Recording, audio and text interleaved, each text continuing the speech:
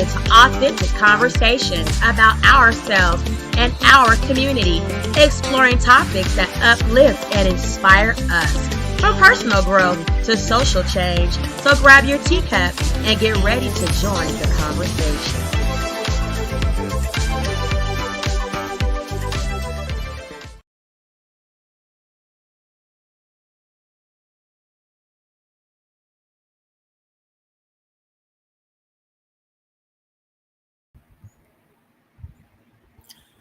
Okay, we should be coming in better, but I'm going to check audio systems on all platforms. Good morning, tea sippers. How are you all on this Thursday morning? Let me see. I'm going to check audio systems on morning, tea sippers. How are you all? Okay, audio sounds fine. Good morning, tea sippers. Shining bright on a Thursday morning. We are up live talking about the tea that just poured out in the recent headlines, y'all. What is trending, right? What's trending? Dr. Goddamn Umar. Before we start, we're going to give all of our warm welcomes to all of our supportive followers on all of our streaming platforms, starting with YouTube. Good morning, YouTube. Good morning, YouTubers. Thank you so much for becoming sippers. I really appreciate all of the support that we received on yesterday's Tea Topic Talk Show on the Love and Marriage Huntsville reality TV show. Y'all ran me up, and I really, really want to thank y'all so very much for that love. Thank you so much to all of my sippers on Facebook. Y'all also showed up and showed out for the show last night, yesterday, about the Love and Marriage Huntsville. So thank you guys so much for doing that over on Facebook. Twitchers, my sippers, we always value y'all. We came into Twitch, kind of later on in the streaming or whatever, but y'all have been showing support. We got like 1,700 followers over there in almost a year. And so I'm just thank you Twitchers so much for sipping tea with Tanisha Talks Teas. We've been kicking it on Twitch for like a month now. We got like 20 something followers over there in a month, and I'm just like, that's incredible. Thank you so very, very much. I'm looking to get that up to 250 in like 3 to 6 months, y'all. So let's keep on kicking it with your girl Tanisha Talks Teas on Kick. Okay, thank you to all of my supportive followers on all streaming platforms that we are on, including Instagram. Thank you, all of you guys on all streaming platforms that Tanisha Talks Teas TV is on. Okay, so let's keep it cute. We are coming in this morning with Dr. Umar, y'all, the Pan-African panhandler. Okay, I got introduced to Dr. Umar let me see. I was watching something because he interviews a lot, right? Around on all different platforms. The Art of Dialogue. I think, does he be on Real Live Stream? He be on a lot of streaming stuff, right? And so platforms and stuff. So I'm like, okay, Dr. Umar. And he sounds very prolific, right? He sounds very knowledgeable. He sounds very into knowing, just the world around us in a whole. But I also learned that from watching Dr. Umar, he has an agenda for the Black race, right? I think he wants the Black race to uprise against the white race in America. That is ultimately the message that I get from Dr. Umar when he starts to talk about the cultures and the races and things like that, and things that occur between the two in America, right? So, but however, I do share some of the views Dr. Umar expresses, especially, about how we mix our race, how we go about, pursuing other races, and, what that really looks like for us as a culture of Black people, right? Things like that, because we have the ditties, you know what I'm saying? We have the Shannon Sharps, right? We have the R. Kellys. We have the Bill Cosbys. We have the people of the world. We have the Black guy down in Texas that got unalived by a white woman that was his girlfriend with children. right? And they were, I guess, having a dispute. We talked about it on the show back when it occurred. And she unalived him. Okay. And she got off. She got off from unaliving him. Okay. So I do share some of the viewpoints Dr. Umar talks about when it comes to our Black race. Dr. Umar has been also very, very, known for raising money for a school called FDMG, right? Dr. Umar has been propaganding this school for 20 years or something of the sort. There's a content creator called Lynn in Honor. If you're familiar with Dr. Umar, then you should know Lynn in Honor, because when I was listening to Dr. Umar, I got interested in what he was talking about, right? Because I have autistic children that are on the spectrum. And Dr. Umar expressed the fact that he is a psychologist of sorts that specializes in, therapy and therapeutic, therapies for autistic children and things like that. And so it kind of intrigued me because Dr. Umar is, a Black man that sounds very prolific, and like he really has the gift to gab you into you believing that he knows and is really actually living the life that he's speaking of, right?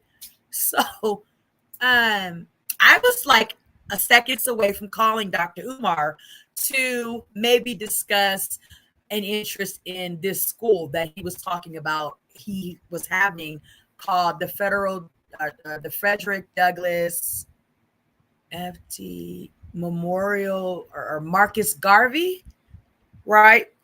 Frederick Douglass Marcus Garvey School. Okay. And I was, was intrigued because I'm like, okay, it's not easy to navigate the world for special needs, disabilities, mental health, things like that. It's not always easy, and it's in a high demand, right? A lot of us have today more mental and neurological issues than ever before, right? So it's saturated with a lot of people needing to know where to go, where to try to get the best care, the best therapies, the best understandings, the best relative relationships for your family that you can, right? So when I heard Dr. Umar talking, I'm like, oh, okay, this may be an area of understanding I may need to get some better insight on, right? So, but before I did, T Sippers, this is what I always do. I always research. I always research. I always go and look up and see who, what, where, why, when anybody's doing anything, right?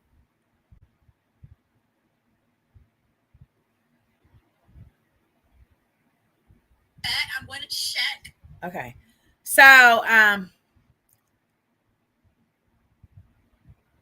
okay. Yeah, I always go and research, right? I always have to find out, make sure before I dive into something, um, whether or not everything is everything and it's really worth my time investing and exploring it, right?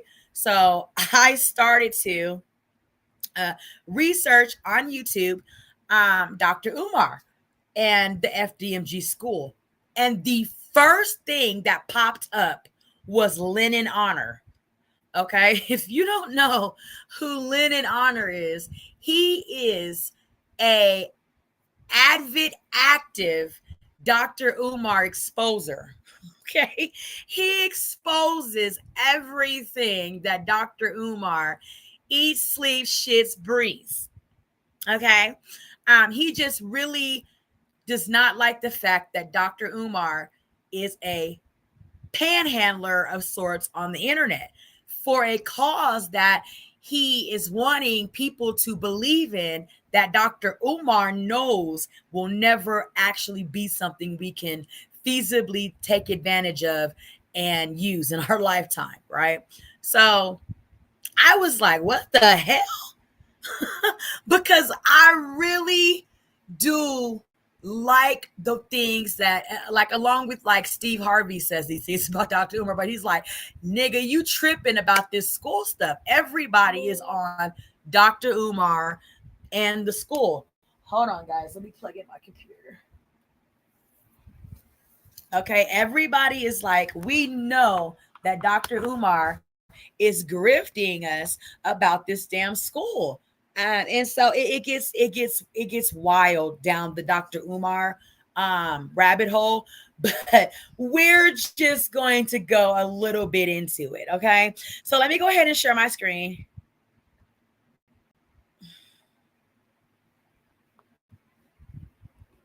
And we're going to review some of the latest revelations about Dr. Umar.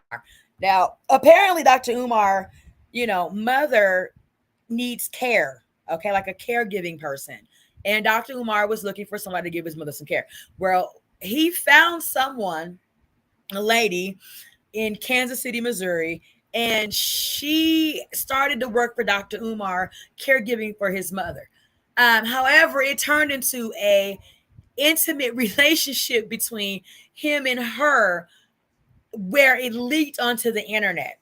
Dr. Umar is alleging that she robbed him while she was in the capacity of caring for his mother and things like that.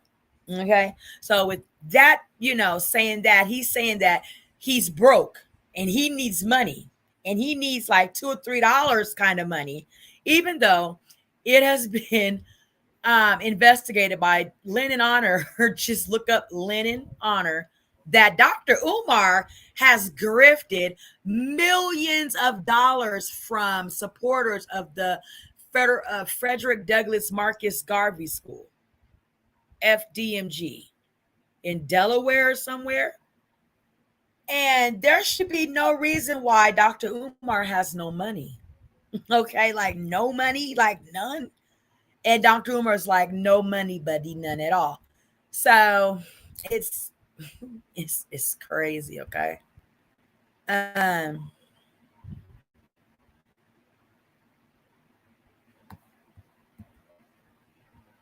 Let's get into listening to some of his grifting. Dr. Umar, the Pan-African Panhandler.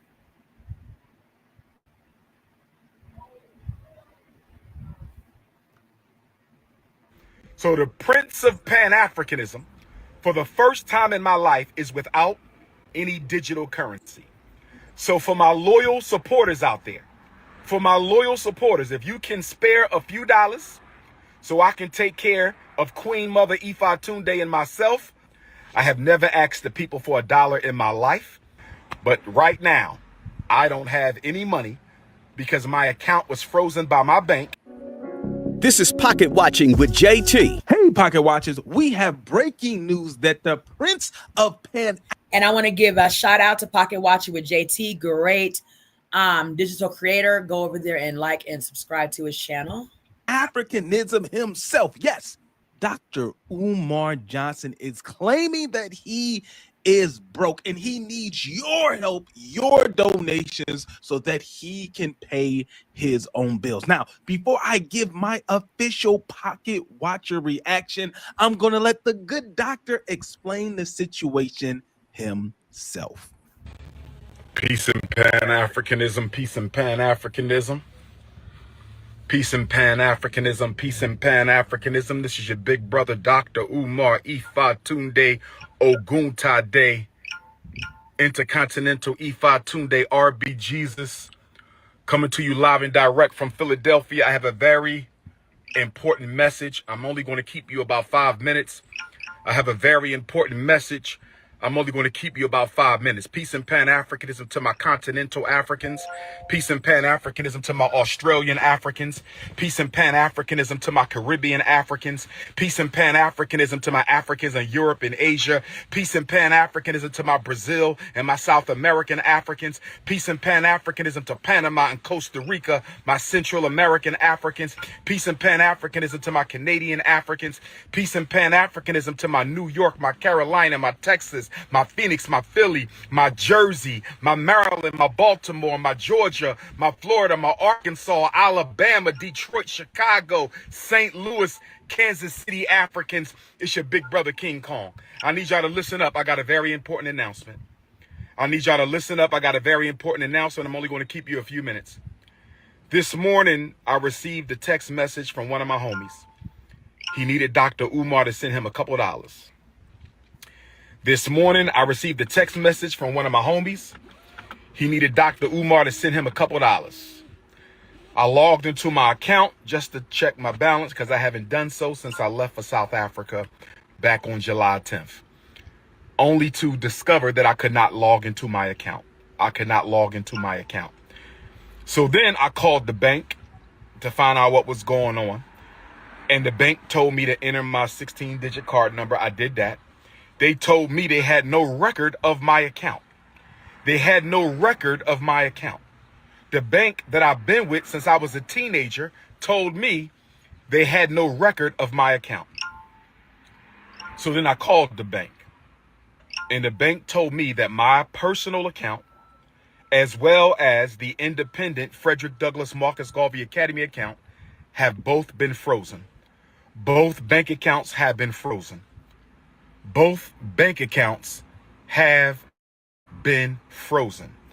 And I was told that there is an investigation into my personal account as well as the school account. I asked them, was this due to suspicion of any fraud on my part? I was told that it was not due to suspicion of any fraud on my part, but I was told that it was due to suspicion of fraudulent activity. I was told that someone has been trying to gain access to my personal account and the FDMG account. I was told that someone has been trying to gain access to my personal account and the FDMG account. I was told that someone has been trying to gain access into my personal account and the FDMG account. Brothers and sisters, if you have sent a donation to FDMG, let's give it until the end of the month to see if this gets cleared up. They have given me no definitive timeline as to when their investigation will conclude.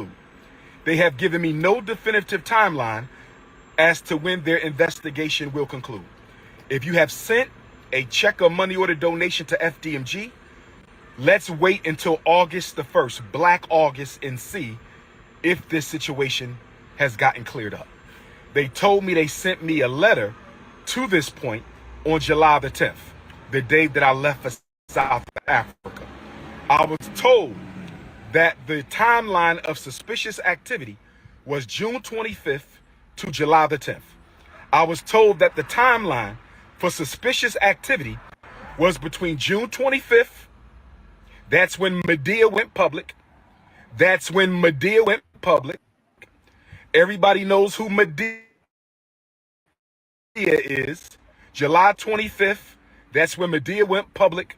So I guess he's calling the lady that he had caregiving for his mother Medea.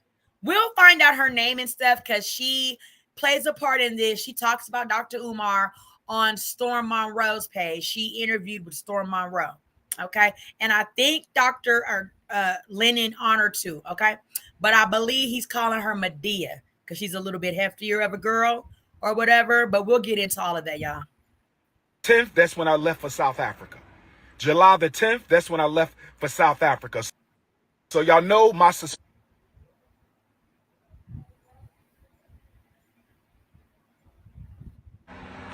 I believe Medea and Pastor Bussy were fraudulently trying to. So he calls Dr. Lennon Honor. He calls him, I think he's a doctor. He calls Lennon Honor a Pastor Bussy because Lennon Honor has made skits and stuff about Umar. And Umar is trying to sue Dr. I think he's a doctor. Lennon Honor because he said that Lennon Honor is stealing his likeness or whatever, like he's impersonating him. Okay. And I don't think that's a crime because people impersonate Elvis and Michael Jackson every single second of the day. And I don't think that that's a crime where you can sue somebody for that. But it's so funny, y'all. If I can find it, I'm gonna show it. It's so funny. Get into my account, and if we find out that's the case, they will be sued and possibly arrested because fraudulent activity on a bank account is a federal offense. Fraudulent activity on a bank account is federal offense. Fraudulent activity on a bank account is a federal offense. Again, June 25th to July 10th is the period of suspicious activity. That is from the time Medea went public and I left for South Africa. Between the time Medea went public and I went for South Africa. So brothers and sisters, if you want to make a donation to FDMG, you must send it to PayPal. Hold off on the checks and money orders until the situation is resolved. Hold off on all FDMG Academy money order and check donations until the situation is resolved. If you want to make a donation to FDMG, send it through PayPal. Right? PayPal.me/FDMG Academy. PayPal.me/FDMG Academy. PayPal.me/FDMG Academy. If you want to make a donation to the school, hold off on checks and money orders until we find out what the hell is going on. The bank is investigating the fraudulent attempts on our account. If I find out Medea and Pastor Bussy had anything to do with this, I was told that they can be arrested for federal offense. I was told they can be arrested for federal offense. I was told they could be arrested for federal offense. Now, with that being said, brothers and sisters, Dr. Umar has access to no money right now because my personal account contains all of my money. I only send it to Apple Pay and PayPal as necessary. So the Prince of Pan-Africanism, for the first time in my life, is without any digital currency. So for my loyal supporters out there, if you can spare a few dollars so I can take care of Queen Mother Ifa Tunde and myself until my bank account is frozen or canceled so I can get my money back and open up a new account, please hit my Apple Pay or hit my PayPal. My personal PayPal account is Umar the Psychologist at yahoo.com. So that's paypal.me/Umar the Psychologist, paypal.me/Umar the Psychologist, paypal.me/UmarthePsychologist, paypal.me/Umar the Psychologist, or hit my Apple Pay using my cell number 215-9899-858, 215-9899-858. I've never asked the people for $1. I have never asked the people for $1 in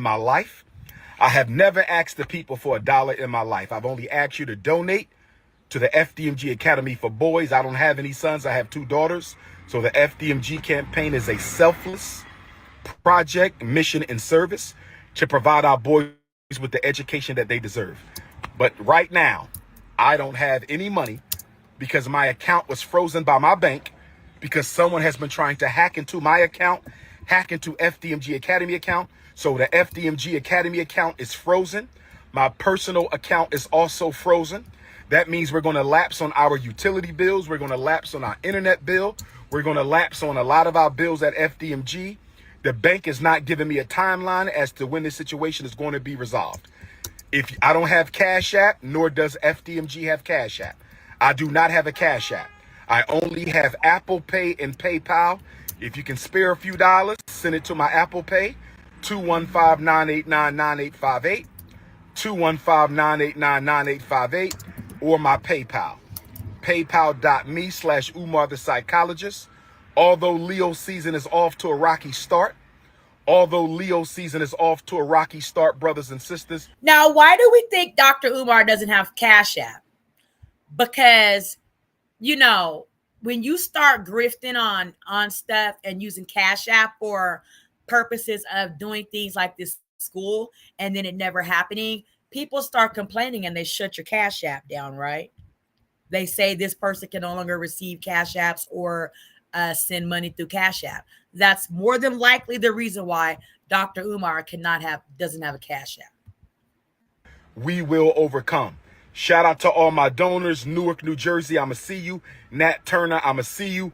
Mobile, Alabama, I'ma see you. New Orleans, Louisiana, Hurricane Katrina, I'ma see you. Kenya, January, I'ma see you. FDMG is coming. We just got to lay down on floors, brothers and sisters. Lay down on floors, and we applying for a certificate of occupancy. I don't have any money in my pocket because my account is frozen. If you could send a few dollars to Dr. Umar for Apple Pay or Dr. PayPal, Umar I would doesn't greatly have cash at all. He said he has absolutely no money that he can call his own. Dr. Umar doesn't have, I don't know. I know he has children. I think they're all grown. I don't know if Dr. Umar has children under the age of 18 to where he's still paying child support, but he may be, because Lennon Honor has spoken about it. Like I said, go to Lennon Honor page and let him get you versed on Dr. Umar, because he has documentaries on Dr. Umar. He has countless hours of Dr. Umar coverage from the ins and outs of his life. So he would know whether or not Dr. Umar got kids under 18 and is still actively paying child support for. However, we hear Dr. Umar doesn't have a home, a car, or anything like that. So it's like, why don't you have money at least, Dr. Umar? You know, because you're on lots of podcasts. I know they're paying you for them to talk about things of culture, life in general, hot topic, trending topics like Diddy, Carmelo Anthony, Shannon Sharp. You do all these interviews. I see you damn near every day doing interviews, some goddamn where or something. And I know they're paying you. And I know you are charging them handsomely to pay you to talk on their platforms that you know is going to make them a lot of money. So it's like, okay, Dr. Umar, why don't you have a dime to call your own for your life right now? That is very unmanagerial of the Pan-African prince, Dr. Umar, wouldn't you say? appreciate it. Black Queens forever. Snow Bunnies never. Enjoy your weekend. Leo season forever. Peace and Pan-Africanism. All right, Pocket Watchers, that is what the good doctor has to say about the situation. He is claiming that both his personal and business bank accounts are frozen, and it is because of his very many haters. Now it's time for the Pocket Watcher conspiracy theory. This is where I use my education and experience as a real financial advisor to come up with an alternative explanation as to why Dr. Umar is where he is today. Yeah, we going. All right, so now let's go pocket watching. Here we go. I have every single tax return this man and his organization has filed with the IRS. I have the 2020, 2021, 2022. And I hear, let me cut you off, sir. I hear the IRS is watching Dr. Umar. I hear that they are starting to look into the almost 20 year grift he's been on for this FDMG school business that has never been a business or, you know, even opened a door for a child to go in and read a book in it. I hear that the IRS is starting to look at Dr. Umar for some things. 2023 and the most recent 2024 tax returns. According to each and every tax return for the past 5 years, his organization has collected over $400,000, $405,913 in donations. Now, here's the thing that's a little bit odd. 2 out of the 5 years, this man is claiming that he collected absolutely no money in donations. So in 2020, this man claims he did not collect 1 penny in donations. And in 2022, this man is claiming he accepted or collected absolutely no money in donations. Now, that seems extremely odd for a man who posts videos online like this. Donations. Donations. Donations. Donations. Donations. Donations. Gifts. Gifts. Gifts. More gifts.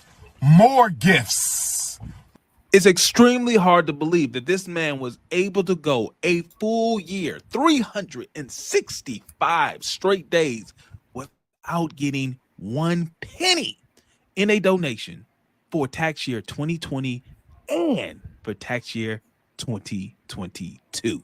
All right, now let's dig into the expenses. Where is the money going? Now, according to his financial reports, he is claiming that over a 5-year period, he spent a total of $71,412 in expenses. Now, that sounds good if you're trying to make money, but the problem is this. Over that 5-year period, he is claiming that every one of those dollars was spent in only one tax year, 2021.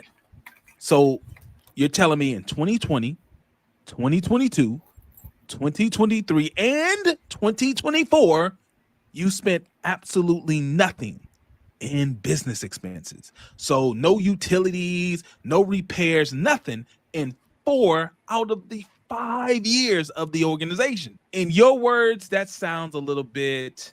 You don't find that suspicious? You don't find that suspicious? You don't find that suspicious? Another thing that seems a bit odd is the fact that over that 5-year period, each and every year, Dr. Umar Johnson is described as the executive director of the organization and claims that he works 60-hour weeks every single week out of the year over a 5-year period, but yet he claims absolutely nothing in compensation. He gets paid nothing for all that hard work. All right, so now let's dive deep into these numbers and see what the story says. So based on the information provided by Dr. Umar and his tax filings, FDMG had a cash balance at the beginning of 2020 in the amount of $518,048. Pretty good. Over $500,000 in cash at the beginning of 2020. But by the end of 2024, its cash balance was $56,162. So that means during that 5-year period, the cash of this organization decreased by $461,886. But it gets worse because we actually have to do the math on the profit and loss of each year. Based on the information that's provided in the tax returns, the organization actually had a positive cash flow of $330,501. That means the organization made money over that 5-year period. So when we actually run the numbers, that's a discrepancy of actually over $792,000. But we were able to dig in to the numbers and see where some of that money went. Well, based on the information, in 2020, that is the year where the real estate of the organization was purchased. Now, I'm giving him saying that he spent $436,996 on the real estate. That may not be the true number, but that's what he claims the property is worth. So I'm going to give him that as a cash deduction. Now, he also claims that he paid off $54,361 worth of debt. So that is also a deduction from the cash balances. And he also claims that he was able to invest $141,278. So we still have a discrepancy of almost $160,000. So where did this money go?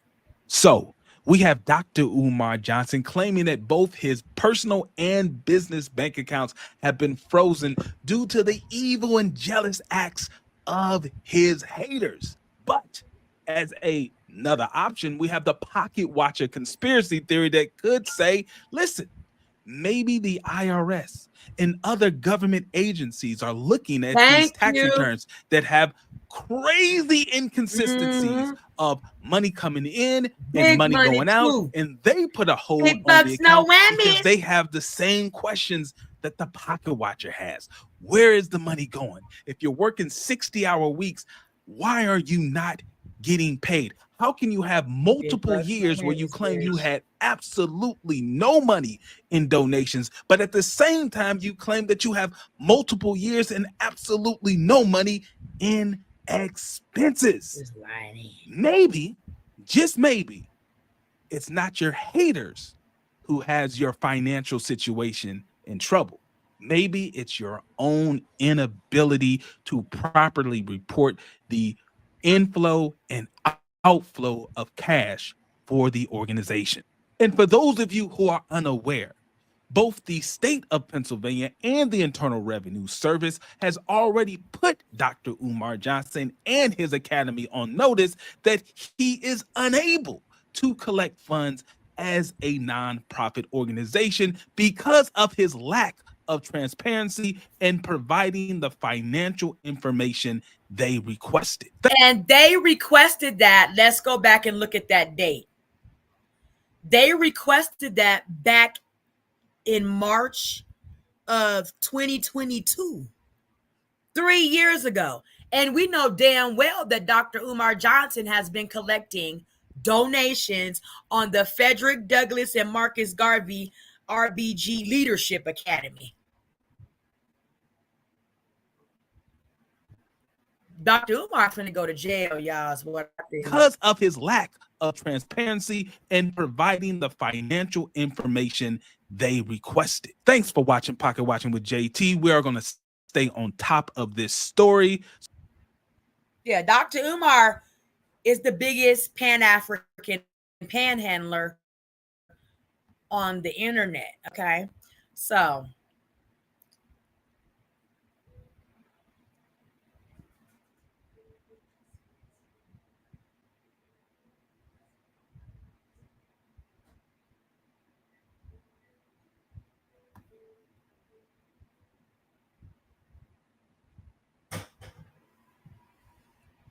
All right, so check it out. Dr. Umar Johnson says he's broke because his business and personal bank accounts have been frozen. There's a lot I want to say here, but first, let's check it out. Dr. Umar has access to no money right now because my personal account contains all of my money. I only send it to Apple Pay and PayPal as necessary. So the Prince of Pan-Africanism, for the first time in my life, is without any digital currency. So for my loyal supporters out there, if you can spare a few dollars so I can take care of Queen Mother Ifa Tunde and myself until my bank account is frozen or canceled so I can get my money back and open up a new account, please hit my Apple Pay or hit my PayPal. There's so much here, but first things first, why are y'all still giving this guy money? I don't understand. Listen, I remember back at least 2014, but really 2010, he put a video out talking about the Frederick Douglass Marcus Garvey Academy. He had this grand dream of being able to educate black boys and get them out of poverty, all this, that, and the third.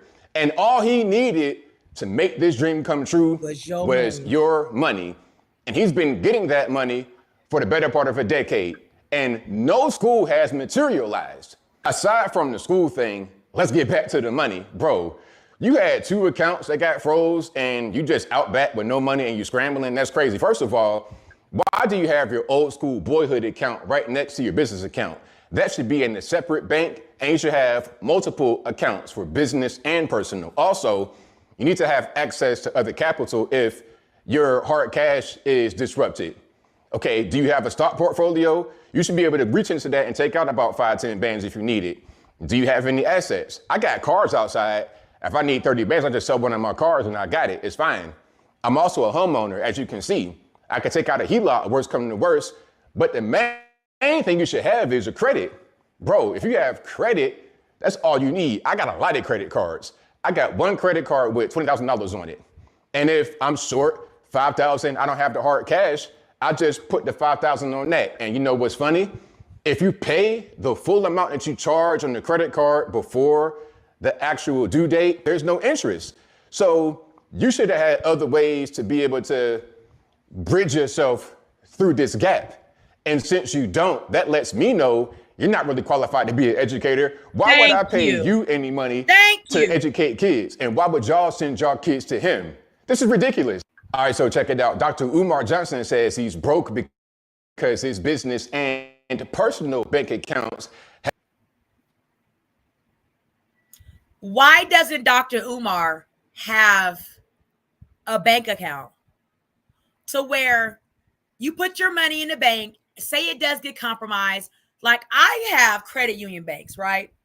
And if my money ever gets compromised, because people scheme every day, and unfortunately I had a scammer that I thought was my friend, that was a nail technician, and she scammed me, right?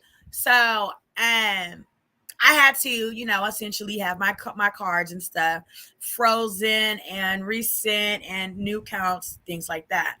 So, but I also was able to have the money that I would need to like tide me over. This is with credit unions. This isn't even with banks. Okay. Afforded for me to use in my virtual credit card until the money gets recouped, because it's your money any fucking way, right? You get it recouped or whatever, and then you just pay it back on the back end once ever your money is recovered from your bank, getting it from the person that frauded you, because all your bank does is go to their bank accounts or whatever, however have you, and they get the money from their bank accounts as long as you can prove that it was fraud.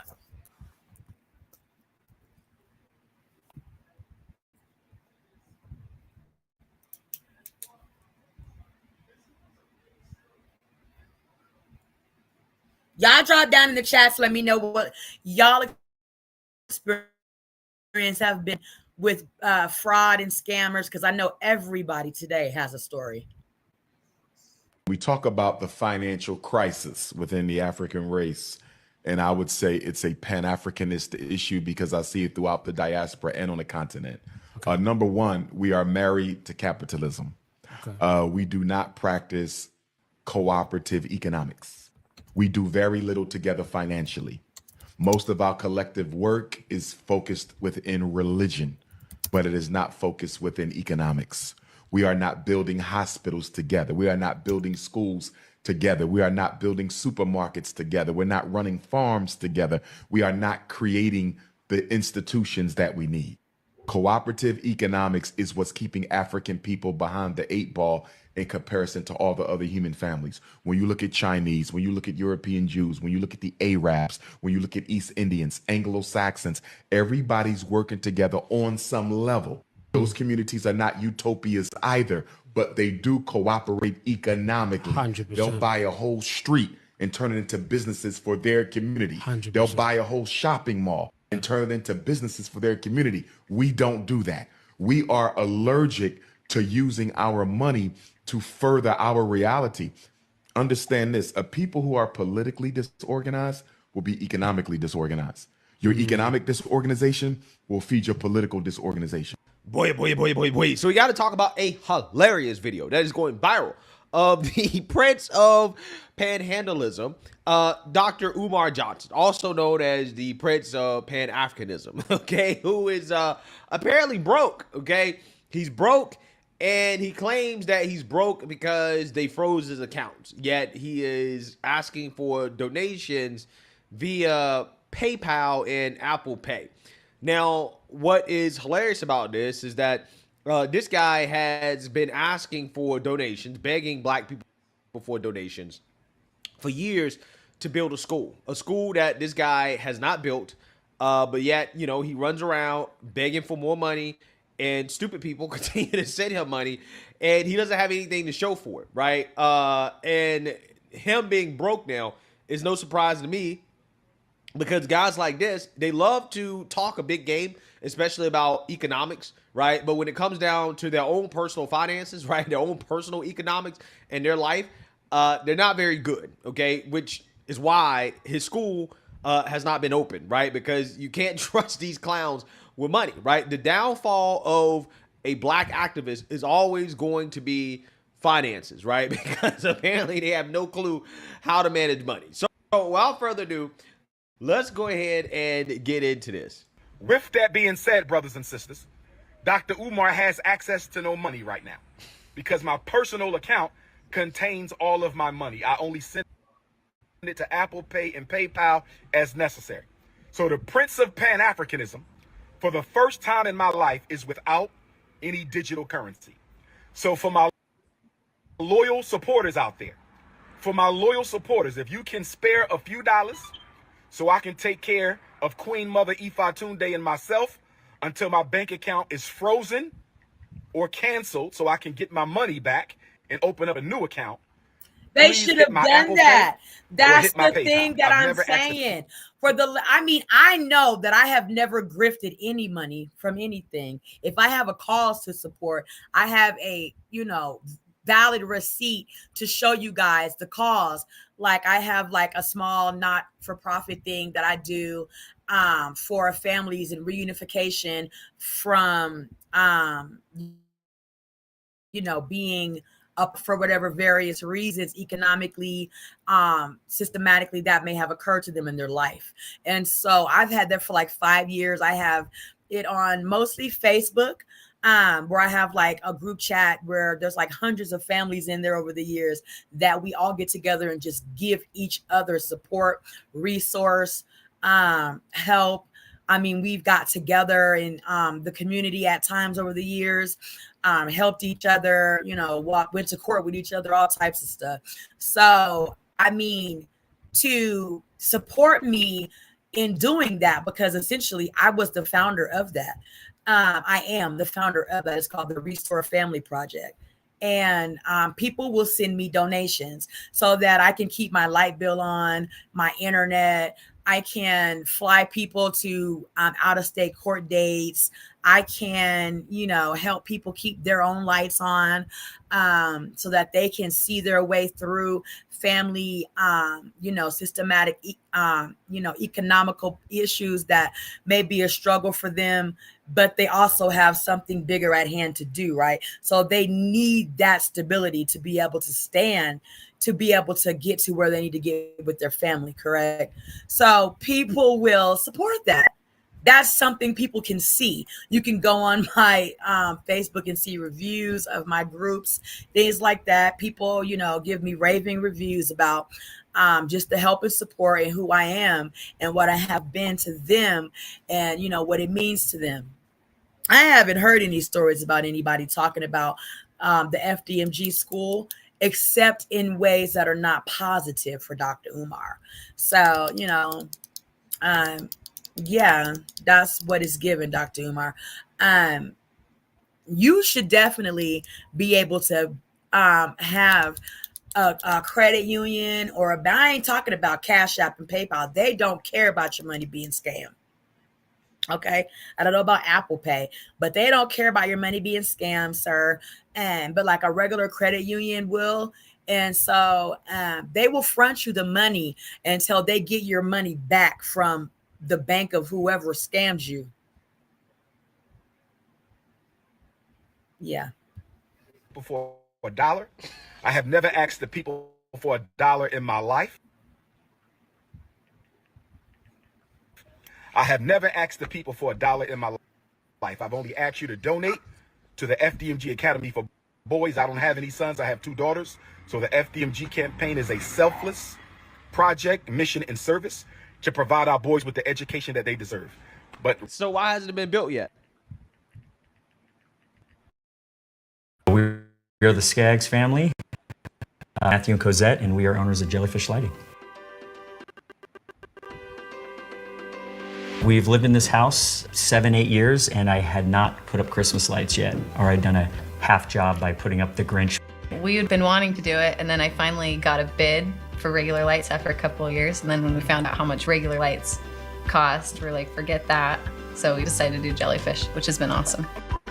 I just love.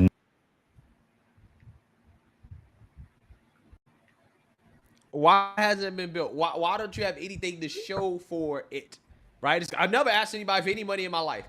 Okay, so all that money that supposedly is going towards this school, this academy, whatever, why is it that this dude has nothing to show for it if none of it ever went into your pocket personally? Does everybody understand that this makes no sense, right? This makes absolutely zero sense. He's saying, now,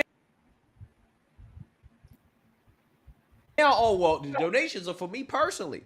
So how do you make your money?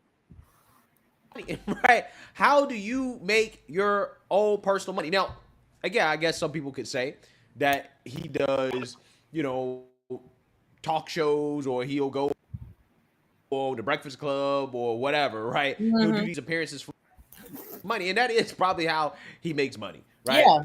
But where is it? The question is fuck. If you're making Dr. all this Umar money, ain't got no real he's not making money because he don't from live the nowhere. donations He to don't the have school, no right? assets. Then why He ain't is even it gotta put gas in the that car. you're broke? Right? Why are you broke? you. Okay, you mean to tell me you keep all your money in one account? Right? You don't have multiple accounts to spread your money around in just in case one of the accounts get frozen, right? You taking all these trips overseas. Thank you. Dr. Umar is always forever going somewhere. And you're not using any credit cards? Again, it doesn't sound right to me because, when you go overseas, it's definitely better for you to use credit than cash, right? You definitely should probably have a credit card if you're going overseas, okay? Again, for situations like this, okay? So again, he just seems to be all around financially irresponsible. This is like a standard thing for people that got a lot of money. You don't keep all your money in one account, right? At one bank, okay? You spread it around here and there, right? Just in case one bank goes under, okay? You good, right? Just in case one account gets frozen, you got another account. You don't put all your money in one account at one bank. So again, something just ain't sitting right with me, okay, about this. Something ain't sitting right. Regardless, there are people who are going to still continue to donate to this guy, right? They're going to listen to this and say, oh, yeah, this sounds about right, right? Let me send this man a few more dollars. Probably liberal black women, okay, who this guy appeals to, because that's essentially what he's doing. He's simping to the liberal black woman because the liberal black woman is overly emotional, right? And all you got to do is just pull at the heartstrings of her emotions, and that's how you can get her to empty her pockets, right? And send money to this guy. And the worst part about it is that you're going to have these so-called pro-black platforms like the Breakfast Club and all these other podcasts. They're going to continue to host this guy, right? They're going to continue to host this dude who is taking all this money from black folks, and he has nothing to show for it. I mean, millions of dollars raised, okay, allegedly, right? Allegedly millions of dollars raised, and he doesn't have anything to show for it at all when it comes to the academy, right? But yet, according to him, none of that money's ever went in his pockets, right? It's all just went into the school. It went into the academy, right? None of it ever went into his pockets. But again, nothing to show for it. Don't people find that to be strange? And now all of a sudden, he's talking about he's broke, right? He needs money. He needs donations, claiming that his bank account is frozen, which, again, I just find to be strange that he doesn't have multiple bank accounts, just in case something like this happens. I mean, I remember dealing with a situation like this not too long ago, about a year ago. It was a terrible situation put it this way, it was an annoying situation to try to get out of. But it's certainly possible for you to have your account unfrozen and to get things going again. So, again, there's just a lot of things that just are off about this. But, again, my point is that I guarantee you these so-called pro-black platforms, they're going to continue to platform this dude, even though he just continues to suck money out the pockets of black folks, and he has absolutely nothing to show for it, right? He has nothing to give back outside of hate and division, to be honest with you. It's sad. It really is. Right now, I don't have any money because my account was frozen by my bank because someone has been trying to hack into my account, hack into FDMG Academy account. So the FDMG Academy account is frozen. My personal account is also frozen. That means we're going to lapse on our utility bills. We're going to lapse on our internet bill. We're going to lapse on a lot of our bills at FDMG. The bank is not giving me a timeline as to when this situation is going to be resolved. I mean, if anything, maybe Dr. Umar may have to pay property tax. He's not paying You know what I'm saying? For license stuff. I don't know if the lights are on. I think they may be, but I don't think that they're legally on. I don't think they're like legitimately on because they have a legitimate account. I heard Dr. Lennon talk about how he called the school, or not the school, he called the electric company in the area that services where FDMG is located, and it said yes, they actually saw that the school had lights on, but they were illegitimately hooked up. Have Cash App, nor does FDMG have Cash App. I do not have a Cash App. I only have Apple Pay and PayPal. If you can spare a few dollars, send it to my Apple Pay, 215-989-9858, 215-989-9858, or my PayPal, paypal.me/Umar the Psychologist. Although Leo season is off to a rocky start, brothers and sisters, we will overcome. Shout out to all my donors. Newark, New Jersey, I'ma see you. Nat Turner, I'ma see you. Mobile, Alabama, I'ma see you. New Orleans, Louisiana, Hurricane Katrina, I'ma see you. Kenya, January, I'ma see you. FDMG is coming. We just got to lay down on floors, brothers and sisters. Lay down on floors, and we applying for our certificate of occupancy. I don't have any money in my pocket because my account is frozen. If you can send a few dollars to Dr. Umar for Apple Pay or PayPal, I would greatly appreciate it. Black Queens forever. Snow Bunnies never. Enjoy your weekend. Leo season forever. Peace and Pan-Africanism. Black Queens forever. Snow Bunnies for never. Wow. Wow. Wow. Again, that's what I'm talking about. His audience. He knows his audience. He knows his audience. Liberal black women. They want somebody to simp for him, and this dude is simping hard. But hey, it works, right? It works.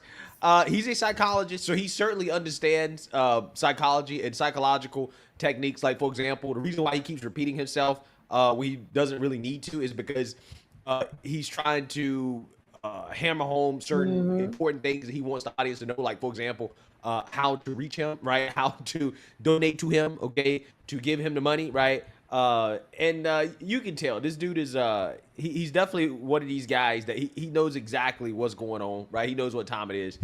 And it's just sad that people have continued to platform this guy to give him credibility when he's already shown himself to be a failure, an absolute failure, a joke, and embarrassment, right? But who knows? Maybe this guy actually really did get scammed. Okay. Again, he claimed that there was some fraudulent activity on his account. Somebody tried to log in his account or get into his account or whatever. Who knows? Okay. I believe he may or may not be in South Africa. So maybe the ancestors are working overtime. Maybe he got scammed by one of them Nigerian scammers, right? Maybe that's what happened. I don't know. At this point, this man needs to get a job, right? You need to get a job. This car right here, you better use this. You better start Ubering, brother, right? You better start Ubering, okay? You better hop on that app, sign up, and start ride sharing, okay? Go and get your real job, okay? Start relying on these donations because, I mean, hey, he's using these donations to take these flights to Africa and all these other places, right? He's enjoying his life off donations. And, again, it's just very, very, very sad that people continue to fall for this nonsense. But who knows? Maybe the grift is drying up, right? That's why he's asking for money, right? The grift is drying up. Maybe people are finally realizing that this guy is not who he claims to be, and donating money to this dude is like throwing your money away. But hey, let me know what you guys think. Make sure you like, comment, and subscribe. Most importantly, share a black conservative perspective. Peace.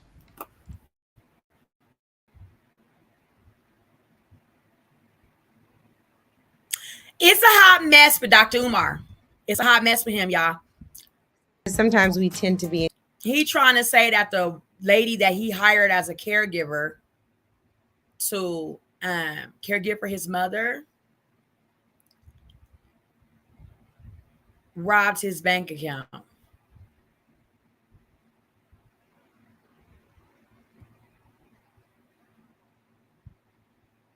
And that Lennon honor the guy that, you know, stays on his neck. What's good, everybody? It's your boy, O'Shea Duke Jackson, back at it again with another episode of the Celebrity Jungle. As you guys may have heard, Dr. Umar Johnson has been going viral for the last 1 or 2 days. And right before this virality episode that we're experiencing here, he had some level of trouble with one of his ex-girlfriends from Kansas City.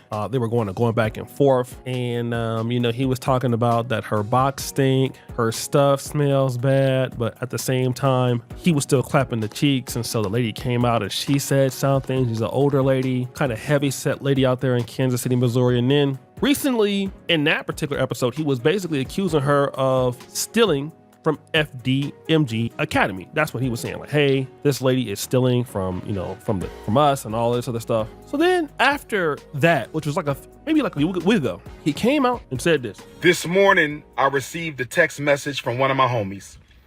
He needed Dr. Umar to send him a couple of dollars. This morning, I received a text message from one of my homies. He needed Dr. Umar to send him a couple of dollars. I logged into my account just to check my balance because I haven't done so since I left for South Africa back on July 10th. Only to discover that I could not log into my account. So then I called the bank to find out what was going on. And the bank told me to enter my 16-digit card number. I did that. They told me they had no record of my account. The bank that I've been with since I was a teenager told me they had no record of my account. So then I called the bank. And the bank told me that my personal account, as well as the independent Frederick Douglass Marcus Garvey Academy account, have both been frozen. Both bank accounts have been frozen.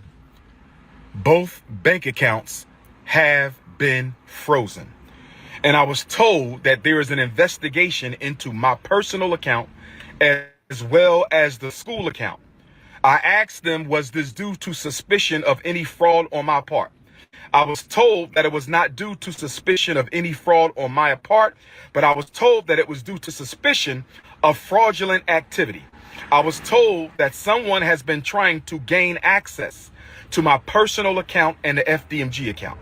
I was told that someone has been trying to gain access to my personal account and the FDMG account. I was told that someone has been trying to gain access into my personal account and the FDMG account. It's called the brothers and sisters. If you IRS. It's called the IRS. It's called the IRS. Dr. Umar for the third time for your ass, in case you didn't get the memo. You have sent a donation to FDMG. Let's give it until the end of the month to see if this gets cleared up. They have given me no definitive timeline as to when their investigation will conclude.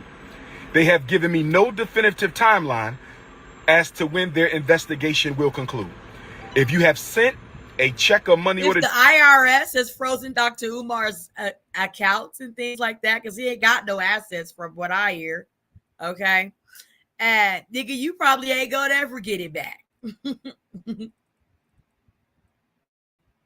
You may not ever get it back.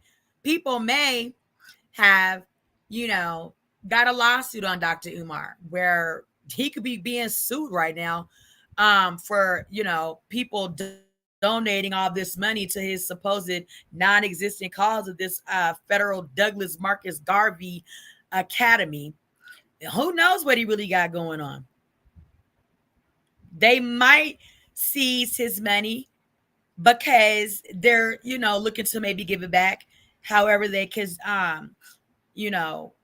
through GoFundMe's and stuff like that, you can get your money back. Well, I don't know about Cash Apps. I'm sure they can get receipts. I don't know. Cash App. I think they're a scam in itself. But not for nothing.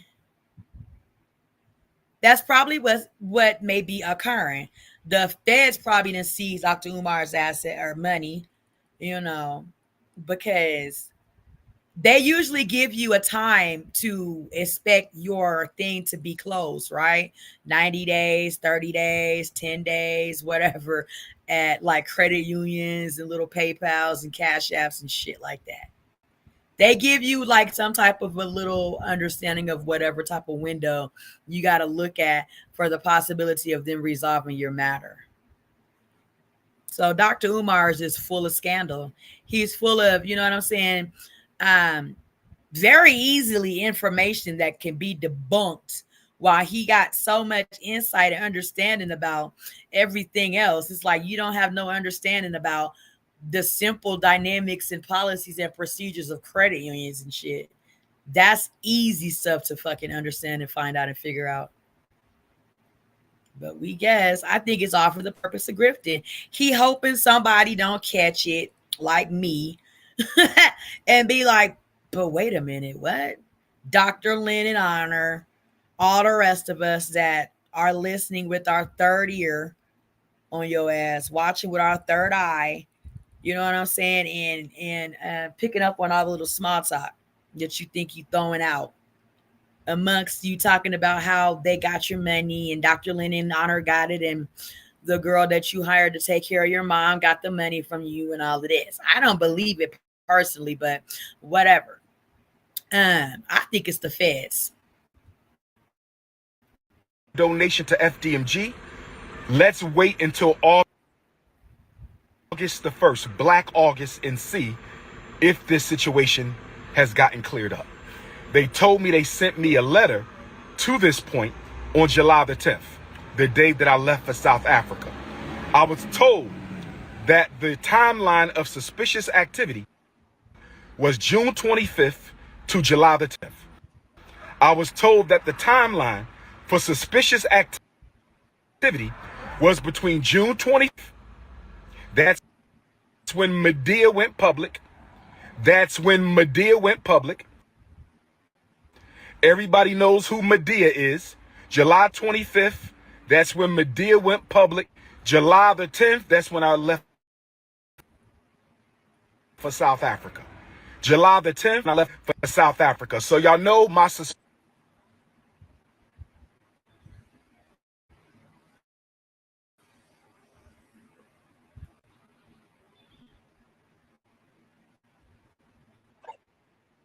Medea and Pastor Bussy were fraudulently trying to get into my account. And if we find out that's the case, they will be sued and possibly arrested, because fraudulent activity on a bank account is a federal offense. What he doing. Fraudulent activity on a bank account is federal offense. Fraudulent activity on a bank account is a federal offense. Again, June 25th to July 10th is the period of suspicious activity.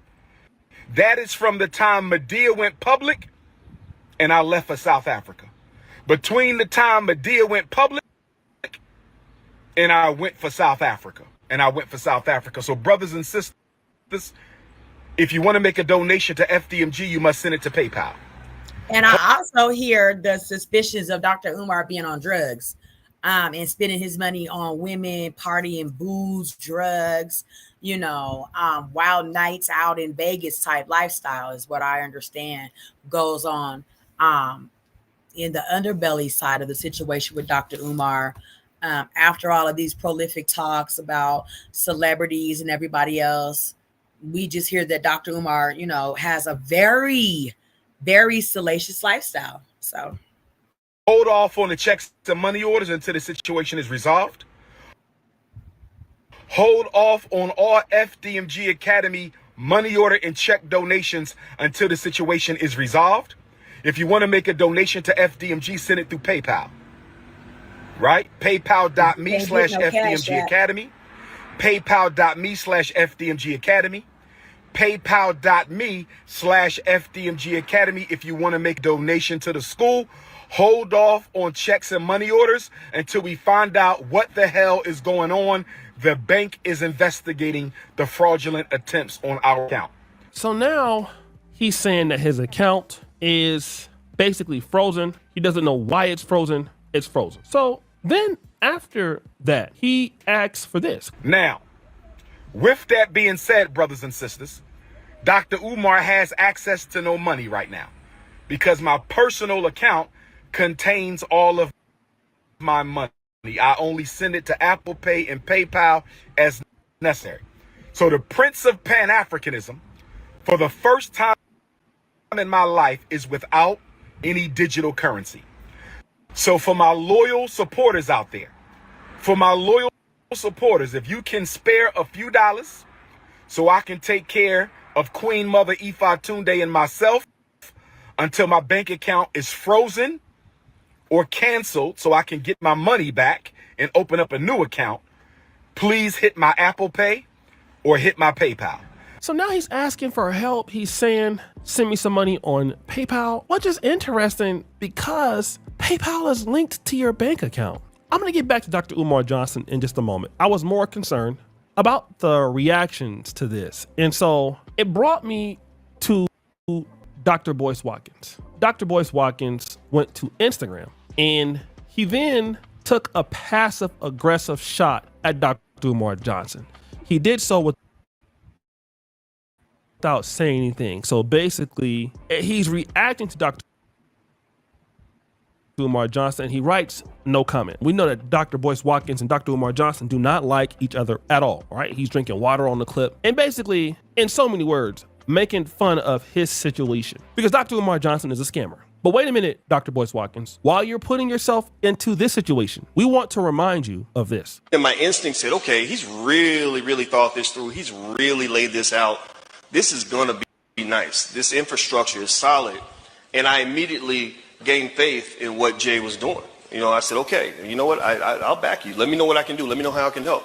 I was one of the initial investors. I stepped right up and wrote my check and sent it in, and I said, I'm in this. And we talked about it. I supported. People asked me about it, and I always, whenever they ask me about it, I always tell them the same thing. Why not? Why wouldn't you want to participate? I believe in the fund. I believe in Mr. and Mrs. Morrison. This is just the beginning. I am happy to invest my money. I will invest more money. I can't wait to see all the great things. Dr. Boyce Watkins, do you know about the Tulsa Real Estate Fund? Oh yeah, the Tulsa Real Estate Fund, Dr. Boyce Watkins. And both of these guys are legitimate doctors. You had Dr. Boyce Watkins, a PhD in finance, his claim to fame. I believe he got this from the Ohio State University. I believe he went to University of Kentucky undergrad. He's taught at some really good schools, guest lecturer at the University of Munich, went to the University of Kentucky undergrad. So this is Dr. Boyce Watkins is legit as they come. But Dr. Boyce Watkins referred the black community and endorsed Jay Morrison. Then when the black community got scammed for over $12 million, I thought Boyce that's what that Watkins was in his passive aggressive tone, disrespectful to black people. What did he tell us? He said, you don't go to white folks and say this when they scam you. You didn't say that. But now you're over here making fun of Dr. Umar Johnson, and both of y'all are the same, okay? Both of y'all are the same. Oh, he is exposing Dr. Boyce. I had heard about the Tulsa real estate fraud scam, and I had no idea that Dr. Boyce Watkins was in the middle of it. Oh, my. So we learning some new tea today, sippers. We are learning some new tea. We out here looking for tea on Dr. Umar and just stumbled up on some tea about Dr. Boyce Watkins. If y'all are not familiar with him, he just familiarized you with him, introduced you to him, okay? I listen to Dr. Boyce Watkins from time to time. He's, a little piece of education about Black finance and Black life and living and, life in general and all of that great stuff. So yeah, he's a little bit of some tea. I had no idea that he was in the Tulsa real estate fraud thing that they had going around, where they were, grifting people, telling people, invest in this, invest in that. And we're going to build up a Black, community for Black people in Tulsa, Oklahoma to, settle and, have commerce in our own little Black way. And Black people jumped on it and gave like 12 million So who are you? Like you were responsible for the black community losing $12 million. And that's actually more than what Dr. Umar scammed them for. Yeah, Dr. Umar Johnson is definitely a scammer, but boys, you got some nerves. I don't know who you think you is, really. And see, it's always people in the black community like these guys that want to talk about invest in this, invest in that, and then one of their little homes, because they always fight each other. All the dudes asking for money is beefing with each other in the black community, all of them. None of them can work together. So they all get mad. They all get upset. And they go back around and do that. This is what they do, family. This is what they do. And boys Watkins, you ought to be ashamed of your damn self. To be honest, you ought to be ashamed. Guys, with the issue, boy. O'Shea Duke Jackson, back at it again with an episode of That is hilarious. What is your for all you just heard the bell? We're out.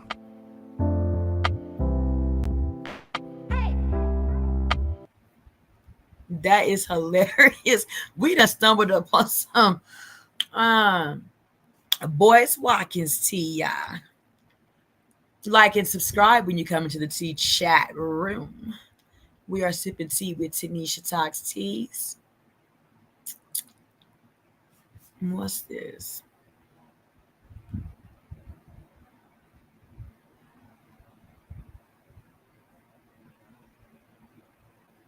We are reviewing everything Dr. Umar right now, going broke, y'all. I don't think Dr. Umar ever went broke.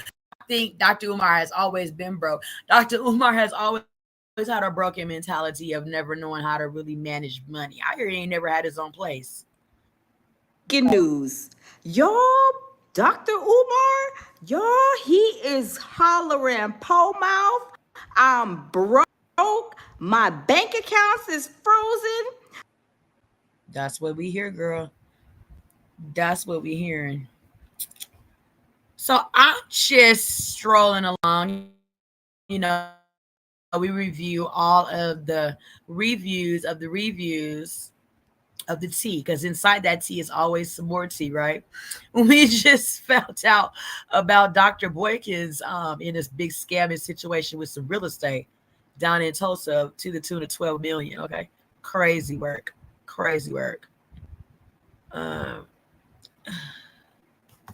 Dr. Umar Boss Talk. Let's hear what the OGs of the streets are talking about Dr. Umar.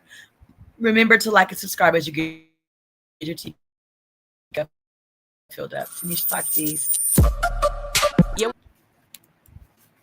We on Boss Talk TV. Shout out to E, the reason you see. It's your big brother King Kong. I need y'all to listen up. I got a very important announcement. I'm only going to keep you a few minutes. This morning, I received a text message from one of my homies. He needed Dr. Umar to send him a couple dollars. This morning, I received a text message from one of my homies. He needed Dr. Umar to send him a couple dollars. I logged into my account just to check my balance because I haven't done so since I left for South Africa back on July 10th. We done heard his baby. We done heard his baby online crying. Dr. Umar won't even help her. Dr. Umar done had millions of dollars and your daughter is online crying she homeless. She ain't got a tiny house or nothing. You could have built her a tiny house. A goddamn container home. You sad, Dr. Umar. Discovered that I could not log into my account. So then I called the bank to find out what was going on. And the bank told me to enter my 16-digit card number. I did that. They told me they had no record of my account. The bank that I've been with since I was a teenager told me they had no record of my account. So then I called the bank. And the bank told me that my personal account, as well as the independent Frederick Douglass Marcus Garvey Academy account, have both been frozen. Wow, guys, make sure you like, subscribe to the channel. Guys, I've been following Dr. Umar for a while. I even spoke to him on the phone a couple of times. And I'm a big supporter of what he seems to represent. But OG been on me about it, and OG, I don't know if you feel the same way I do. But Umar going through it right now. His account's been frozen. Dr. Umar, I'm sorry. You're talking about Jermaine Shoemake? What? His name is Jermaine. He said that's that nigga name. This is Dr. Umar His Johnson. mama did not name him. Dr. Umar's, let me see what Dr. Umar's real name is. The man just said it though. Hold on. His mama did not name him Umar. What is Dr. Umar Johnson's real birth given name?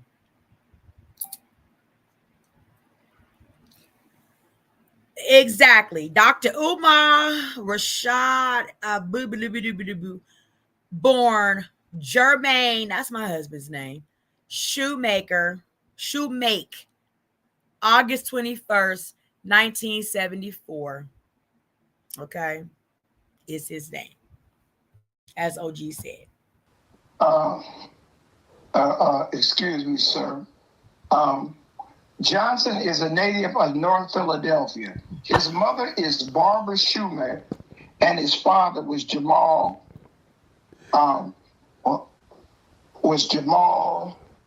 Abdullah Johnson, a Marine.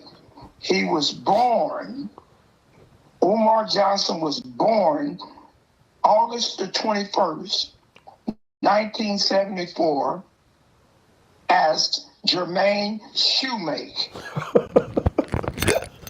And that's okay to like take on of the, you know, feeling that you have within yourself to want to, you know, just breathe all in your African heritage. That there's nothing wrong with that. But for you to grift, like people be like, I'm related to Shaquille O'Neal. That's my third cousin on my mama's side. Type shit. And you just lying like we have no real, you know, confirming evidence that he's Marcus Garvey's grandson or some shit. But he has his whole family even grifting off this shit. His little nephew was talking to Lynn and Honor about them really being related to Marcus Garvey. And I mean, he could be, but I don't, you know, I just think that it's also a part of his panhandle story. So. O-E-M-A-K-E, since you don't think I said it right. Shoemake. So you refusing to call Dr. Umar Dr. Umar? Umar Johnson is back they call him in the day, he's selling snake oil to folks. OG, he speaks with, now I've seen him on the Breakfast Club. I've seen him on, I think he's been on $1 Million for Game. He's been on every platform. They love him. He's trying to build a school. He's got. Wait a minute. You can find the Titanic before you build the school. It ain't built yet. Thank you. He been getting money from people, black people, for 15 years and haven't built the school yet. OG, I'm telling you right now, some of the channels that have him on that show him so much respect. Well, Dr. Umar does talk profoundly about matters of the heart when it comes to black people. If Dr. Umar Jermaine Shoemake, born Jermaine Shoemake, was to just have his own channel where he talked about these issues and these events and these topics relating to black people, he would be a fucking millionaire in his own outright self. Go watch Lynn and Honor and he breaks all that down. And I might just talk a little piece of it here after a while. But yeah, let's keep it going. Channel. Remember to like and subscribe. That we watch all the time. And they believe that he's really on his good foot to building his school. When did you discover that you know that he might not be even building a school? He doesn't question the fact he doesn't even have to build the school. The school is already on the land, on the foundation. All he got to do is renovate the school. He done got millions of dollars to renovate this school.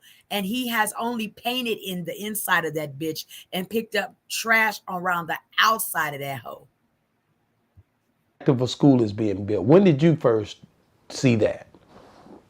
Well, like I said, when I first heard brother was pan-Africanism, he was the prince of the Moors, and he started off with a damn good, he came up at the same time, Dr. Claude Anderson and Ian Palmer on the Do for Self program, and got under the clutches of Minister Farrakhan and, do the right thing. It sounded real good. And he started advocating all this money for the Frederick Douglass Marcus Garvey Academy for black boys to get in and teach them the right way. And it started going, and people were Dr. Umar. And then you start seeing his life, his social life is very raggedy. He messes with nothing but hood rats, man. He don't deal with no women of character. Well, he's mad at this one lady now because his account's been frozen. He's saying that the reason his account is frozen because of this woman.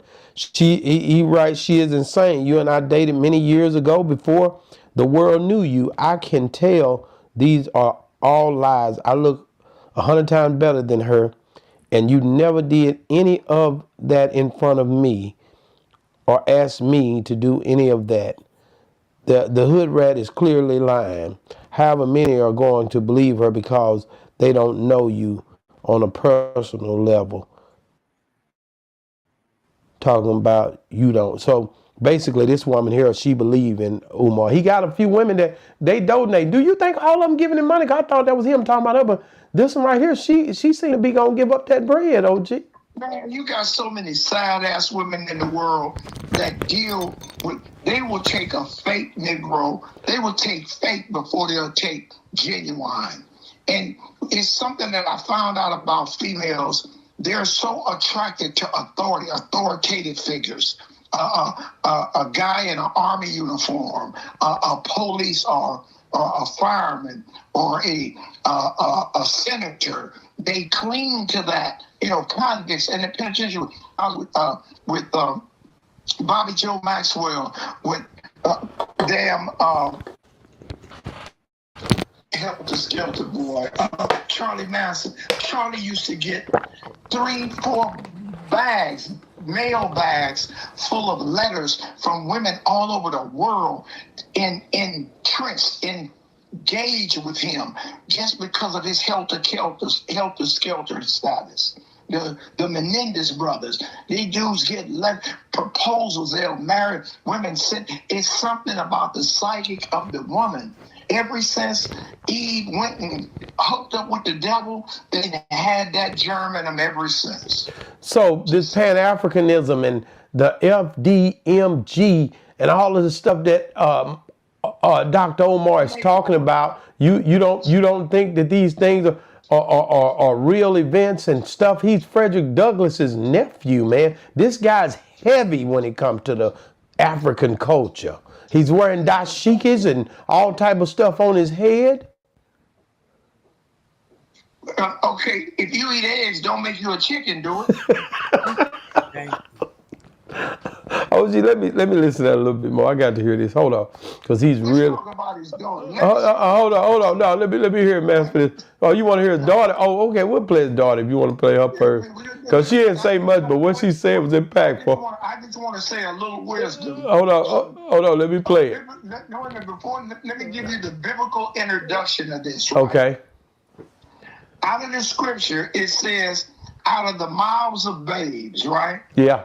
Mm-hmm. Okay, now play her take on her daddy. Okay, here we go. Her daddy.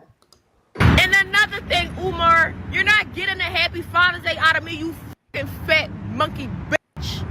You ain't been in my life for all these years, but you get on the internet talking about some, oh, no snow bunnies. Fuck out of here, kid. You're not getting shit. Wow. OG, wow. Out of the mouth of babes, what? What did she say? Now, this is his daughter. She not no Father's Day. Nothing. I'm not giving you nothing. You and call him a B word and talking about you don't mess with Pinto. So he had an affair with a Yankee. Wow, this dude, man, he going too far, OG. Well, no, he's been too far. So I'm just saying, your character, it's a certain, you know, in the old 1960 street revelation, it was a saying that goes on, right? Mm-hmm. And he said like this: I got a pimping and a hustling hand I must uphold. Mm-hmm. So no matter what you say, this has to be told. Wow. I ain't gonna go to the rest of it, but I'm just for the instant. It's some shit you just got to uphold. Listen, what I don't know what this one say. Explain this to me, OG. He's about to speak for a minute. Hold on. Dr. Umar. Woman's vagina. No, I'm gonna go real rap. We must respect the sanctity and the sacredness and the divinity of the black woman's vagina. We must do that. Because if I look back, the situation I'm going through right now, brothers, I'm talking to my unapologetically African anti-snow bunny males right now. I'm talking to my unapologetically African anti-snow bunny males. The situation I'm going through right now is because at that time, 14 years ago and 23 years ago. Okay, so Dr. Umar has a 14-year-old. Okay. Did not have the respect for the sacredness of the black woman's vagina like I should have. And the universe punished me for it. I'm being honest right now, family. What do you take from that, OG? Now, this is the same man in the same breath just called his mother's caretaker a stinky vagina and she smelled. But how would you know if you ain't dug in her? Wow, he said he didn't respect the vagina early on, man. He hadn't, you know, he's feeling like this vagina thing is causing him some big problems because of what he did when he was younger, man. Oh, yeah, because he's a big trick. And he had a few kids. He just had a lot of personal. I think this year he's had more personal issues than he's had in previous years. I think this. That's because his chickies is coming home to roost. That's why shit's starting to catch up to that funky ass nigga. He was a little chubby boy. He's been having personal issues all his life. Wow. Why do you think they froze his accounts like that?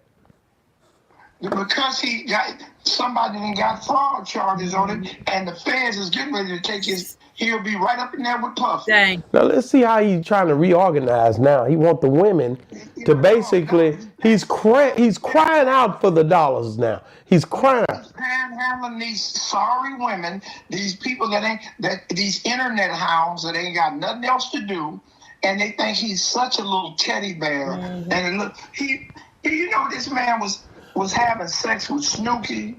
Oh, no, man. He was up in Snooki fired him. Wow. Watch this out. He finna come at him. Now, he says accounts is closed. That's what this whole plot is. The plight is my accounts is closed. My accounts is froze. Send money to this account now. Do it this way so I can get this money so I can be able to survive. Because I ain't got a dime now. Watch this, OG. Now let me say this. Before I start it, this the last one.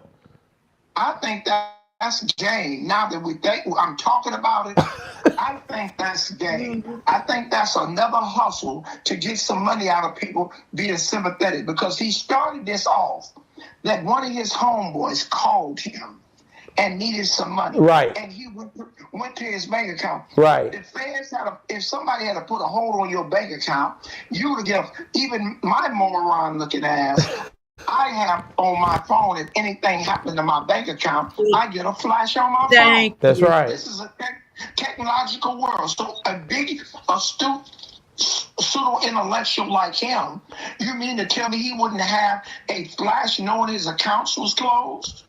Yeah, he say he only checked it after him and his homeboy.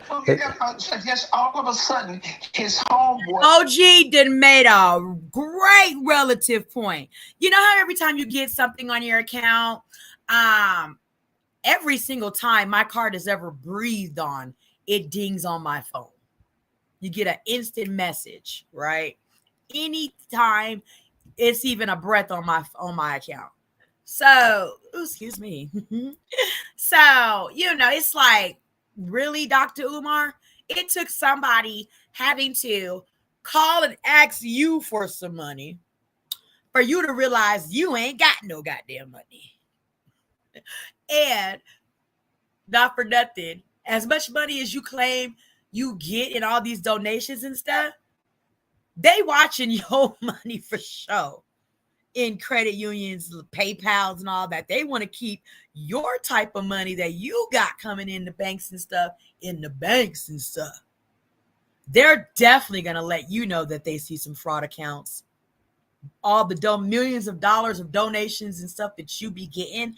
And I know you be getting paid several thousands of dollars from doing those internet podcast interviews.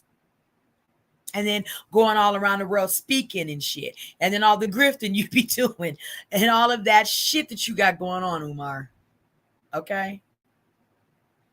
Yeah. They're going to let you know that your money is something funny. And he was going to go get some. So you think he set this conversation up to beg for money is what you're saying? He set this up. He don't show no paperwork where his accounts are closed or who closed it. So G, you don't think it's bad? OG, you don't think his account's closed? That's game. I'm telling you, he's selling snake oil. Let me show you what the kind of guy this is. 2018, Pennsylvania Board of Psychology hearing. In December 2017, Johnson was ordered to attend a hearing before the Philadelphia State Board of Psychology for the following month. He faced charges of engaging in practice of psychology without a license. What? Snake oil. Wow. So you saying this is another one of his plots to get money? It's a scam. Scam. Hold on, he jugging. So he jugging. Man, hold on, here we go. Watch this. If you want to make a donation to FDMG, send it through PayPal. Right? PayPal.me/FDMG Academy. PayPal.me/FDMG Academy. PayPal.me/FDMG Academy if you want to make a donation to the school. So if y'all just heard that ding, that was me. That was my credit union letting me know that they got things they want me to do, la da da da da. You can opt into this service, opt into that service. They ding you in every instance. They want you to know something's going on. They want you to pay attention to it in your account. Dr. Umar's full of shit. OG is on to something. He can show paperwork showing that his accounts are frozen. Easy. They send you emails saying, okay, this is what's going on. In some instances, you got to sign some shit for them to kind of in a sense, replenish the money that was stolen because they know they're going to get it back for you. And then you just pay it back like that so that you can have some money in between time. In the meantime, I just got done having to do this a couple months back. Okay. So it's like, Dr. Umar, you not making it make sense, man. You just not making it make sense. Okay. And, yeah, hold on, because I'm working at the same time that I'm working. So it'll come back to me, though. Off on checks and money orders until we find out what the hell is going on. The bank is investigating the fraudulent attempts on our account. If I find out Medea and Pastor Bussy had anything to do with this, I was told that they can be arrested for federal offense. I was told they can be arrested for federal offense. I was told they can be arrested for federal offense. Now, with that being said, brothers and sisters, Dr. Umar has access to no money right now because my personal account. Oh, that's what I was going to touch on. The psychiatry degree, right? Psychologist degree. That's fucked up, Dr. Umar, that you're doing that. And you should get in trouble for doing that. Okay? Because that is a real big reason why people are paying you money, because they are broken and they feel like you can give them wisdom of insight to lead them into greener pastures. So, so they say. So as they say, thy lay me down, lead me into greener pastures. You know the prayer, y'all. Like, that's fucked up, Dr. Umar, that you are here propaganding a fucking degree where people believe in people with these type of degrees to give them a better understanding of how they can walk in their faith and live in their fucking truth. And nigga, you're not doing that. And that's messed the fuck up, sir. That's wrong. Of my money, I only send it to Apple Pay and PayPal as necessary. So the Prince of Pan-Africanism, for the first time in my life, is without any digital currency. So for my loyal supporters out there, if you can spare a few dollars so I can take care of Queen Mother Ifa Tunde and myself until my bank account is frozen or canceled so I can get my money back and open up a new account, please hit my Apple Pay or hit my PayPal. My personal PayPal account is Umar the Psychologist at yahoo.com. So that's paypal.me/Umar the Psychologist. PayPal.me/Umar the Psychologist. PayPal.me/UMARTHEPSYCHOLOGIST. PayPal.me/Umar the Psychologist. Or hit my Apple Pay using my cell number 215-989-9858. And it's 215. Okay, like a lot of us have titles that we shouldn't put in our content because sometimes the psychologist, he don't just talk about things that are, ways to better the equality of people. He talk about coochie. He talk about all types of stuff.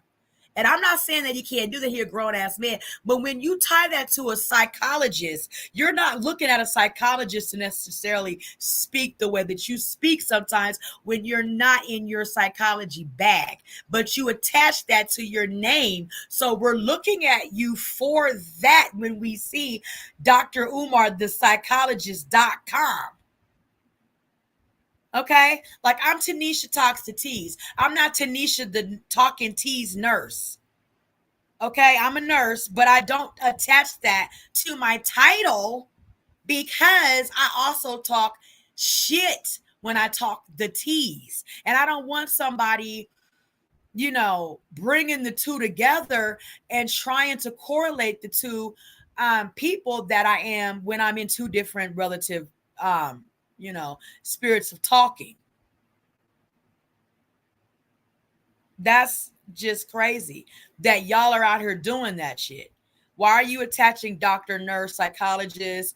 You know what I mean? All of these things that people look for people to, in a sense, heal whatever they have that's ailing them. That's what we look to psychiatrists to do, psychologists to do, help us, guide us in ways that we can essentially, mend back together and be whole and balanced out here in the universe. We're not looking for our psychologist to talk the way that you talk when you get online and talk in your space and shit. So I don't know why we do that. I would never do that. I would never say I'm Tanisha Talks to Tease nurse. Like I just wouldn't do that. .com. That has nothing to do with one or the other. My nursing degree has nothing to do with my talking abilities to talk this shit about celebrities and life and, everything that's uplifting. Well, it does, but not in the same context. So I don't know about Dr. Umar. He's just, a hot mess. 989-9858. I've never asked the people for $1. I have never asked the people for $1 in my life. I have never asked the people for $1 in my life. I've only asked you to donate. OG, he said he has never asked the people for $1 in his life. He's asked you to donate. You've been hustling for the last 15 years. But, man, let me tell you this. The controversy and the label of black nationalist hasn't stopped the Philly thinker who called himself the Prince of Pan-Africanism from building an audience of 350,000 followers on Instagram and Facebook in his Afrocentric views. Wow. See, this con man, they got 300. Just think if each one of them sent him $1 tomorrow. That's $350,000. So he's trying to figure out how to get him to, you know, pour into him now. He said, this is for personal use. This money here, my account's frozen. Did he play on the people? Is he shucking and jiving to put this here, to say this, to bring this money back, and I'm going to fold it up and put it in my pocket because I want him to sock it to my pocket is what he's trying to do. Just sock it to my pocket. Go ahead, man. What's up? So you say you broke, you ain't got a job? He don't work. He's waiting on the people to send him some money. The big psychiatrist, you ain't got a well. Dr. Umar, doctor. Wait a minute, you get paid for that doctor status. That PhD says something, but the board of psychologists say you faking. Or America say you faking. Thank you. All the dashikis, all of the people going on all these shows, from the Breakfast Club to, he been on a lot of them, Cam Newton. He's sitting down with everybody. And he's getting money on interviews because this is what he does. He's looking for ways to get payoffs from people he interviewed with. And this, I don't know, man. Like I said, I'm a big supporter of black pan-Africanism. Don't get me wrong. I like Dr. Umar in the context of when he talks about things that are relative to our culture, climate, and economy. But when it comes to the shit like the FDMG school, you lost me. I'm uninterested anymore. I'm not following that path down to that school that ain't never going to be open. So. But I'm in error right now. I've never seen him beg the people for the money like up front like this. He wouldn't even have to beg. He wouldn't even have to, if Dr. Umar was just himself, we would support him. Hell, I sent him $10 if he was like, listen, Linda, somebody done got in my shit and done stole my money. You know what I'm saying? If he wasn't trying to like panhandle for a school and all of this extra stupid shit. I don't care that Dr. Umar talks about coochie. I don't care. All y'all men do. I don't care about that. You know what I'm saying? When it comes to trying to like grift off of the need of us to have better education in our you know, black community and all that stuff, that's where my heartstrings get pulled at. You know, so I don't have any, you know, want to give it to you when you done been given more than you needed and you ain't did a damn thing with it relative to, you know, you saying that's what you were going to do and all of this shit. So you know, I mean, okay, you down and out. How do you think people feel that anticipated you to open this school over the last 20 years and you haven't? They kids grown with kids now. You see what I mean? So it's like, ain't nobody just really like here for that. Nobody's here for that, Dr. Umar. There right now. He's out there. He wants these people to cash out to him. Is this a desperation plight because they locked this countdown for real, or do you feel like He have no countdown? That's his kind, bro. I love hearing the OGs talk. Is a con man. Wow. He has raised $125,000 through the PayPal in 2015 for the school before the website was frozen. And he said his account was, and he had this other game again, right?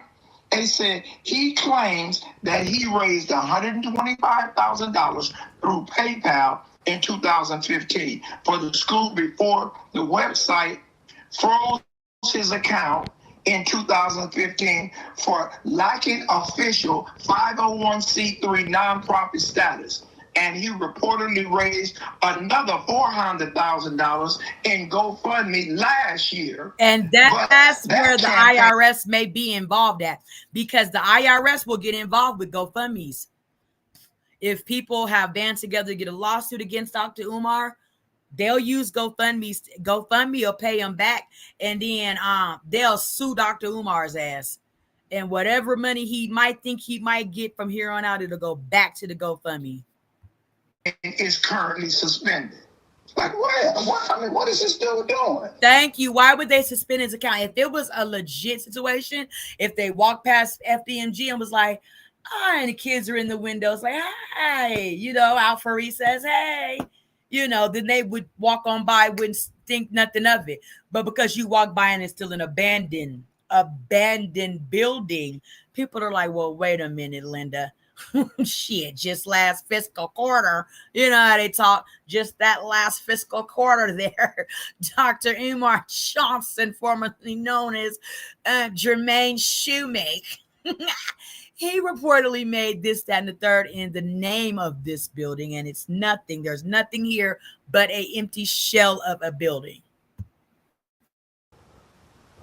Damn, man, this boy going through it, and he putting it all on the line tonight, guys. This could be this is my last Hail Mary. Send me some money right away, guys.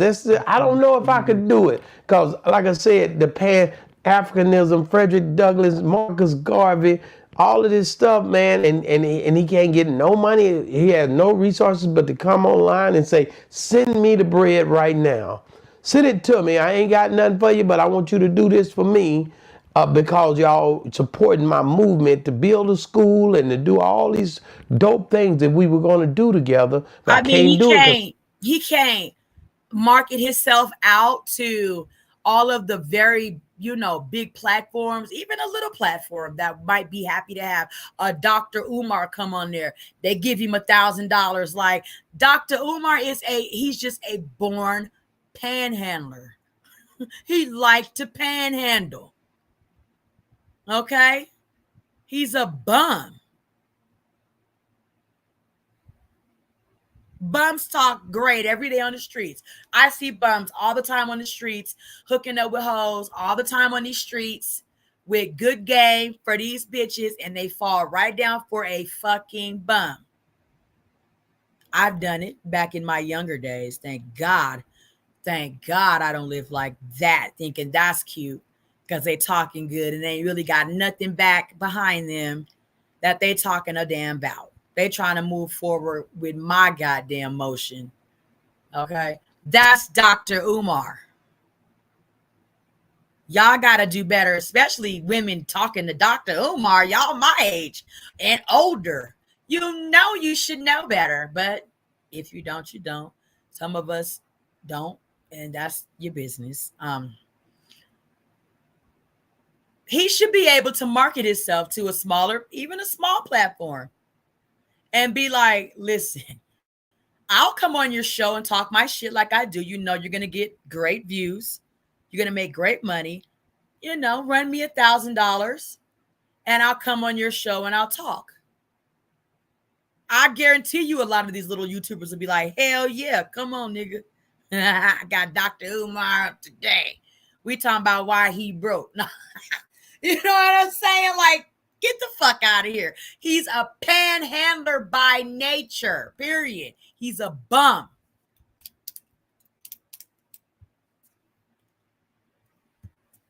They done got these YouTubers, these ex-girlfriends, they come in and got my account shut down. And I just so happened to be calling.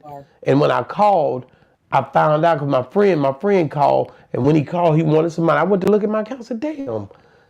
But do y'all agree with OG? Do y'all feel like he would have already got a text to his phone in this day and time? We know that. Do y'all feel like there have been some things that made this happen? Do you feel like from the credit union? America, this is a con job. So OG says he's a con. This is a con job, and that he's committing fraud. Guys, listen. Ask his daughter. His daughter speaks out. You want to play it one more time? Okay. Play it one more time. All right, you said it. Here it is. Out of the mouth. And another thing, Umar, you're not getting a happy Father's Day out of me, you fucking fat monkey bitch. You ain't been in my life for all these years, but you get on the internet talking about some, oh, no snow bunnies. Out of here, kid. You're not getting shit. Wow, guys. Guys, y'all just heard that. We'll end it on that note. Go ahead, OG. No, wait a minute. I got one more Go ahead. testimony here. Umar has collected donations for 13 years with nothing to show for it, and is running from child support. Yet people still swear he's a messiah. Wow, that was cold there. Umar, you know, I'm gonna call you. I'm gonna bring you on the show with OG. I want to sit you down with OG. I want to sit you down with OG. Now, OG ain't gonna bother you. You know the OG. He's serious business. No, OG, we gonna sit down and have a conversation. Why is the cunnery and the buffoonery and all the stuff that we're seeing that OG has spotted out and showed it to me? Let me say this. If he come, Right 100 will come. Him and Right 100 is going to run from you like a possum as an axe handle. Get in the comments, y'all, if y'all agree with OG that Dr. Umar is a con artist and he's fraudulent. Or do you agree that his account, like he say, got locked down? Who's right in this situation? Is it OG Pyru or is it Dr. Umar? Get in the comments. Let me know. Is he playing the system? Is there no school and there's no fund needed and his account's not locked up? Let us know what you think. And also, guys, download bosstalk101.app right now. Make sure. That's Boss Talk. Y'all go over there and get your tea.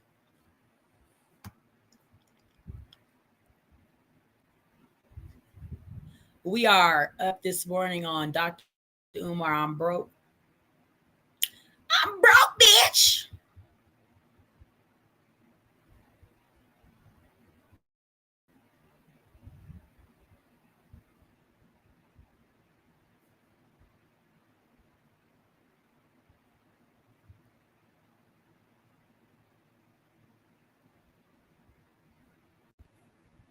Like and subscribe, y'all. Like and subscribe. Dr. Umar, I'm broke is the first tea topic of the morning.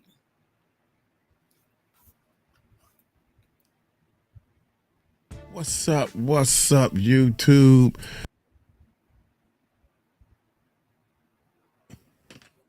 Dr. Umar, I'm sorry.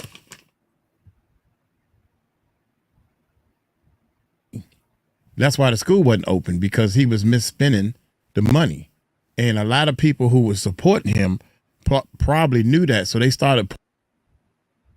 Bro, you about to back into ongoing traffic on a highway, though. I wish I could show y'all this guy in front of me, man.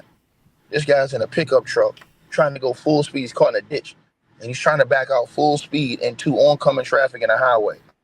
I'm talking about back out. What the hell is he doing?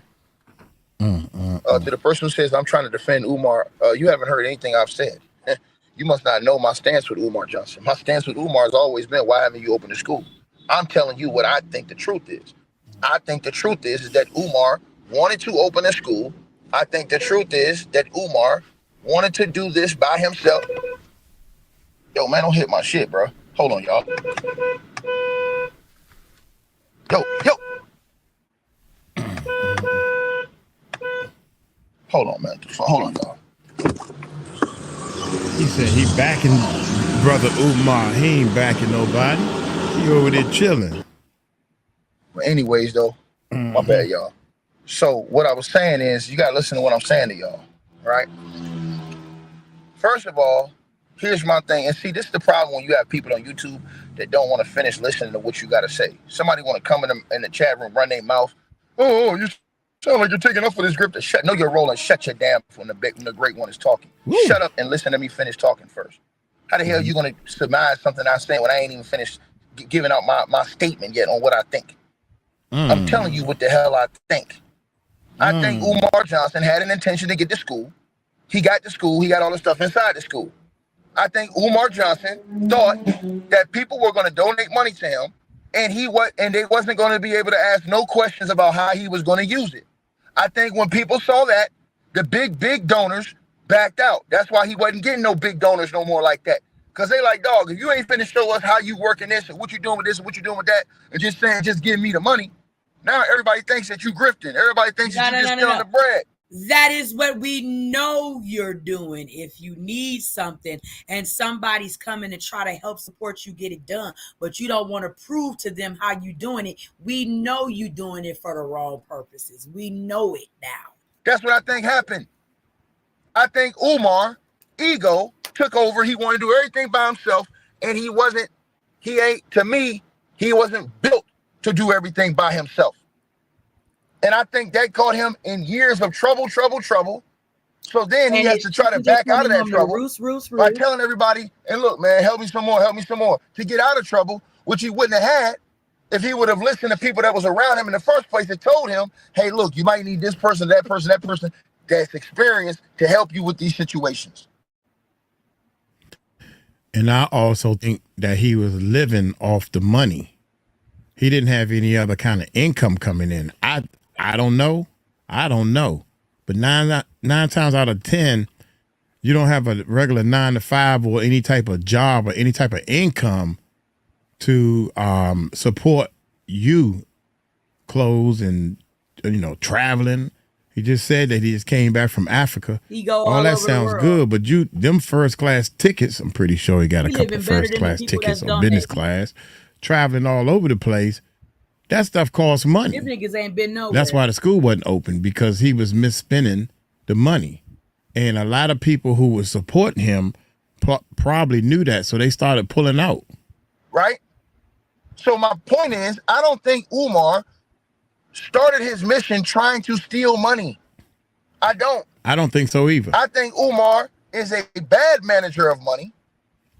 I think Umar had a good intention on what he was trying to do. And I think Umar is hard-headed, don't want to listen to nobody around him, and thought he could do it all by himself. That's what I thought. Right? So now it looks like he's a grifter, because now him doing it the way he wanted to do it has backfired. This is what happens when you think you know it all. When people were telling Umar, hey man, look, hey Umar, give all these things. I'm gonna say this again, Umar, let these people help you who are experiencing this. And he's like, I'm gonna do it how I want to do it. Or when you seen people who were donating to Umar, whether they was donating $100, $200, $300, and Umar telling them, they asking Umar, yo, Umar, how you using the money? He telling them, hey, don't say nothing to me. That rubs people the wrong way. These are the same people that's giving to you, that's helping you, that's supporting you. Now, here's the problem Umar gonna run into. People are gonna say, Umar, but that money that you were getting on donations wasn't for you. That was for the school. Yeah. So how are you personally broke? Yeah. How are you personally broke if that was money that was supposed to be for the school, Umar Johnson? That's money for the school, Playboy. The school, not you, the school, right? I'm gonna say it again to the person who said I must have supported him. I never donated to the school with Umar Johnson. So to the person who said in the comment section, no, you're a liar. I never donated to the school for Umar Johnson. I never donated to the school for Umar Johnson. So, and I'll say that out loud. I have never donated to the school for Umar Johnson. I'm telling you what I said right here in the cut and watched, right? I watched this man go online and get in arguments with his daughter. I watched this man go online and talk about this woman calling her a throat goat and fishy, all this other stuff. That's not cool. People ain't going to be respecting you when you moving like that. You're supposed to be in a leadership position. Mm-hmm. Back to my point about how he has psychologists or whatever attached in his emails to his websites. You know what I'm saying? And this is what we hear you talking like online. Like the two don't correlate. So imagine wrong with these people on YouTube. You can't. Joe therapist online talking like that. And then she says, by the way, follow me at such and such psychologist.com. Get out of here. We're not doing none of that with you. I can't even give y'all an honest opinion while people coming up in here running their mouth. I'm going to say it once again. Umar's problem is people are going to say, hey, Umar, yo, how are you broke when people were supposed to be donating money for the school, not you? So what was that? What was going on with all that? What's the situation? That there's issues with the money for the school, but you're saying you're personally broke. That's supposed to be two whole different entities. Your business and your personal. See what I'm saying? Which lets you know that Umar Johnson ain't good with money. Which lets you know that Umar Johnson did not listen and have the right people around him. How do I know? I follow some of this stuff. The things that they was talking about with the construction of the school and certain things, and certain people that he needed to put in place to do certain things. Umar wanted to do it his way. When you're dealing with other people's money, right? They have a right to ask you, hey man, listen, bro, what did you do this to? And then you can tell them, right? So I'm telling y'all this right now. Umar made a mistake because he talked down to people that were supporting him, right? He talked down to people that gave small donations to help support him. He alienated the people at first that was giving him big donations because of transparency as far as what was going on with the school, right? See, here's what I'm telling y'all. It would have been different if Umar Johnson would have took the donations. There was never no school. There was never no classrooms. There was never no materials, never no nothing. Umar got all that. He got the schools, he got the school, he got the classroom, he got the materials. We're all asking why the school ain't open.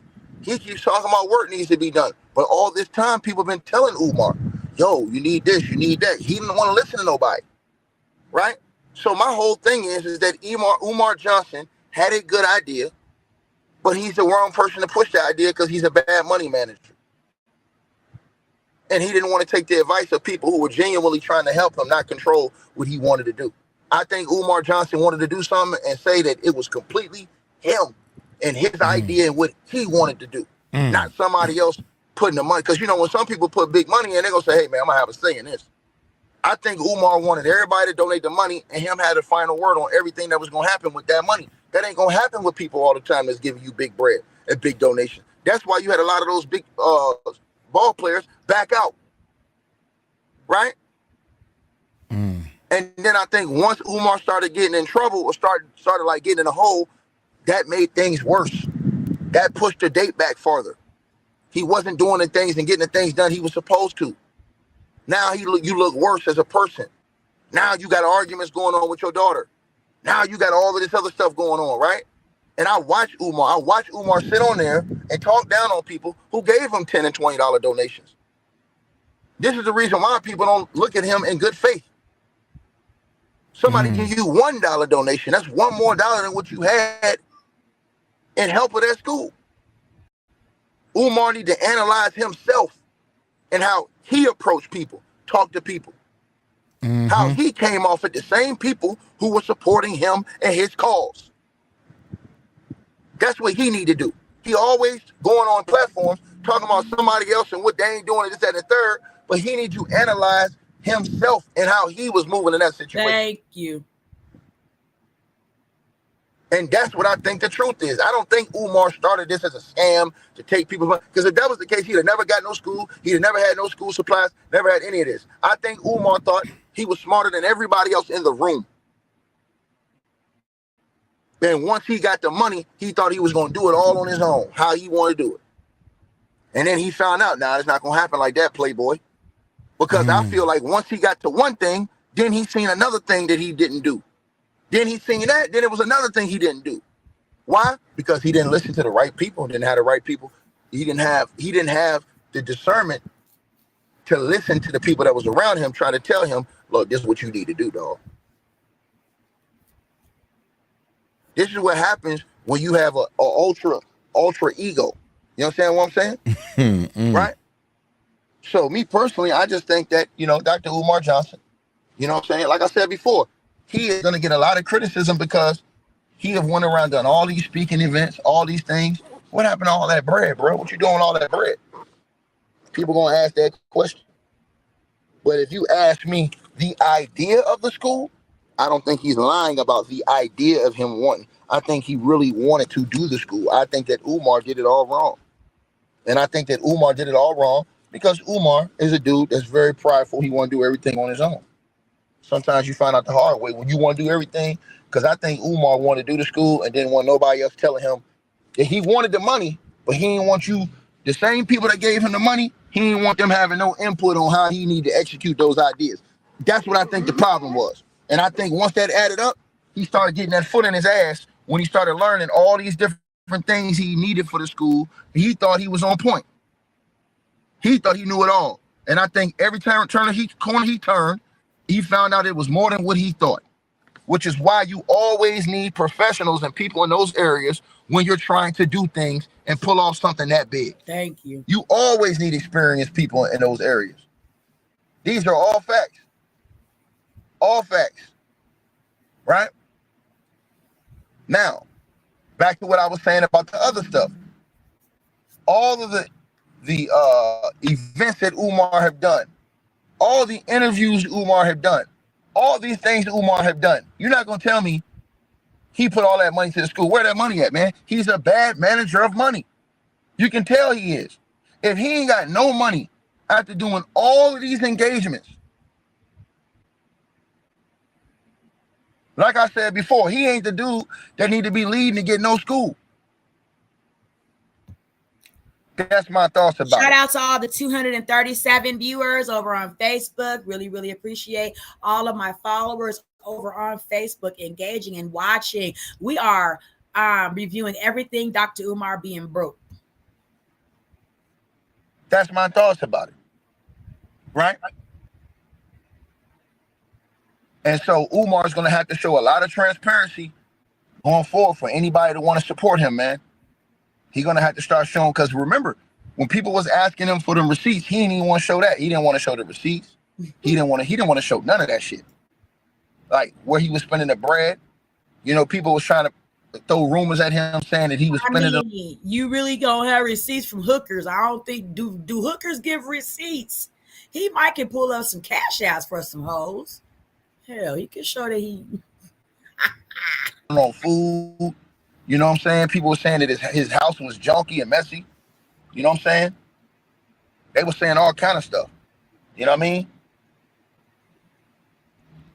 So at the end of the day, like I said, Umar, again, man, you know, he gonna have to check that with his own people, because now it's gonna be hard for anybody to trust you, because all them engagements he had, all that stuff he was getting and racking up bread on, for him to say he ain't got no money, personally he broke. Yeah, that is like you can't run a business. Even my little small business, I have the business account and everything separate from the business, and then I got my little bit of pennies. I'm hungry, y'all. There's no food in the house, but yet the business account has a little bit of money in it. I refuse to take the business money and go to McDonald's or Kentucky Fried Chicken. That's my favorite. I'm gonna play a little bit more of boss talk with this guy, because it's like everybody is pointing the finger at him of what he did wrong, and a lot of times people ain't gonna admit what they did wrong. So let's check this out, man. Because he's real. Hold on. No, let me hear man for this. Oh, you want to hear his daughter? Oh, okay, we'll play his daughter if you want to play her. Respected all women. That's where I draw the line with him. The sacredness of the black woman's vagina. We must do that. Until my bank account is frozen. You ain't got a job? He don't work. He $125,000 through PayPal in 2015. Dude, what about your wife? I think he said something about some female. She not working? Y'all didn't have a backup plan? Dr. Umar ain't married. He ain't got no wife, sir. Dr. Umar is in a salacious internet thing with some woman he hired to be his mother's caregiver. He's not married. And with this, ain't no woman sticking around for Dr. Umar. You just living off the donations for 13 years. That don't sound right. Every time, the more information I get on him, man, it just don't sound right. Okay, where we left off at? Because all them engagements he had, all that stuff he was getting and racking up bread on, for him to say he ain't got no money, personally he broke. Bruh.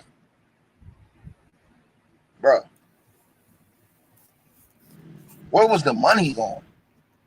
If Umar ain't riding around here in Lambos, if he ain't got $1 million mansions.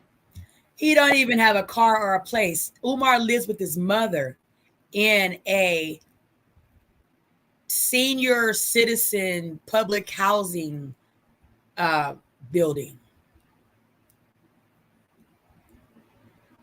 And I don't believe he has a car. Where was all the money going? That shit couldn't have been going to DoorDash.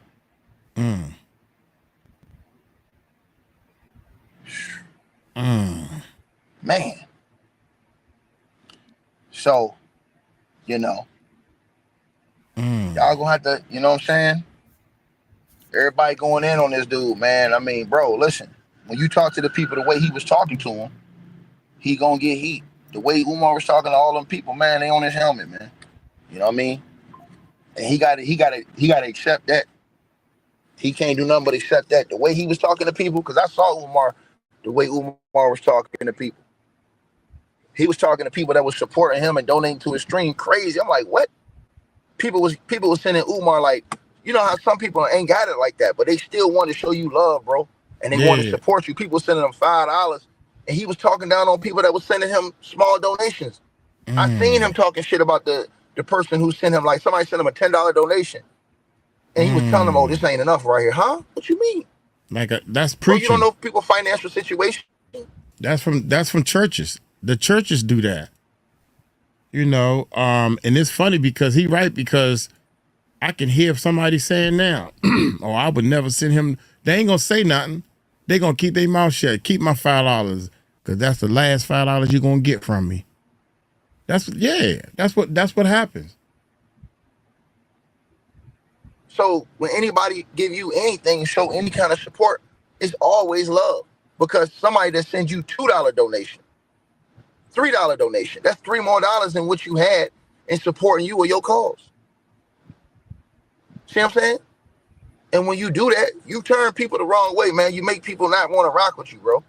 And then you go and you talking about everybody else and talking about what this one don't need to be doing and that wants no bunnies and that wants no bunnies. But bro, you got your own issues going on. You got your daughter out here going off. Yep. I played that. People that have committed whole YouTube channels to just talking shit about you every single day. That ain't cool. You got this girl that's going off that you calling a throat goat or whatever you saying. He shouldn't even, a guy in his position shouldn't even be talking like that about no shorty. Thank you. You shouldn't even be hearing about his private situation like that in public. Thank you. You calling her fishy and all that other stuff. How you think other chicks gonna feel that have supported you? That like I said, man, you know what I'm saying? So again, that's just my thoughts, man. I don't think dude tried to come in to take you know, people's shit just from using a school as an excuse. Because if that's the case, he'd have never got to school. He'd have never had the school, none of that shit. He'd have never put himself in a situation where he had to pay all that shit. I think that the dude came in and I thought that he thought he could do something and he thought it was easier than what it was. And when he found out it wasn't, and when he started getting in the hole is when he started messing up. That's when people who was really big donors at first started backing away from him. He stopped getting those big donations and stuff like that from those ball players and all those other people, and then it got ugly for him. That's exactly what I think happened. And now I think he's trying to recover from this whole situation. You know what I'm saying? I think that he made mistakes along the way. And obviously he made big mistakes on managing his money. Because if you ain't got no money, bruh, and you've been doing all of these things, all of these speaking engagements, all of these interviews, all of these things, I'm just saying, bro, like, people not going to feel bad for you, bro. Especially when you braggadocious like that. Like, he real braggadocious. You know what I'm saying? People not going to feel bad for you when you down. Because, like, I don't never want to laugh at nobody while they down. Everybody in this chat room don't had a moment when they was down financially. Ain't nobody gonna walk around here and act like they, unless you just grew up with a silver spoon in your mouth. Real talk. I don't feel good when I see niggas down like that. Any nigga that I know that's down like that, I never speak about their business in the public. Right? But if I knew they was down, it ain't nothing for me to. I don't laugh at that shit, because that can happen to anybody. Like, you could be down and out. But the thing with Umar is Umar didn't think about the other people who might have been down and out and still supported him. Shout out to D-Hug all day. Salute to you. Appreciate it, man. Much love to you for the donation. I salute to you.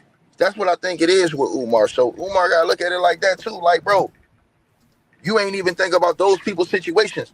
Think about them people who really didn't have it, but believed in what you was believing in and still gave you $5 or $10 and you talked about them bad. Them videos are still out there, bro. Yep. So now when you saying that now, people are going to look at you completely different. When you admitting that you in a bad situation, they're going to look at you like, oh, nah, not the all high and mighty. They be running around here talking about telling everybody what they need to do and what they ain't doing and talking shit about people who ain't give him big donations. Everybody ain't got that shit. A lot of people out here struggling for real, bro. And I don't never like to see that. I don't never like to see that. You know? I think Umar is a very knowledgeable brother. Very good speaker. Understand all that stuff, but I just think that he, you know, I think he got in too way over his head and what he thought he could do. That's exactly what I think happened. And I think because of that now, you're seeing what the results is right now. You know what I'm saying? And so y'all definitely got to let me know what y'all feel on this whole situation, man. You know what I'm saying? I pray for the brother, man, because we always supposed to pray for brothers like that when they going through instances like that, regardless of whether you like them or not like them or whether you know what I'm saying? Real talk, man. Because at any day of the week, this could be anybody that's going through that type of situation. Mm-hmm. You feel me?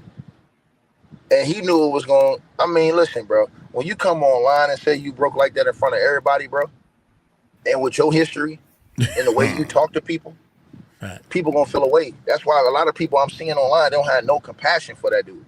Because of how, and hopefully he learned a lesson from that. Yeah. He learned that all the people that supported you, dog, they gave you $5, $1, $10, $15, that you won't talk down on them going forward. You won't disparage them because they didn't give you more money. That's like if somebody came to anybody's network and wanted to support them, and they said, look, looking at my budget, I ain't even, because a lot of Americans are struggling. I don't know what Umar be thinking about. We don't went through a recession, all kind of stuff. See what I'm saying? Struggling. And so when you think about that, you think about all the people that's struggling, man, some people needed them $10 they gave Umar. But they gave it to him off the strength of love, bro. Off the strength they wanted to see the nigga be successful. You understand what I'm saying? So then when you sit up there and you talking about him, and you talking about, oh yeah, you talking about the fact that they ain't send you a big enough donation, like, to me, that burnt a lot of his blessings right there. That burnt a lot of his blessings right there. Right? So again, man, you know, y'all let me know what y'all think about this whole situation, man. And I don't think it's funny to laugh at nobody that's broke, because, you know, God, he can give you things that the way he give it to you, he can take it away from you. Yes, indeed. So that's why when you wake up, you always say thank you. And you're appreciative for what you have. Because there's some people that don't have no parts of that. And I think Umar made a mistake, because when the people was given to him, people that didn't even have, but they believed in him and they wanted to show him love and support him, he talked down on some of them people with them donations. And the videos online, bro. Mm-hmm. And sometimes God will strip you down in front of the world and make you pull you down to your knees in front of the world to show you, bro. Mm-hmm. Right? So you guys, like I said before, man, you know, hopefully everybody understand the situation and what's at hand. Hopefully Umar will learn better from this. I hope that he make it through his situation. I believe he will. You know what I mean?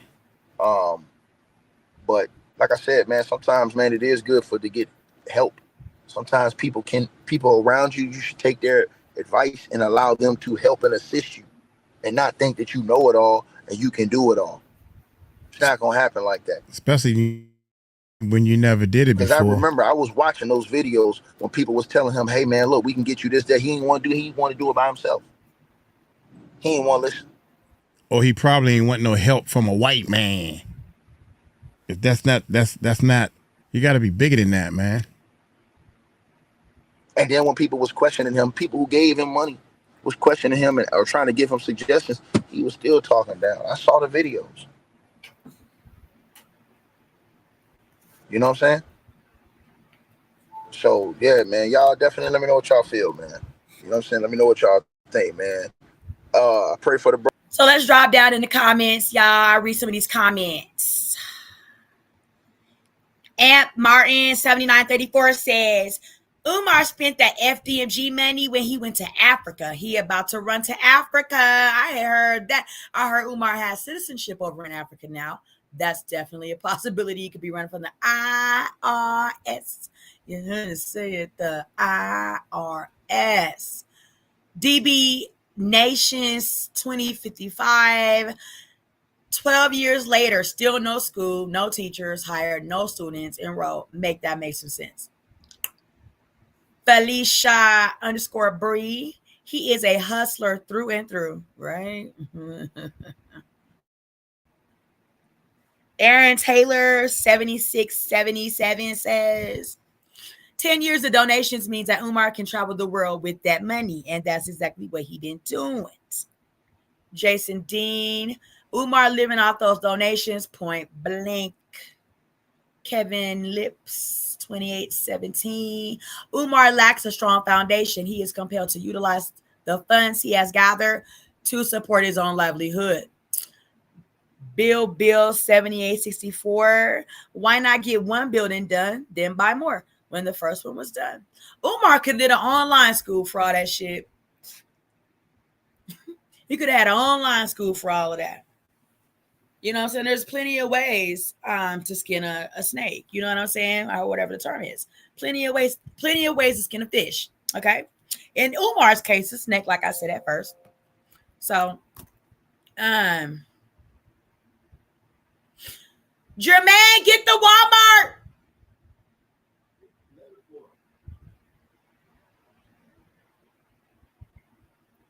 Sandy RG6NM says, it sounds like he got what he desires. Okay. Who knows what the desires of Umar? I think they change every day. DLB 1973 says, the idea for a school funded by donations is stupid, period. He could have leveraged those donations and got business funding grants. All right. And if he wasn't lazy, he would tangibly be working on the school with his own hands. He is a 5150 and a dope thing. Oh, shit. Anthony Gillespie 7233 says, I called the bank. So then I called the bank. You said you had already called the bank. Why would you need to call the bank again if you already had them on the line? If I was in Africa and someone tried to break into my account, it seems like all you would have to do is show them your airline ticket, hotel receipts, and so on, which would prove he was out of the country. That's proof for the bank to open his accounts back up. They would have just switched his account number and reissue bank cards. Okay. Very good information there.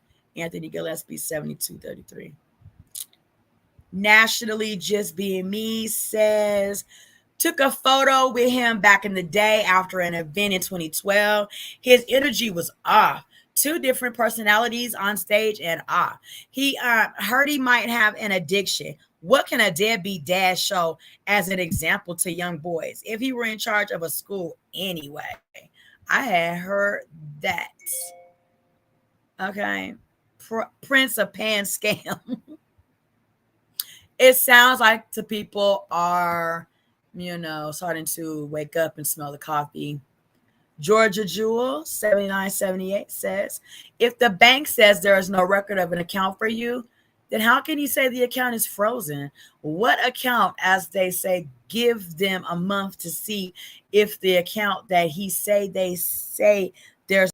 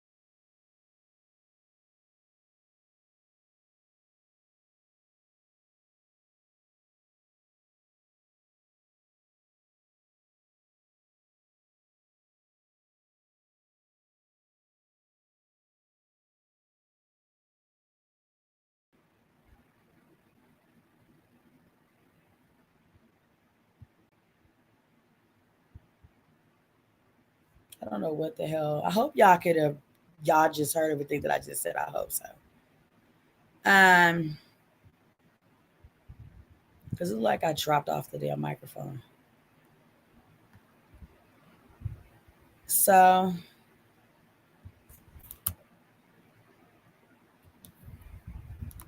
Corey Holcomb chimed in to Umar's situation, right? And he talked about how he felt. So let's take a listen to that, T.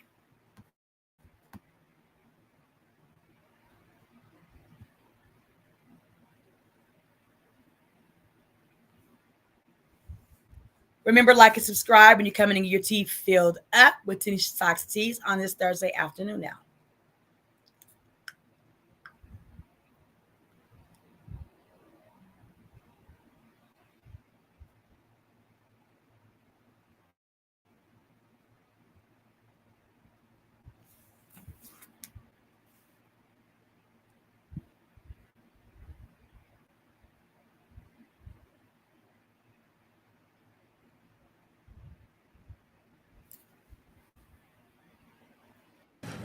All right, can you read it where we can hear it?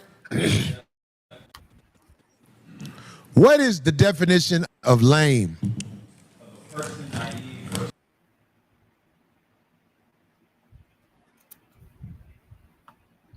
This will be Fair Use Compliments Kings TV on YouTube. Go over there, like and subscribe.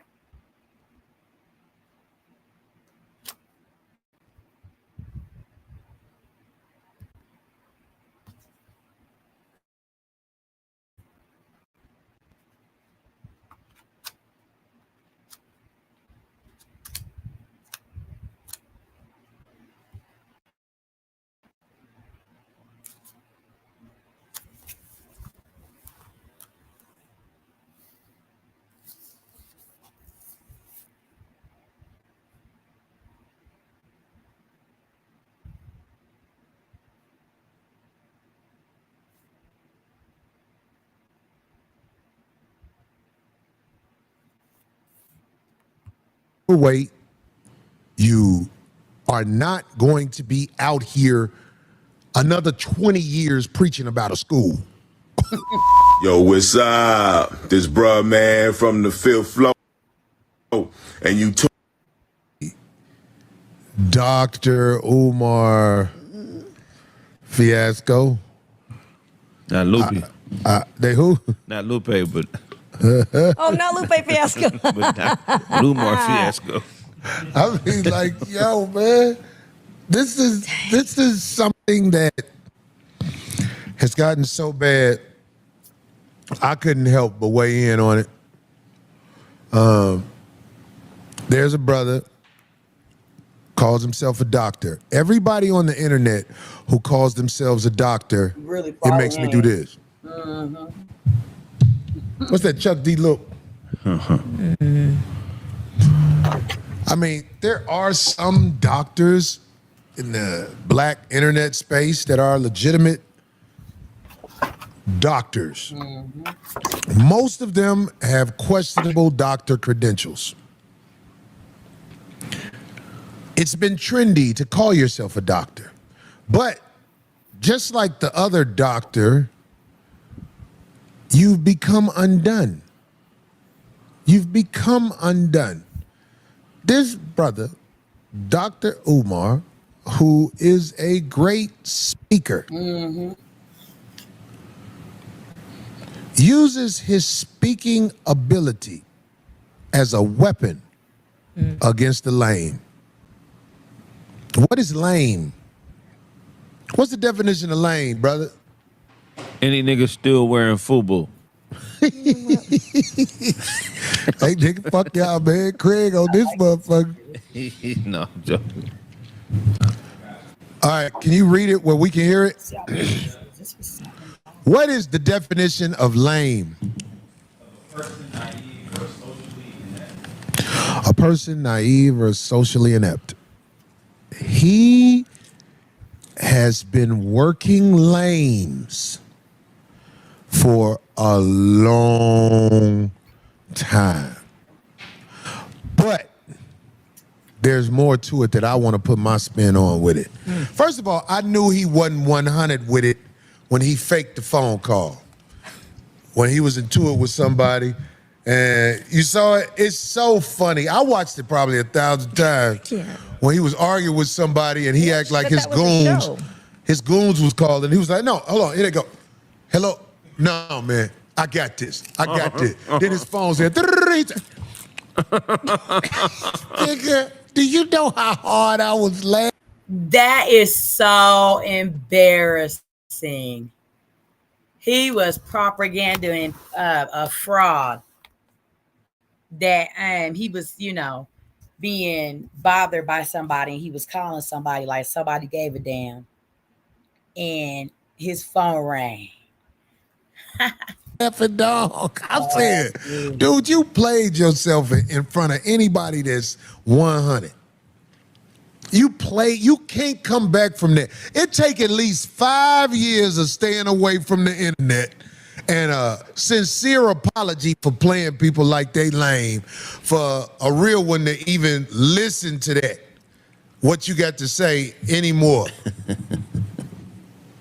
So what I'm saying about this is the real problem with a man like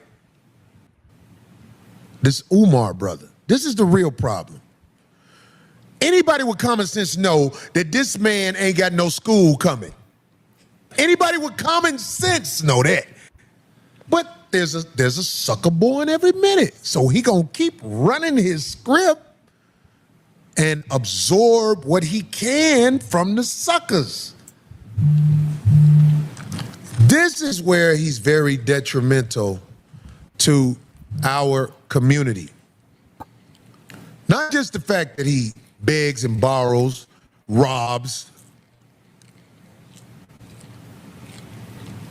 This is a man who's always talking about black women and how the black queens should be put first, foremost, all that. But I wonder, can he assemble black women that ain't got a this nigga that fucked me over story? You're a predator. You use your good talking to destroy the lames and hoes. And there's a lady on the internet he's talking about. He says her vagina stinks. He says all this. He says, oh, she's this. He's accusing her of going in his bank account and getting the money probably. He said, I think she did it. Hold on. According to this woman, she called him. She needed help with her son, thought he might be able to help. It's game in that. Same reason why I almost called Dr. Umar. Thank God the universe stopped me from doing that. How? Because I researched first who Dr. Umar was after I listened. This is like maybe a year or so ago. To Dr. Umar on the internet. I was like, oh shit, that nigga spitting. And he popped up in the algorithm for all this scamming shit. And I was like, whoa, Kimo Sabi, I'm not fucking with that shit. I ain't got no money to get it on, nigga. He be somewhere misappropriating my goddamn money. I work too hard for my goddamn money, Dr. Umar. I don't grift online. Like and subscribe. We are on the first topic of the Tea Talk conversations are Dr. Umar and his broke ass. But, okay, he agreed to meet up with her, but he had her drive 2 hours to pick him up from the airport where he was flying in. Now, if you are a woman who grew up around men who love you, you would never go for that. You can't step to no woman who know what she need to know in the hole past 40. 40 years old in the hole? Well, you need me to come get you? No real woman who was brought up by men who love her will go for that. And if they do go for it, it's because they wanted to hoe out for somebody, which he has fame on the internet. So maybe this woman was like, I'm just gonna do it. Of course, she probably has a son with issues and all that. But when a man tell you, come drive 2.5 hours and pick me up from the airport, and he passed the age of 40,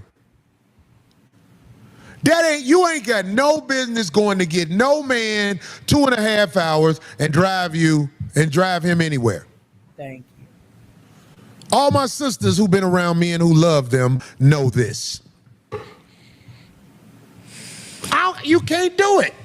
You don't start out in the hole with a woman, a client, or whatever you want to call this lady. So, but this lady did it. Don't play victim now. You invited the devil in. Thank you. I'm talking to the sister who he said got the fishy vagina. Sister, yeah, he signified and talked about you, but you invited the devil in. When the devil said, can you come get me 2.5 hours from there? And you went and picked him up. You know that ain't right. Don't nobody do that. Don't.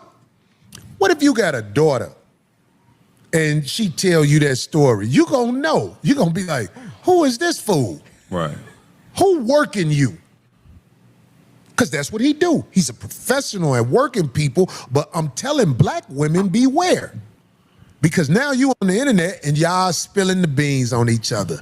And what I'm saying to you to prevent that from happening in the future, I'm talking to all black women. See, I've gotten accused of doing stuff to black women, but if you really want to go down to the truth of Corey Holcomb, it ain't no group of black women talking about me that know me. The people that's talking about me don't know me. Thank you. But we have this intel from this woman that said he wanted her to pick him up from the airport. Here's a man who didn't have a rent-a-car to do this, but talking about something wrong with his bank account now. You see what I'm saying? Right. We not lame, homie. We not lame, homie. It's motherfuckers calling me right now about Craig and Matt Barnes' court. I'm not taking the calls because I know that's the devil. Right. You want me to go for that. I'm not gonna go for that. It's people call me for the Flappers show. Corey, I need 4 tickets. Right. How many seats do Flappers hold? Not a lot, maybe 150. 100. Be your night to support, guys. Be your night to support. I'm inviting the devil in if I entertain it. Right. I know them phone calls not to answer. But getting back to this Umar thing. You preying on the sisters in the hood, homie. You act like you down with the sisters in the hood. Here's a man putting his rep on the line, talking about it. You are preying on the sisters in the hood. You are not self-sufficient enough to take on one of these women and graduate her to maturity and where she needs to be in this world. If I see you taking advantage of the sisters in the hood, I'm gonna call it out. I've waited a long time to call it out. You hold up black women, literally. You hold them up, then you hold them up. I can't co-sign that. Stop doing that. First of all, it's embarrassing for you to be begging and playing it off like somebody asked you for something. That's how I found out I didn't have nothing. So y'all do something for me. No, homie, don't talk to us like that, man. Thank you. I'm talking about you gonna get lames to do something for you because it's a sucker boy in here a minute. But you embarrassing yourself, man. You had some credibility because you a good speaker. But a lot of good speakers do a lot of bad things. And what you're doing, man, it's time to realize you cannot live like that and get respect. Begging, meeting up with the sisters, using them. The lady said you had her trying to take care of your mama 2 weeks after you met her. Oh, wow. Who gonna put somebody in the house with their mama and you don't know them? Unless it's a professional. Right. And we hear sippers that she's not a professional. We got a lot of tea to unpack on Umar. Okay, we not even close to getting to Shannon Sharp's ass yet, but we getting there. Okay, keep sipping the tea between these talks teas. What's that piece of paper on the dresser that she dropped? Oh, okay. Yeah, I'm finna eat lunch while I'm sitting here with y'all as well. So y'all do the same wherever you are. Stay safe, stay sipping. We're gonna keep on sipping this tea with Umar. And even then, you still don't know them. You're just paying for that service. So, yeah, like you pay for a professional because it comes probably with some type of insurance. There you go. Right. An experience, but we still don't know them. Well, let's say you're desperate and you throw somebody in there with your mama. Here it is. Later on. You talking about this lady who went and helped your mama and went and picked you up at the airport. You saying she broke into your bank account and her vagina stank. If you ask me, he burnt bridges with a lot of respectable people. Lames will always be available for you. And if you want to work the lames, you work the lames. But, I mean, come on, man. Come on, man. I heard he not even in the country. Man. Begging on the internet from somewhere else. You talking about a lady's vagina. You say a lady's vagina stink, who's some black woman, fishy, whatever, and then you blame her for breaking in your bank account. But when you met her, you didn't have a ride from the airport. I think he a fuck nigga who lying. That's just how we talk where I'm from. Man, get the fuck out of here. That nigga, I know this nigga is not capable of running a school. No, hell no. Nigga, if you don't get the fuck out of here, I'm finna get a flow done. Who the fuck you talking to, nigga? Get the fuck out of here, nigga. Run that shit on the motherfucking suckers, nigga. But I'm saying, you can't beg and make a living out of begging. I done seen people try. If there's people who want to subscribe to you, beautiful. They want to send you some money, beautiful. But when this is your lick and you've preached on other licks, I'm finna get this school, I'm finna do, nigga, it do not take. I'm gonna go back to 2010. It don't take since if you're gonna open a school, you would have opened it by now. You older, you overweight, you are not going to be out here another 20 years preaching about a school. You're not gonna be able to do it. Don't you realize that it might be time to use your notoriety to get a job somewhere and become a man who can look your woman in the eye and say, baby, let's make it, or I can help you, instead of running game on people you talk to all the time? I watch the people who show you be on. It's a type Corey of is YouTuber. cooking this nigga. He is burning this. He is stick a fork in Umar, done in this nigga, okay? Corey is I fell asleep on the interview, y'all, because it would be late when they come on and I was really tired. But I was like, I'm gonna catch it when I do the Umar content, right? So Corey's cooking this nigga. This nigga is done for. He done left this nigga in the skillet, burnt, crispy, charred, done for. Okay, he's cooking them. We're out here, or people who have access to put people on their show. Yeah. We need to do a show on those people. Because anybody who let anybody around them, something wrong with you. Right. And I don't like being around you. If anybody can come around you, what good are you? What good are you to humanity? And if you know somebody has been scamming the public for years, how is he allowed to be up on you? I don't fuck with family members who scammers. Thank you. Right. Yeah. I ain't saying I'm better than nobody else, but I'm saying if you are a don't scammer scare. and I have established it, gotta get ghosts on you. If you a begging ass nigga, I gotta get ghosts on you. I don't care if I love you. I got motherfuckers that I love, I fuck with, they fuck with me. If it went down, I know if they with me, it's going, we all. But if you a begging ass nigga, I'm gonna shake you. What is a begging ass nigga? We need to make a definition of a begging ass nigga. Any nigga that expects you to do more for him than he could do for himself. Ooh, good one. Yeah.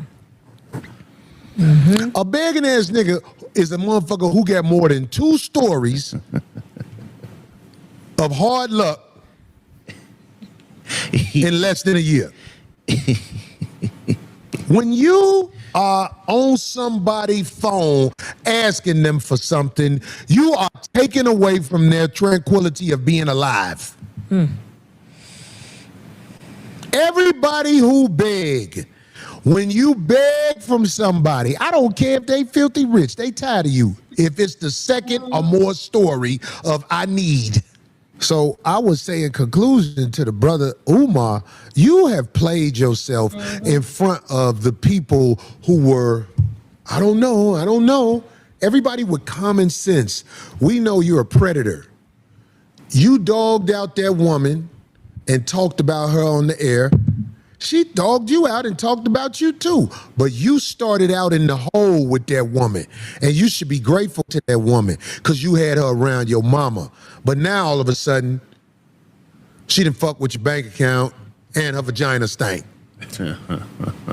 Let's talk about it, y'all. That was Corey Holcomb going off on Dr. Umar, apparently begging for cash from his supporters and donors. Okay, according to Umar, he claims there's a situation involving him and another woman. One thing led to another. Now, apparently, his bank accounts have been frozen. All right, this is Dr. Umar once again coming with a sob story. Again, how many times have we heard a sob story from Dr. Umar over the years? All right, what started off as him having, big hopes and dreams on opening FDMG Academy, right? Frederick Douglass Marcus Garvey Academy. This is many years ago, okay? Some say 10 plus years he's been pushing this campaign. However, here we are midway in 2025. No school is open to my knowledge. I don't think it's even close to being open anytime soon. And again, since then, Dr. Umar's been pretty much a character at this point. He's more known for the memes on social media than actually doing the work. Because again, it's not like many people haven't tried or made attempts to try to help. You know what I mean? Umar in executing his vision, however, it's always been about him. Like I said, there's always situations that happens that ultimately sets back, right, the timeline or the progression when it comes to opening the school up. And for somebody who's been watching them for over 10 plus years, I mean, honestly, I've moved on from that, okay? I'm gonna be real with y'all. For those who remember back in the day, I actually went to the school, okay? I met Dr. Umar, and I'm gonna show y'all this video, okay, from back in 2021. All right. So again, Dr. Umar for years has been pushing this vision of FDMG. However, he does not. So that's the building sippers. Okay. If you're not familiar, that is the school that he has been grifting for to open. It has 10 classrooms, 6 offices, 2 multi-use student restrooms, 2 multi-use faculty restrooms, 1 computer room, 1 no-nat joining gymnasium with 2 multi-use restrooms and 3 offices. This is the school, and it's not that big. 10 classrooms, that ain't that big. It's 1 story. That nigga could have He could have been and did that with all of the millions of dollars. He could have ran the school for 10 years with millions of dollars. Look at how little the school is. The school is tiny. Because I'm like, 10 class. Wait a minute, two restroom, one computer room. That's smaller than than all elementary schools. Like, boy, get the fuck out of here. You could have opened this school up with millions of dollars. Anyone else's support or help. Okay, to my knowledge, he doesn't have a staff in place or anything. Okay, if you remember back when Dr. Umar and Lord Jamar had that interview, Lord Jamar knew some people that he wanted to, network with Dr. Umar to help facilitate in opening the school. However, Dr. Umar didn't want any help. Okay, you have people who was willing to do the HVAC, the roof, and everything. But at the end of the day, Dr. Umar wants to be the one that executes everything. Okay, now again, just sitting back observing Umar over the years, like I said, now he just does a lot of interviews, right? He's a special guest, but most importantly, like I said, the memes have become more famous than Umar himself doing the work. But as I sat back over the years and just observed him and his behavior, come on, it's obvious he's unfit to be anyone's teacher, you know what I mean? Let alone operate a school. Why would you have this man around your child? I mean, again, outside of some takes this man has had, Umar's been just, making a clown of himself over the years. And there was a point where he had a loyal fan base, right? Loyal subscribers. But then when people started to ask questions, Dr. Umar would then attack those who were just, inquiring about the status on the school. You know what I mean? Next thing you know was, look, if you're not a donor, you're not a supporter. You know what I mean? If you're a supporter, you're a donor. I started seeing how, he would get upset at people who, genuinely cared about this vision of FDMG just for homie to take your money, you know what I mean? Show all of the gift cards and, I mean, come on. At the end of the day, this is the hustle. Pimping the people, having them finance these, these little expeditions, my man. Come on, remember this? This is Dr. Umar so-called getting married. What happened? Like I said, at some point, whatever was done in the dark gets brought to the light. You know what I mean? And at the end of the day, for those who really champion Dr. Umar and his cause, they refuse to hold this man accountable. He still gets bookings, interviews. Hey, make your money. But at the end of the day, you're no different from anybody else. You know what I mean? The crooked politician, the pastor, the poet, everybody wants to target our people. You know what I mean? Target the black communities. And that's why I have no respect for anyone that's, exploiting our people. That's just terrible. You're no different from the drug dealer or anybody else. To be honest, everyone wants to talk about how Dr. Umar makes valid points. But in the end, look at his character. That's what matters the most. Come on. But yet he still has, blind supporters. He wants blind loyalty. So if you want to continue to support Dr. Umar and his hopes of one day opening this school, you know what I mean? Continue on. But as you can see, a lot of the stuff that's been done in the dark is now being exposed to all of us. And it's up to you to make the decision. Because again, I'm not a hater. I was once one of those people who actually believed in his vision. And then one day I went down there and seen the operation and how he was running things. And I realized, at the end of the day, Umar wants to guilt supporters, or should I say, not just supporters, but celebs and those who, have money. They want to guilt them into giving him a check. But in the end, I didn't see staff. I didn't see anything that would warrant me to believe that homie is in position to educate our children. You know what I mean? The youth, the future of tomorrow. Just Dr. Umar, that's it? Come on, you had people going around with flashlights and, it was hideous years ago. And from what I know, he's got the gym done. You know what I mean? Certain things are painted in the gym, but the actual education part, what happened? You know what I mean? You got the ceiling tiles missing. Come on. Honestly, I knew Umar was full of shit when COVID came around and he didn't do any online courses.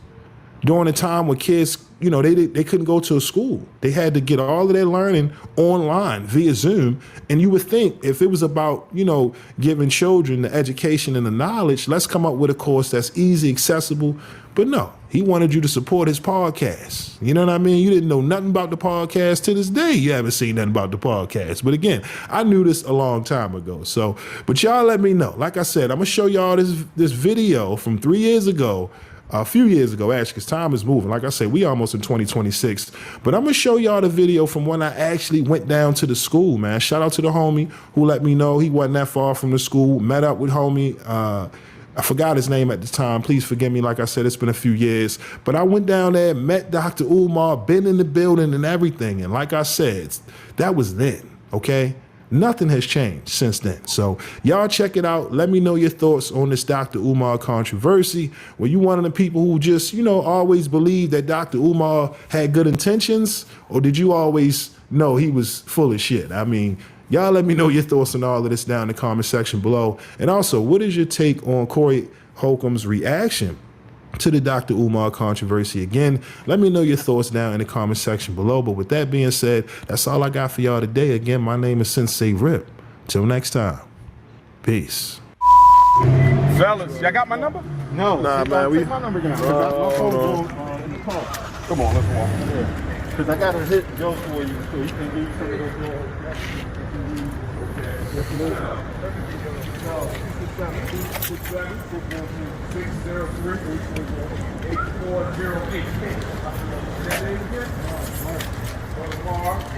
now. Yeah, I'm here. How close are you to the school?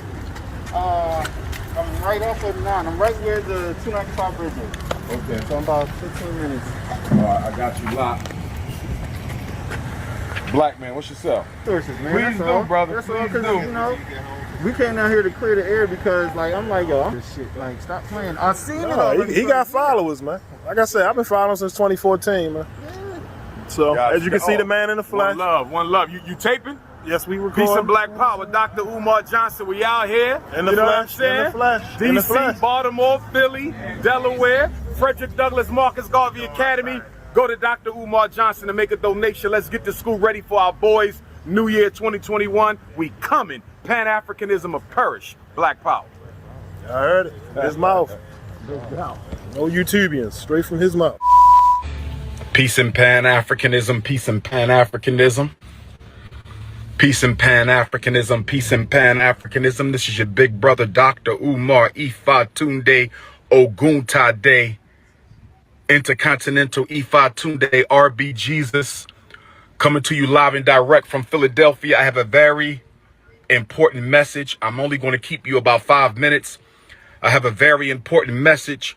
I'm only going to keep you about 5 minutes. Peace and Pan-Africanism to my continental Africans. Peace and Pan-Africanism to my Australian Africans.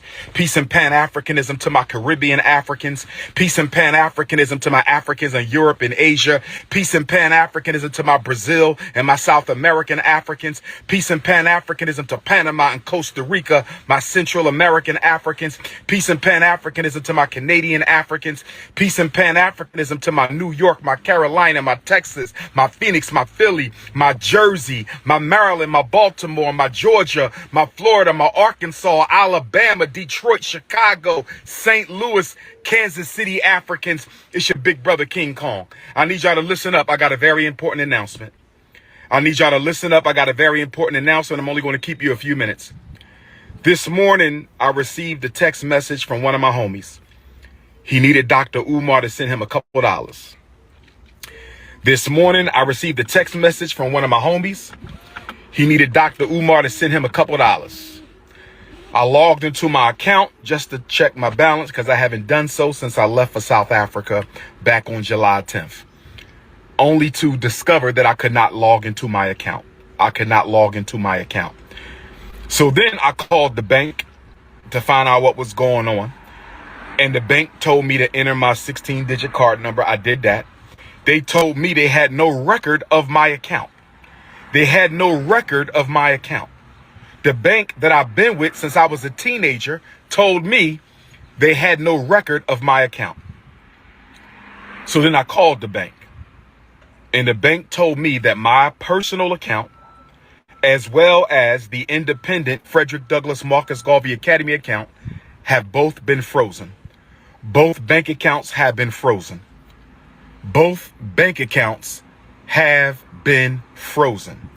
And I was told that there is an investigation into my personal account as well as the school account. I asked them, was this due to suspicion of any fraud on my part? I was told that it was not due to suspicion of any fraud on my part, but I was told that it was due to suspicion of fraudulent activity. I was told that someone has been trying to gain access to my personal account and the FDMG account. I was told that someone has been trying to gain access to my personal account and the FDMG account.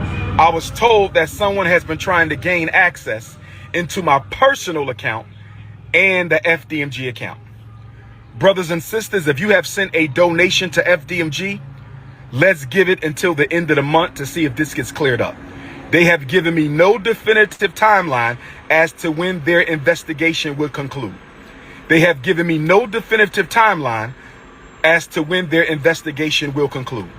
If you have sent a check or money order donation to FDMG, let's wait until August the 1st, Black August, and see if this situation has gotten cleared up. They told me they sent me a letter to this point on July the 10th, the day that I left for South Africa. I was told that the timeline of suspicious activity was June 25th to July the 10th. I was told that the timeline for suspicious activity was between June 25th, that's when Medea went public. That's when Medea went public. Everybody knows who Medea is. July 25th, that's when Medea went public. July the 10th, that's when I left for South Africa. July the 10th, that's when I left for South Africa. So y'all know my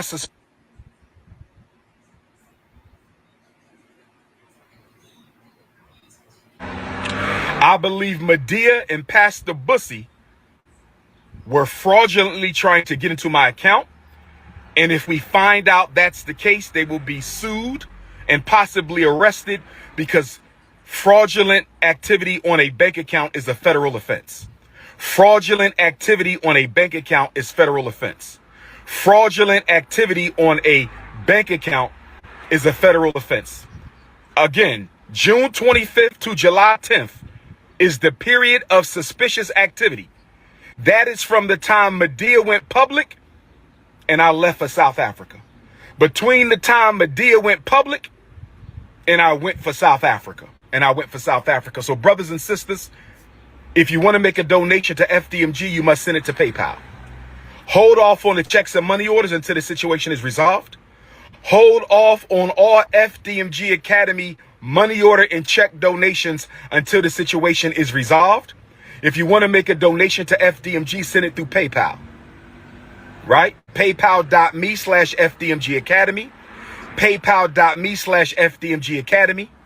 PayPal.me/FDMG Academy. If you want to make a donation to the school, hold off on checks and money orders until we find out what the hell is going on. The bank is investigating the fraudulent attempts on our account.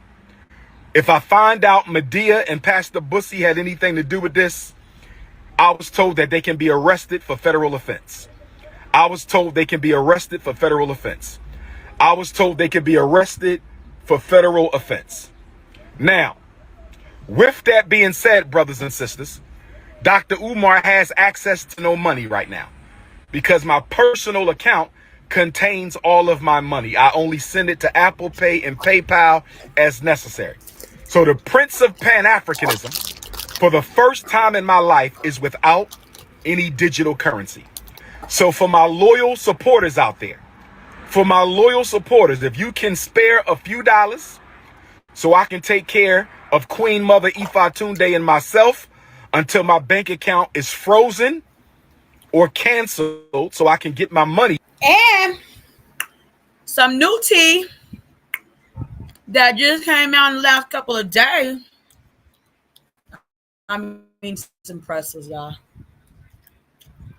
Somebody done called Child Protection Adult Services on Umar about his mama for whatever reasons, y'all. Yes, they did. Back He and claims open up that the girl that he's saying got a fishy coochie called Adult Protection Services on him for his mama. a new account.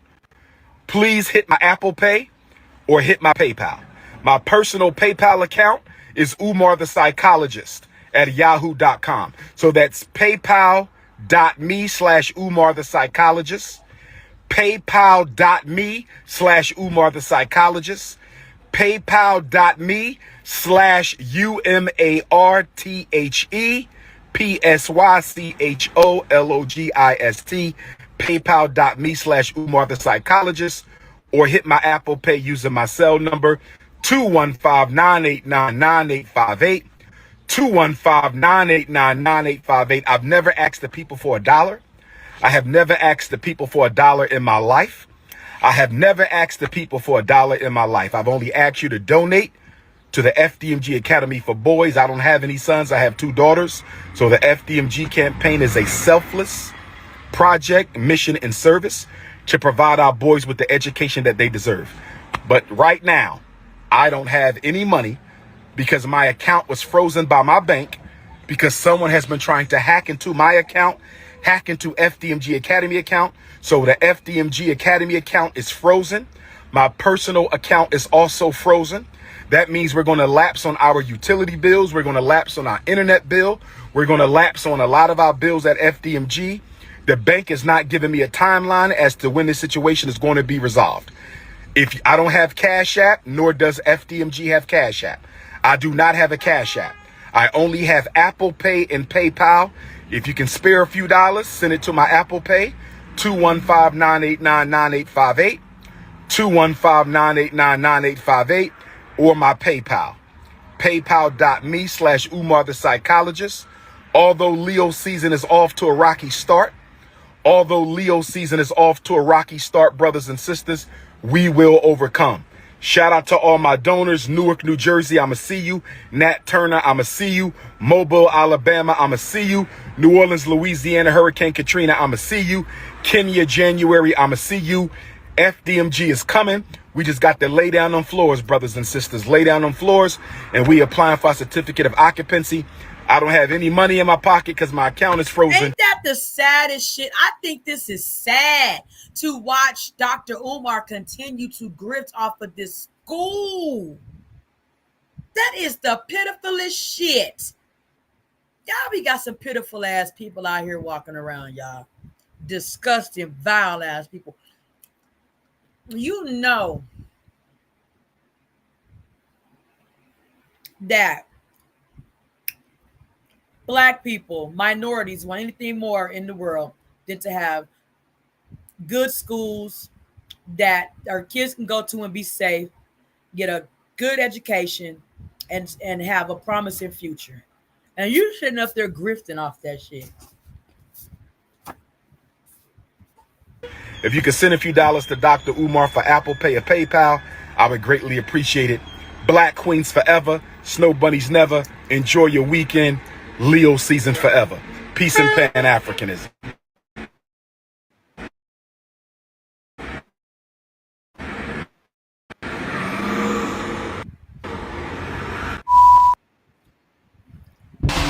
That is sad. That is just sad. Okay, so we're gonna go over before we get wrapped up with Dr. Umar's thinking. It's been here for like 3 hours, okay? To the Storm Monroe interview with the girl that he was trying to say had the Okay, first let's see what we can find that Umar Johnson talking about the girl with the fishy coochie, okay? Hold on, y'all.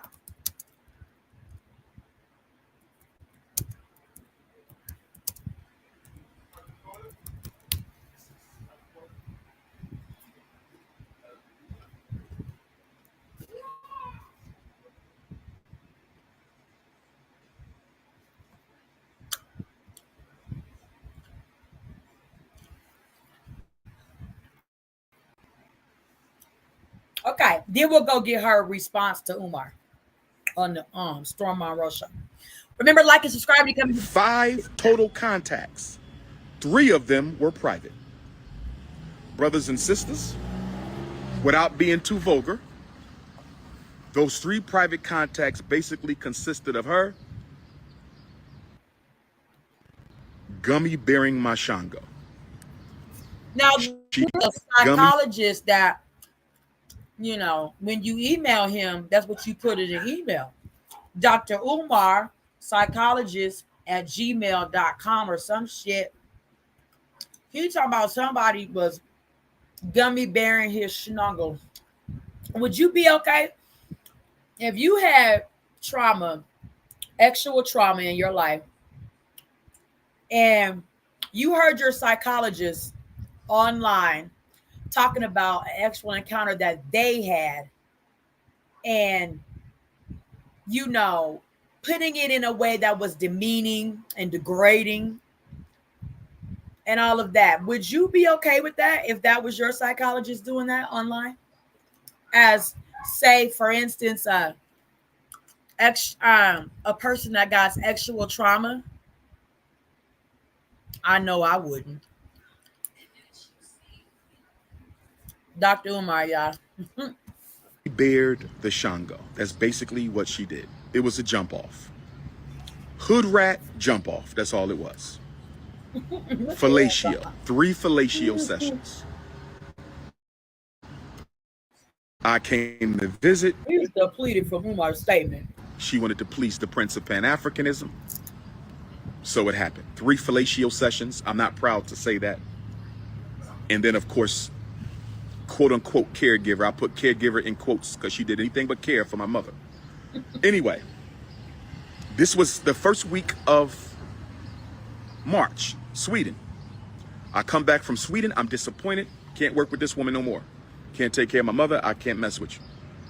I started to distance myself from her.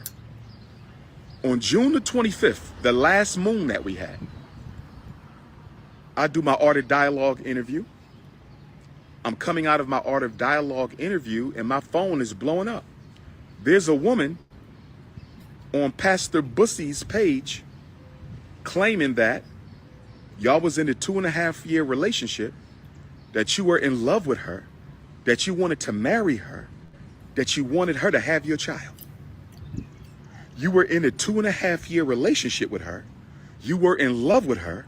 You wanted to marry her. You wanted her to have your child. You were in a 2.5-year relationship with her. All right, we don't need the thrice comment, but this is something that we've been talking about for a long time now. Let me be very, very clear.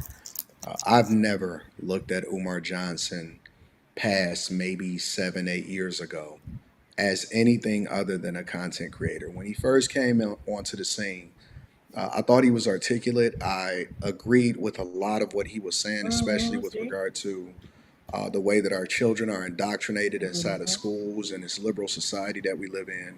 And I thought that he might have been onto something as an intellectual. Over the years, obviously with the school and all of that, it turned out to be a lot of a finessing, right? And like I predicted, the school is never, ever going to open. But that has nothing to do with this conversation. One of the things that I've always been bothered by is the fact that he would throw other men under the bus and also give these great expectations for how we're supposed to treat women. Yet, when you talk about his daughter, children out of wedlock, never marrying women, and now he's throwing them under the bus saying that they schlonged him or whatever that is, it's crazy. It's crazy that we're in 2025, as of the recording of this video, having a conversation where he's doing a live stream. First, earlier this year, he crashed out because his eldest daughter, which in this live stream itself, or in this video itself, he specifically was talking about he didn't know if his eldest had offed herself and all of this stuff. And saying that online is crazy. Like, there's just certain things, in my opinion, that you handle offline. Thank you. But then we're now having a conversation about him responding to some other YouTuber who I don't know whatsoever, and it doesn't even matter what they are.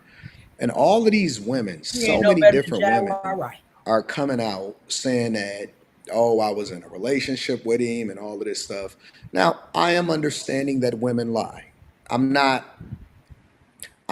in such disagreement with the way that Umar Johnson has thrown men under the bus in order to try to continue to build a female audience, that I can't call a spade a spade. Women lie, they lie all the time, and I call them out. I didn't necessarily care about Puff, but I knew, straight up that Cassie was the Bonnie to his Clyde, and it was a finesse in order to get money, but she's not a good person. I see women accuse people, Amber Heard and Johnny Depp, right? We can go on and on with all of the accusations and stuff of women looking to get money out of men and, more importantly, get clout. Like, why are they going online in order to say that? And it's applicable here too.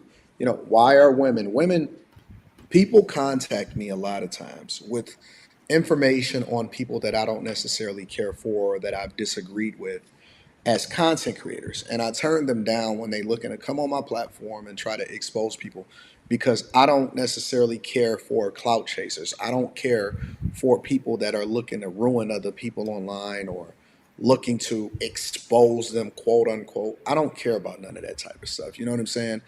I think that that's dumb. Unless we talking about like FBI or a political figure that's stealing money or something like that, that's a completely different conversation.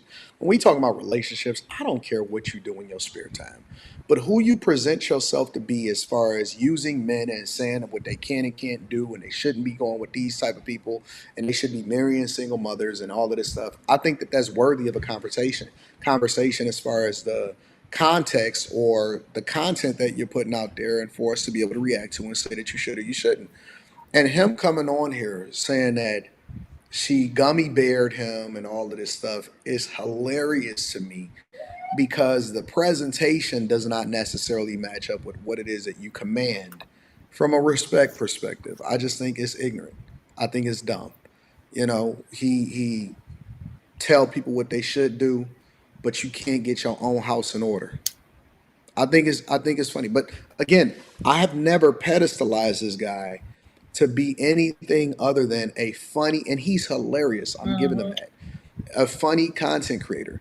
I'm not looking at him as a scholar. I'm not looking at him as a person that you would ever take advice from on relationships. I'm not looking for him to give any insight on political figures. He is hilarious, but it is hilarious to me how women would actually believe that they're going to enroll their single mother children into his school so that they can get educated by the Prince of Pan-Africanism. You wanted to marry her.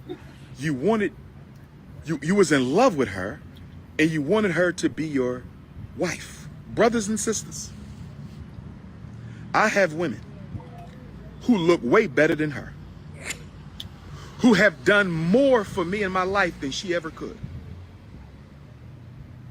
who I wasn't in love with, who I didn't want to make my wife, who I didn't want to have my baby. So this woman, this Kansas City thought, this Jezebel, this jump off, this smash and grab. But you messed with her. Thank you. You messed with her.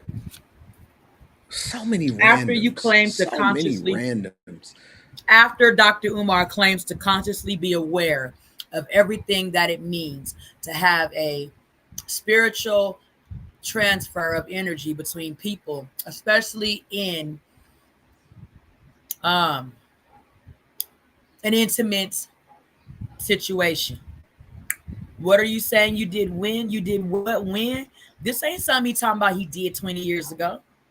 Like, I could say I was mismanaging my intimacy with men 20 years ago, but I've been married 10 years now, and I have vowed to never, allow my inner self to not acquire what it deserves and desires and needs from my spiritual being to be sane the rest of the walk of my life, right?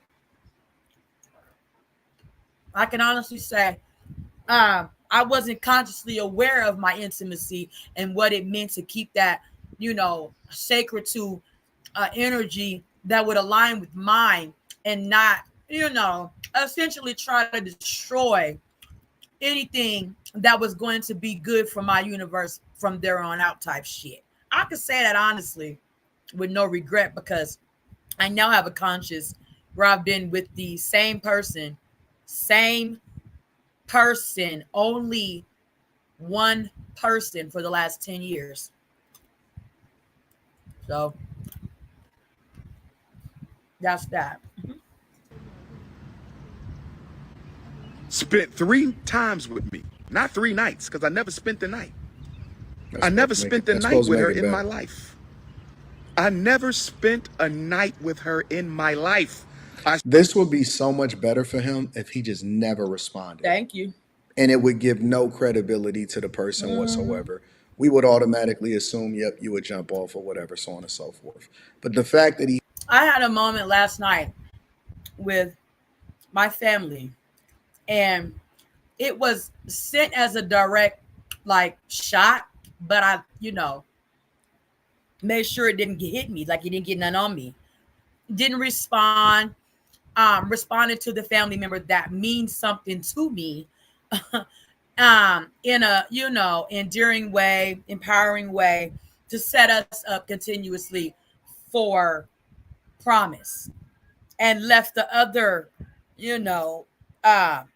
party in the dust where they are and where they will remain as far as it's anything concerned to me. I'm not gonna respond to dust. I'm just gonna wipe that away from me and see my way clear to my promise. I'm not gonna respond to no triflingness or no trashiness or no anything that's beneath where I've risen my life to be. Okay. And that's that. he feels compelled to come out and say this type of stuff is hilarious to me. I saw her 3 times.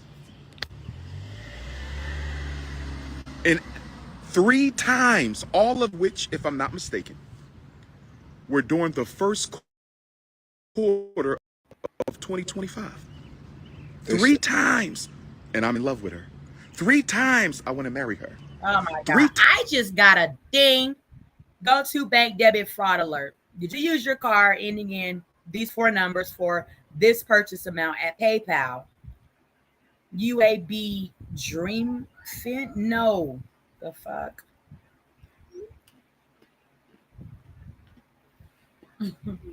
I got a ding, Umar. Why didn't you get one? Times I want her to have my baby.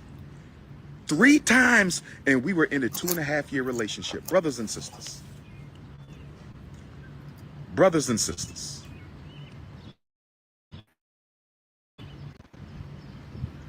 Brothers and sisters, but it gets worse. She told Pastor Bussy. She told Pastor Bussy. And let me say this about Pastor Bussy. Rainbow Bunny. He talking about Pastor Lennon. Bussy. That's Lennon Honor. We're gonna get to Lennon Honor here after we do the next part of the show. Okay. Remember, like and subscribe. When you come into the room, hold your teacups up. We are sipping from Dr. Umar. He broke, nigga. The Rainbow Bunny has been cyber stalking me for 10 years. I don't even know who people have asked me to put a stop to him legally. I had 2 attorneys who sent him cease and desist. And he did not cease and desist. Those attorneys did not live in Utah where he lives. Those attorneys did not live in Utah, so there was no follow-up. I recently consulted with a Utah attorney who told me I have a serious case against Pastor Bussy, the Rainbow Bunny.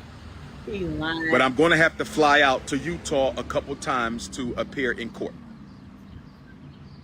So this attorney told me that if I give him the retainer, he will begin the investigation on Pastor Bussy. And after looking at Pastor Bussy's YouTube page, he says he is quite certain that I have a case for slander. I have a case for libel. I have a case for defamation. And he also said because he's been making money off of my name for 10 years, that he can be made to pay me back for all the money that he made in my name, and that we can lay siege to. If he was doing something like that against Umar on YouTube, YouTube would have taken Lennon down a long time ago.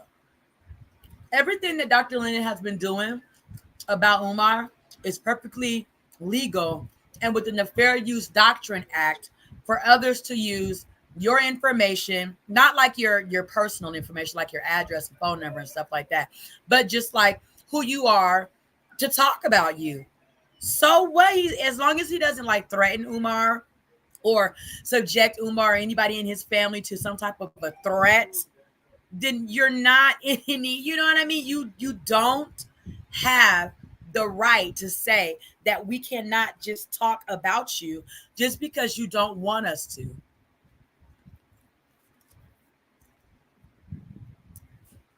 Property that he owns. I That's told him not that a the man is lawsuit. broke. He don't have any property. He basically pays his bills by making Dr. Umar defamation films. He said, well, if that's the case, if he has a job,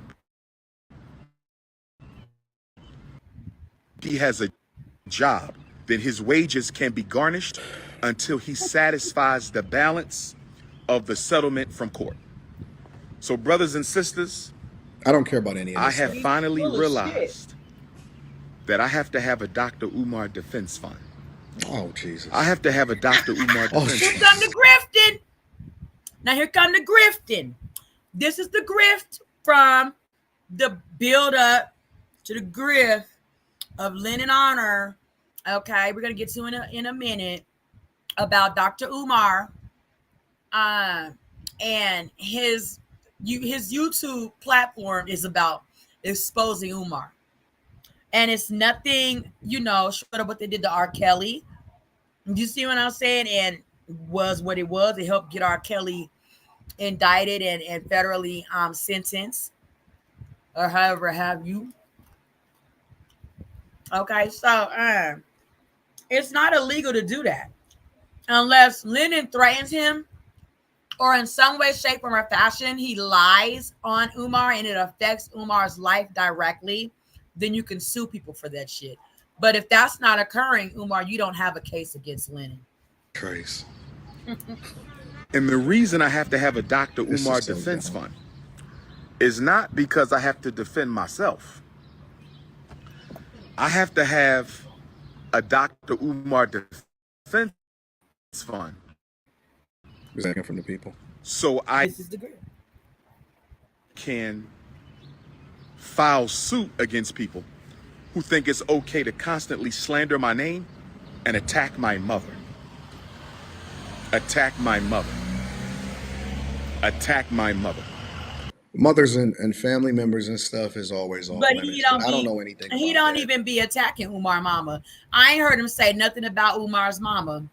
As I watched Lynn and Honor about Umar because it'd be funny and informational about what he be doing when you be thinking, okay, Umar, let me let him into my energy, and then you be letting in some bullshit that he carrying with his ass.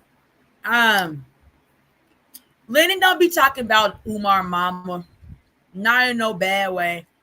All he talked about was how Umar has, done and carried himself while being his mama's son. That's all he talked about. But he didn't personally say anything against her or nothing. But the defense fund, that's crazy. So,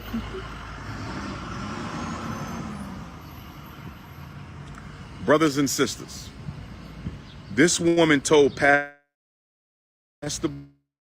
Bussy, the Rainbow Bunny, the YouTubian struggle streamer, she told Pastor Bussy that I went down on her. Brothers and sisters, I'm willing to take a lie detector test. Brothers and sisters, I'm willing to take a lie detector test. Brothers and sisters, I'm willing to take a lie detector test. When that woman, after gummy bearing my Shango stick, that woman took off her underwear, and I'm telling you, brothers and sisters, and I don't mean no disrespect to feminine energy. I don't mean no disrespect to feminine energy. I don't mean no disrespect to feminine energy. When she took her underwear off, brothers and sisters, she smelled like something crawled up inside of her and died. She smelled like an old fish tank. You ever smell a fish tank that somebody ain't cleaned in like 2 years? That nigga is They got goldfish in there. They got all kind of fish. And it ain't been cleaned in years. That's what she smelled like. This is all messy. But let me know what y'all think inside of the comments. Make sure y'all tap into the Patreon. Link is in the description. Okay, that's the you know what Dr. Umar came out and said about the girl. So let's go now to the Storm Monroe interview of the girl and listen to a little bit of what she says about Dr. Umar. Okay.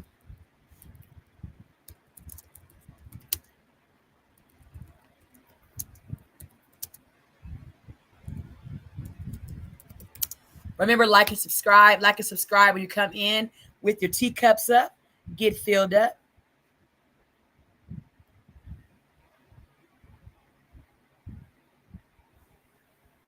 And like and subscribe. We're sipping Umar's tea today. And then we're going to segue into Shannon Sharpie.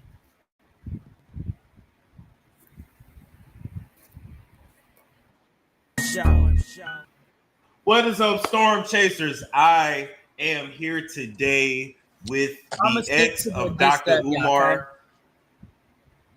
I don't even know what the fuck, but I was like, shit. So that was round one. Round one was cool. He wore a condom. Everything was great. Okay. It wasn't a whole lot of, he didn't go down on me or anything. It wasn't a whole lot of that. I didn't go down on him. The next one, I was like. So she said she didn't go down on Umar. Umar said she schlonged his gongers. I don't know. Okay, I initiated that, like, kind of tell him, like, what I want. So we did it 2 more times. He went to sleep. Well, not in the same. We did it 1 more time. He went to sleep. He got up in the morning. We did it again. And then he was out. He had to go to Massachusetts. So he went to Massachusetts and he came back. Okay. We did it. And then he went back. He went home. Did he? But I was kind of like the crazy thing. Oh, I'm sorry. I feel like I'm talking over you. Yeah, it's a delay. It's just a delay. That's okay. Oh, but okay. I'm sorry. Did he? Okay. Did he? So, I mean, he got so much stuff in that house. He got boxes like a wall full of Amazon that ain't even been opened. Y'all feeding this man. And people really care about if he picked me or not. But wait a minute, ain't that some kind of fraud? Because that apartment is supposed to be only for her. I don't know how the hood rat that I am. I don't know how that works. I don't know how the hell he. I know how it works. He ain't on that motherfucking lease. Now, but I think he has executorship over her. But you travel so much. Why would you not put her in a care facility and just tell the donors? Be like, my mom is in a care. But here's the thing, though. This is the thing. She does not leave the house. She is in that house. It's in filth, of course. She needs to see a doctor. She has MS. He's talking about she's off her meds. No, sir. See, you're following, people that follow him are not thinkers.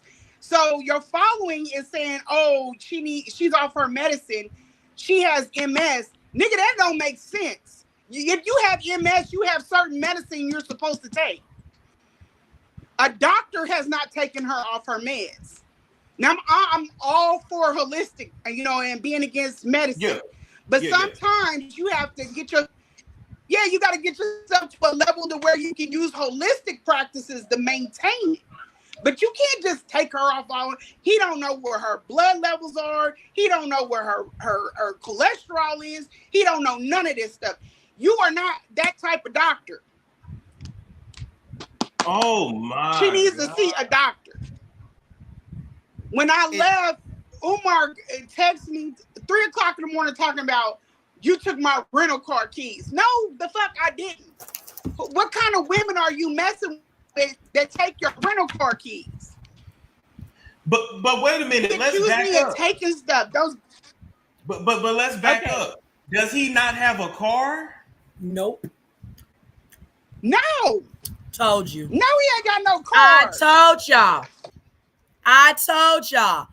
The Honorable Dr. Umar of the Prince of Pan-Africanism, the Unhonorable Jermaine Shoemake, the peasant of panhandling does not have a vehicle. I told y'all the kind of money motherfucking Umar gets from goddamn panhandling. He should have a nice car, a fucking Rolls Royce, the fucking kind of money that motherfucking Umar has had. Umar has had millions of dollars in goddamn donations and shit. Let's not forget about all of the speaking engagements he done here, there, and everywhere, podcasts and shit. He could easily get him a nice little old school Rolls Royce, if not anything.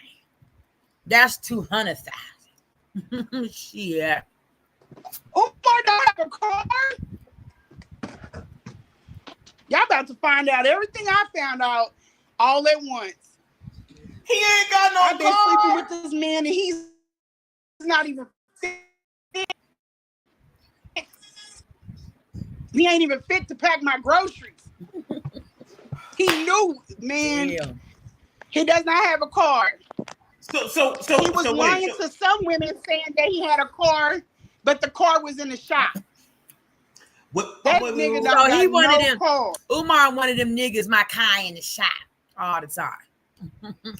That's what that.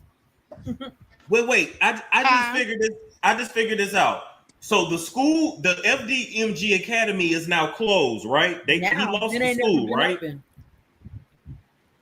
No, he still got it. Okay. So, he's still pimping the community for it. But if he still got it, he has a 501c3, so he can collect money tax-free. So he's considered a nonprofit. So I almost wonder if he's collecting all of this money under the nonprofit. He never has to pay taxes, and then he uses that money to trick off on hoes and pay his child support and not actually amass anything. He got his mama still living in filth, and he has nothing to his name. Waking up, doing IGs on pristine sheets, and this woman is laying up in filth. That's sickness on y'all. Talk about how he don't deal with Anissa, or he ain't. He doesn't have the capability. That man is so selfish and self-centered. It sounds like it. He would leave her, and I don't even know if there's a care aide all the time, because he was leaving her. The last night I was over there, he was so worried about a man being in my hotel room. He left her, came over there, smashed me out, and then went back home. And I got the text. He was like putting me in hotels so that he could run over there and smash me. He said he don't do it to women in his mama's house. You a damn lie. You a damn lie, because your mama complained about it to the family. And you was he was smashing women in his mama's filthy house. I told you that's where he lived. Yep. Dr. Lennon has been exposing to Dr. Umar for years. Lennon, we're gonna get to Lennon honor after this. Then we're gonna wrap up him and get to Shannon Sharp. So remember, like and subscribe when you hold your teacup up to get your teacup filled up with Dr. Umar's bullshit right now, okay? Lennon has been exposing Umar for years, nigga. Umar has never had his own place, so I hear. He's always lived with his mama. He's always been a pookie. He's always been everything opposite of what he says he wants other black brothers to do. A walking contradiction. He real different. Real different. No. Go motherfucker. He's a trip. Wait a minute, though. That's so messed up. Because if that lady can't get out of bed, she just got to hear him getting and clapping cheeks in the next room. Umar's messed up in the head. And y'all, and I his following put him that way. He thinks that nigga thinks he is the Messiah. He thinks he is God. Do you know why he went? Crossed my path. Do you happen to know why he went to Ghana?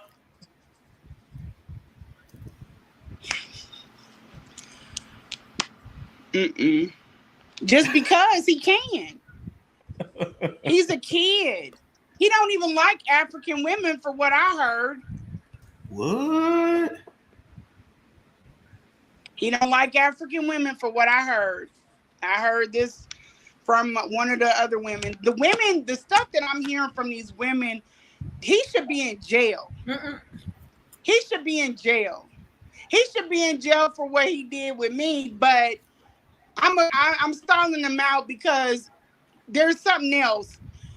He done took and tore up so many Black businesses, and these people won't speak up about it because Black people hate to say they got conned.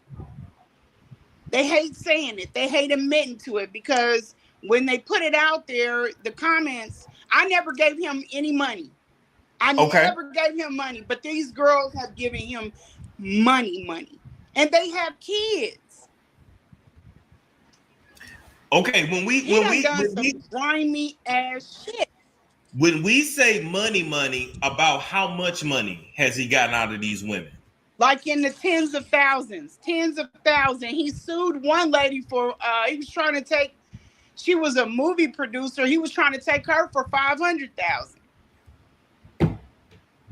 Fucked her shit all the way up. And there's other people that have got mixed with him in thousands of dollars. The same lady, y'all gotta watch Lynn Honor. That same lady, she came on after I did. The same lady had to pay an actress because he had a chick up in the room. She didn't say what he did to her, but the girl, some way, she had to make that shit right out of her own pocket. What?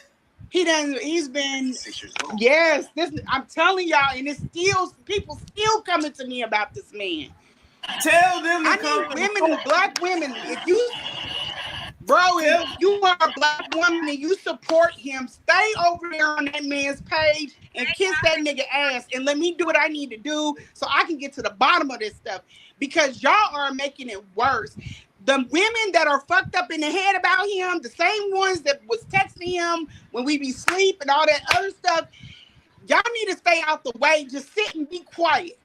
You know, if you think I'm crazy or whatever, let me be crazy. But keep your ass over there with that weirdo and let me get to the bottom of this shit. Because he has done so much shit to people, and these people are scared to come out because the women and some men they try to bully him online. Like, shut up and let us get to the bottom of this shit. Because he's a predator. And then he's doing stuff to people. He's taking down Black businesses. Just let the truth come out on its own. Now, you're making this shit way worse. If he crossed my path, I'm telling you, if he crossed my path, he's supposed to come down. Because I can do it. I can get that shit done. The stuff, and I'm trying to protect these women because the stuff that they went through is traumatic. They got to live their lives after. Like, my shit's already set up. He can say whatever the fuck he want to say online. You ain't going to bother my investors. They don't know who Umar Johnson is. My name, all my shit's set up. But for these other women, they have careers, they have children, they have all this stuff. They can't come forward, but they need somebody to champion for them. And sitting up here blocking it, like, girl, you wasn't up. He don't want you. And shut up. Let me get this done. Just stay over there and kiss his ass. If I'm crazy, let me be crazy. And that's my rant. Sorry. That's okay. But Miss Siobhan, he gotta come down. Oh yeah. But let me ask you this, Miss Siobhan. When you say he ripped off men, what men did he rip off? He's ripped off men, and I can't talk on their stuff because they won't let me. People think that Umar is an army. Umar is one person, and he got certain people that worship him that will do his fucking bidding. But Umar is one person. He's one person, and he's not that intelligent. He's not. So there are certain men that he's taking money from them. He's got them to pay for things. But it's more. It's only 2 men that I know of, but there are more women that he's really gotten to the money. These women are buying him clothes, doing stuff for him, buying him things, just doing stuff for the school, coming off of serious money, thinking that the school is going to get open. That school is never going to open, ever. And if it is, it won't stay open past a week. I mean, but we've been talking about this school for years. Yeah, it's a proverbial carrot for the black community. Dangle the carrot in front of their face to keep them keep them playing. It's harder when it comes to fried. It's harder when it comes to fried because he's actually bought a building. So the intent is a little bit different than some of these others that have never even bought the building. But he did buy the building. He's done some things on it. That's chump change compared to the money that he's pocketing. He's going all around the world. Plus, he's making money off his books. Plus, these colleges kicking it in. They paying him to come speak. And he gets paid when he does the money. And he gets paid when he does these YouTube interviews. There you go. Yep. I forgot all about that. He got stuff everywhere. Because and it's women literally giving almost a whole damn check to him. Wow. Let me ask you something. Hold up. I want to show this real quick. And I want you to tell me. So I interviewed him November 14, 2022. Is that his mother's house right there? Mm-hmm. That's 2022. Mm-hmm. I think that's in Chestnut Hill. I think that's the Chestnut Hill apartment. Is that the apartment he lost? Yeah. Wow. Yeah. So after that, he got evicted. I think he was homeless for a little while. I think because all the stuff that you see in that video of the vandalism, that had to happen months ago. Because it was white dust on top of the stuff. That's not a fresh break-in. And then the stuff that's in there, all of that stuff, those books and stuff, all that stuff is from that apartment. He just used it as a storage, like a holding space. So he didn't put it in. He put some in his mama house, and then he got the rest up in Delaware. This dude, he's a bum. He's a bum with a black card. He is a bum. He is a highly decorated hood nigga. How many women have come to you behind the scenes? Like 10, 15? Not that much. And I will say that it's been higher than 5.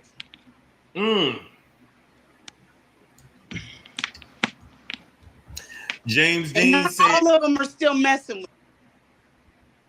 with. James Dean said, "Do you know Ink gave him $10K and bought him a bus wrap with his pictures on it? She sat next to him in Ghana at the citizenship ceremony." Yeah, I just talked to somebody with an equal. Yeah, I just talked to her. Hey, James be getting to it. Him and Lennon, they know a lot. If people were watching that before, this wouldn't have went this long. Who is this Lennon? Who is this Lennon person? Lennon been on that dude ass. Lennon knows like everything that he's been saying. When I went back and started watching his videos, I was like, oh my God, there was only certain things that I could fill in a gap to. But he literally been watching this dude, because seriously, if you take the emotion out of it, like people think I'm scorned because Umar, fuck no. If you take the emotion out of it and look at this shit as logic, Umar is a hell of a case study. He is a hell of a case study. He's literally the stuff, the scams, the schemes, the stuff he's been doing, and he's been getting away with it for years. And black people are still like rooting for him. And Lennon seen that shit from the gate. And thank God he did keep all of that information. Wait a minute. Thank God he kept it. Is this his mother's house right here? No, that's the house in Chestnut Hill. The nephew that's on was on the show, said that he got evicted, or Lennon knew this anyway, but he got evicted out of that house, and then he moved to his mother's house. His brother was staying there with his sister and his kids. Umar came up in there, was like, y'all gotta shake the spot, bounce, get the fuck up out of here. I'm her executor, I'm her power of attorney, and I'm taking this shit over. And they let it happen. And then the family ain't seen her in years. She don't go outside. He don't take her places. The one time, when I was over there, the couch is blocking the door where she would go out because she has to use a ramp. She had, the whole time when he was in Sweden, I was there. She didn't have no occupational therapy. She didn't have no physical mobility. None of them people came over, and I was there for 7 days. 7 days I was over there. Then he gave me specific instructions. Do not open that door. If you open the door, you got to turn off the light, open the door, look out, get the package, bring it in, shut the door, then turn back on the light. That's the way he wanted it done. But she's not having, like, her wheelchair is put up somewhere. It's not like ready, available. She's not leaving out of that house. He got his mama trapped in that house. Yep. So that's why he says somebody called Adult Protection Services on Lennon and his mother because of the situation. So social services has been over there to try to get eyes on her. He talking about on that live about me. Oh, my head's just a man. Social services has been over my house twice, but you ain't let him in, nigga. Open the door. You have not let this man in. I'm in Rome right now. Let me go to war. No. Let's call it what it is. Because here's my thing. For all the money and donations, he can pay somebody to come clean his mama's house. He has a service that drops off the laundry, but that benefits him. It's some service. I'm not from the East Coast, but I mean, it's dope. They take all his dirty clothes. These people fold them up pristine, and they put them in these clear bags, and then they drop it off. And he's got those all around the house. So if I'm looking for her, any kind of shirt or pants or anything, I got to go through these bags to try to figure out. He don't minimize. And that was the whole thing when I went in there. I was like, I can help you with this. I can try to minimize it down because it was driving me crazy. He don't want that. He don't want you to come in there and mess with nothing. You know what? And he got nasty when I did. Let me tell you something. Number one, he is definitely a hoarder. That nigga mentally ill, and I believe he hated his mama. He punishing his mama. Yeah, Yep. And he don't like black women. What? He does not like black women. Y'all have to start looking at this shit for what it is. Umar do not like black women. He says black queens forever, snow bunnies never. You will not catch him with a... I have not had a darker, brown skin, darker girl come to me yet. They're all a type. He has a type. And from what I hear from one of them, he don't like Africa. When he's over in Ghana, he's not messing with them women over there. But you ain't, boy, so much stuff gonna come out. Oh my God. I can't wait for it. I can't wait. Business. Leave me alone. Let me do this, huh?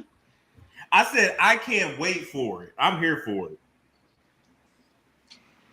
There's a reason why when he was trying to discredit me, because Umar know I could shut his whole fucking house down.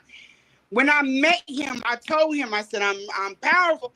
You cocky, I'm cocky too. I'm arrogant just like you, but I have a good heart.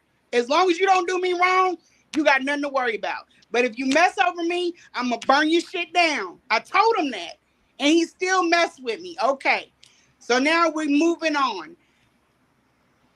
I told him, don't put nobody in my space because I'm guarding other people's privacy. Just like with these women, I'm guarding their privacy. If you trying to linger around, listen to calls and doing all this other weird shit, you're putting people in danger, really. And he wouldn't listen. He did it anyway. He sent 2 females, and then I start getting these 215, 267 numbers just flooding my phone. I just got a 267 number. Why are all these people calling me? And I have 3 phones. Why are all these people calling me? This is not about clout. This is war. I'm not on social media. I never posted the pictures of me and him at the event. I don't want publicity. I work well in the shadows. I'm gonna do this shit, and then once I'm off the internet. But he's got to come out of that space. He's horrific. He's worse than what I could tell y'all, because then that would be telling other. He would know who I'm talking about. Is it true he has a biracial son? Are you talking about the white guy Bella that came out on him? They saying his name Malcolm. I have never heard of that. I've never heard. I wouldn't be surprised. I would not be surprised. Why you think he wasn't in his daughter's life? Umar is not mentally fit to be a parent. Umar is not mentally fit to deal with kids. Period. What? Yeah. What kids has he that can have grown up and say, "Hey, Dr. Umar changed my life"? No, nobody has come forward. Nobody said I went to school with Dr. Umar. I went to grade school with Dr. Umar. Y'all have never seen these people. He is not good with kids. When he went out to the school and them kids were out there, he didn't know how to deal with those kids. They was running around. Remember when the school got vandalized? You don't know how to coerce kids, like get them together, get them. He doesn't know how to deal with them. Every woman that he has dated all have a child that has autism. Either they're older or something, but it's always a woman with children, and the children don't like him or they don't deal with him, including my son. My son has never talked to him, does not want to deal with him. And his daddy was like, don't put that nigga next to my son. That's all I'm asking. Do you?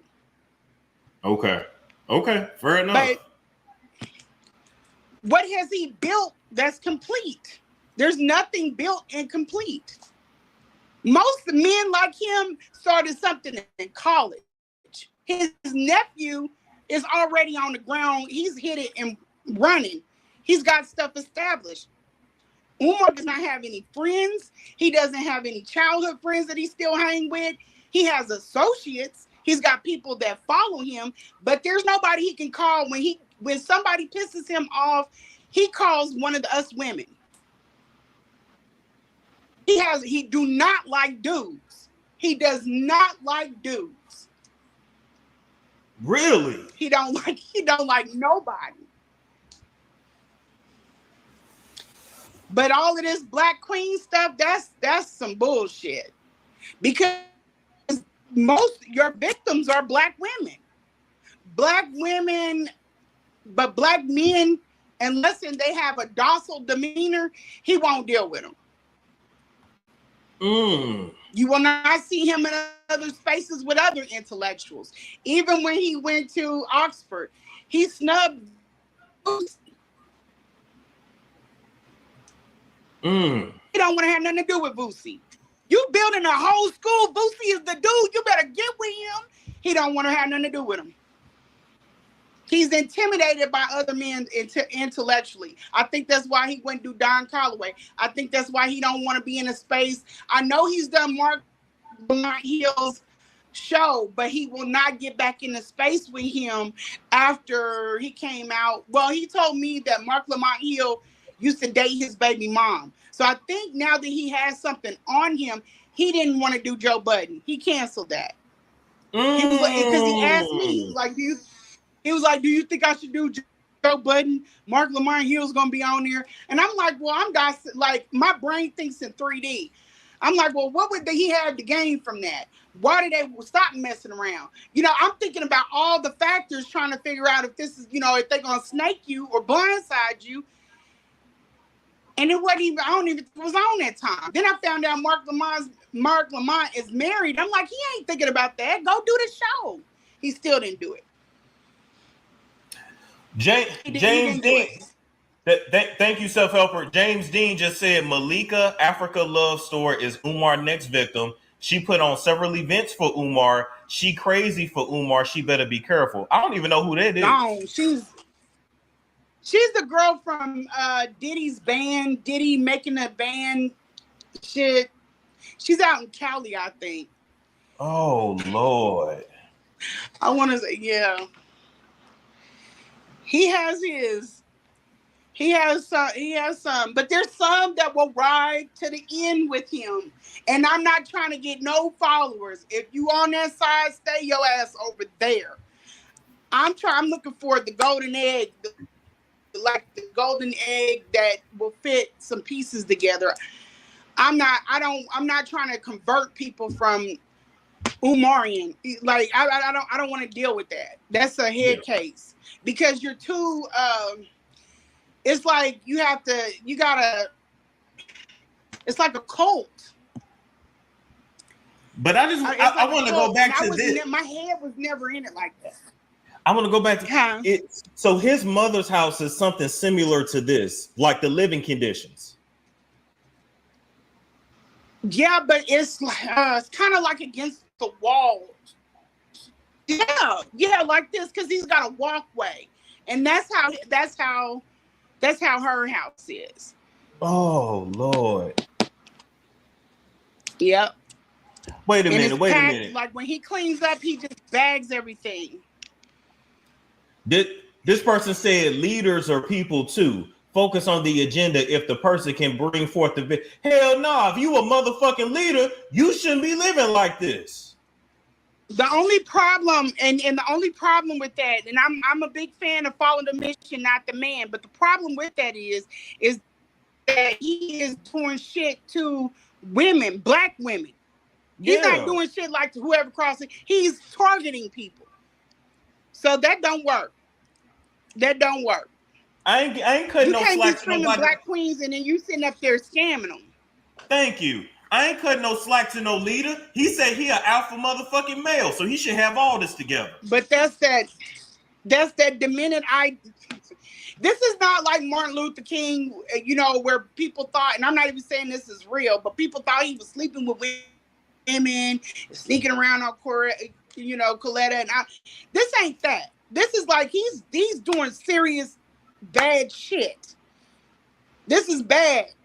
Like, if y'all don't stop him, the boys is. And when they get his ass, they not gonna consider him anything other than a threat.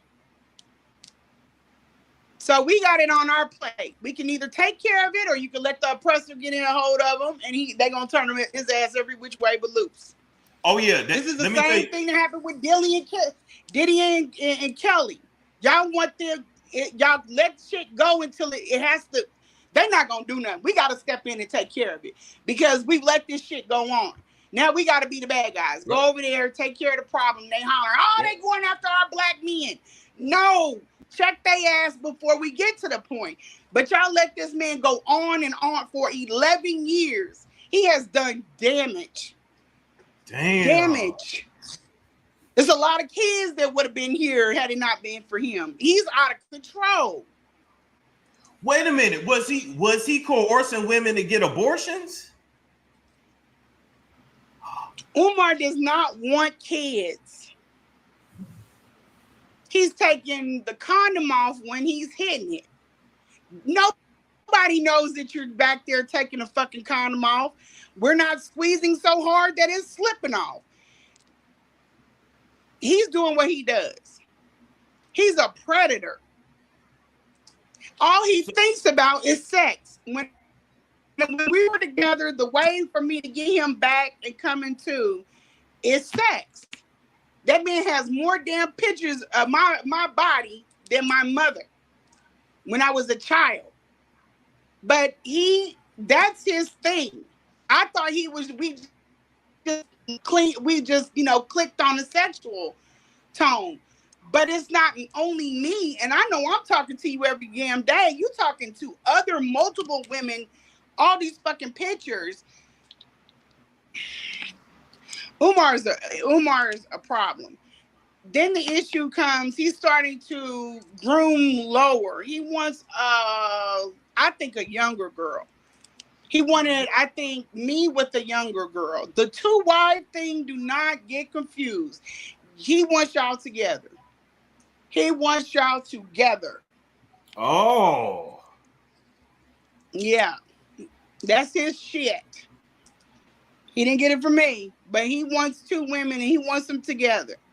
And I have not let all the text go because we taking this bit by bit. And I know he likes to pop off at the mouth, and whenever he do, I just drop the evidence. I'm not going to say nothing on that man to try and slander his name. You are what you are. And I'm the one that was trying to break up Cordial because I didn't want all of this. This don't hurt him. This shit hurts me. My image. He's not losing no following and no clicks over this shit. Y'all like this shit. Women are still trying to get up in that man's hotel room.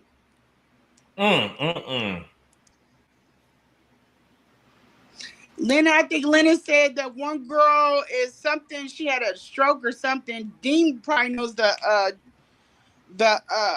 story worse or better than I do, but he had forced a girl fellatio. He forced the girl to give him fellatio? That's what the girl said. Oh. And that's not too off from some other stories I've heard. Y'all are sipping tea with Tanisha Talks Teas. We're still on Dr. Umar. We still got a little bit more, maybe like 2 more hours Dr. Umar stuff, y'all. So please, Tanisha, hang in here. It's going to be a long day. We're going to wrap it up, though, with Shannon Sharp. Like and subscribe. Have you heard stories? It's going to be some shit. Have you heard stories of him raping? Allegedly. Huh? Allegedly. Yeah. You said what? Have you heard stories of him assaulting? I'm telling you, y'all not ready for these. It's women out here that need to be, it's some stuff that needs to be investigated. Wow. And they gonna say, we didn't know. We didn't know. But here's the thing too. When I started messing with Umar, when I Googled him, I wasn't thinking of like him, like, you know, in a sexual way when we first started talking. But so I didn't look into his dating life or anything like that. I did read Wikipedia and I was like, yeah, skip that. And then everything else that came up on YouTube was about his lectures. I didn't see The Conscious Stripper until later. I didn't see all of the other schmut till later. So it's not readily available to everyone. Some people are saying, oh, how did you not know? Because you're taking this man for face value that he's a scholar. And it didn't dawn on me until later. I didn't see, what was that? Hidden colors. I didn't see that fucking bump on his lip. He got a bump on his lip. It wasn't. Huh? He got a bump on his lip. Yeah, he got a bump on his lip, and it resurfaced. Lennon has the video. He got like a black polo on, and he's shopping at the store. A big ass bump on his lip. Bro, he wasn't fine like he wasn't like Carmelo Anthony, like, you know, I'm gonna take a chance. No, he wouldn't have never got me. Ever. He wouldn't have never got me. Oh Lord. Never. He got a lot of stuff that's hidden and people don't, even the hoarding, that video, they just pushed it to the back. Like, oh well. And most people don't understand that. You can leave it on. Most people don't understand this is a sign of mental health. This is not normal. So when that phone flipped, that's when you say, okay, you know, yeah, that's when you say, you know what, we need to see a plan. You know, for the school, we need a board of directors. You know, you can't put all of what they want on one person. Or not even what they want. You can't put this mission on one person. You cannot put it on him. He's incapable. They need to come. They need to come fumigate that place. Fumigate. Set that mug on fire. Why do you think he want to live like that? It's what's going on in his head. It's an outward show of what's going on in his head. He's not, and then if you know Umar don't stay on one task. He be on like 50 of them.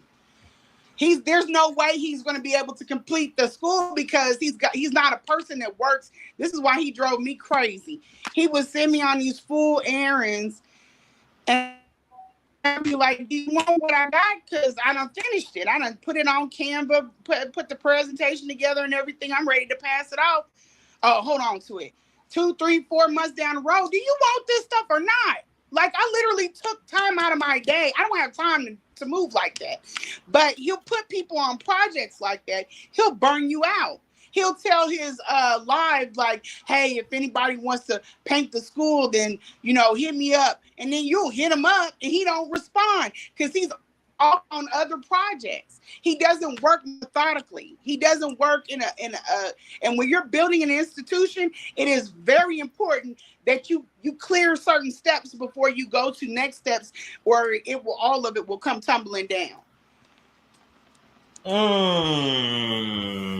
And you know what? He out here wanting to be a comedian, a podcaster, this and that. Just focus on the school. He wants to be famous. Mm-hmm. He's a Leo. That man wants to be famous and he wants to be worshipped. And believe it, sippers, I've talked about, we can see the ego in Lennon. Not Lennon, sorry. Umar. Umar wants to be a celebrity. Very, very, very much so. He wishes that the celebrities that he talks about, you know, would have him close to them in the elite circle for whatever reason with his scoundrel self. He would fit in, though. He would fit in. But you can just feel the aura, how Umar comes off. He wants to be famous. He wants to have be mercy. famous and he wants to be worshipped. And he will do anything to clout chase. He calls other people clout chasers. He's the top clout chaser. Wow. He is the top clout chaser. If anything that when he was sending me him and Amber Rose text. He would send just anything like to put, on, and then not even that, he would try to talk about those people on live so that they could respond to him, and that would intensify his validity. That's but you know what? moves. But All let me of say those this though. letters, I don't think all those letters Let me say this though. Every Leo I know is clean. True that. But that's where the mental health comes in. Every Leo, they probably are. You can be an arrogant. I love arrogant men. I love arrogant, cocky, the bravado. I love all of that. But that's confidence. That's when they're directed. Umar has a mental health condition, so it's all that bravado, but it's no steam behind it. He said he had a queendom, and then I seen his feet, and I was like, well, what are you having these chicks do? How you got all these women and your feet look like this? I know a man, when I can look at him and I can tell that a woman's been taking care of him. You can see it on the man. That's what men never get. If you got a good chick, another chick can see that, and she can see her on you. Umar doesn't have, or he's not spending any quality time in these spaces, or he doesn't have anything that's solid. That's why I'm not worried about like what people say, because I would come to the room, I'd be like, let's see if we can do your feet, or let's go see if we can get your hair done, or let's see if we can do this or do that or do that. This is way before I saw the house. He's not ready. He's not ready. He can't get married. He doesn't have the patience. He doesn't have the mental to be married to a woman. And Anissa is better off not being around him. And I hate to say it, or unless she has a superficial relationship. But I think her mother was trying to guard her. It's so lined up right, they're going to find it. Because they're going to try to see where did it come from. It ain't me. My code is, you have to have a certain clearance. My code is nowhere near on none of his shit. I never went in his account. I never gave him any of my personal information. Something always told me, I'm a little too street savvy. Something always told me that something wasn't right about Umar. But I didn't know what it was. He don't have my address. He don't have the other 2 phone numbers. He doesn't know any of my kids' father. He don't have his shit. He don't know about my kids. He don't know nothing about me. Nothing, because I don't trust him. I've never trusted him. And that's another reason why I've never given him money. Ever. It was always something about him that was unsettling. But when he said that, I said, oh, you stupid. They about to turn your shit inside out. They're not even looking. They're looking to see if I did something wrong. But I never touched it. I never looked up FDMG, nothing. I got out of that habit. I don't look up people's shit, because it's just too much that goes on with that. And you can get a UNAX violation. So I've never touched anything that he's got. And they're going to go through, so your shit better be pristine. Because if it ain't, they coming. And you did that. I didn't do it. He didn't talk to any attorney. No attorney would give him advice like that. I'm not a healthcare worker. I didn't mess up no HIPAA violation or nothing. Did I speak out against your mother? Well, I didn't even speak on his mother. I spoke on his ass. She's innocent. I've talked to the family about trying to get his nephew or whatever, trying to get things resolved. But I didn't do anything wrong. He's not intelligent. That's why I say he's a liability. If you put that man next to you, you're going to be in some Dutch. And I never put him next to no business stuff, my business stuff. I never put him next to anything. I never asked him to hop on camera and do no advertising. Don't shade nobody who did. But I didn't want him near nothing that I had and I built because he talks too much. He talks too much. Let me ask you, what is your end goal of coming out now? What do you want to see happen? We just gonna have to see. I haven't released that yet. But it's gonna be a grand finale. Oh. I haven't let a lot of stuff go. It's gonna be a slow drag with his ass. Oh Lord. Okay. But it's gonna be worth it. Well, Miss Siobhan, I want to thank you for coming on. This has been my mind is blown.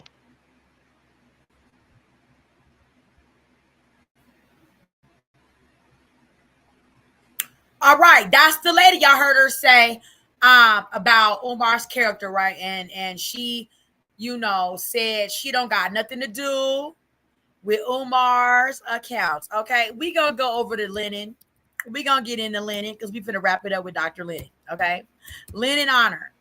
Okay, he the one that told everybody about Umar. Like started with Umar. Okay, he is a kiki, y'all. Remember, like and subscribe. Okay.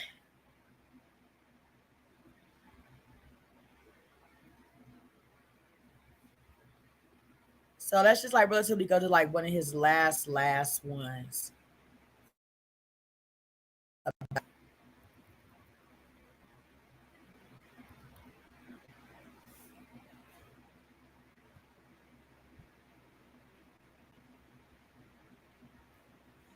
So as you can see, Lennon Honor, music, comedy, inspiration.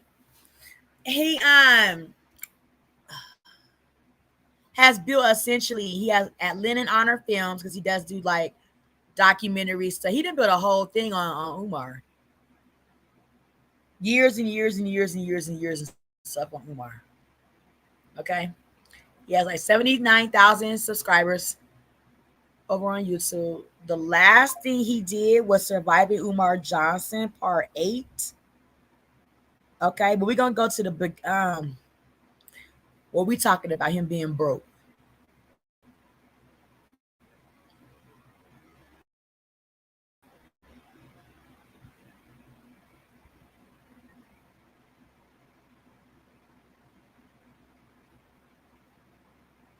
Like and subscribe.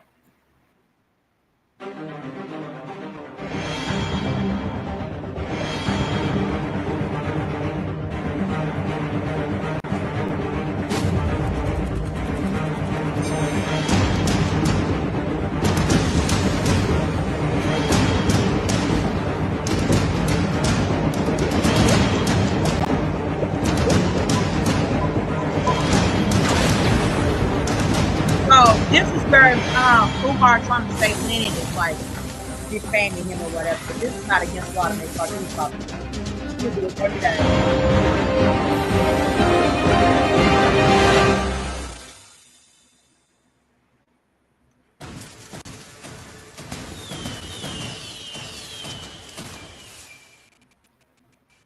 FDMG! Good afternoon. My name is Dr. Umar Johnson. I am a certified school psychologist. Hi, Dr. Umar. I'm so happy that you're my principal. I love FDMG. Can you tell me about the school? We are going to make history. We are going to shock the world. We are going to transform the entire community, one black boy at a time. In this school, you don't have to worry about special education. In this school, you don't have to worry about ADHD diagnoses. In this school, You will never get a phone call from a teacher or an administrator telling you that your child needs dangerous psychiatric medication in order to get an education. All right, Cookie Crush Chat, thank you guys so much for tuning on in today. I want to welcome everyone, including you Umar Johnson supporters. All right, thank you so much for tuning on in. I hope to deliver to you all an important show. Cookie Crush Chat, undefeated, let's go. FDMG is coming. FDMG is coming. FDMG is coming. It's coming. FDMG is coming. FDMG is coming. FDMG is coming. It's coming. It's coming. It's coming. It's coming. It's coming. It's coming. It's coming. It's coming. Oh, it's coming. FDMG is coming. FDMG is coming. Thought his personality be twerking. It's twerking.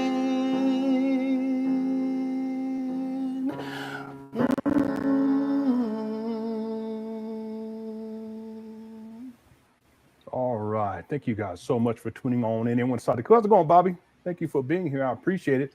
I want to welcome everyone, including you, Umar Johnson. This is an important show. It's a critical time.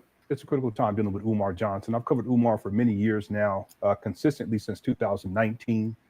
I've done one documentary on Umar already. I'm working on a second documentary that covers his whole life. More recently, though, however, there's things that are going on that it's really causing a lot of people to take a second look, or maybe even a third look at Umar, and just to question a few things. You know, if you enjoy Umar's rhetoric, okay, I get it. Maybe his talking points, I get that too. But when it comes to two things, number one, Umar's FDMG, what I call the FDMG school scam, that's been a scam now. He conceptualized that in 2004. He started working on it. These are his own words. I can quote the receipts and show it to you guys in 2005.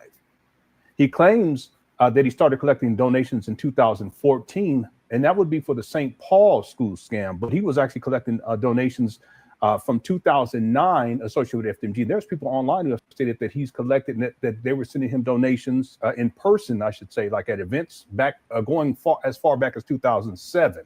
I haven't been able to verify that, but I just want you guys to know that. In 2010, Umar posted on his Facebook page that the school was going to open on September 11, 2013. In fact, let me pull that up because I want to set the stage for what has happened recently dealing with Umar, if you guys don't mind. Let me pull this up. I have this as a PowerPoint presentation, but I don't need the whole PowerPoint presentation. I just need to pull up this one receipt. I've shown it to you all many times, but this just puts everything in context. And thanks again, Bobby, for being here. And here it is right here. Everything that I say about Umar, I can back it up with a receipt. And then when I speculate, I will tell you that I'm speculating, because the thing about Umar, he's a pathological liar. So sometimes he can say things. It doesn't necessarily mean that it's true, but you can kind of infer based upon what he's saying. And then you can kind of speculate too, based upon what he's saying. And whenever I do that, I make sure that I say, in my opinion, or I'll say this is speculation, or I believe. But when I tell you that Umar Johnson promised that the school was going to open in 2013, and he posted that on his Facebook page in 2010, that's over 15 years ago. I can pull up the receipt and show it to you all. This is from Umar Johnson's original Facebook page. Umar Abdullah Johnson, January 6, 2010, promises in 2010 to begin laying the groundwork for the Frederick Douglass and Marcus Garvey Pan-African School for Black Boys, specializing in learning disabilities and disruptive behavior disorders. This will be a private school, and yes, you will pay in order for Already. Pause. Back to when we first started the show today, right? I said I heard him say that he specializes in learning disabilities and disruptive behavior disorders. That's what intrigued me to almost call Umar because I have children with autism. Okay. But when I did, and I typed in FDMG Umar, Lennon popped up, praise God. And I started to notice this. Okay. Keep following, keep sipping the tea, not the Kool-Aid. Your son to attend. The grand opening was set for September 11, 2013. Okay, we're in July 28th of 2025. Okay, I want people to think about this because we're getting close now to 12 years later. This school is almost 12 years late, and he says this is chess, not checkers. Is there anyone in the chat room who has not seen this? Hit the one. See, understand that when Umar says that he's going to begin laying the groundwork, how is he going to begin laying the groundwork when he doesn't have the money to lay the groundwork? Well, that's why there are people who have come out and stated that Umar Johnson was raising money prior to 2010, 2009, 2008, as early as 2007. Okay, and I'm talking about the financials here, so I want to share something with you guys a little bit later on, because when we get deeper into the video for today, it's about financials, right? The financial aspect of this. Okay, like I said, I can pull up receipts to back up everything that I say about Umar, including that Umar has raised. There's a poll question. I want you guys to make sure you get your poll question or your response to this poll question when you have a chance. What is the bare minimum amount of FMG money raised by Umar Johnson? The choices are $750,000, $850,000, $1 million, $1,677,860. All right. Make sure you get your poll question. Answer the poll question when you have some time. Go on and hit it. And then what we're going to do is I'll close that out a little bit later on when we get deeper into the financials. And I'm going to set up another poll dealing with what Umar is stating in the main video for today. Now, to be fair, I have not watched the full video that everyone's been reporting on. It's all over social media. Even the big hitters are talking about it. Brother Eli over at what happened to Common Sense, Information Man, even Pocket Watcher with JT. You know, if he's doing it, this is huge. There's all kinds of people. I want to give a shout out to everyone who's covering this right now. Because it's important for people to really start to dissect exactly what's taking place with Umar when it comes to the financials.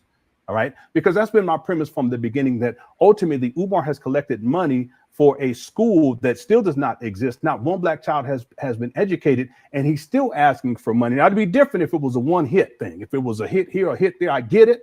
But he made a promise that he was going to open up the school, and the school was supposed to open September 11th of 2013. We are in July of 2025, the end of July of 2025, and he's still collecting money. Okay, the question is how much money? Okay, so that's the poll question. Make sure you get your vote in. We already got 420 votes in already. We have over 300 likes. We have almost 2,000 people watching live. When we get to 2,000, that'll be another record. This month, we've broken all records this month. So shout out to the Cookie Crush chat. Everyone in the Cookie Crush chat is undefeated. Also, thanks to everyone who's been supportive of my YouTube page over these many years. I really do appreciate it. Umar, there's something I really want to say, but I'm going to wait till later. I'm going to wait for later, dealing with Umar and what he is doing these days. Okay. All right. So I showed you guys the receipt. We're also going to be looking during this live stream. I'm going to take my time. I plan on live streaming tomorrow too, and on Wednesday, maybe even Thursday, because I want to set this. We're going to get to the main video today, though, for sure. But I want to make sure that people understand the context behind why Umar is where he's at today and what has led him to this point.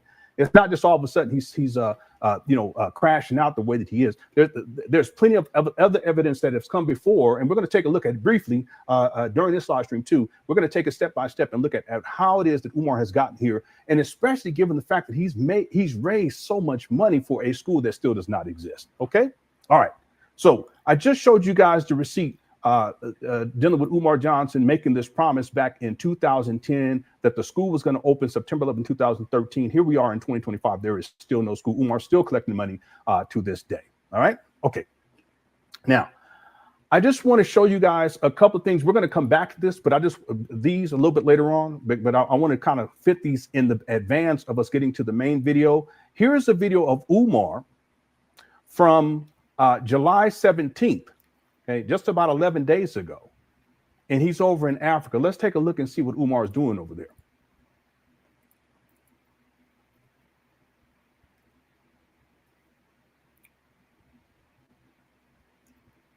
So he's living it up.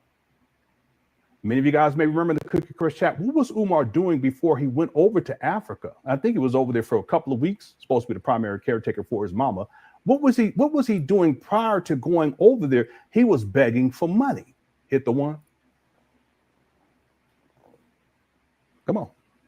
Cookie Crush chat. We're not playing today. I don't mean to laugh. Hit the one. Before he went over to Africa, he was begging for money. And I told people, I said the reason why he's begging for money in advance of going over to Africa is because that's what he do. Okay, that's what he does. In other words, he needs money. FDMG family, the money's been gone. Family, the money's gone. Okay, we're gonna get to the financials a little bit later on. That money's gone. So the pattern with Umar over these years, and a lot of people don't realize it, but I've talked about this many times. The pattern is that before he goes to another country, he begs for money. And in particular with Africa, because Africa, they're not really paying, if they're paying him at all. I have Umar on record saying that he doesn't make any money when he speaks out overseas. You guys know they have I can pull it up right for you right now. It's a fact. He's not making money going to go speak at these, different places, broke down places, chicken shacks. He's not making money, big money like that. Not back in his heyday. He used to make crazy money, but not these days. That's why he's always begging for people to bring him out. But I have him on record. He says, when I go overseas to speak, I don't charge anything. Okay. So then how does he afford to go over there? Well, it's very clear. What he does is he begs for money from black people over here in the United States of America to go live it up and spend it over there with people over there in Africa. And then think about it, the conversion rate, he's able to live big time over there while he's over there. He was gone for a month, remember? Then he comes back talking about vandalism, begging for the vandalism. Hit the one. And then he goes back to Africa. You see the pattern again? He begged. And so then he comes back talking about how Pete, Lene told all his business, right? And he says he has to have a legal defense fund against her and against me. Why? That's begging. He needs more money. Then what does he do? He goes back over to Africa. Pay attention. So he gets black people's money up over. He's been doing this for years. He gets black people, the school money gone. Okay, let's be real about that. Let's be clear about that. So he takes money that black people give him, and he goes over to Africa and lives it up over there. But then when he comes back over, he done ran through all the money. He lives it up because the conversion rate. When he comes back over here, he ain't got no money again. And then he starts begging again. Hit the one. And I told people that that's exactly what's going to take place. I'm not going to be, no, I am. I'm going to be arrogant real quick. I'm going to tell you all in advance, okay? I told you all. When his Cash App got shut down, I told you all, give this a couple of months. Told y'all his Cash App got shut down. That's the reason why Cash App, like you say, you cannot use Cash App. It ain't because you ain't got one. It's because you can't use it. I said, give it 2 months, give it 3 months, and then we really gonna see what the deal is with Umar. Hit the 1-1. That's 11. Hit the 1-1. I told you all.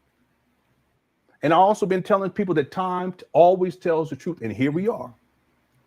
And time told the truth. But I told people this.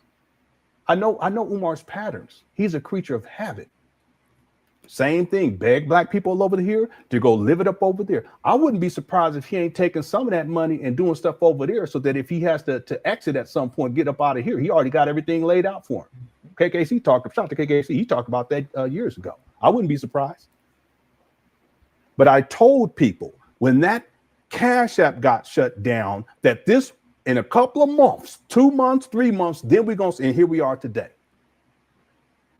Real quick before we get into the video, you guys remember, see, Umar, he always blaming other people. He don't want to hold himself accountable for anything. It's always everyone else's fault. That's not manly. Men, when we mess up, we own it. That's what we're supposed to do. And then do better.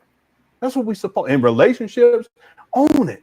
Do better, right? In your personal life, own it and just do better, right? With your kids, own it and do better, right? What? At your job, own it. And you mess up, just own it and do better. That's all. Not Umar. What? He's always blaming someone else. It's always someone else's fault. But who's the common denominator? It's Umar. Now think about this real quick when we talk about the financials. Umar got shut down and from PayPal because of fraud. This is many I years ago. told In fact, y'all. they froze his account I back told you. I told y'all. I'm telling you, Lennon is the truth about Umar's bullshit. Fuck all that shit. He be talking about the celebrities and shit. All that's cute, well and good. But when you want to know the real Umar, this is where you come to Lennon Honor. He finna tell you what Umar really be up to. Hit that like and subscribe button. We are sipping tea with Tanisha Talks Teas, live about Umar. Brokey. Pull it up. If I remember to do it, I'll pull it up later. In fact, let me do it up right now. Now that I think about it, because we're going to come back to that when we get into the financials. PayPal. Here we go. I'm not going to play it now, but I'm just going to pull it up now. Shout out to the Cook Crush chat. Miss you, I didn't live stream last week. I've been real busy with stuff. I'm only balancing the personal family life, my job, and just, then YouTube. Okay. So I apologize, but I had stuff that I had to handle and I needed to get some sleep too. Okay. Real talk. So you guys remember PayPal shut him down. He set up another PayPal account and he's running with that to this day. Okay. But this was many years ago. Okay. So PayPal shut him down. He set up a GoFundMe. On PayPal, he had raised over $125,000.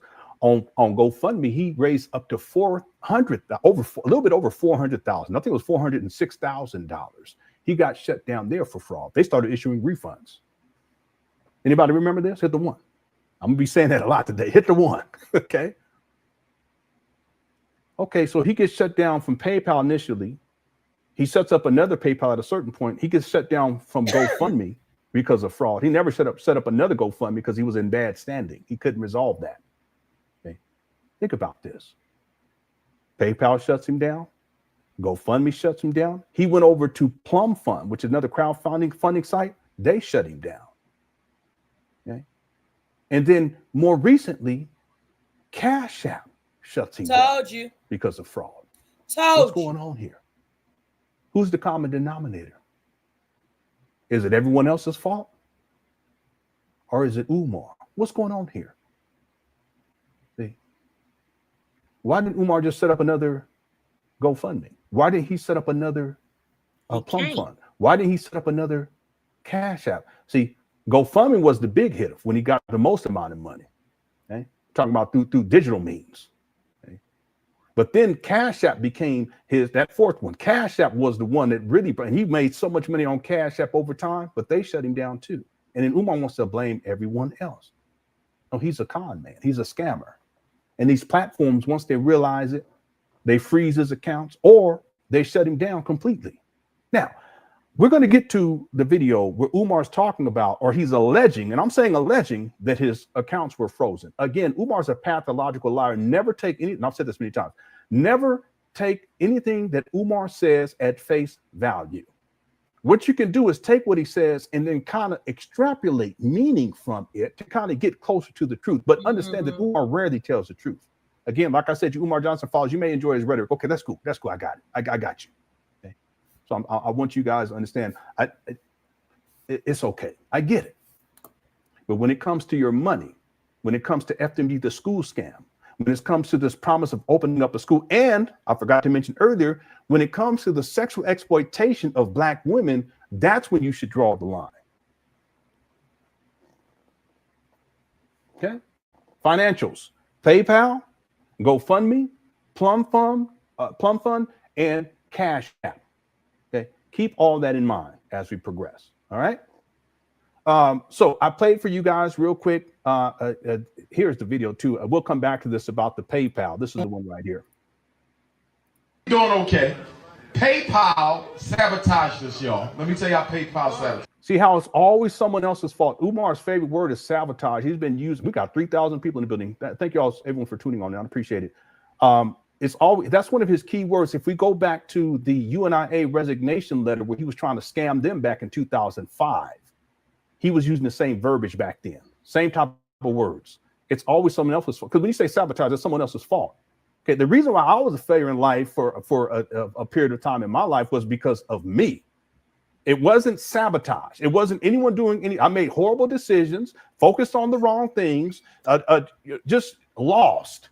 See, that's a man. That's what men do. Okay, you acknowledge that, and then you deal with it and you do better. You don't blame it on everybody else. You don't blame it on women.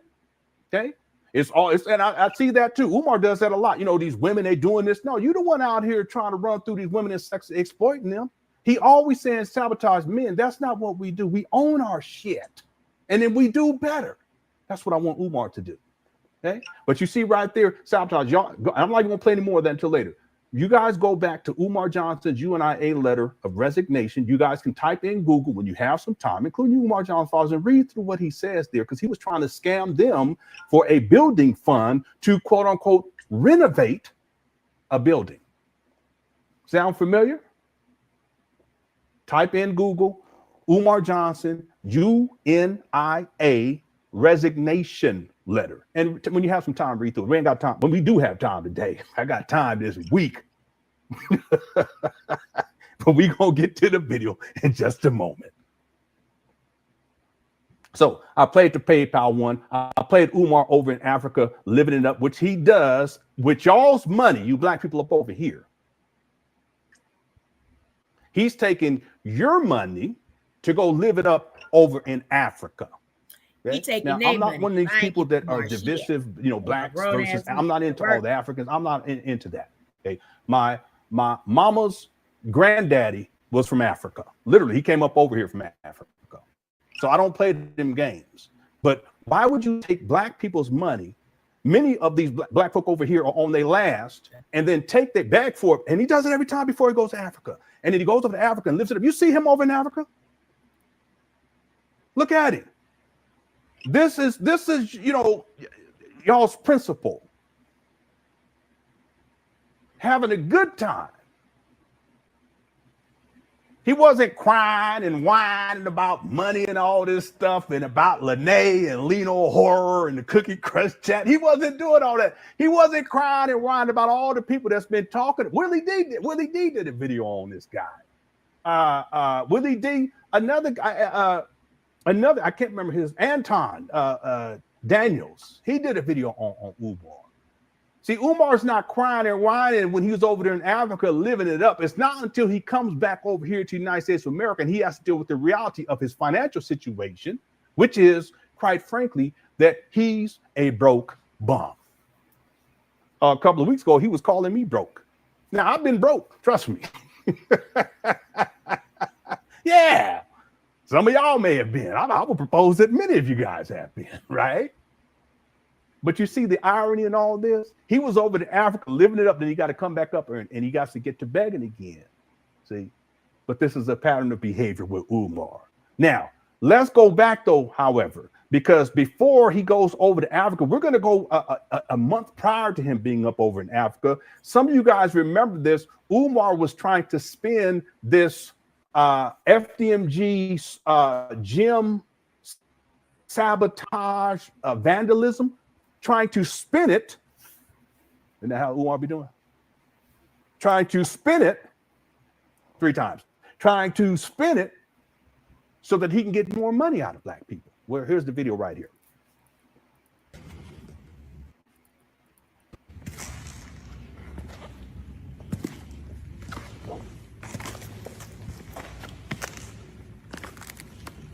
Oh yeah, just set up there, buddy.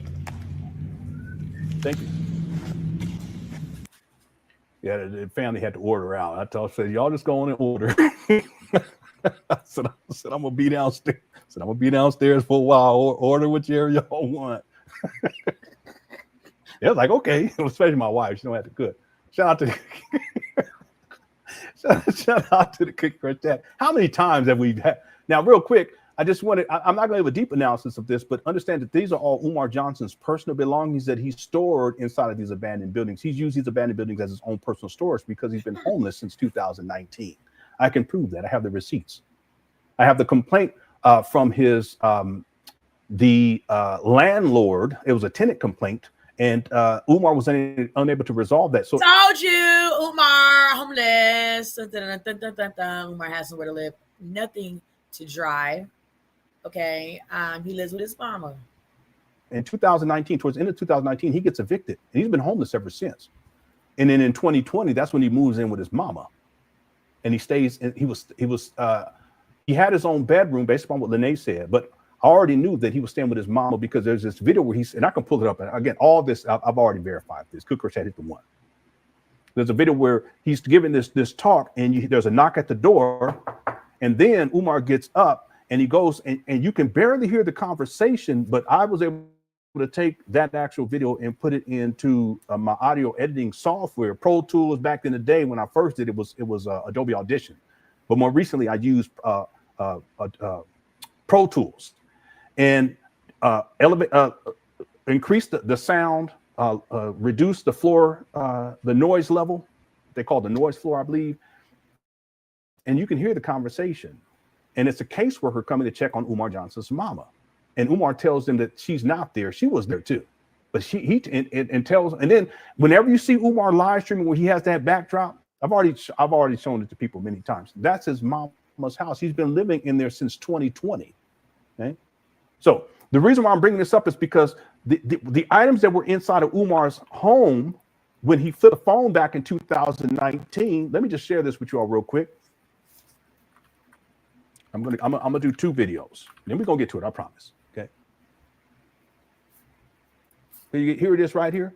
This was Umar Johnson's actual residence prior to getting evicted at the end of 2019. Here you go. Strong alpha male, send those resumes in. FDMG resumes at gmail.com. FDMG resumes at gmail.com. FDMG resumes at gmail.com is what we're looking for. My thing is what happened? I'm in the process of relocating to Wilmington, Delaware. So he never moved to Wilmington, Delaware. He ended up moving. He gets evicted from this place, then he moves in with his mother the following year, which would have been in 2020. But he starts lying right away. That's what Umar does. He's a pathological liar. Apartment is a mess right now. Y'all don't need to. He's trying to say that the reason why his apartment looks like that is because he's in the process of moving. Okay, first of all, it looks like that because Umar's filthy. I'm not saying it to be mean spirited. He is. He's filthy, and he's a hoarder. Okay. As a matter of fact, I'm gonna prove that in just a moment. Okay. Well, he's already proven that in this video, but I'm gonna prove the hoarding part in just a moment. See all that. I'm in the process of relocating to Wilmington. Pictures and stuff back there, African artifacts. There's a bookshelf back there. It's like grayish color. Delaware. I'm in the process of relocating to Wilmington, Delaware. I'm in the process of relocating. What's up, guys? Little Princess. Thanks for being here. I appreciate you. All right, real quick, let me just show you guys something. He accidentally flips his phone. Resumes. Yeah, you see all this filth right here? Okay, he's filthy, and he's a hoarder. Look at that TV, the big back TV up over there in the corner. Watch. At gmail.com. See it back there? Okay, keep that in mind. That's that big back TV. DMG resumes. Oh, shit. Look at this. I mean, it's packed all the way to the walls. And what Umar has done is with these abandoned buildings in Wilmington, Delaware, the other side of the street, he's taken a lot of his personal belongings and he stored it over there. In fact, the small gym, he doesn't show it anymore. It's like a hoarder situation in there, the small gym. Okay, he had his personal belongings inside of the large gym. Gmail. And a lot of it is this stuff from 2019 that he brought over when he gets evicted, and he just takes it over to these abandoned buildings. Okay, he's been homeless since 2019. .com is what we. Okay, so I just want to play that for you guys to see. He flips his phone, and then what we find is that by 2020, Umar he's live streaming inside his mama's closet. Okay, and that's Medusa going once, Red Medusa going twice, Red Medusa going once, Red Medusa going twice. I want to speak on this. Okay, Dr. Umar is as big as like an Anton Daniels, a Nino Brown talking ass nigga, right? To where you would think that he would have a studio where he went live and just brought himself to us and talked that shit that he talks on the podcast and, about life, love, and living. You would think this nigga's in a closet at his mama's house. This is fucking acceptable.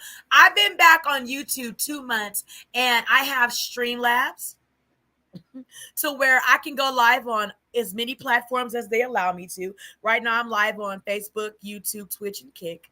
Okay, I don't know why my Instagram, but I got my Instagram in there. It's just not connecting. I don't know. And 5 years ago when I used to go live on YouTube and stuff, I had a little area in my house where I carved it out as a studio.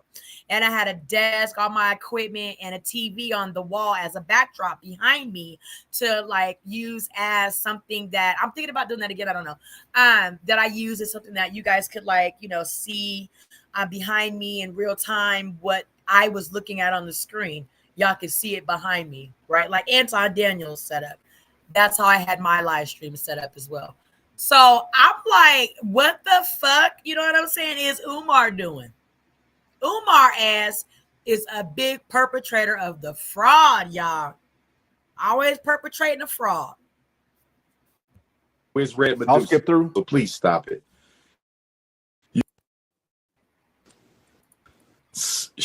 It take too long. How do I feel about the attempt to burn down Martin Luther King house? I mean, I'm not mad at people that start off in closets, but Umar ain't starting off. Umar has been doing this for decades, like at least a decade or more. He should be somewhere set up in a house, bitch, with properties he owns, like Anton Daniels, like Nino fucking Brown, like motherfucking Funky Dineva, with a little studio. A studio. You know what I'm saying? Like, what the fuck is this? You in a linen closet at that. You ain't even in no walk-in closet. Because I've had closets that you could walk in. I could have made a studio out of that. However, I had more clothes and shoes than I had space to fit a desk and stuff. And I refused to lose. So I didn't get rid of my stack. But I still found a nook where I carved it out to be my streaming area. Okay, and I still have one. Like I stream from all over the place. So I could be on the balcony. I could be at my my makeup desk. I'm on my bed right now. But I just moved. So I used my last desk that I had in my bedroom as a desk on my balcony because it's like a cute balcony piece. So I'm waiting on my new desk to come from my bedroom here in the next couple of days or whatever. I'm going to set up and stream there. If I get uncomfortable, I'm going to get back on my bed. But not for nothing. It's just like, oh my God, Umar's in a fucking linen closet. The same way about that as I felt about the woman who stabbed Martin Luther King in Harlem at the book signing. And I think either they was MK Ultra projects, government robots, human robots, a real person who's been psychologically programmed to destroy their own community. I think that was the case. Or she was just a mentally ill sister, one or the other. But it's just sad because... So did you hear about they had burned down another one of his houses earlier this year around March? I didn't hear about that. Let me skip through. She said, Dr. Here we go. All right, now be blessed. He accidentally flipped his phone again. He's a hoarder. It's filthy. Look at the walls, dirty too. See this? There's a sack of potatoes. I kid you guys not. Now we got 3,715 people here. Shout out to everyone, okay, including you, Umar Johnson. I got love for y'all too. Okay? We've all been deceived. I've been deceived too. So no disrespect. It's all love. He got a sack of potatoes in there. Real talk. That's crazy.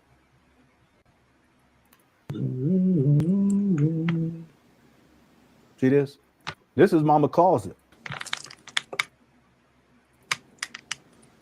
Okay, now look in the background. You see he has has these little drapes. One is of Marcus Garvey, but behind that you see the drapes where it's like little black stars, tie-dye type. Okay, this is his mama's closet. As a matter of fact, let me see if I can pull this video up. It's the chair video. The first time we found this out to be true, and I talked about it earlier, where Umar, oh, well, let me do this. Okay, hold on one second. Where Umar, I got to take, here, hold on one second. Let me just go ahead and go back and let this play. Let me You're going to rebuild. Wow, I wasn't even aware of that. Yeah, conspiracy to destroy Dr. King. Yeah, they're trying to erase the history, Dr. Umar. But you keep doing your thing, Dr. Umar. You I'm definitely gonna do got a that. lot of good followers out here. Good people. Appreciate you, my brother. I appreciate you. All right, now be blessed.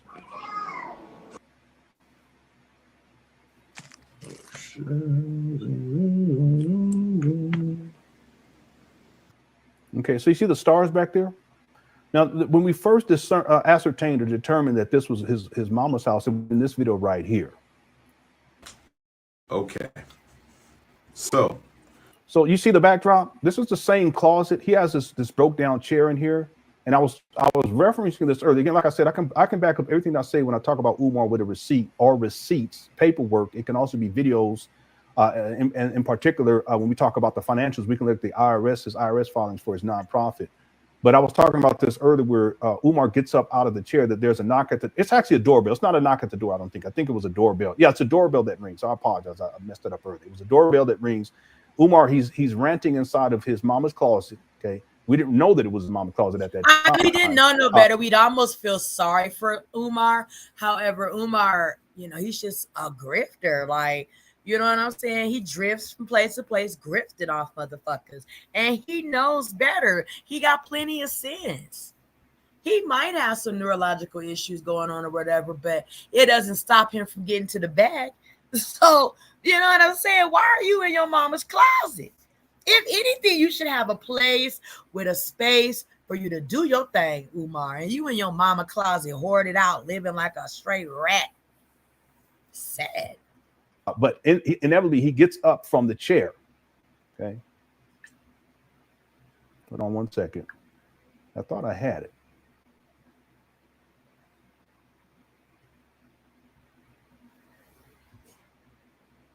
He gets up from the chair and then he answers the door and he has this conversation. Now, you won't be able to hear it, but I just want you guys to see this backdrop. Anytime you see Umar with this backdrop, there's other backdrops too, where you can see that there's these pink, yellow lace, red lace curtains. That's his mama's closet. But he gets up, he has this conversation. You won't be able to hear it inside of this video. But you can kind of hear it. You can kind of hear it. Okay? And I can play the video where I've adjusted the audio, but I'm not going to do that here. But he comes back and he sits down. See, when he goes to talk, when he gets up out of his chair, that's when he's talking to the caseworker, and the caseworker is asking about. They're doing like a wellness check on his mother. Chair. Okay, and look at this chair that the prince is sitting in.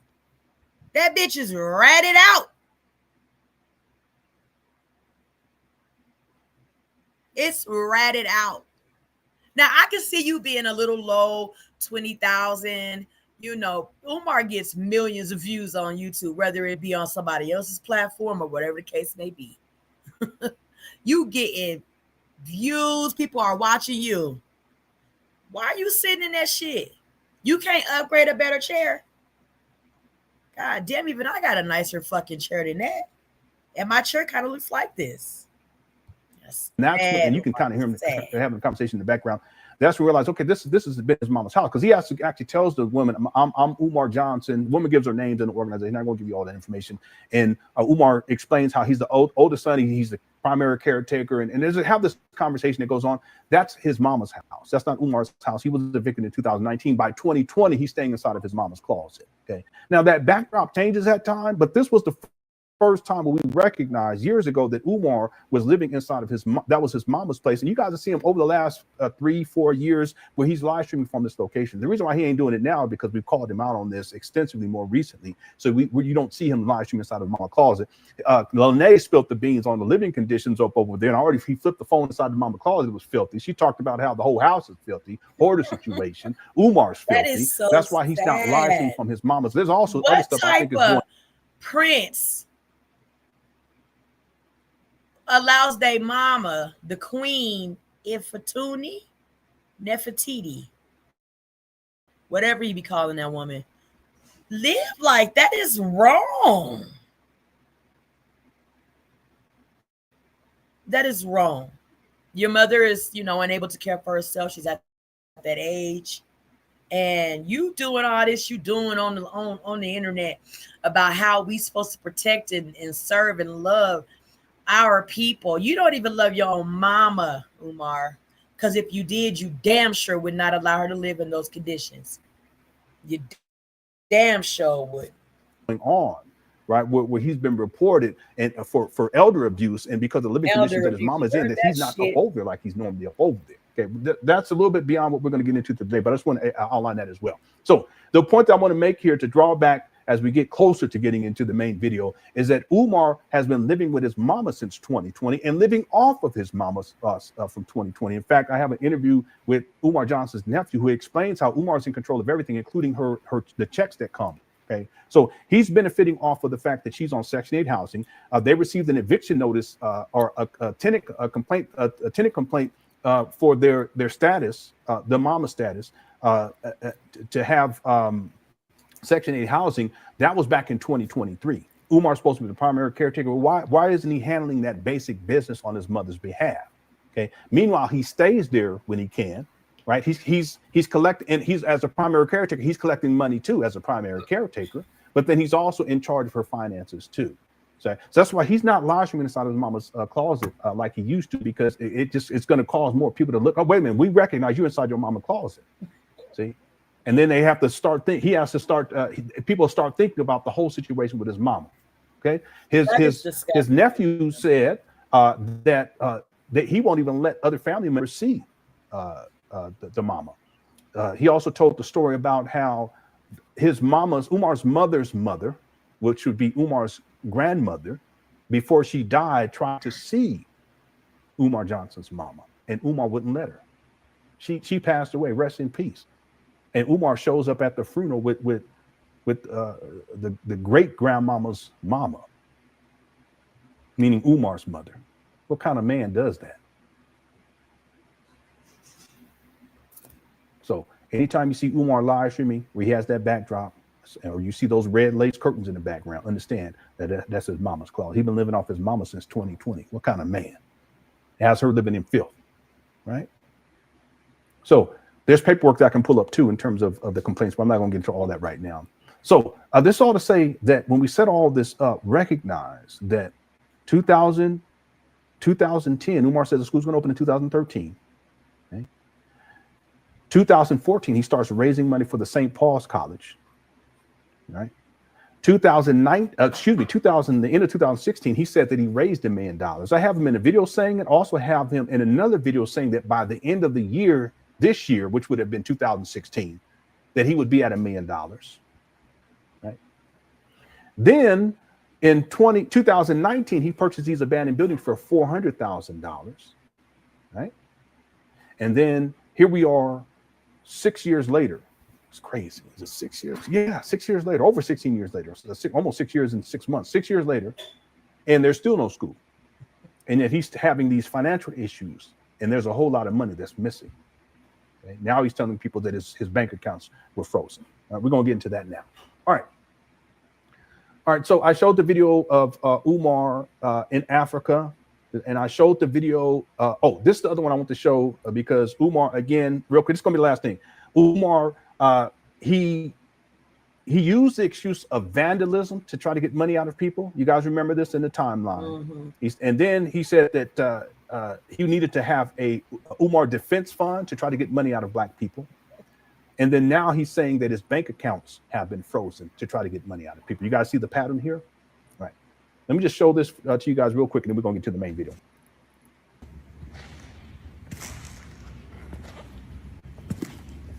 By the way, if you look at this carefully, you can see that this vandalism was done a long time ago because there's like a film of dust on top of the paint. So it has been sitting like this for a very long time. Don't miss a fucking thing, nigga. He should have been an analyst for the feds and some shit. He don't miss nothing. Nothing. He fine-tooth combs Lenin's head, or Umar's head, okay? He said that if you can notice. There is a film from time settling on this shit. This ain't just happened. This happened a while ago. I be loving it. Lennon, get into Lennon. If you really want to know the crooks and crevices of fucking Umar, dig Lennon shit. Lennon shit is the shit to dig up on fucking Umar. Umar is a whole mess out here in these streets. And it's just what it is. Like Umar, he set himself up to be a public figure. You see what I'm saying? Where he's going all around and he's looking to encourage and it's one thing to have a past and, learn from it and walk in a walk to where you can empower and uplift others. I do it. Other people do it. You know what I mean? Because I don't want people to make the same mistakes that I did or unfortunately get wrapped up in a situation where you could be avoided, whether it's your parents, your cousin, your grand, any fucking body. You know what I'm saying? That's somewhere not really treating you as accordingly as you should in life. And then unfortunate situations occur to you. I want you to learn from situations and experiences and stuff and see where there are other opportunities and availabilities for your life that you will have a better affordability at living. Okay, quality of life type shit. Umar ain't doing that. Umar is pretending to do that for us and then stepping outside and, he's gorilla pimping on life type attitude. You know what I mean? So that's just not okay. That's just not okay. Umar tried to act like this was recent. No, this wasn't recent. Okay, he posted this June 14th, which was about a month, 5 weeks ago. No, this damage has been done for years. They almost at 4,000 people. Lennon said this has been going on for years, Barasaka. Fuck you, Barasaka. This shit got gremlins living in it. It's been sitting here so long. This had been sitting for many years, but he pulls it out because he needs money to go to Africa. So he pulls it out the woodworks. See, he does this over and over again. He's a pathological liar. It's all about getting money out of people, Black people in particular. Notice these are books. These are his personal items. Remember I talked about the bookshelf? Umar knows how to, appeal to the Black experience. You know what I'm saying? He knows that we're hurt. He knows that we're impoverished. He knows that we are minority. He knows that we come from slavery. He knows this. He's Black. You know what I'm saying? So he panders off of our hurt and pain of us being oppressed and they always got their foot on our neck, and they still do in 2025. However, I'm not uprising. I may grand rise on your ass every morning, but I'm not upright. I don't say grand rising, but I do get up grand, thank God, and rise to the fucking occasion of my life every goddamn day. But I'm not uprising on shit. I'm not doing it. I'm not marching. I'm not getting shot. I'm not getting bit by dogs. I'm not getting hoes. My, ancestors have already done that so that I can live in somewhat of a better, societal culture today than I would if I were been born in their times, right? So that's how I look at it. I will fight for the equalities and injustices that, really do matter for the survival of our lives out here in America, but I don't do it in those ways. Okay. Like I vote, I talk, understanding and empowering on issues and matters that matter to us. Right. I get out and talk. We, have little, walks and things like that, like not a protest, but like a walk for, justice and equality of certain situations, right? I do all types of stuff. We do what are you like when petitions, right? All of that, you know what I'm saying? Raise money for a cause. Somebody then got run over by the police, raise money for their hospital bill. You see what I'm saying? But all of that killing each other, I'm not doing any of that. I'm not going out and I'm not getting killed because Ray was down there and he got killed by the police because he was riding and goddamn it, he looks suspicious. We all look suspicious in this country if you're a minority. I don't give a damn who you are. You could be Samuel L. Jackson and you in the wrong neighborhood. They're gonna be like, who is that suspicious Negro? You see what I'm saying? So it's unfortunate it happens. However, that's when you get on the, police commissioners of your city and start talking to them and keep pressure on them in that way. But I'm not uprising on the Caucasian community to get myself murdered. That serves no purpose for the rest of my lineage that needs me. Thank you very much. Video where he flipped his phone at his residence, the last time he had a residence back in 2019. Okay, these are the same belongings. These suitcases, these are all Umar Johnson's belongings. It has nothing to do with black boys. There's that gray bookshelf back there. Lennon said this is all Umar shit that's inside of the school that supposedly got vandalized. He said this is all Umar's.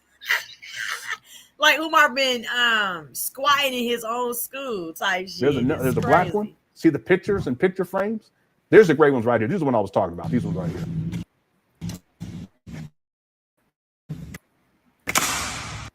You see the dust? Okay, this stuff has been sitting in here for a very long time. See, Umar, but he wants to bring it out this year. But this has been sitting in here for years. It has to be years with this amount of dust that's accumulated on top of the items that are on the ground already, that on top of the paint that's on the ground and on other things as well. Okay. See, look way back in the back, all that trash and filth. That wasn't there. I can put the video where Umar first showed the interior of these buildings, in particular of this large gym. None of this stuff was in there. And there's trash and filth all lined up against the wall way back in the background. You guys look carefully. See this? See how there's a film of dust on top of the paint? All this damage was done many years ago.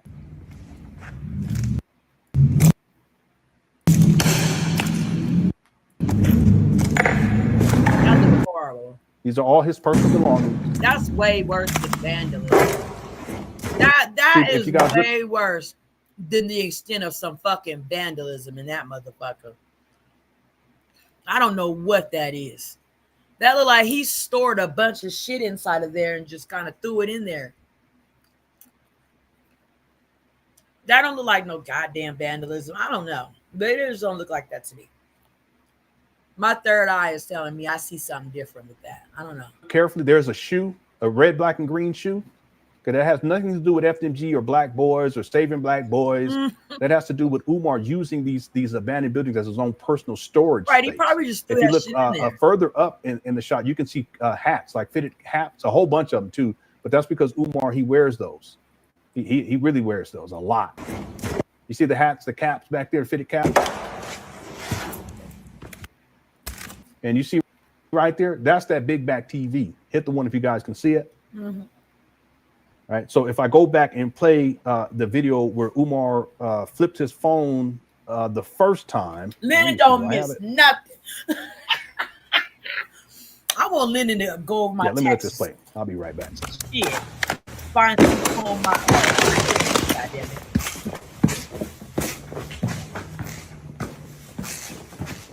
You don't miss nothing.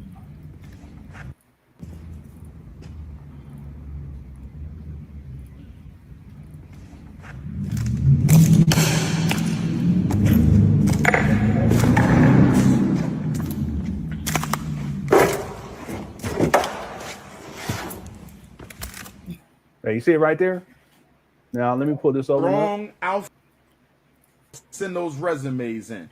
FDMGresumes@gmail.com. FDMGresumes. Oh, he a at grifter. gmail.com. FD. What you take? See it Look over, at the see there in the TV. background?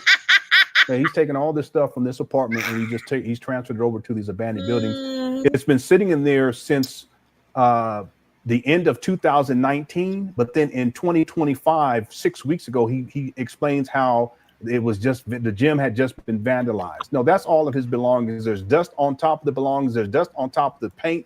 That vandalism took place a long time ago. So the question becomes, why did Umar do that? Well, he did that because he had to go over to Africa, so he was the one to beg for money. Whoa!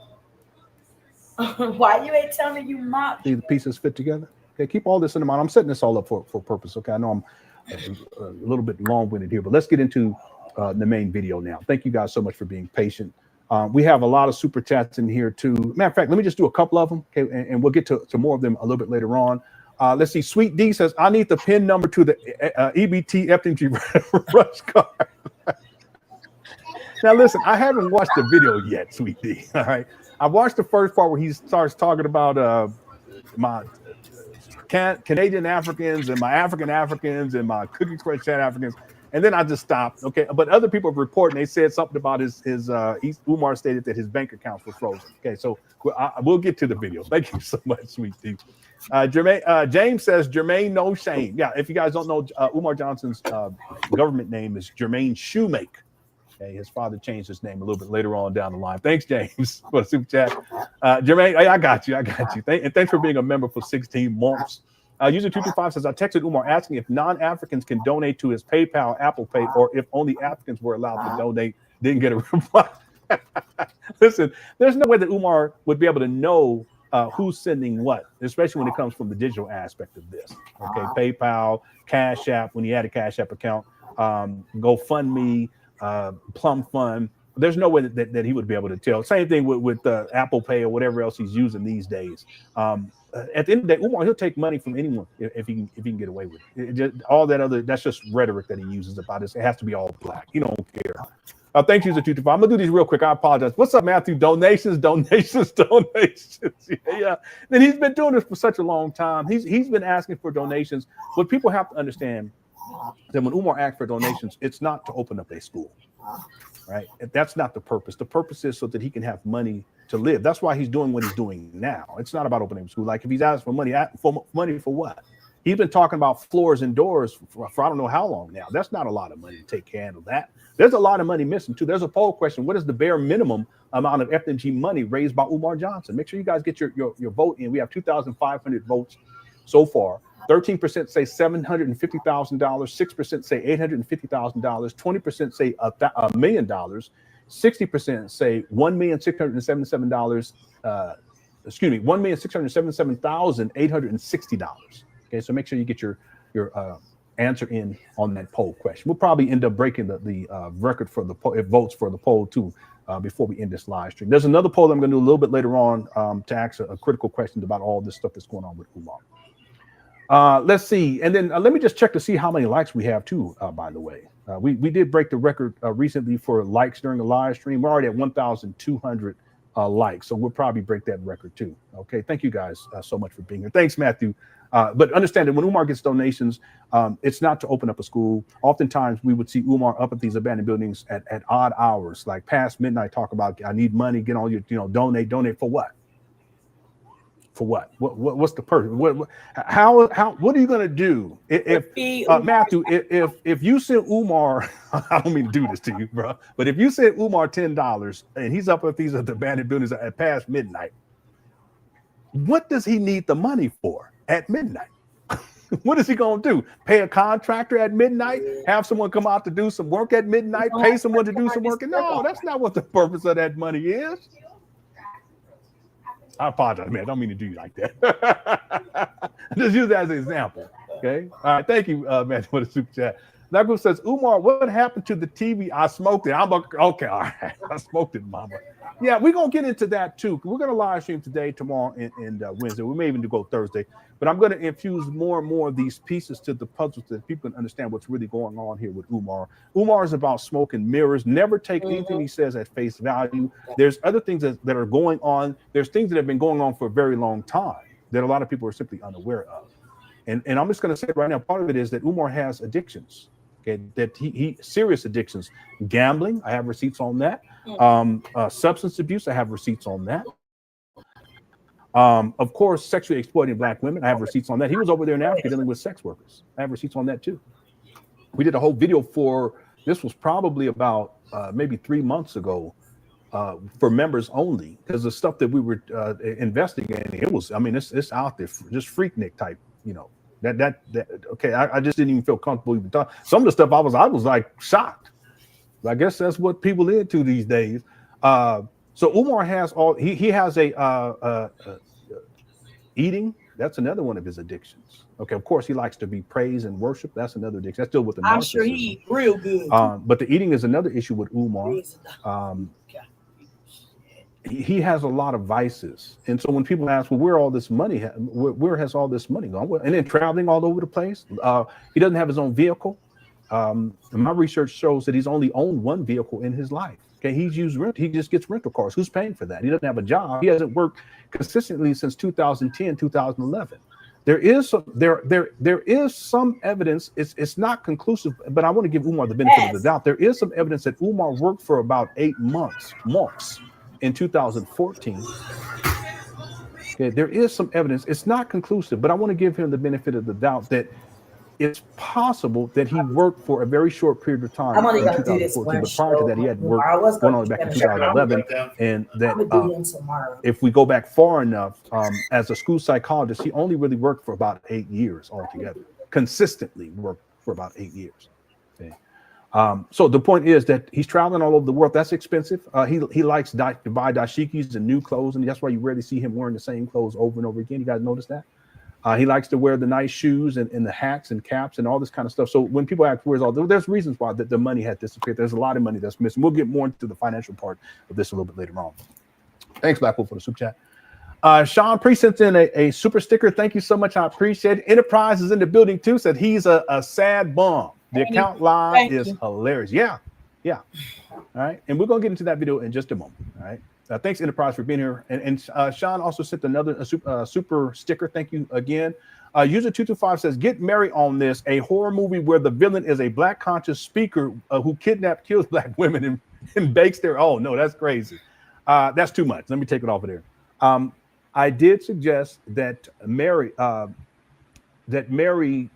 do another movie, and it'd be about her experience with Umar. That's what I suggested to her after I interviewed her. And you guys haven't checked out that interview. I interviewed Renee. I also interviewed Mary Ann. If you guys haven't checked that out, make sure you check that out when you have some time. Very important information. I watched that. Okay, get into Landon. I'm telling you, he is the digs on Umar. I watched the interview he did with a lady. She's a indie filmmaker. Pretty dope. Okay, she was wanting to do a movie with Umar, and they did the movie, and Umar tried to con her. He tried to scam her. Like, he wouldn't sign the contract for her to release the movie without his permission and all this and that, and he took her through some shit. I deal with Umar first-hand accounts. It's all verified. I've sent all the receipts. They've sent me all kinds of receipts. She did a movie for Umar, and Umar was the main actor. It was called Awaken. Okay, we've covered the trailer. Well, we was clowning Umar in that throughout. Okay, I had to talk with Marianne about that. So listen, we clowned him on that. Okay, she was like, well, and I said, I assumed that you was a Umar Johnson. You know, and she said, well, that's okay, because the point is that what I did after I interviewed her was I said, first I took the video down. I said, are you sure you want me to actually release this? And you guys remember, I took it, I made it private.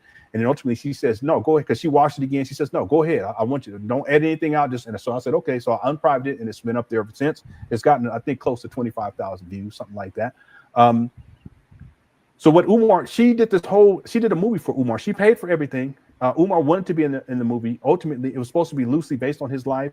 Umar, ultimately, he schemed and scammed, and he was from the beginning to try to get that intellectual property so that he has ownership of it, okay, even though it was her intellectual property.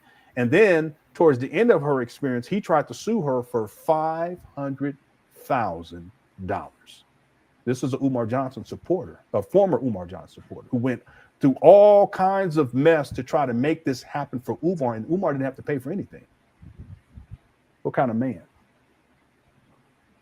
She called him a financial rapist. He is. That's what he is. And he's been raping the black community for money and begging over and over and over again. And now he's doing it to this day. But he tried to sue one of his supporters who put together a movie for this guy.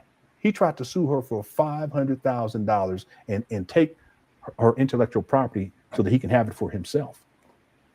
Okay, I have the interview. Check it out when you guys have some time. It goes to show you what type of person we're dealing with here. But what I suggested was that for her to do a film on her experience dealing with Umar. Okay. Now, if she does it, okay, we will support it for sure. All right. Okay. Black Wolf gifted a membership. Thank you so much. I'm going to do 3 more super chats, and then we're going to get, and then I'll come back to get to some more of these. So Black Wolf, gifted a membership. Whoever received that membership, make sure you thank Black Wolf. Thank you, Black Wolf. I appreciate it. Sean Priest says, new here, need a hoodie that reads "Hit the One." I've been saying I'm going to do merch for a long time. I haven't gotten around to doing it. I probably should do it. People have been asking for it for years. Okay. Thanks, Sean Priest. Then I would have Cookie Crush chat merch, you know. Hit the one. All right. Thanks, Sean Priest, for the super chat. And then Black Wolf says, Lennon, don't be so humble. You are a big hitter, brother. Okay. You've been the most consistent, showing nothing but the truth about Umar's whole scam. Yeah, I appreciate that. But I always give props to people because not everyone talks about Umar consistently. But there are some people who are big hitters who have more recently, they've taken the time, and I appreciate it to talk about Umar. And it's important, you know. In fact, before, and it's going to be the last thing, and then we're going to get to the video for sure. I want to read you guys a message that was posted, and I think it was posted on my YouTube page today. I want to read this, and then for sure, I promise we're going to get to the main video. Okay, so this was from. Oh, it's not coming up. I might have to find it. I thought I had. Oh, here it is, right here. Yeah, this is from today. Okay, I'm not going to read the person's name, but this was from today. They said, it's sort of backwards to question why someone would expose a con artist, liar, thief, and a predator. We have a responsibility to protect the community, particularly women and children. Umar's behavior is actually hurting people. So come on now. And that's real talk. Okay? And I could give more commentary on that, but I'll leave that right there. All right, thanks, Blackfoot, for super chat. Okay, I'm going to come back to these other super chats a little bit later on. There's a whole bunch of them in there. I'll probably break the record for super chats too today. And I want to thank everyone who sent the super chats. Normally I get to them right away, but let's get into the video for today. Okay, so this is a video that posted 3 days ago, July 25th of 2025. And right away, I want to just outline something, and that is the fact that Umar. No, let me ask you the question. I'll ask you guys the question. Peace and pan-Africanism. Peace and. Okay, where is Umar at this time? Quick question. Where is Umar at this time? Is he inside of FDMG? Is he inside of his office? Has anyone ever seen Umar in an office? Again, he claims to be a school psychologist, a most requested scholar. He claims to be all this and all that. And he's doing these evaluations. In 2025, he's still saying these things. Okay. Where's Umar at? Yeah, he's in a rental car, as usual. He in a rental. He in a car. Now, we will see Umar inside of hotels and motels, okay? Right? From time to time. He ain't got the money right now. I already told people. I done told people. I done told people. I don't mean to be like that, but I done told people hit the one. Listen, I don't mean it, but Black Wolf, you right. I should take a little credit on this. I already done told people. He in the car bando. Okay? I told people when he can't stay with his mama, because he's not supposed to be living there. It's Section 8 housing. And he's primary caretaker, and he getting paid for it. And then he's also in control of his mama's finances. And mind you, 2024, he said he raised $80,000 from FDMG donations. That is a lot of money, honey. The year prior, I can't remember. It was over 100,000. The year prior to that, I think it was 200,000. So how are you going to be standing in your mama closet like this, and you raising hundreds of thousands of dollars like that? Yeah, not recently. It was $200,000. I'm gonna play a video in just a little bit to get into the financial aspect. Crazy money. He's not supposed to be staying there, right? So Umar's been homeless, like I said, since 2019, and so that's why in 2019 you start seeing him up until towards the end of middle of 2020. You see him in hotels and motel rooms all the time, and then you start in rental cars, and it's been like that ever since. And then now you see him, or at least more recently, since 2020 up until 2025. You see him live streaming inside his mama closet, but you will see him consistently live streaming inside of his rental car. See, he ain't got money right now. He was living it up over in Africa on black people's dime. I'm talking about African American folk up over here, black folk, black people up over here on y'all's money, over in Africa, living it up, spending it up, living good, looking like a military goofy. See this? Having a good time. But see, then he has to come back home to the United States of America and deal with the reality of his situation. He's right back inside the rental car, looking bummy too. By the way, what do we see here? Umar's looking disheveled. See this? The question is why? Hey, let me break something down for you all. And then I promise we're going to keep going. We normally see Umar in three phases. Okay, I don't mean to throw up no signs. I apologize. Okay, we see Umar in three phases. We see Umar when he's normal, meaning he's not high. We see Umar when he's high, and we see Umar when he's fiending.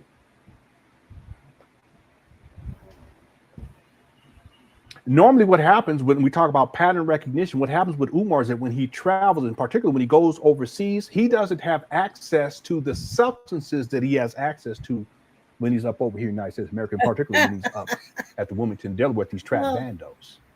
Wow. And the plug be coming through there. I have that video too. Again, I have the receipts on all of this. I have videos where Umar's talking about getting the drug paraphernalia. He doesn't know that he's live streaming though, but he's talking about getting the drug. This is with Brother Manny, rest in peace. He's asking Brother Manny, did you get what we was burning up in there? What's she hollering for? I have video where Umar, he's talking to this lady and he goes, let me go turn his heat down. He steps off and you hear him. He takes a snort and then comes back and doing like this. I know what time it is. Shut it up. That video where Umar says that he gets high at his shrine.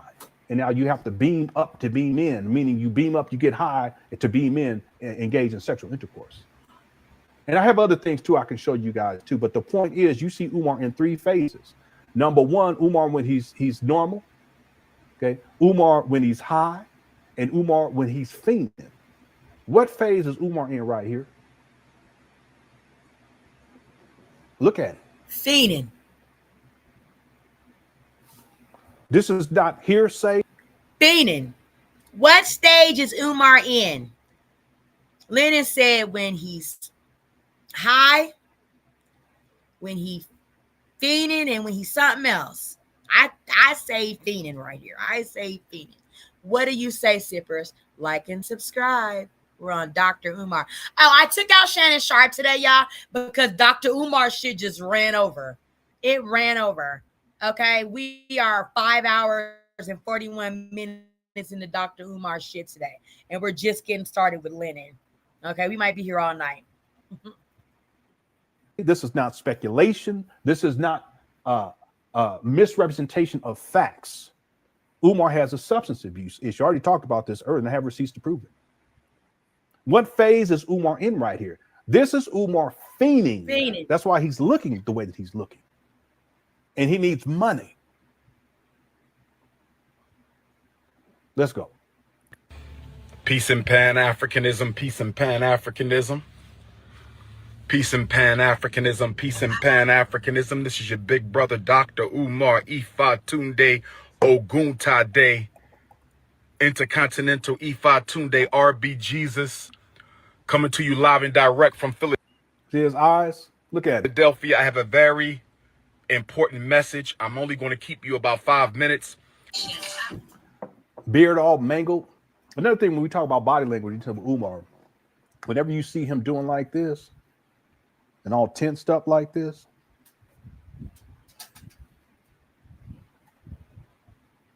he's fiending. I have a very important message. I'm only going to keep you about 5 minutes. Peace and Pan-Africanism to my continental African. Wow. Boy, we blew the record. I mean, we have 4,530 people in the building. Thank you guys so much for tuning on, including you, Umar John's followers. I don't have any animosity towards you all whatsoever. Okay. Like I said before, we've all been fooled. I've been fooled too. Okay, but the truth is the truth. Okay. I've not lied on Umar not one time. He's lied on me many times. His followers, some of his followers, they've gone through extreme measures to lie. It just came to mind. One of his followers actually not one of my former residences, okay, contacted the landlord and was trying to get my family evicted for no good reason. I have the audio of. Do you guys know that? I never shared that with people. I have the actual audio, and you guys, if I played it for you guys, will know who it is right away. And then I looked up the phone number because the landlord is a close friend of mine. And he said, listen, I got this message, and I said, okay, what's the phone number? What's the area? Gave me the area. I looked at the area code, and if I told you guys that, many of you guys would know who that person is too.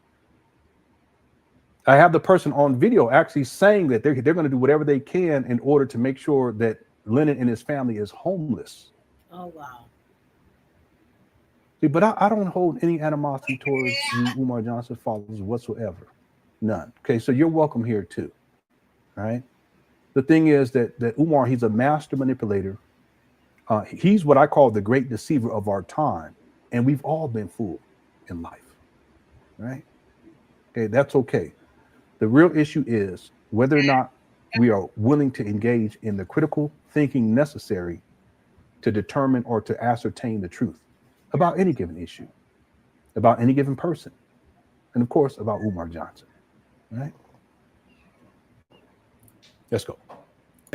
Peace and Pan-Africanism to my Australian Africans. Peace and Pan-Africanism to my Caribbean Africans. Peace and Pan-Africanism to my Africans in Europe and Asia.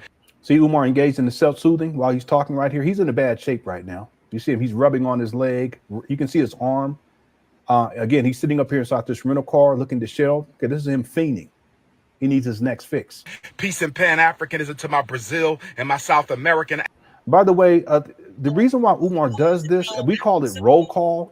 yeah, there it is. The reason why what's up, sports fans? The reason why Umar does roll call is because he's trying to galvanize his followers.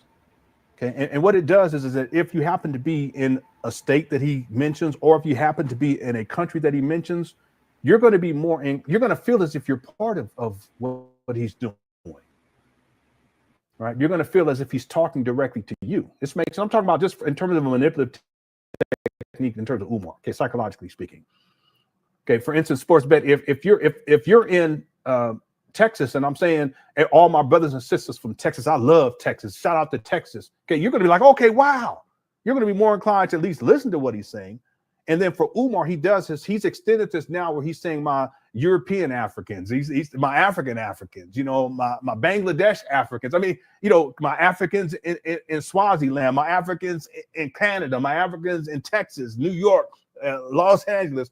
But that's just, he's trying to cast a large net to kind of get people engaged, because ultimately he's going to present to them a problem. And the problem, what he presents as a problem, he wants to turn and convert, because there's always conversion rate.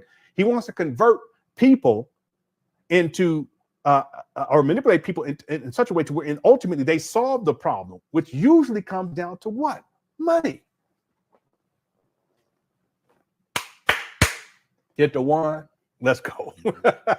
So that's why he does his roll call. And there's times where he'll do this for 2-3 minutes and he just keeps going. How's it going, Crystal? He just keeps going on and on and on. That's the hustle. Real talk. Yeah. It's a rally cry. Okay. It's manipulative though, because he's setting people up. Even this bank account situation, he already set that up. He already pulled that card. Y'all remember? It's called, I can't remember the term. If you can tell, like in boxing, they said, yeah, he telegraphed that or something like that. So I can't remember what it's called. But Umar he already set the story up. And we will get to that a little bit later on. You might know what that term is. I can't remember if it's telegraphed or something like that. It's like you show your hand before you set it up. You show your hand before you even do it. Right? Yeah, he's sneaky. Let's go. Africans, peace and Pan-Africanism to Panama and Costa Rica, my Central American Africans, peace and Pan-Africanism to my Canadian Africans, peace and Pan-Africanism to my New York, my Carolina, my Texas, my Phoenix, my Philly, my Jersey. Yeah, okay, it's telegraphing. Yeah, okay. Thank you, JCM. Yeah, he telegraphed that. My Maryland, my Baltimore, my Georgia, my Florida. What's up, Texas Diva? We have enough problems in Texas without Umar at it. We got enough problems everywhere, and these are some hard times. Y'all know what I'm saying? It's people. A lot of people struggling right now with how the economy is. Umar don't care. What has Umar given? When has Umar given? I'm not talking about words. I'm talking about when have you seen Umar give to black people? When have we seen Umar give to these black children? He don't even take care of his own kids. When we see Umar give to the people in Wilmington, Delaware, but he's collected so much money.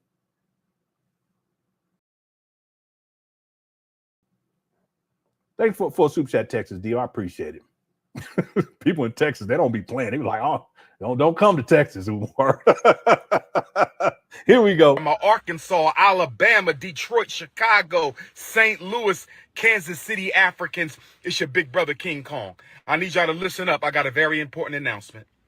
I need y'all. Yeah, we shouted the record. We got 4,771 people. Thank you all so much, everyone, for tuning on in. Also, we have got a lot of new subscribers, too. Thank you guys so much. Maybe one day, within the next 40 years, I'll get to 100,000 subscribers. Probably not, but we're going to see. Gotta listen up. I got a very important announcement. I'm only going to keep you a few minutes.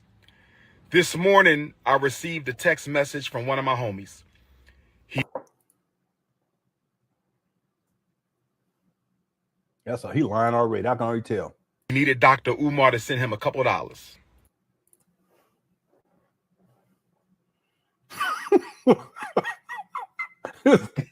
This guy don't stop. He don't stop. He lies so much. Let me translate this shit for you all.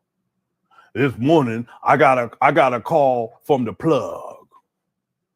He needed a couple of dollars.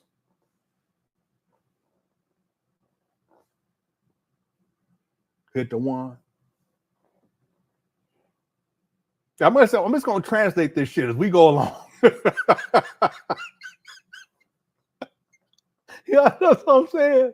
Umar don't never share nothing. He greedy. What he talking about? A few dollars. You know what I'm saying? But this is what I'm saying. This guy, he lies so much. He be making up all kind of, and I listen, this is a plug situation. That's why Umar up in his rental car looking bummy like this. Umar's people probably already know. You know, people that may know him know he ain't finna do nothing for nobody. He ain't doing nothing for his mom. Who calling Umar for real for some money besides his kids? And I think they gave up. He's fainting right now. Let's go. This morning, I received a text message from one of my homies. He needed Dr. Umar to send him a couple dollars. What in the world? Umar, you crazy. Let's go. I logged into my account just to check my balance because I haven't. Wait a minute. If he just need a couple of dollars, why you got to log into your account? What? Wait a minute. And if he just need a couple of dollars, just go into your wallet or your pocketbook, whatever you got, Umar. Because I see one time you had a little man purse one time. Hit the one. He was in a hotel room with this little man purse, and he just walked over to the bed, opened it up, and just flung out all this stuff. All kind of shit flew out. For Legos, I said, what? He had Legos falling all out. The little Matchbox cars and Pokemon cards, and just all on the bed. It all fell out. Anyway. Yeah, you're right about that. What's up, Kimmy Kim?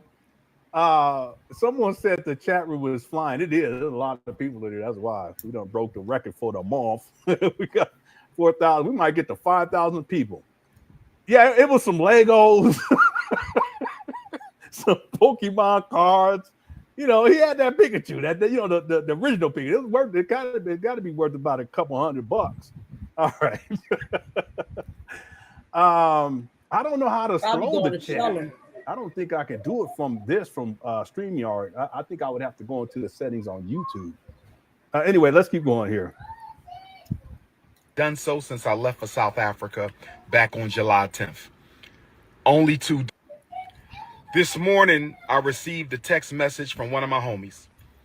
He needed Dr. Umar to send him a couple dollars. This morning, I received a text message from one of my homies. He needed Dr. Umar to send him a couple dollars. I logged into my account just to check my balance because I haven't done so since I left for South Africa back on July 10th. Okay, so he didn't check his account from July 10th until the 25th. So for 2 weeks, he didn't check his account. That doesn't sound reasonable either. Only to discover that I could not log into my account. And what account is he talking about? His own personal account? Because it should be separate from the FMG account, right? I cannot log into my account. Why wouldn't you be able to log into your account, Umar? That don't even make no sense. So then I called the bank. Oh wow, we got the big hit in the building. Look, everybody, shout out to Pocket Watch with JT. Yeah, and thanks for the super chat too. That's all I was saying. There's big hitters who've been covering this, and I know Pocket Watch with JT did a video. I think it was yesterday. I didn't get a chance to watch it yet. Part of the reason I didn't watch people's. Well, I did. I watched one person's. I'll tell you guys who that is. I didn't want to watch people's analysis because I wanted to get my own personal take. And then over the next couple of days, I'll be looking at other people's stuff. But I'll check yours out too. And then so Tuesday, Wednesday, and probably Thursday too, we'll come back and then I'll have more from different perspectives. And Pocket Watch JT, he knows the financial aspect of all of this stuff. So I will check your video out. I'll probably do it. I'll do it before I do the live stream tomorrow. But there's other people, Information Man. The person that I actually watched their video, it's a brother named, he's from New York. I think he's from the Bronx or Brooklyn. His name is Doggy Diamonds. Okay, I watched his video, and the thing is, he didn't really talk much about Umar, the video that we're watching here, but he was just talking about Umar in general for the most part, and that was really, really good. Okay, that was really good. So I'm sure Pocket Watch is good. Pocket Watch with JT does fantastic work. So thank you so much, brother, for tuning on in, and thank you for the super chat as well. If you guys haven't checked out Pocket Watch JT, he's big time. Okay, so check him out when you get some time. Thanks, brother. I appreciate that. I'm honored that you're here. I really do. I really appreciate your presence. I mean that. Okay. All right. Let's get back to it. Yeah, there's a lot of videos I still got to watch, but I'll be doing that, and then I'll be bringing that information to you guys too. Pocket Watch JT, he knows especially the financial aspect of this. Okay, let's go. To find out what was going on, and the bank told me to enter my 16-digit card number. I did that. Wait, I don't understand this. Hold on, let me rewind this. This is making sense. I haven't done so since I left for South Africa back on July 10th. So he goes online. I'm going to assume that he checked his account online, right? Hold on. The text message from one of my homies. He needed Dr. Umar to send him a couple of dollars. This morning, I received a text message from one of my homies. He needed Dr. Umar to send him a couple of dollars. He lied. I logged into my account just to... Okay, if he logged in, we can assume that he's talking about on the internet. He logs into his account. Check my balance because I haven't done so since I left for South Africa back on July 10th. Only to discover that I could not log into my account. I cannot log into my account. So then I called the bank. Okay, so he calls the bank. All right. To find out what was going on. And the bank told me to enter my 16-digit card number. I did that. They told me they had no record of my account.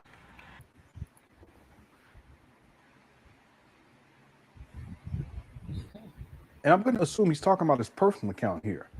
So let me do this. There is no record of his account. It just don't make no sense already. Hello. It don't make no sense already. Yeah, this chat room is I just posted. I can't even find my Coco Clever. I can't wait till I watch this rerun this. Check out this chat room. Bank of Pan-Africa. Boy, the Cookie Crush chat is wild. Okay. I just commented in here. I can't even find my comment that I posted, and it's supposed to be my chat room. This chat room is crazy. People done taken over. Y'all done took over the chat room. I can't even post to see my own comment. Let me try it again. One more time. Okay. So Umar is saying that what did he say? This is crazy. Here we go. They had no record of my account. Okay, no record of his account. I could not log into my account. So then I called the bank to find out what was going on. And the bank told me to enter my 16-digit card number. I did that. They told me they had no record of my account. They had no record of my account. The bank that I've been with since I was a teenager told me they had no record of my account. Since you were a teenager, okay. So then I called the bank. And the bank told me that my personal account as well as the independent Frederick Douglass Marcus Garvey Academy account. What? And what is he saying? This doesn't even make any sense. They had no record of my account. So then I called the bank. And the bank told me that my personal account, as well as the independent Frederick Douglass Marcus Garvey Academy account, have both been frozen. But you said that there's no record. How can an account be frozen if there's no record of the account? Hit the one. You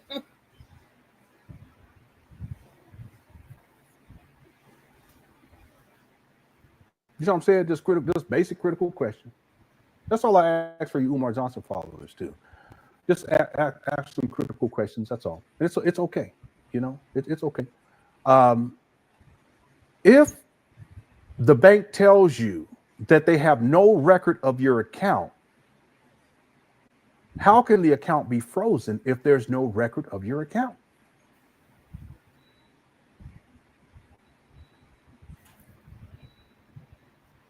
You can't have an account frozen if there is no record of the account, because if there's no record of the account, that means that the account does not exist. You cannot, therefore, freeze an account that does not exist.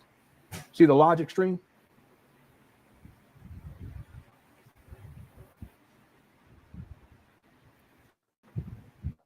Furthermore, we can extend this because it seems as if, and I'm not quite sure, okay, because obviously Umar's lying. Either they didn't tell him that the account that the bank had no record of this account, or they did tell him that, and he's lying about the accounts being frozen. It can't be both. If that makes sense, I hope it makes sense. Like I was saying, though, furthermore, we can extend this a little bit further, and we can say this also means that Umar is not just talking about his personal account. He's also talking about the FDMG account that he says is somehow independent. So what that means is that both of these accounts, his personal account and his so-called business account, were frozen, even though he also said that the bank said that there's no record of these accounts. Well, he actually said that account, which I'm going to assume that he's talking about his personal account, but we can extend this that perhaps he's saying that it's both accounts, that initially they told him that there was no record for both accounts, but then they told him that both accounts were frozen. But like I said, if the account was there was no record of it, that means that it did not exist. You can't freeze an account that does not exist. Okay.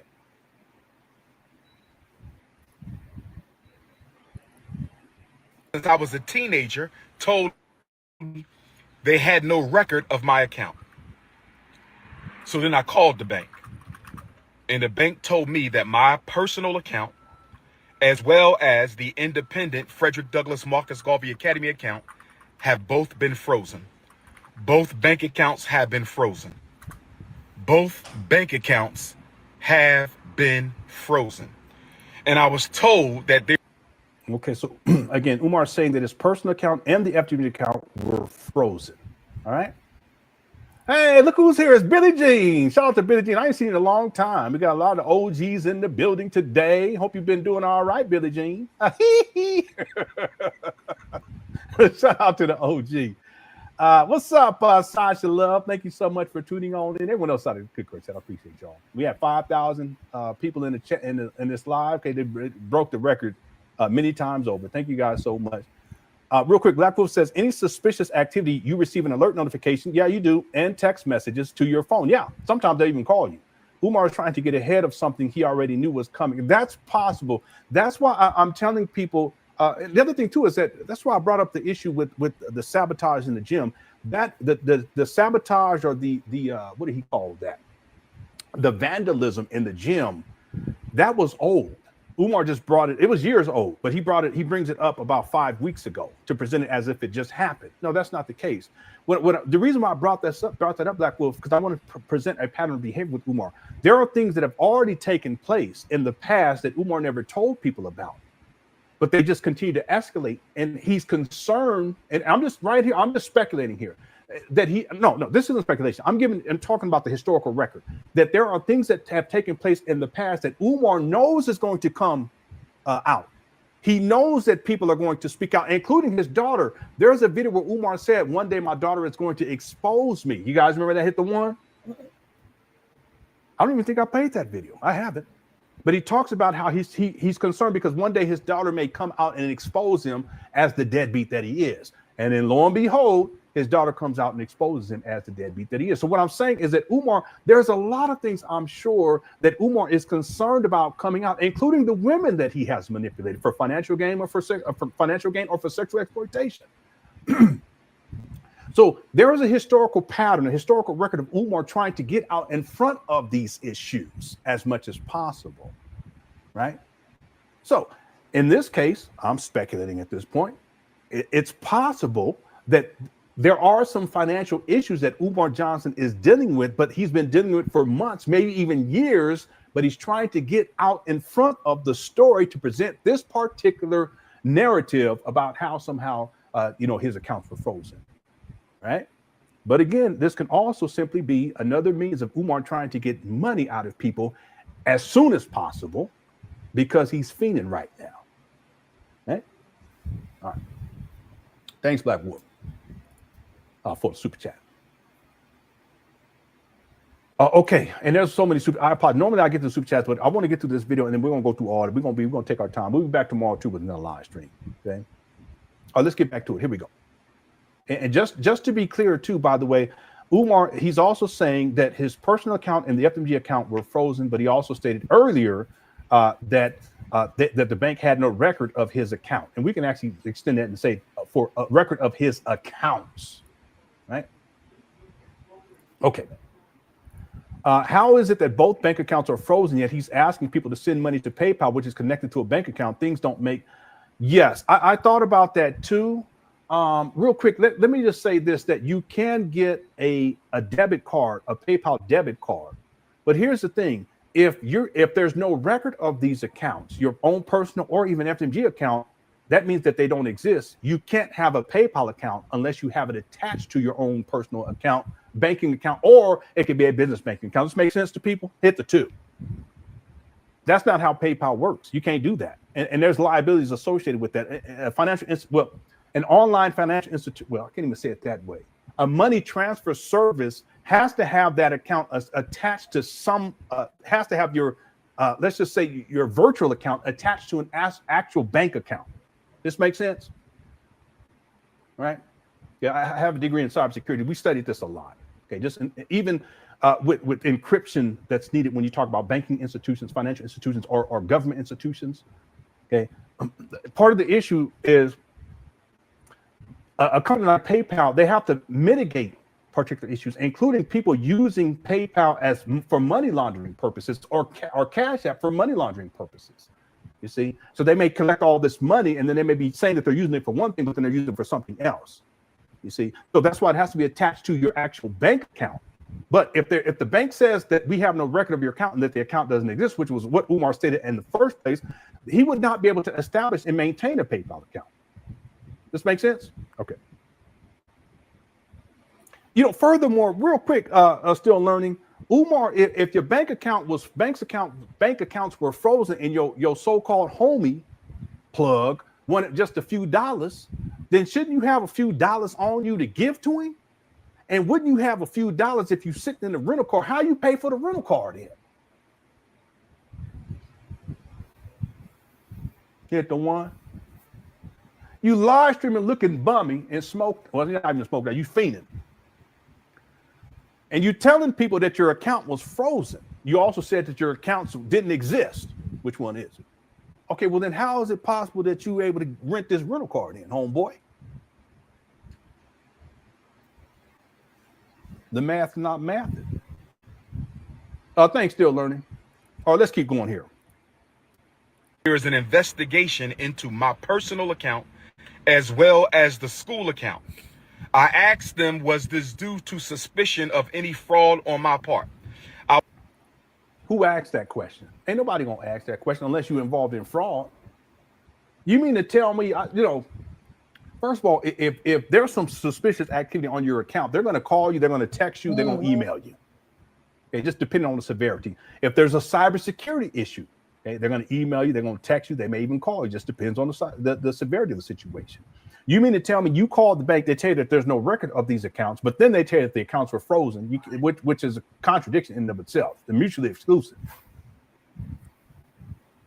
But then when you're talking to them, you say, well, is it the reason why they've been frozen is because of some sort of fraud on my part? Why would you even ask that question? That's what I'm saying. There may be issues that have been going on for quite some time dealing with fraud. I mean, we already know he's a fraudster anyway with these accounts, and that the bank is finally catching up to all this. It's possible. It's possible. And Umar wants to get out. He wants to paint this narrative, okay? Where ultimately he's going to present himself as the victim, right? Watch. I was told that there is an investigation into my personal account as well as the school account. I asked them, was this due to suspicion of any fraud on my part? I was told that it was not due to suspicion of any fraud on my part. That's a crazy question.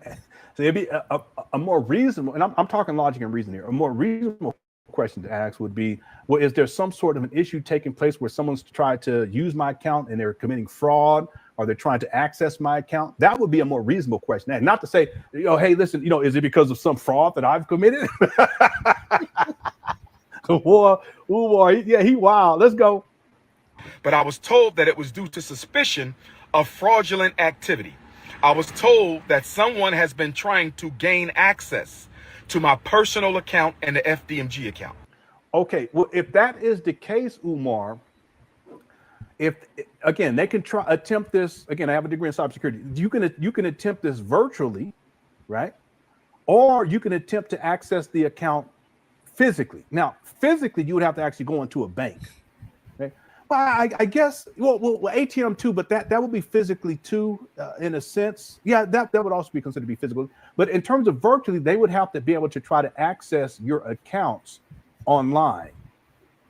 Okay. Now, there's all sorts of protocols that have to be followed in order to access an account, and there's encryption associated with all this too. So I'm not sure where Umar is going here with this, okay? Because if someone arbitrarily is trying to hack Umar's account, I'm just talking from a cybersecurity perspective, it don't even make sense. What, they're gonna do a brute force type of thing? It doesn't make any sense. The levels of encryption associated with banking institutions, it's incredible. It doesn't even make sense. It makes no sense. Now, I'm not sure if that's what Umar is alluding to here. We'll figure it out a little bit later on. Furthermore, if someone was trying to access his accounts in terms of physically and going into the bank, okay, well, then that wouldn't be smart to do because they would just get hemmed up and the police will be called. And this happens in banks from time to time. And that person they're going to jail and they may even go into prison. Okay, and if that's the case, Umar, where's the police report?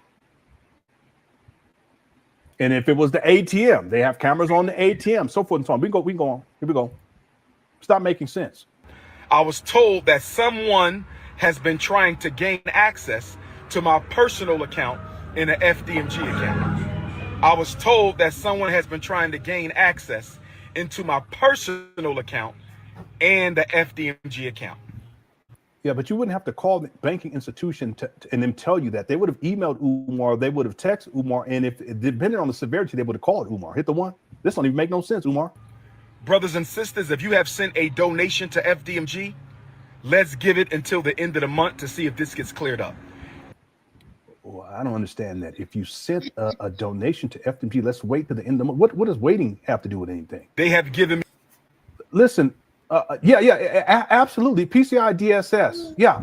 Listen, I did a whole paper on that. Yeah, I did a whole paper on this. It doesn't even, I know exactly what you're talking about. Okay. And just the encryption level alone. Now, I'm not sure if he's talking about from a cybersecurity. I don't know. We have to go a little bit deeper and see what he's actually trying to present here. It just doesn't make any sense. But PCI DSS, you guys can look that up yourself. I did a whole paper on that. I was proud of that paper. I got an A+. Yeah. Thanks for bringing that up. Absolutely. Okay, let's go. no definitive till the end of the month to see if this gets cleared up. They I have don't given me understand that. no definitive timeline as to when their investigation will conclude. No. Normally, a bank will wrap that up. It's not going to be extensive. Furthermore, you would still have access to the money because the money is insured. What they call that? We studied that too, FDIC or something like that. I can't remember. Someone in the chat room, if you know what I'm talking about, type it in there. But your money is insured. So what happens is that even if there's some sort of a fraud that's taking place, assuming that you're not the one committing fraud, Umar, which we know you have been with this FDG school scam, if we assume that someone else is trying to hack your account, what the bank will do will still allow you access. What they would do is just issue another card. Okay, in an extreme case, they would cancel the account and set you up another one. Okay, you would have to go in and do that. But in most cases, and this has happened to many of us. This has happened, right? This happened to me. What they'll do, they'll text you, they'll call you, they may even email you, and in some cases they want you to come in and make sure it's that the whatever transactions that you were the one, you say, yeah, that was me, or no, that wasn't me. And I say, okay, what we're going to do is we'll issue another card. Okay, here, I remember back in the day, I don't know if they still do this, but they will give you a temporary card. More recently, I think what they do is they just tell you, okay, well, what you in the next 3 days, we're going to mail you the official card, right? They just do it and just cut the other one up. It's just that simple. And the reason why is because your funds, they are whatever money you have in the bank, it's insured. Thank you. Against fraud. Right? So if someone goes into your account and they take out $5,000 or $10,000 or $50,000, it's insured. So once the bank recognizes that it wasn't you, and they would be able to determine that, especially if someone's trying to access your account, let's say virtually or otherwise, you would still have access to that $10,000, $20,000, $50,000. Thank you. Right? That's how that works. Didn't the tea sipper just confirm that a couple of hours ago? Right along now with Mr. Lennon Honor. Make sure you like and subscribe. We have deep dived into the brokey Dr. Umar. Like and subscribe. Umar? They have given me no definitive timeline as to when their investigation will conclude. If you have sent a check or money order donation to FDMG, let's wait until August the 1st. If you have sent a check or money order to FDMG, put a block on it and stop it and get your goddamn money back. August the 1st. There's something else is going on here. Something else is definitely going on here. Shout out to Lene. Done blew up Umar's spot. Yeah, it's called FDIC. That's what it's called. Swagonito. What's up? Yeah, I probably said something else. I probably said FDMG or something. I don't know. You know what I'm saying? No, it is. This is common. It happens. This happened to me. But Umar, he has to turn this into a whole other. Yeah, real quick. PCI DSS, or Payment Card Industry Data Security Standard, is a set of security standards designed to ensure that all companies that accept, process, store, or transmit credit card information maintain. Okay, I got you. You know, and there's all sorts of protocols dealing with this, including encryption. I remember when I was studying, they talked about data in storage. It has to be encrypted. Data that's being transmitted has to be encrypted, and then data that's received, it has to be received in an encryption form. There's decryption codes and all this other stuff. Key, what they call decryption keys. Anyway, PCI DSS. What Umar is saying, it makes no sense. That part, something else is going on. What I think, okay, based on what Umar is saying, something else is going on. I would propose that it's whatever it is, that it's been going on for a lot longer than what Umar is trying to say here. Okay. All right, let's keep on. Here we go. August and see if this situation has gotten cleared up. They told me they sent me a letter to this point on July the 10th. Okay, they sent you a letter on July the 10th. Yeah, but wouldn't that be prior to? This timeline don't make no sense. You were over in Africa on the 17th.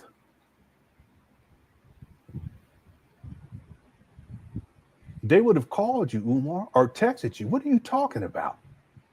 They're going to send they will send a letter, but they'll send you an email. You guys see this? This does not make, the timeline don't even make sense with what he's saying. Let me go back here. let's wait until August the 1st, Black August, and see if this situation has gotten cleared up. They told me they sent me a letter to this point on July the 10th, the day that I left for South Africa. I was told July the 10th that the timeline of suspicious activity was June 25th to July the 10th.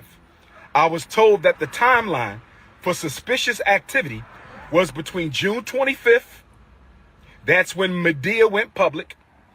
Ah, now I see what he's doing here. I see what he's doing here. He's trying to frame this around Lene. He's trying to frame Lene, try to say that somehow she has something to do with it. That's why I'm saying the timeline makes no sense.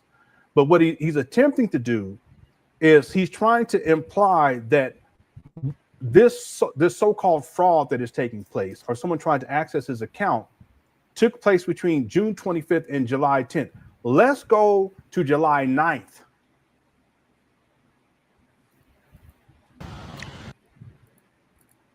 Peace and peace. You guys remember this video? This is Umar's crash out. And we're going to go to the 30-minute mark. And let's listen to what Umar said here. Don't mean no disrespect to feminine energy. When she took her underwear off, brothers and sisters, she smelled like something crawled up inside of her and died. Boy, this guy. Psychologist. Wow. She smelled like an old fish tank.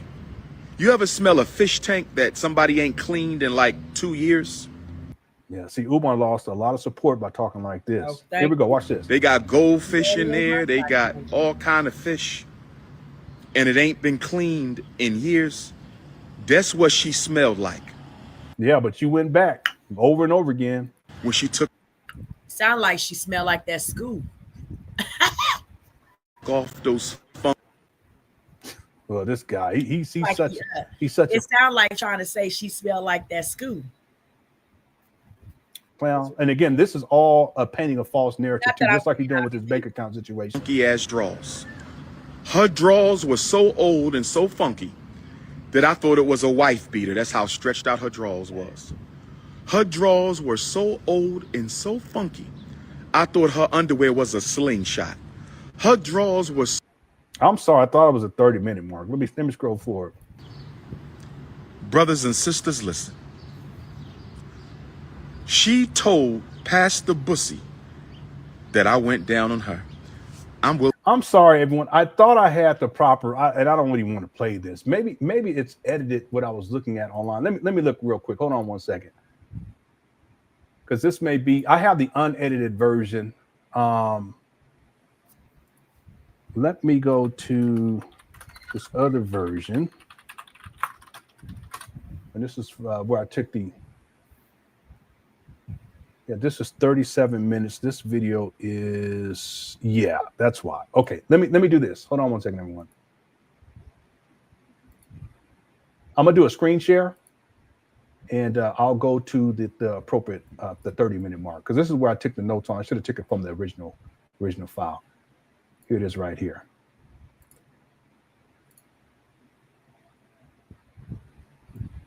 Okay, let me do a screen share. And let me know if you guys can hear the audio. All right, here we go.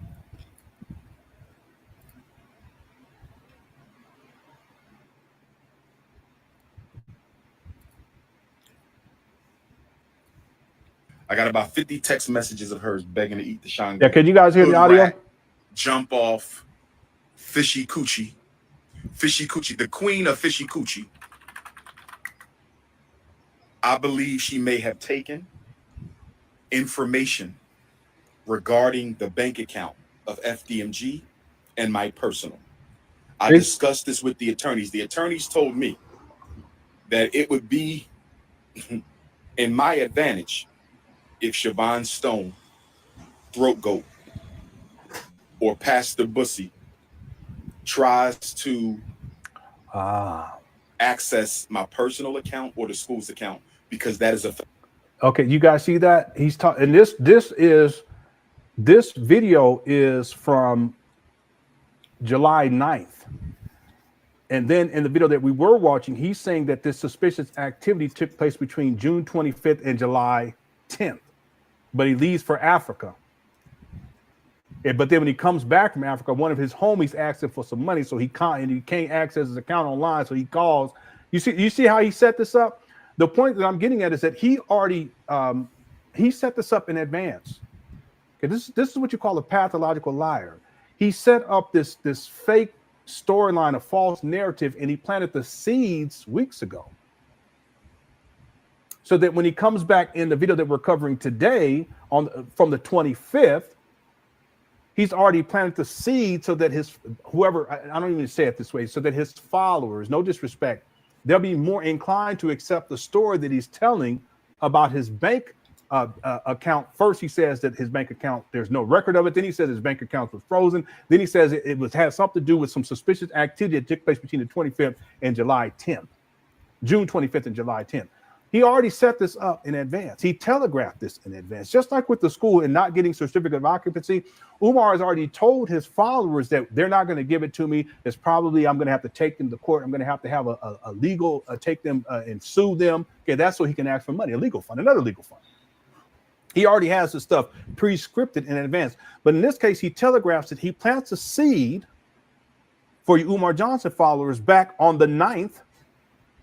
And then in the video that we're watching on the 25th, he further expands on this. Okay, he sets up the narrative in advance. Okay, that's what you call a master manipulator. He knows what he's doing. See, the story doesn't make sense just as it is. But see, it goes to show you how diabolical Umar is, because he's already in his own mind pre-scripted this scenario. Okay, he plants a seed and then he represents it. He just expounds on it, ultimately to what? Get money out of people. Yep. Let's keep going. Here we go. That's when Medea went public. Everybody knows who Medea is. July 25th, that's when Medea went public. July the 10th, that's when I left for South Africa. Yeah, he has this, boy. He's painting a false narrative. He's something else. I've never seen anything like this. Never. July the 10th, that's when I left for South Africa. So y'all know my It looks like he had an audio issue. I believe Medea and Pastor Bussy were fraudulently trying to get into my account.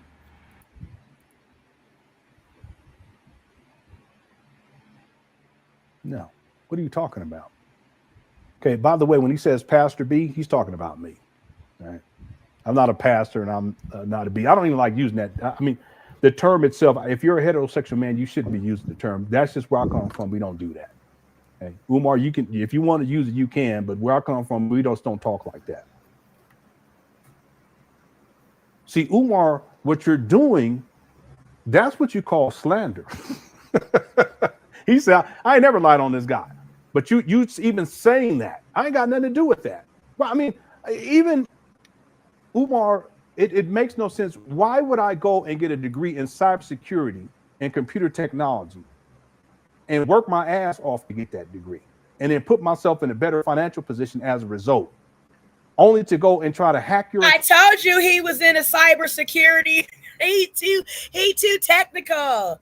And, you know, he pays such close attention to every detail. I knew he was in that field of work. I knew it. Like and subscribe. Now, what are you talking? You stupid. Doesn't even make no sense. But like I said, Umar always has to blame someone else. He always has to come to this issue of sabotage. Remember, I brought it up in the beginning. I already set this all up. Yeah, but I said the sabotage part. That's all this is. Do I think that there are issues taking place with his accounts? Yeah. But I think this has been going on for a long time. But he has to paint a whole false narrative. He set it up in advance. He telegraphed it way in advance as a manipulative tactic. It's preemptive. That's what it is. It's a preemptive tactic. So then when he represents it to his followers, they're more inclined to believe this bullshit. But if Umar Johnson followers, you guys noticed a lot of Umar Johnson followers, when they saw this video and when they saw what Umar was going off on Lene, They said, that's it. I can't defend you anymore. And that's what I've been seeing in the comment section. This video right here where Umar's painting this whole narrative, like, I can't defend you anymore. But see, he's diabolical. He's a master manipulator. He set this up in advance so that as a preemptive manipulative technique, so that you would be more inclined as an Umar Johnson follower to believe the story. He set it up way in advance before he even left for Africa. Right. All right, let's keep going. Here we go. And if we Wow, we got 5,372 people here. Thank you guys so much for tuning on. I hope you're enjoying the show. If you are enjoying the show, hit that like button. Let's see if we can break the record for likes during a live stream. Okay, thank you guys so much. Here we go. believe Medea and Pastor Bussy were fraudulently trying to get into my account. And and real quick, it's okay. There's plenty of people who've believed in Umar. A lot of people in this chat room used to believe in Umar. It's okay. I've been fooled too. There's people I believed in. I supported, I promoted. But then the truth is, once you get the truth, you just have to deal with the truth. And see, it's better to live a life in truth than to believe a lie. And much of what Umar has presented, it's just, I'm talking about him as a person. He's a metamorph. Is the right word? He's a changeling. He's a shapeshifter like Sauron. That's how he manipulates people. And he has the gift of gab. That's how he manipulates people. Okay?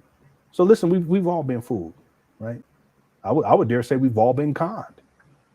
But it's about getting to the truth. And if we ask enough critical questions, and in particular with Umar, if you do enough research, you should realize fairly quickly the content of his character. He's diabolical, real talk. And that's not hyperbole at all. He's diabolical.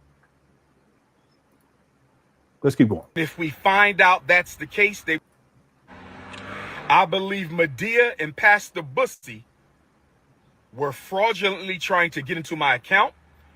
And if we find out that's the case, they will be. Well, real quick, why would I do that anyway? Okay, this is Umar. That's slander and libel. Why would I do? He been lying about me for a long time anyway. I never lied about this guy. But why would I do something like, you ain't got no money anyway? What the fuck are you talking about? You ain't got no money, you bum. Why would I access your account? I don't mean to be like that, but that don't even make no sense. I'm insulted right there because I know you ain't got no money living in your mama closet. What kind of man? I know you ain't got no money renting cars. You ain't got your own home. You don't got your own vehicle. You ain't got no money, Pookie. Why would I access your account? Listen, I'm insulted. Real talk. I apologize. That's insulting to me. Now, if you had money like that, I still wouldn't do it because I don't live life like that. I apologize. That's really insulting, Umar. You've insulted me today, sir. Why am I going to access the account to a man who living in mama closet? Hit the one. Why would I access a man who don't take care of his kids and been on child support for over 22 years? This guy's been arrested for not paying his child support. He's been in jail for not paying child support. He's had his driver's license revoked for not paying child support. What kind of money you got, Pook? I'm insulted by that, Umar. Now, I'm not rich, but listen, I ain't living in my mama's closet. Real quick, is there anybody in this Cookie Crush chat tonight? Over 5,000 people, over 5,400 people. Is there one person in here that if you could access somebody's bank account, and I guess steal the monies, that you would go and access the bank account to steal the monies from a literal cyber bomb? Would you do it? Something.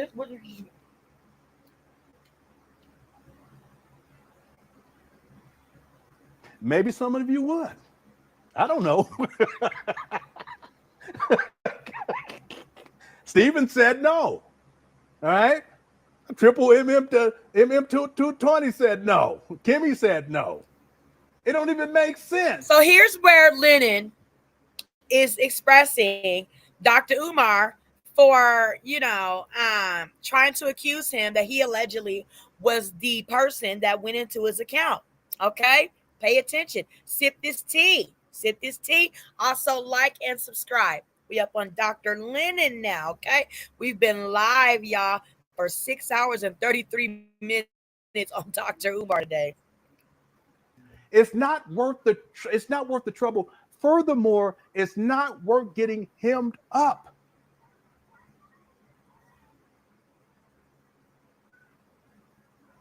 With the legalities of getting caught, it's not worth it. Why would you go get into a bomb?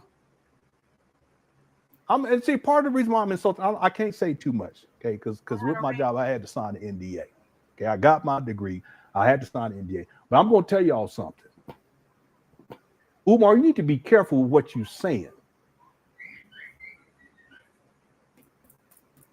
Because if you're getting online lying about me like this, and something ends up getting back to my employer, okay, now I'm in a position to sue your broke bum ass. Bring the other honey mustard. Because I ain't done none of this of what you're saying.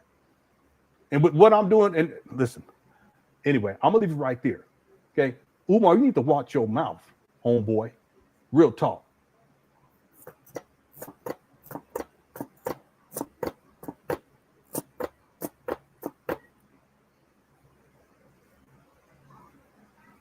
Oh, let's get going. He done insulted me. I'm gonna leave it right there. Let's keep going. Here we go.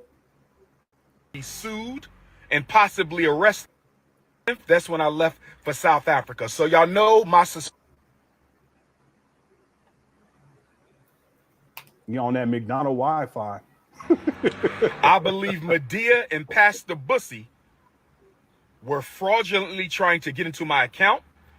And if now listen, do I believe that? Listen, I know I didn't do it. Okay? I'm insulted by that shit. You ain't got you pookie. Now, from a cybersecurity perspective, it is extremely unlikely that Lene tried to access this guy's account. Because the way that Umar is framing this is that's how somehow someone virtually over the internet is trying to act. No. It's extremely unlikely. The probability, I like to deal with probability, this is a probability, astronomical, okay? Umar, where are the receipts for this? Again, with Umar, always ask for receipts. Did he show receipts of any of this stuff? Where's the paperwork? You said they sent their letter. They sent you a letter. Where's that letter? That it's true that they got hacked. Come on, where's the letter at, Umar? Right. Umar hasn't even proved that the actual act has even happened, let alone who's done it. See, like I said, never take anything that Umar says at face value because he's a pathological liar. He has to show and prove because he lies all the time. He never even told y'all how much money he purchased these trap bundles for.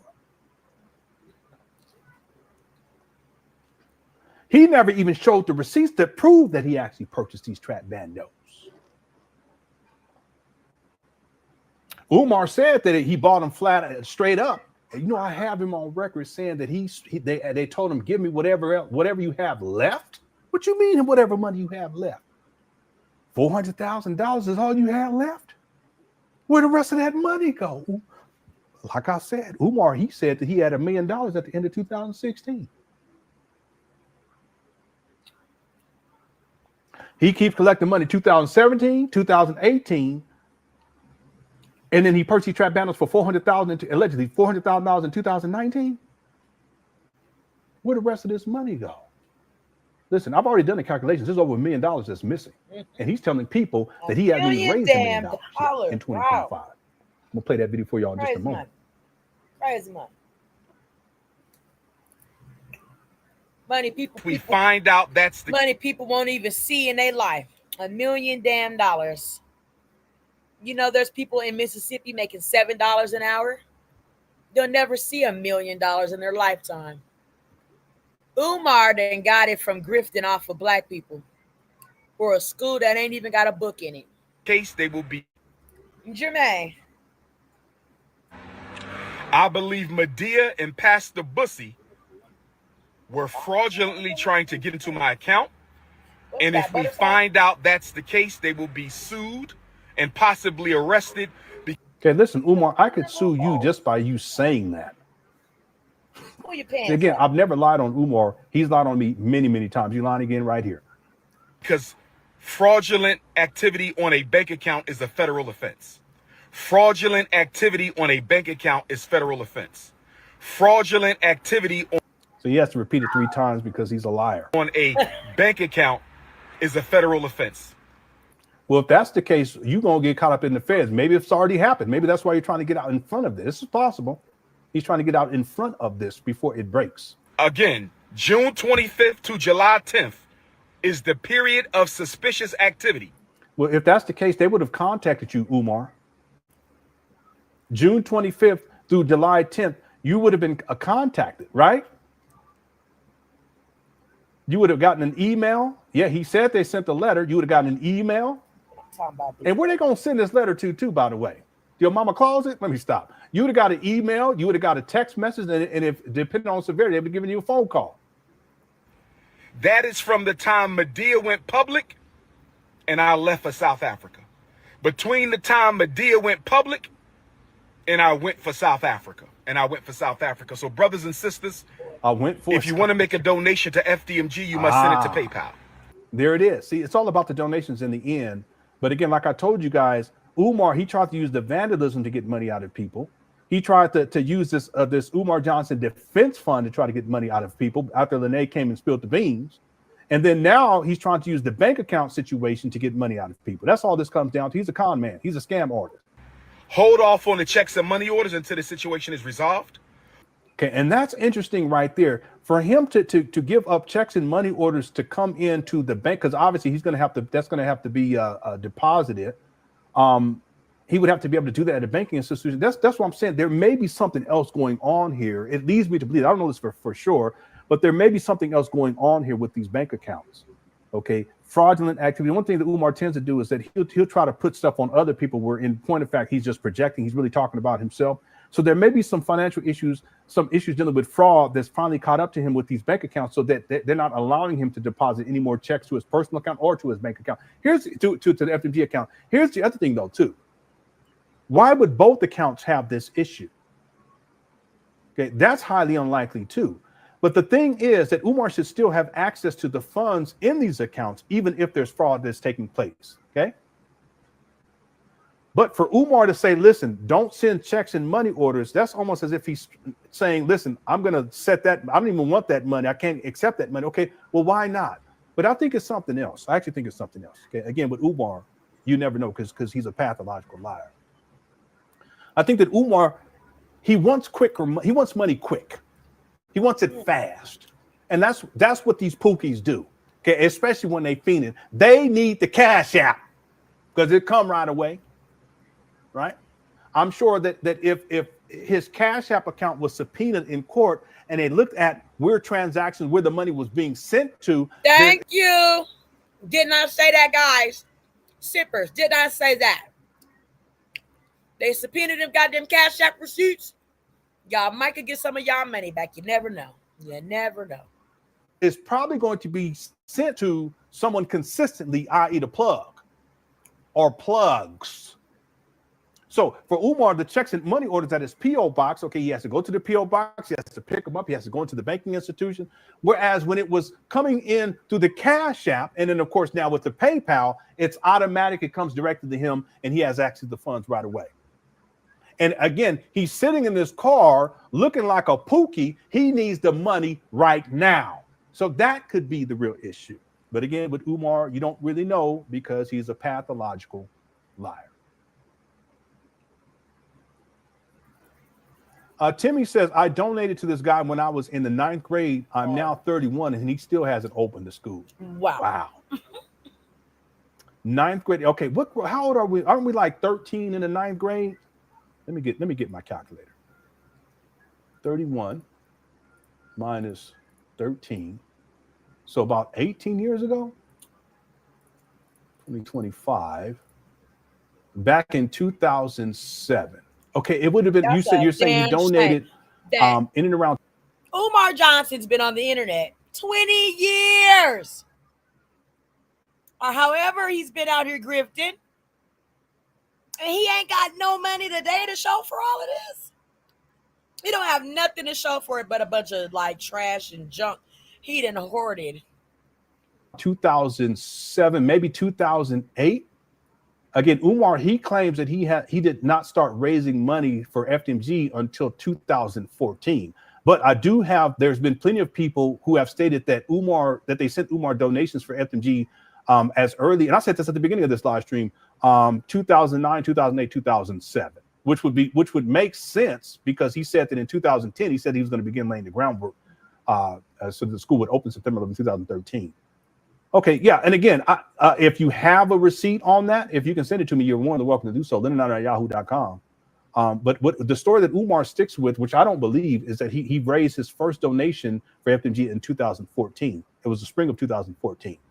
But I also have him in 2013 talking about he was going to be collecting money the following year. But see, what Umar was doing was at these venues in these speaking engagements. This one was in San Diego, my hometown, at the World Beach Center. He would have these lectures and he would talk about opening up the school. I can pull up these receipts, okay? But he was talking about he's going to open up the school. We need donations, so forth and so on. And then what would happen was that people would actually give him donations afterwards. Like, listen, this is for your school. I heard you talking about it. I want to support it right here. Here's some money. So listen, I fully believe that Umar had been collecting money way before 2014, but he only says 2014. Okay. Thank you for sharing, Tim. And I'm sorry, you know, this guy, he's taken a lot of money from a lot of people for many, many years, and nothing has come into fruition. He's a con man. He's a con man. Matter of fact, this would be a good time. I want to play something for you. I posted this, and it's a short video, and this is tied to what Timmy is sharing right here. And again, thank you for the super chat. I appreciate it. It's sad that Umar's done this to so many people. It's been going on for such a long time. I want to play this video. I already have it queued up. This is dealing with the financials and Umar with his IRS filings. Let's see here. Here's the video right here. I posted this for a couple of days ago. And he took his first FDMG Academy April 14, 2004. According to Umar Johnson, he took his first FDMG Academy donation on April 14, 2014. I want to say thank you to all my donors. Where are my donors at? How many of y'all been donating since the first fundraiser, April the 14th, St. Louis 2014? See, he's saying April the 14th of 2014. But Timmy, based upon your timeline, you donated to Umar for this school going back to 2008, maybe 2009. Okay, and I've seen a lot of people over the years who have said they sent Umar money 2009, 2008, 2007. Okay, yeah, you know, again, he's a con man. The bottom line. Thank you, Timmy, for the super chat again. Let me play this for you guys real quick. Yeah, it is. It's the same old thing. Yeah, same old thing. Okay, here we go. Let me let it play, and I'll let it play from the beginning. Here we go. According to Umar Johnson, he took his first FDMG Academy donation on April 14, 2014. I want to say thank you to all my donors. Where are my donors at? How many of y'all been donating since the first fundraiser, April the 14th, St. Louis 2014? On April 3rd, 2025, Umar Johnson said the following on It's Up There podcast. Now, mind you, Black Lives Matter raised what? $100 million? I don't think they ever got audited. We never broke $1 million. We got audited the year before last, and we had to show them everything. The man was like, ain't broke $1 million? Nah, close to it, but we ain't broke $1 million, which is fine. What Umar Johnson is saying is that by April of 2025, he had not raised $1 million for FDMG Academy. We never broke $1 million. We got audited the year before last. Nigga, you don't even have a school open. Break $1 million pockets? Like, what are you trying to break? You're not even open. You're not even like renovating it. You painted a couple rooms. Quit it. And we had to show them everything. The man was You like, ain't broke $1 million? Nah, close to it, but we ain't broke $1 million, which is fine. Even though Umar Johnson claimed that he had not raised $1 million by April of 2025, video evidence, interview evidence, podcast evidence, lecture evidence, and IRS nonprofit financial records prove that Umar Johnson had raised well over $1 million by April of 2025. For the purpose of this heard the video, eye to we the will heart to the specifically left. examine online records related to the purchase price of the abandoned buildings in Wilmington, Delaware, Umar Johnson's own words, and Umar Johnson's IRS filings for the year 2020, 2021, 2022, 2023, and 2024. On February 9, 2019, Umar Johnson announced that he had acquired abandoned buildings in Wilmington, Delaware. Brothers and sisters, I'm glad to announce right here today on Saturday, February the 9th, 2019, Black History Month, that the location of the first Frederick Douglass and Marcus Garvey Academy will be in the great state where Marcus Garvey incorporated the Black Star Line Steamship Corporation. Marcus Garvey incorporated the Black Star Line Steamship Corporation in the state of Delaware, 1919. And Dr. Umar Johnson, with the funds donated and invested in him by our people, have purchased the first Frederick Douglass Marcus Garvey Academy in the great state of Delaware, 2019. In the school announcement video, Umar Johnson did not disclose how much money he spent to acquire the abandoned buildings. Online records show the purchase price as $400,000. In an interview on the Lord Jamar Godcast dated October 12, 2020, the topic of the purchase price was brought up. You end up purchasing 2 buildings, yes? 4 buildings. 4 buildings, okay. For about 2 schools, 4 buildings. 2 schools, 4 buildings for $400,000. It was more than that. Okay. Well, notice that Umar Johnson stated that the purchase price was more than $400,000. Umar Johnson did not reveal exactly how much more the purchase price was. 2 schools, 4 buildings for $400,000. It was more than that. Okay. Well, everybody wants to know, where's the extra money? Where'd the extra money go? For the purpose of this video, we will accept the online record as factual and establish. That's Rod Digger. Shout out to Rod Digger.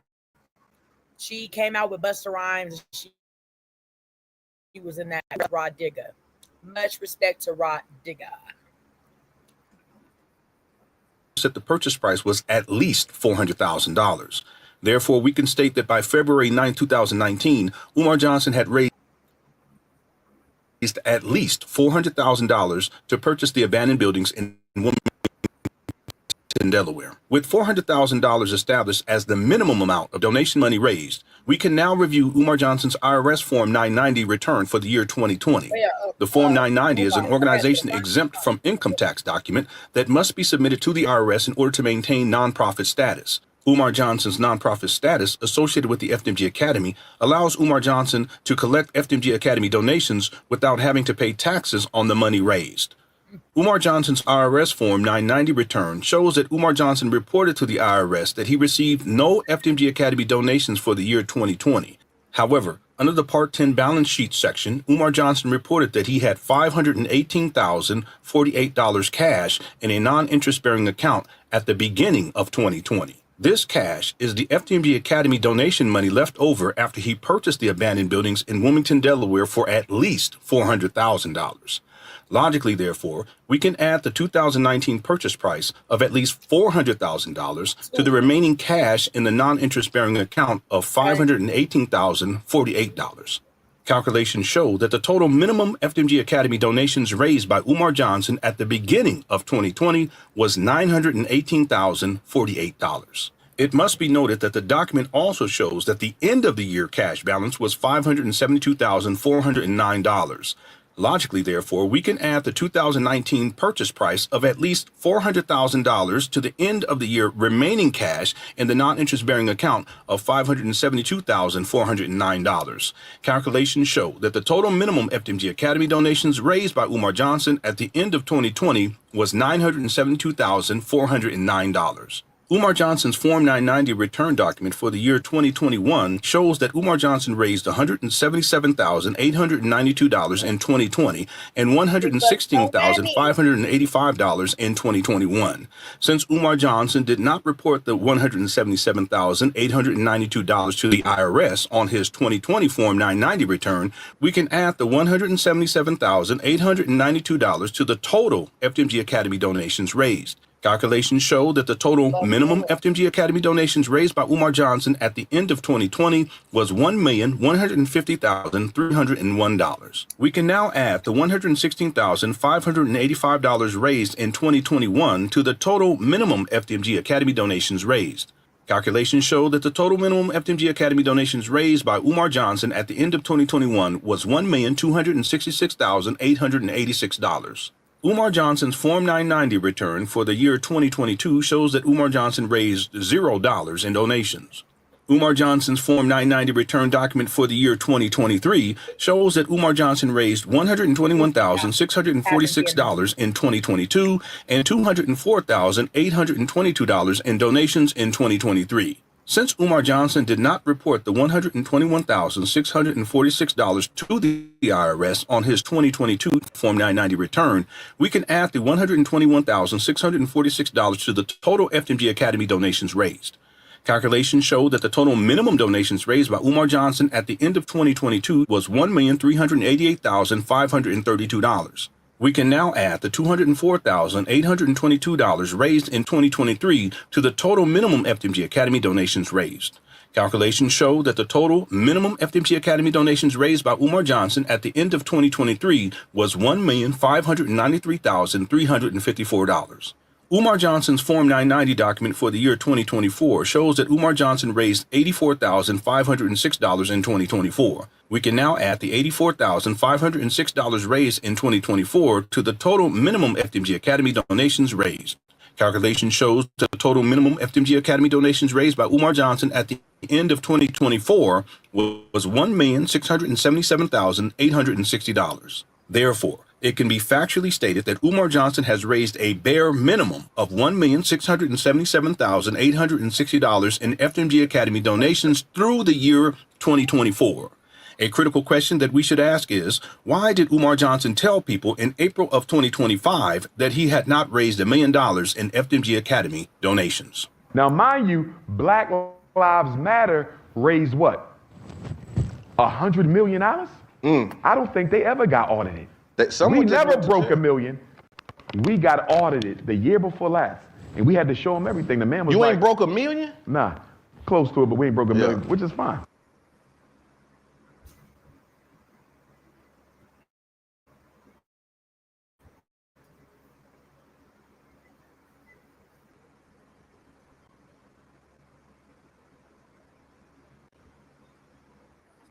Yeah, I'm sorry about that. Yeah, I said, there you have it. And this is a lowball figure right here, $1,677,860. My best estimate, based upon my research and calculations, that this is actually closer to $2.7 million. But just based on the receipts that we've gone through here, that does not cover 2014, 15, 16, or 17. And it's possible that it doesn't cover 2018 as well. That's a whole nother topic I'll get into when I get into the documentary. It'll be a more I'll explore this more in the documentary. But I just want us to be clear that as a bare minimum, $1,677,860. And for anyone who believes that somehow that Umar he misspoke, I want to play something else for you. The video with Big Loon. This is this video right here. This is from April 3rd of 2025. I want to play something for you guys from June 10th of 2025. Okay, so 2 months later, let's see what Umar says 2 months later. Here we go.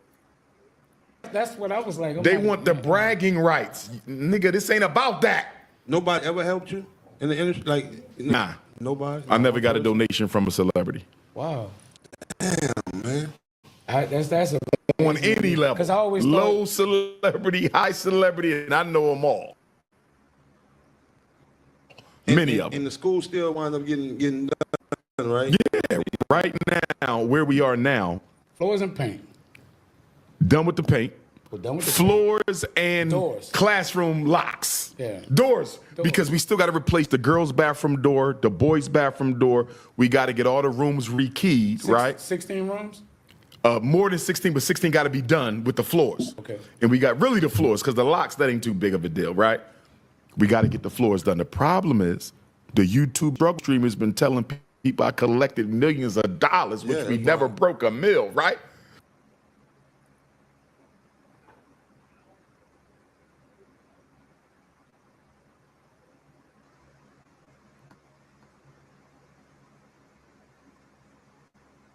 Here's the one.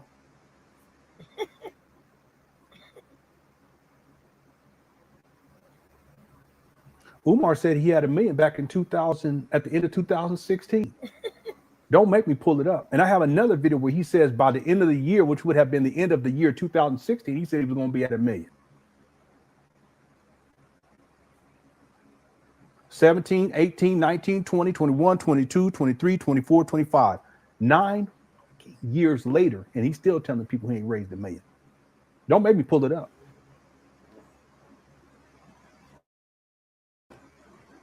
See, I can back up all the thing I said about Umar. I can back it up with receipts.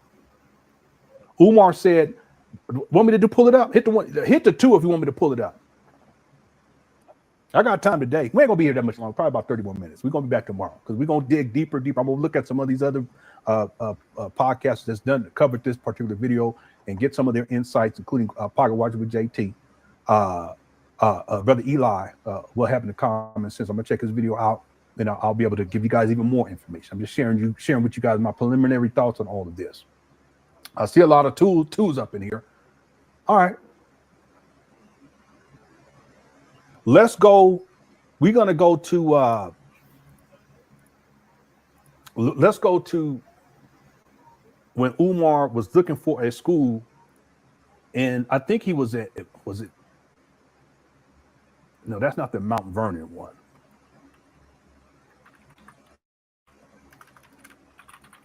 I can't remember where he was. I think he was on the East Coast. Let me see. Here it is right here. This is from December 22nd, 2016. Listen to what Umar says here.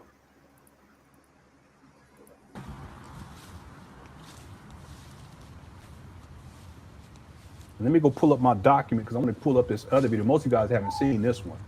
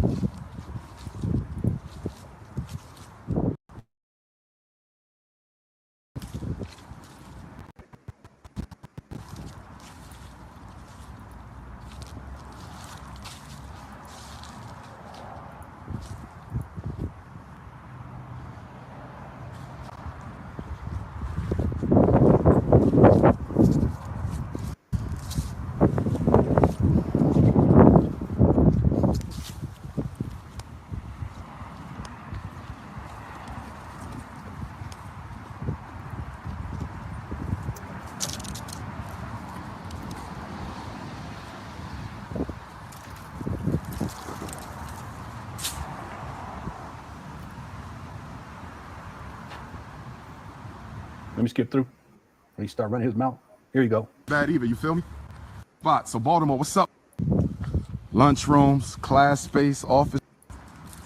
Here we go.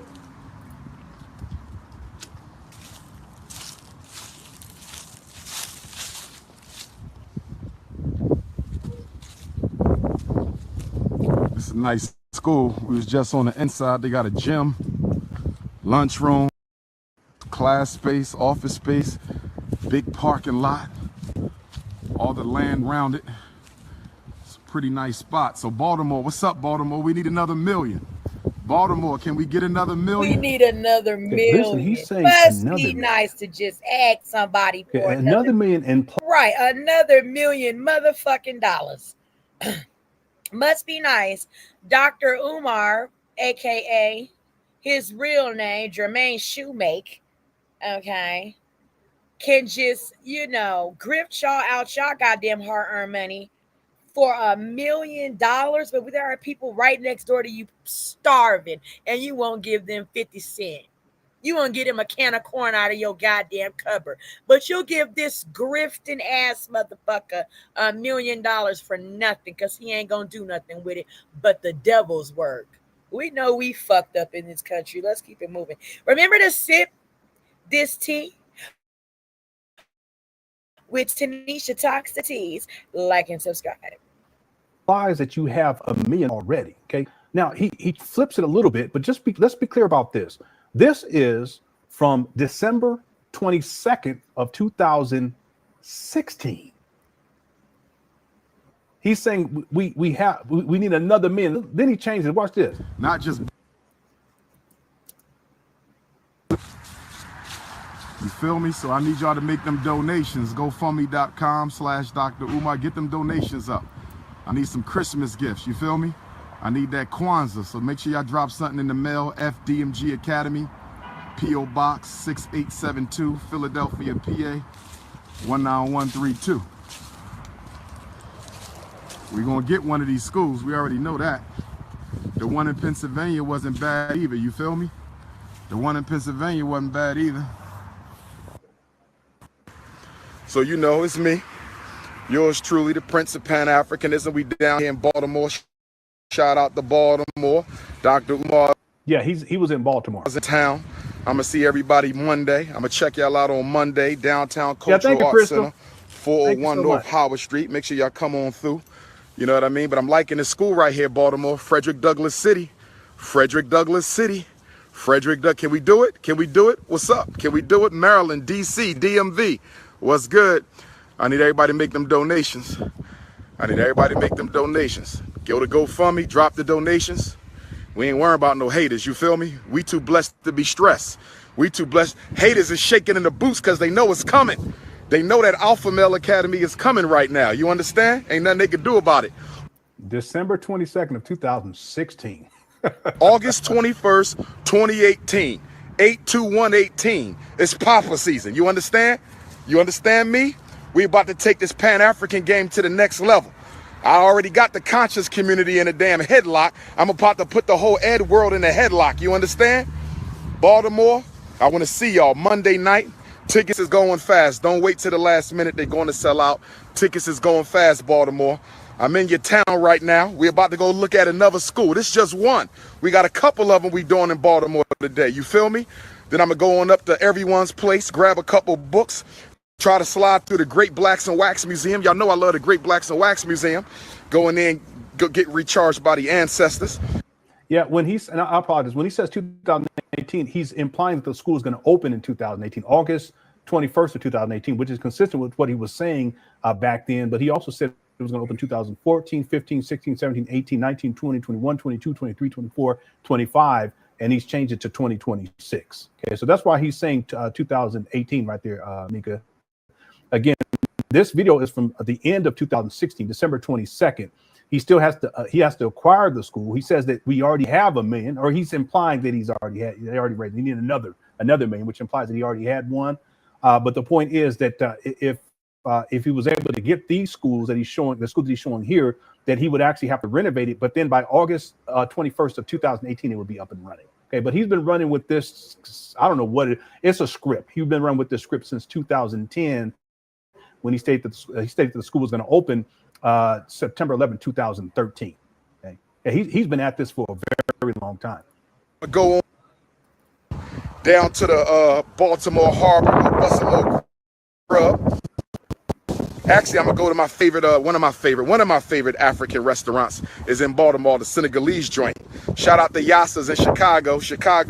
You're gonna see the print soon. Jacksonville, Florida. I'm gonna see you Wednesday. Jacksonville, Florida, get ready. I'm sorry, I was trying to wait till he says that we almost got $1 million. I think he already said it. But the point is that in 2016, Umar is stating that he needs another $1 million, even if we give him some grace and say, okay. And I want to share with you guys the post that's associated with what he in this video. This is the Facebook post, and it says Dr. Papa really likes his Baltimore school. Again, December 22nd, 2016, Dr. Papa really likes this Baltimore school. It's in good condition. Stage, gym, kitchen, daycare area, office space, large parking lot, classroom of 1.9 million. We will be able to do about 1 million shortly. He's saying this at the end of 2016. But he's still telling people in 2025 that he hasn't raised $1 million. Almost 9 years later. But I want to share something with you guys that most of you guys have not seen. Because what I've done is I've gone through the archive dealing with Umar Johnson's school scam, in particular with the financials. And this will be explored more inside the document. I'll give you guys a snippet where I break down how he has raised a minimum of $1.6 million, $1,677,860. That's a low ball figure, though. I put him at 2.6, 2.7. Could it be 3? Yeah, it could be 3. Could it be 4? Possibly, but I don't think so. But again, $1.6 million. That's a share something with you guys. This is from 2016, May 16th of 2016. Watch this.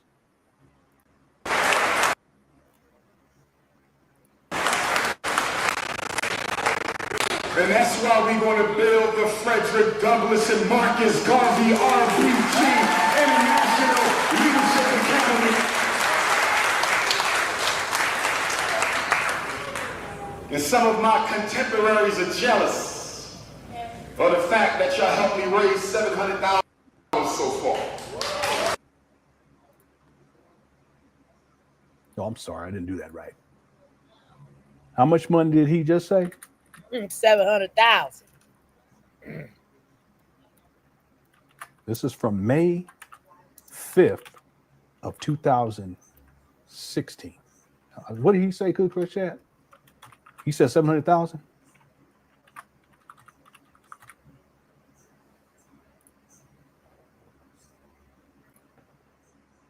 May 5th of 2000. Excuse me. This is no. I got. It's not May 5th. Okay, and I'm big on timeline. Hold on one second. We're talking May 16th of 2016. Umar is claiming that he raised $700,000.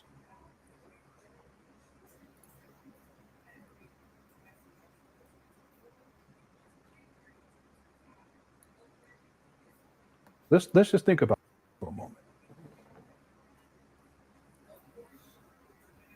Umar claims that he started raising money in July. I think he said July of 2014. So we're talking about roughly a year in a year and 10 months. Let's give him some grace.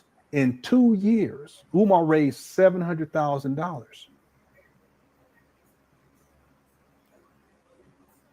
If Umar raises $700,000 in 2 years, how much do you guys think he's raised in 11?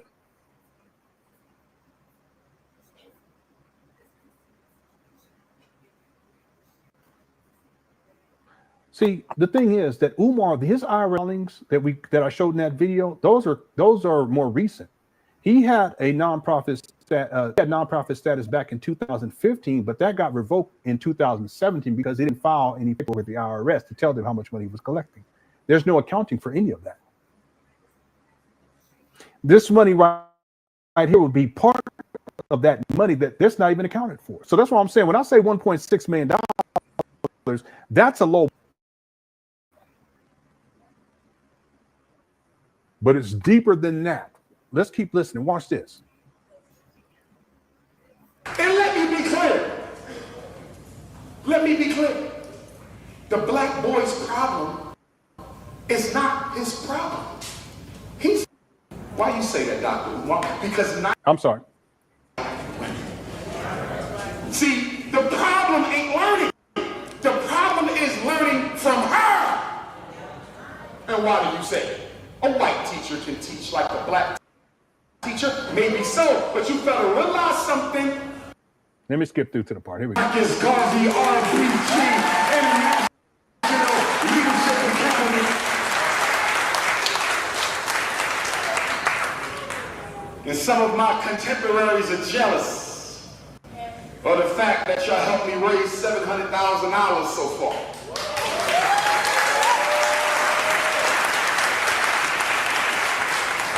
And some of them are jealous of my 6 degrees and jealous that I'm the most requested black scholar on the planet.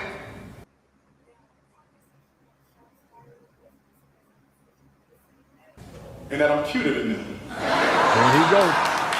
And I'm swagging. See, that's the narcissism. Delicious with my degrees. But we gonna build that school, y'all. I promise you that. I don't know where it's going to be, but I do know it's coming. We still want St. Paul's College.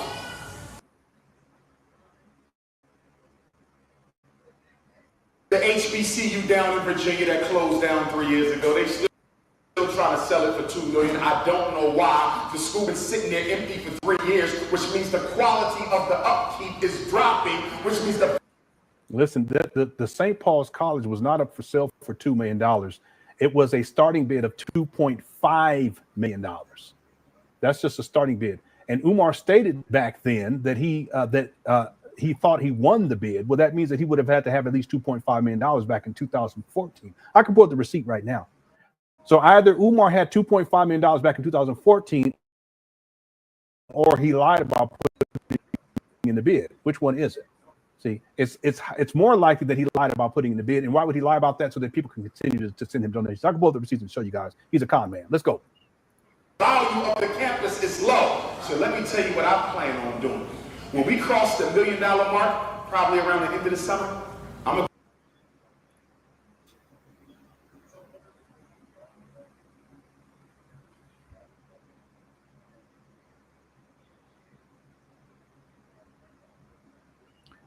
What would be the end of the summer too, by the way? Anyone know? I can look it up. Yeah, we broke the records on likes too, 2,500 likes. We broke the record on amount of people during the live. We about to break the record for super chats. We're going to break the record for the amount of people actually tuning in too, I'm sure. What would be the end of the summer? Cookie Crush chat. Someone said August. Okay. So by August of 2016, Umar is saying that they're going to be around $1 million again. But remember, the other video that we were watching, that was December of 2016. He's saying we need another $1 million. See? So this is what I mean. There's no accounting really of any of this, because Umar's a con man and there's no transparency. But based upon Umar's words, in my opinion, it's safe to say that Umar was at $1 million by the end of 2016. Let's give him some grace at the beginning of 2017. Now, I've tracked this too, by the way, where he's updating over time. He's telling people, okay, I'm at 300,000. At one point, he said he had collected $500,000 in a year. $700,000 in 2 years, and then he goes up to 750. The last time he updated people was in 2020, and he said $850,000. How do you go to $850,000 in 2020 when back in 2016 he was saying that he needed another $1 million, and that by August of 2016 he's going to be at about $1 million? That's why I'm saying the figure of $1,677,860, that's a low ball figure. This guy's collected millions of dollars at this point, but he's still telling people in 2025 that he hasn't raised $1 million. Okay, now this goes back to the video that we're covering here, because ultimately there's a lot of money that's missing in all of this equation.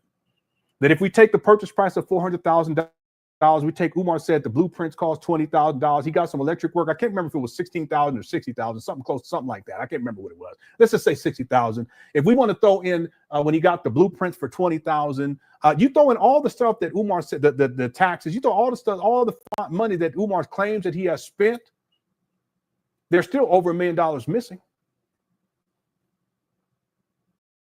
Some people say that's a lot of money. That's impossible. No, think about this. Over a course of 11 years, it's less than $100,000 a year that's missing. He's a con man. Okay? So that's what I'm saying. When we talk about the financial aspect of Umar bringing up accounts that's being frozen, I'm sure that Umar's been involved in all type of scandalous shit dealing with the money. I wouldn't be surprised if the accounts are frozen. Now, before we finish up this video, I'm going to close out this poll. We broke the record for the poll question too. We had over 4,896 votes. Okay, we're not going to break that ever. What is the bare minimum amount of FMG money raised by Umar Johnson? 17% say $750,000. That's what he was saying on the Roland Martin show years ago. 8% said $850,000. That's what he said in 2020.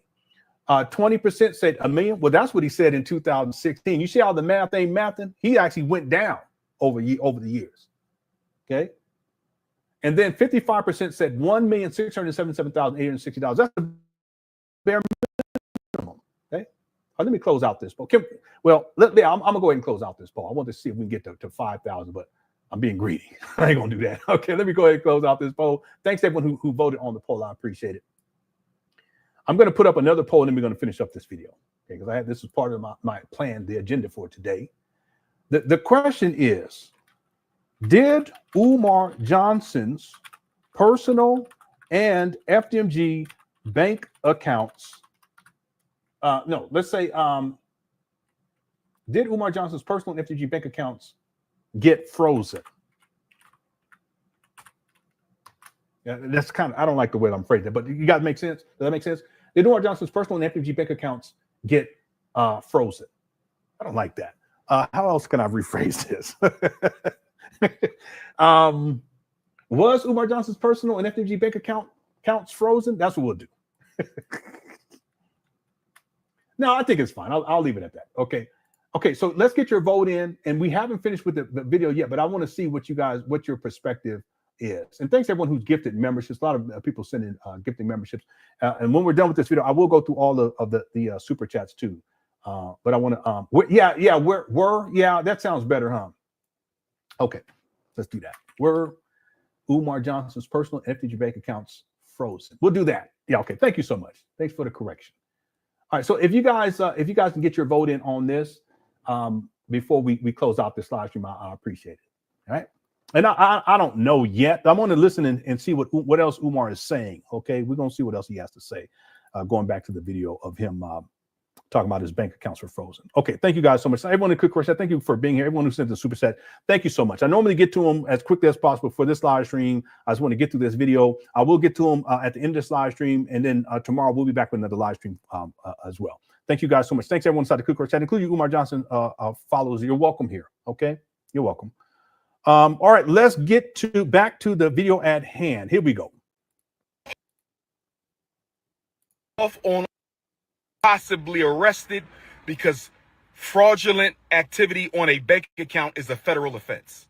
Fraudulent activity on a bank account is federal offense. Fraudulent activity on a bank account is a federal offense. Again, June 25th to July 10th is the period of suspicious activity. That is from the time Medea went public and I left for South Africa. Between the time Medea went public and I went for South Africa. So brothers and sisters, if you want to make a donation to FDMG, you must send it to PayPal. Hold off on the checks and money orders until the situation is resolved. Yeah, that part right there is really interesting. Hold off on all FDMG Academy money order and check donations until the situation is resolved. If you want to make a donation to FDMG, send it through PayPal. Right? PayPal.me/FDMG Academy. PayPal.me/FDMG Academy. PayPal.me/FDMG Academy. If you want to make a donation to the school, hold off on checks and money orders until we find out what the hell is going on. The bank is investigating the fraudulent attempts on our account. If I find out Medea and Pastor Bussy had anything to do with this, I was told that they can be arrested for federal offense.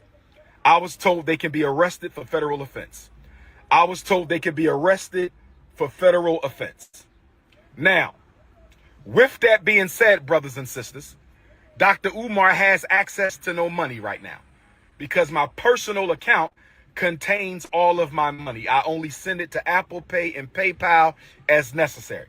So the Prince of Pan-Africanism, for the first time in my life, is without any digital currency. What in the world? Let me go back. I was told they can be arrested for federal offense. Now, with that being said, brothers and sisters, Dr. Umar has access to no money right now because my personal account contains all of my money. I only send Yeah, but shouldn't you have some money on hand, Umar, or just use credit cards? I don't get it. To Apple Pay and PayPal as necessary. So the Prince of Pan-Africanism. Dang, he's down to Apple Pay and PayPal. Boy, that's sad. For the first time in my life is without any digital currency. So for my loyal supporters out there, For my loyal supporters, if you can spare a few dollars, make sure y'all hit that so I like can take care button, of Queen Mother Ifa. Like and subscribe. We are deep diving everything into Dr. Umar claiming broke. Day in my Oh no. Okay, so Go pour that in your dog bowl.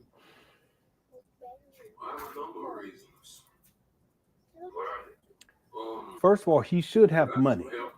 Even if you don't have digital currency, you should have money. You should be able to use a credit card. In fact, if there's some issue going, like I said in the beginning, if there's something going on with your bank account, that doesn't mean that you wouldn't have access to the money, assuming that you're not the one involved in fraud. Now, if you are involved in fraud, that's a different situation. Okay, if the feds are involved with this, that's a different situation. But if, like you're saying, this narrative that Umar is spinning, that he set up, okay, remember, he set this up in advance, okay, in the video from the 9th. He sets this up. July 9th of 2025, saying that he's trying to allude to this idea, a notion that Lene stole down there and pour that in bank that account information, what have you. Okay, if that is the narrative we want to run with, Umar, you would still have the bank would still allow you to have access to your funds. The funds would be insured over there. Hand me my shoe. This makes sense. So you should have access to your digital currency unless you're making all this up, which is why I posed the question here, was whether or not his bank accounts were frozen, or you're involved in fraud, which I know that you are, but I'm talking about specifically dealing, and you're being investigated by your banking institution. It could be other institutions involved in this too, if you guys catch my agencies, if you will, and that's why they won't allow you to have access to the funds. So you're kind of telling on yourself, because either way, you're in a bad situation, but you should have access to those funds if you're in the clear. You personally, Umar. Furthermore, you should have cash on hand, a couple of 100,000 to 4,000, 5,000. Yeah, but again, where's he going to? He don't have it. He's been homeless, so I don't know where he would put that. I don't know. All right. But you do have a rental car that you're live streaming out of, so you have access to funds, right? You were just over in Africa, right? If all this started back in, what was this, June 25th, July 10th, while you're over in Africa, you mean to tell me that while you're over in Africa, you're just not using any money to go over to Africa, any money, so you don't even know what's going on with the account, and you don't even realize that it's been frozen until you get back? So he over there in Africa stranded with no money? They don't contact you? And then when you get back, you don't even have any hard cash or raw cash, as Umar says. The story doesn't make any sense. Why don't you use a credit card, Umar?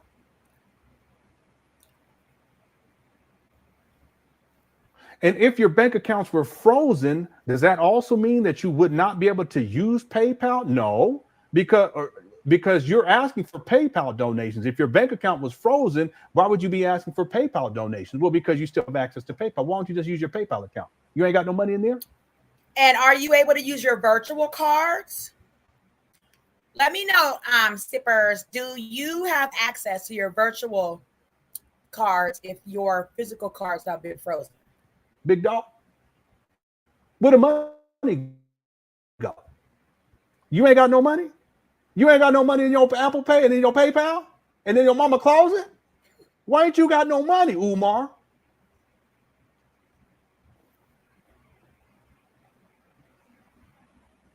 I already told y'all. I told y'all a long time ago. He's a con man. He's just trying to get money because he's fiending right now. That's what I think. Listen, real talk. I don't think there's anything going on with these shits, these bank accounts right now. I think there's been stuff going on with them for a long time. I'm talking about ain't nothing new going on.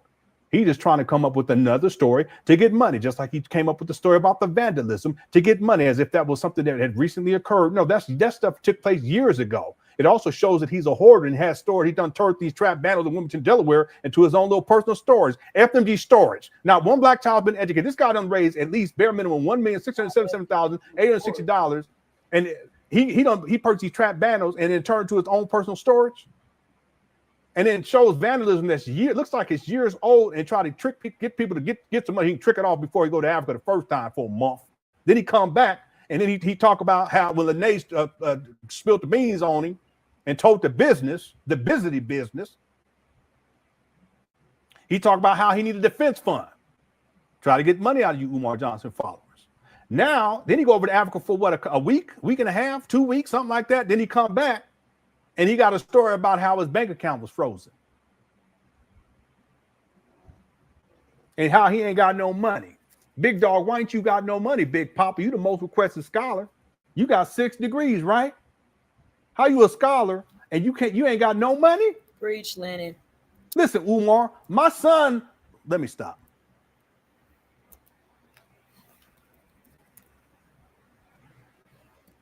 My youngest son got more money than you, Umar. You broke ass bum. What kind of man? He ain't even got a job. But he helped me out. I dropped out, break him off a little something. So, ain't there some stripping there? Umar.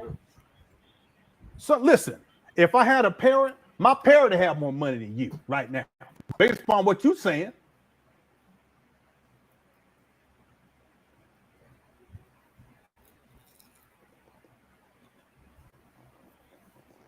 If I had a black pig, let me stop. Okay.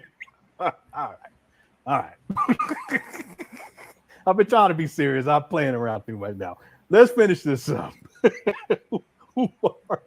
Here we go. I can take care of Queen Mother Ifa Tunde and myself. Okay, now this is not okay. Without any digital currency.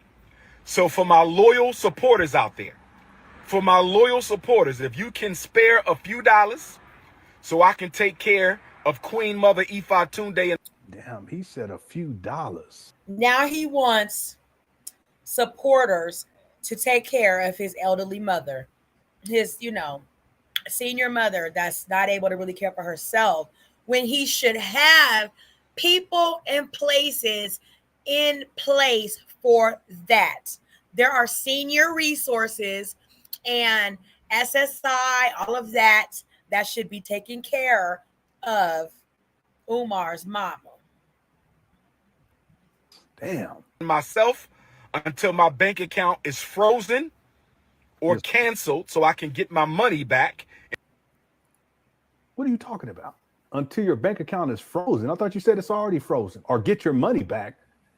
What are you talking about your money? You said you have a personal, you said you had FMG. That's not your money. That's FMG money. Hit the one. This guy, I mean, come on, man. This guy, I don't believe none of it. Well, I don't believe none of this. This is crazy. But see, again, this is what happens when you get to that Pookie level. You know, them Pookies, they be coming up with all kind of shit. Mm-hmm. Yeah, I can't find my dog. I can't find my dog, but I got to get some food for it just in case when it gets back. I said, well, where's the dog at? I don't know. But I got to get the food because when he come back. No, what are you talking about? You ain't got no dog. Yeah, I do. I got 3 of them. Them Pookies, they just keep going with it. But that's all he's doing right here. He needs money. He on that Pookie. It's a Pookie level. That's all it is. Of Queen Mother Ifa Tunde and myself until my bank account is frozen or canceled so I can get my money back. But I thought you already said that it was frozen and that in an essence it was canceled because you said that there was no record of it. You guys see all this, how it's all discombobulated?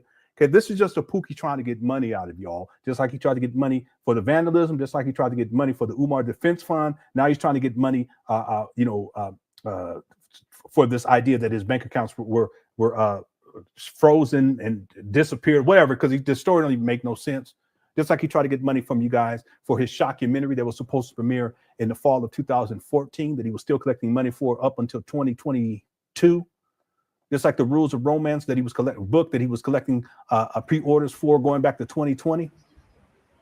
Just like the school that he's been collecting money for since at least 2014. But I have it to 2009. It could be 2008, 2007. Yeah, which would make sense because in 2010, he said the school was going to open September 11, 2013. And he's still collecting money for that. He's always trying to get money out of people. See, I don't believe any of this. I think that he's had financial issues even before he started the school scam shit. But the point is that Does he have some issues going on with his bank accounts? I'm sure there's been issues for a long time. I wouldn't be surprised by that. But the idea that someone's tried to hack these accounts and they're trying to access, I don't believe any of that shit. I don't. Okay. Does he have access to it? Listen, maybe not. But the point is that if he doesn't, it's not because of someone hacking him. It's because he's involved in fraud. So he's still telling on himself either way. And it may be somebody he done con. And, looking at it like, there's no other way I may be able to recoup any of my money. Let me hack into this nigga shit and give my money back.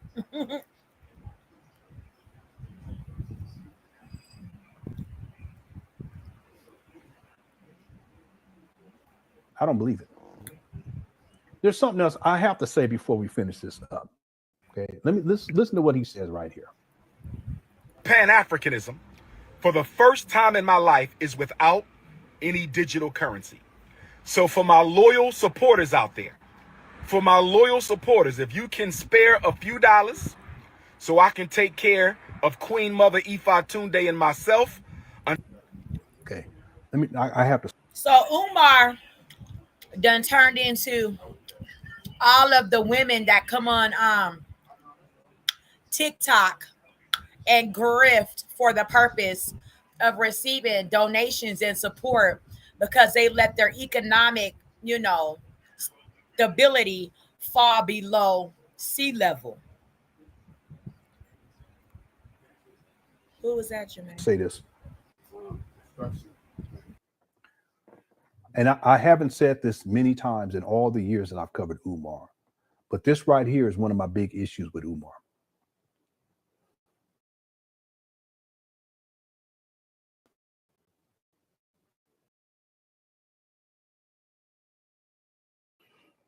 Umar, if you had a track record of being honest and sincere and not scamming Black people for different things. I gave some examples of the shockumentary, the rules of romance, even the FDMG school scam. Okay, there's other examples I can bring up here. If you have a history of being honest and sincere, and you came to the people, and including to myself, and you said, listen, I'm in a bad situation right now, and I need help. And I need help not just for me, but also for my mother. Umar, I would help you out. I would too. Mm-hmm.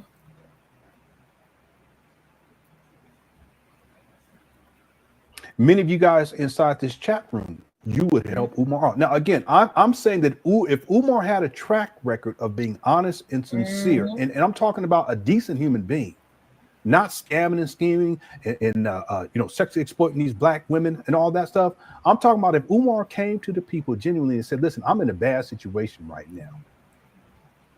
And not lying and making up all these false narratives and trying to blame it on Lene and trying to blame it on me. I ain't got nothing to do with none of this. I bet all his podcasters that he goes on their shows and stuff, I bet they throw Umar a little change. Some to at least get him and his mother through to the next season. Okay. Like I was saying earlier, go do a couple of podcast shows or whatever about the hot topics that just came out. Hell, Shannon Sharp just got fired from ESPN. That's our next show. We're going to do that next. I cannot group that in with the Umar. We're already in 7 hours on Umar today, okay? So, I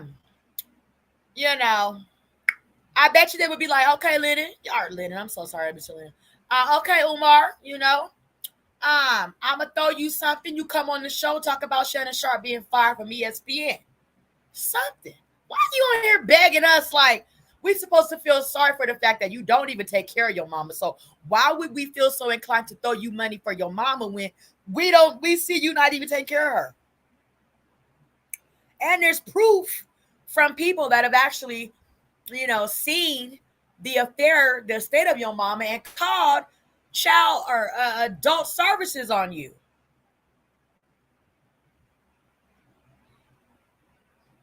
And it's not like we can't say, oh, they wrong for calling adult services on you. Some people do it for the wrong reasons. We see reasons why they're looking into why your mom is not being cared for. that shit, Umar. Cut it out. If Umar came to the people and said, listen, I need help right now. Here's a situation that was honest and sincere about it, I would help him out. Many of you guys would help him out. Yeah.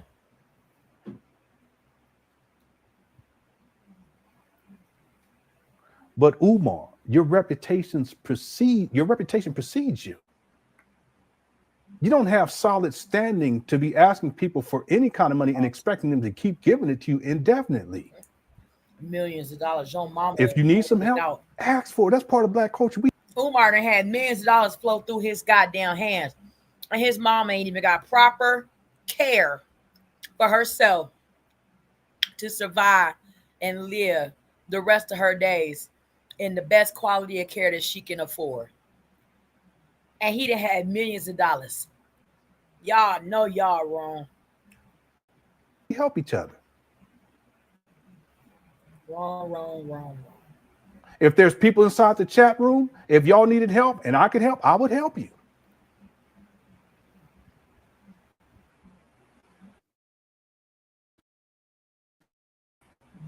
But Umar, you have a history of taking money and using it on things. Obviously, there's still no school. Bare minimum, $1,677,860 bare minimum that you've collected just for this FDMG school scam.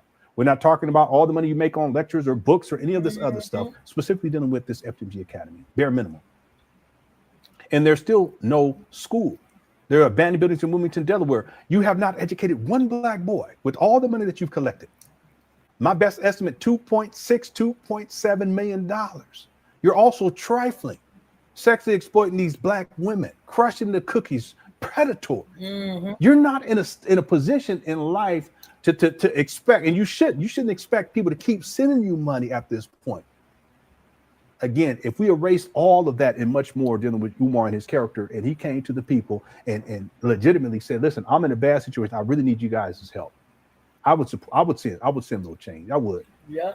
But I can't do that knowing how Umar is. And see, here's the thing. His mama's situation and where she's at right now, he's the primary caretaker. She's living in a very difficult situation. Thank you. Hoarder type situation. He's the one that should be taking care of her, but he's always traveling places. He's over in Africa for a month. Then he comes back, gets exposed by Lene, and then he goes back over to Africa for a week or week and a half, something like that. Then he comes back crying and begging and shit like a punk, talking about I need some money. Not crying and begging. Why didn't you just not go to Africa and just see? It doesn't make any sense. The point is, Umar, that yeah, there are times in life where we need help and we should ask if we can, and if people would support, yeah, we can do that. It makes sense. But in your situation, Umar, you can't keep doing this for the rest of your life. Listen, I've asked for help in the past. People came through, but I couldn't keep doing that. I had to get my shit in order. Umar, get your shit in order. That's what I've been trying to do, but you don't listen.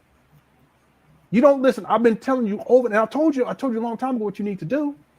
First and foremost, you need to stop with the scamming, stop asking for money, and what you need to do is get into rehab. That's the first thing you need to do. And day by day, it's about personal development. Day by day, you get your shit together. And then if you came to the people and you showed that as a living example, it would be so inspiring. You inspire so many people. But see, Umar, your history and your track record just shows that you're a con man, you're a scammer, and you just keep going with this shit. And you've been doing this for. Listen, last point, and we're gonna finish the video. Umar is so comfortable with this at this point because, in essence, since 2011. He's been living off of Black people. And then by the time we get to 2020, he's still living off of Black people. And then he starts living off of his mama. And here we are in 2025. He's so used to this lifestyle that he doesn't have any incentive to do anything different. See, I had incentive to do, and I'm not trying to compare myself to Umar because that's not what I'm doing here. But I had incentive to get my shit together. Broke down, yes. Lost, yes. A damn fool, yes, but I own all that shit, Umar. I don't blame nobody else. I don't blame Black women. I don't blame my wife. I don't blame white supremacy. I don't blame it was me. And I recognize it, but then I took the steps day by day to get my shit together. Umar, you have no fucking excuse. You don't even try to take care of your kids. You done raised bare minimum 1.6. There's about $1 million, at least $1 million missing. You have no excuse, sir. And this is one of my big issues with Umar right here. Then we're going to finish this video. Umar, you betrayed so many people that lovingly gave and believed in you and gave and gave and gave some more and some more and some more. And you betrayed all of them.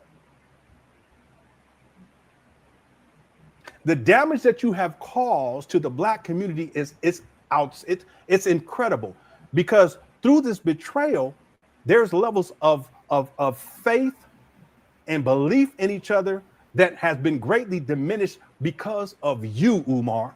And there are people who would have supported the next person who comes along who has a great idea, but who is really about the business, and they're going to be unwilling to support that person because of your ass, Umar. There are going to be people who need help. I'm talking about real help. Who come to the people to ask for that help, but they're not going to get that help because of your ass, Umar. And that could be the person that's going to change things in a positive way for Black people in their area or even beyond, or the next person who comes along and the support is what allows them to get their life in order and get to the next level in their life, which is what I've done. There's no excuses, Umar. There's none. You betrayed so many people, and then you're going to get your let me stop. You're going to get yourself back here up online again and again and again, and then continue to beg for money. And you don't have the decency and the self-awareness to recognize that you've been doing this shit for so long, and you betrayed tens of thousands, if not hundreds of thousands of Black people all around the world, if not millions at this point all around the world. And as a consequence, you've devalued the trust that we have in each other.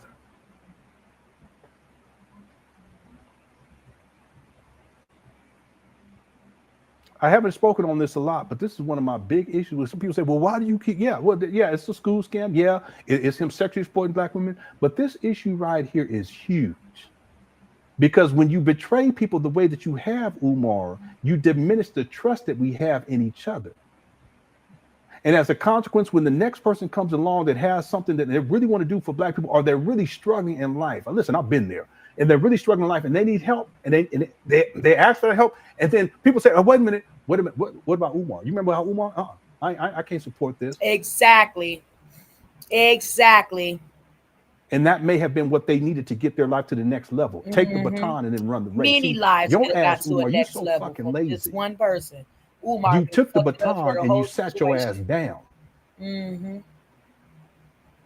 You didn't run anything. You still not running the race, homeboy. You sitting in rental cars and shit, sitting in your mama closet and shit, sitting in hotels and motels and shit. You ain't running no race. Going to Africa, living it up on Black people's money. You ain't running no race. You haven't improved not one iota since you started.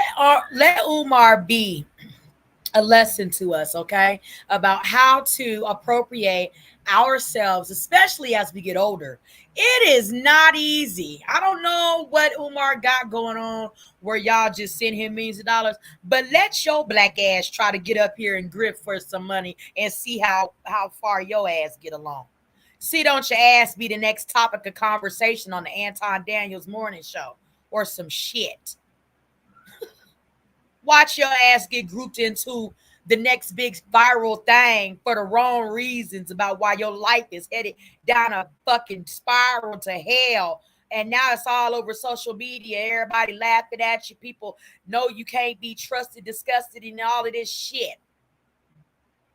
Let this be a lesson to us to do our damnness to keep ourselves above water the best we can, make the best decisions and moves for our lives as we can out here, okay?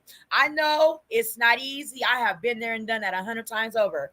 Okay. I'm at a place in my life where I'm only doing one thing, maybe twice.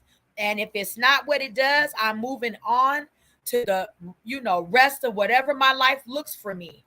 I'm not harping and staying stuck on nobody or no thing that is not taking me to my next place of peace in my latter years of my life. Let this be a life lesson to us, sippers. Let's learn from Umar, also should be known as Jermaine Shoemake. Okay. Collecting money since 2014 for the St. Paul school scam. You have not improved your life not one bit. And you still I hate to money. laugh, but it's sad because people, you know what I'm saying? We would just do anything for the kind of opportunities that fucking Dr. Umar got. Dr. Umar should be like fucking Anton Daniels, Nino Brown. You know what I'm saying? Out here on these internet streets, have a couple businesses, real estate, some goddamn where, able to put other people in a great financial situation. He can't even put his damn self in one. How sad is that? You can't even help your mama into better respite care situations, and the government gives you that for free. You can't even access that. That's sad. Okay. Let's finish this up.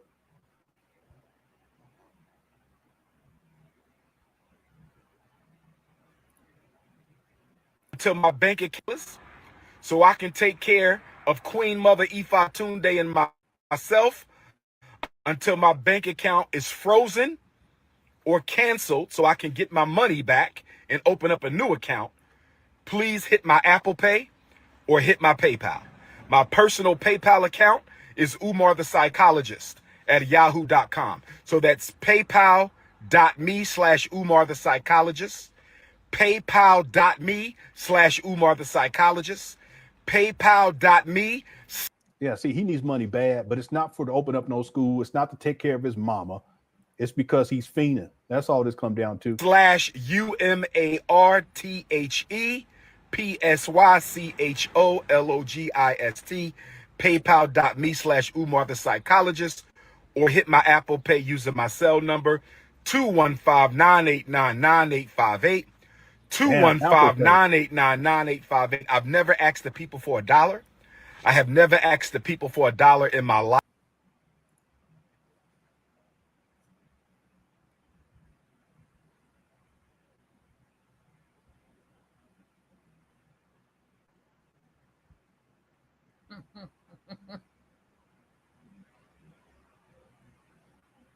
The lies they tell, and lies they tell. Nigga, we just heard you begging. I ain't gonna say nothing. I'm just gonna put this. I'm just gonna give some shout outs. Thanks God, little princess. What's up, Jimmy? Can you believe this guy? What? Literally, Black Light. Every day he be asking for money. Mm-hmm. Yeah. It's gaslight. That's that narcissism. He's gaslighting 101. Boy, this chat room is wild. I can't wait to get back up in it. I can't wait to get back into this conversation and watch this over again. What's up, Rated and Shadow and Cam? Brother Cam's in the building. Sports bet. I can't believe. Yeah. Someone said he snorts a particular drug and smokes a particular drug. I used to live down the street from where his schools are. That area is an open air drug market, which is true. He also cops on the west side. My man's really used to serve him before he got okay. We'll leave that right there.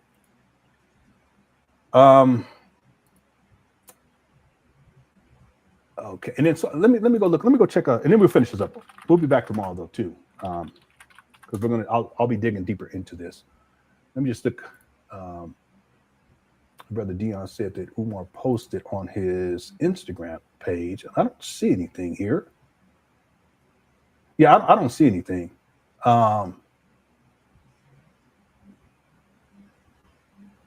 What is it? Yeah, I don't see anything. Maybe he took it down. All right. Here's the preview.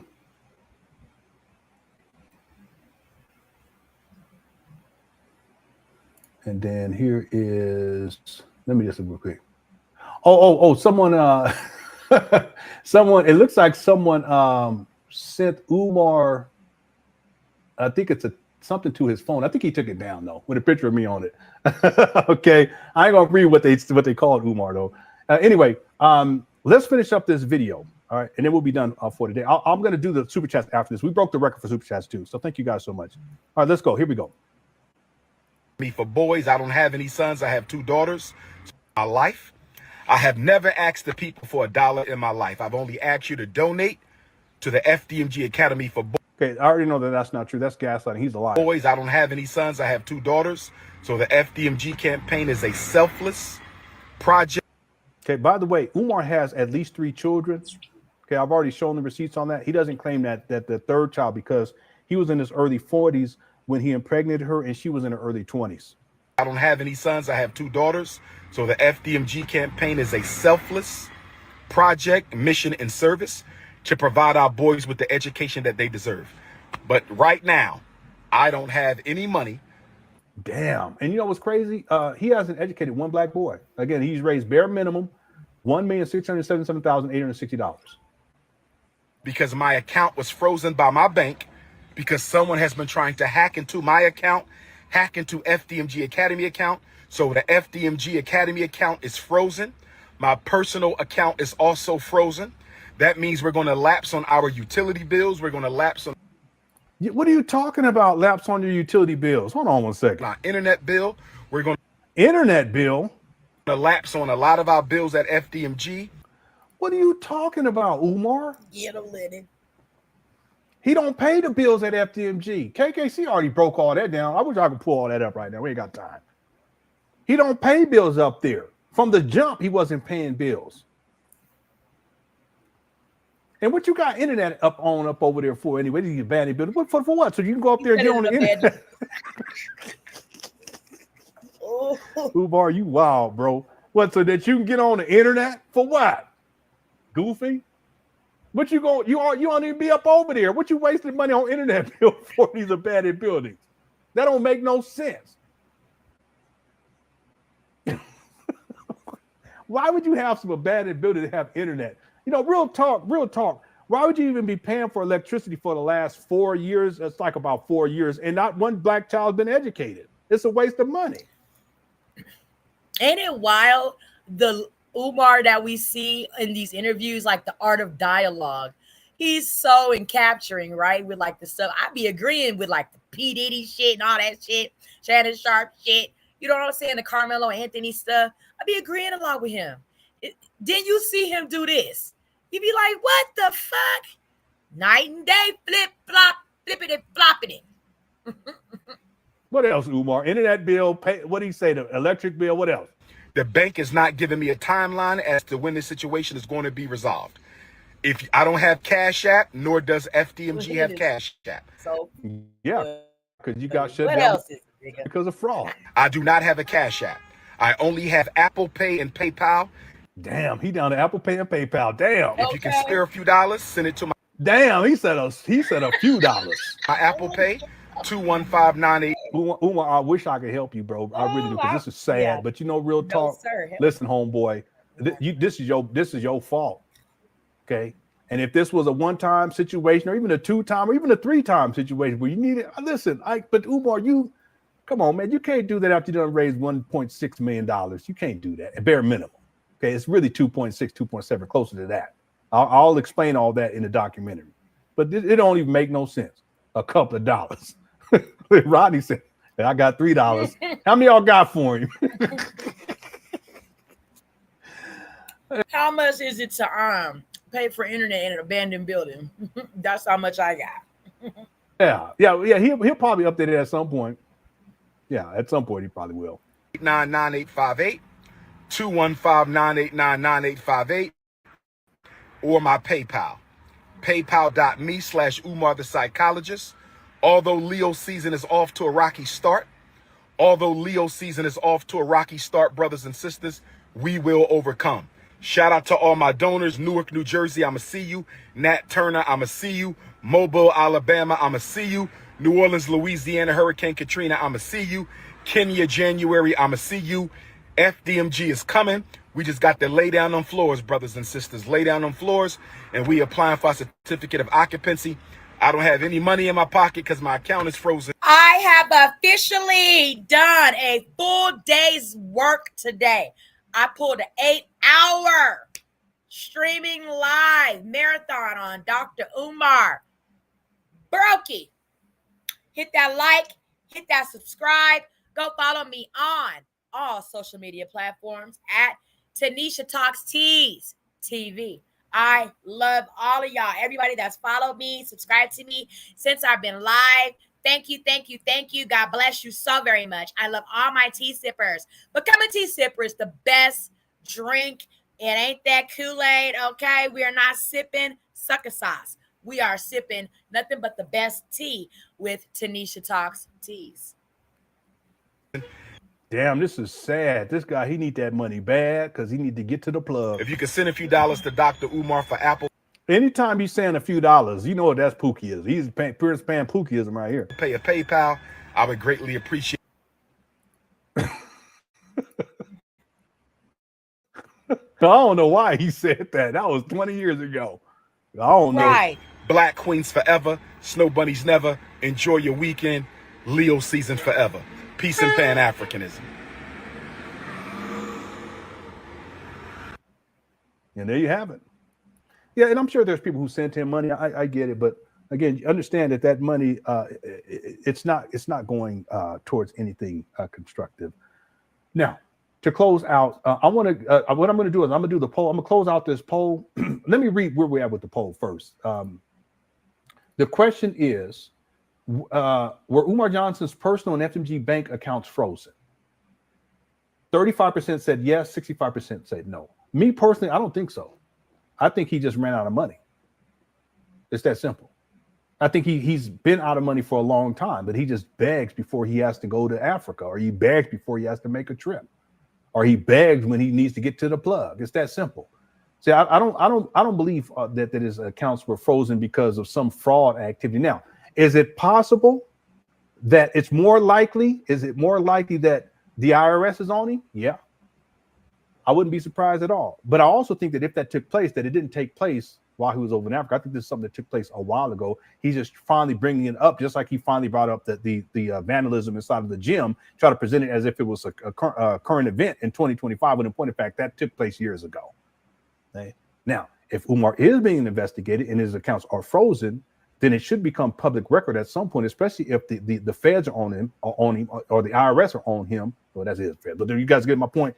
And that if at some point it's been determined that he's committing fraud, which he is doing, okay, that would become public record. So part of what I want to get to before we get to these super chats and close out this live stream is that time always tells the truth. It's a matter of patience with Umar. It's always been a matter of patience. That one way or the other, the truth will be revealed. And for instance, if in point of fact, he is being brought up on charges because of fraud, and that's why the reason why his bank accounts have been frozen. Well, that will be inside of the final report for this this fraud case. Okay, and that should be public record. Okay, so it would prove it to be the case, right? But until such time that takes place, I'm not going to assume that what Umar is saying is true, because Umar is a pathological liar. He lies all the time. You should never take anything that he says at face value.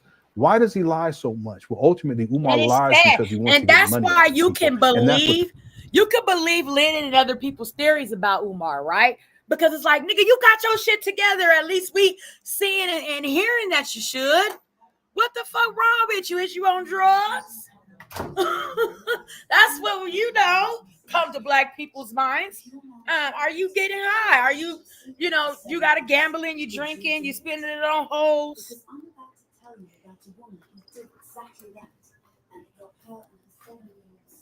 Come on, beauty boo. this is right here. He's trying to get you guys, his followers, to send him more money, not because he wants to open up a school, not because he cares about black people, not because he's going to do something to benefit black people, but because he needs the money for himself. In particular, in this case, he needs money for the plug. It's really that simple. So, do I believe his bank accounts were frozen? I don't think so. Okay, but it could be argued that maybe they were frozen in the past. It's probable. Is it probable that he's been investigated in the past? Yes. Okay.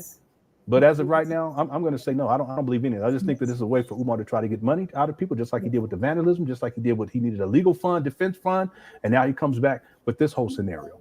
Okay, and he already had this pre-planned, and he already mentioned all of this in the video where he was raging and going crazy after he got exposed by Lene.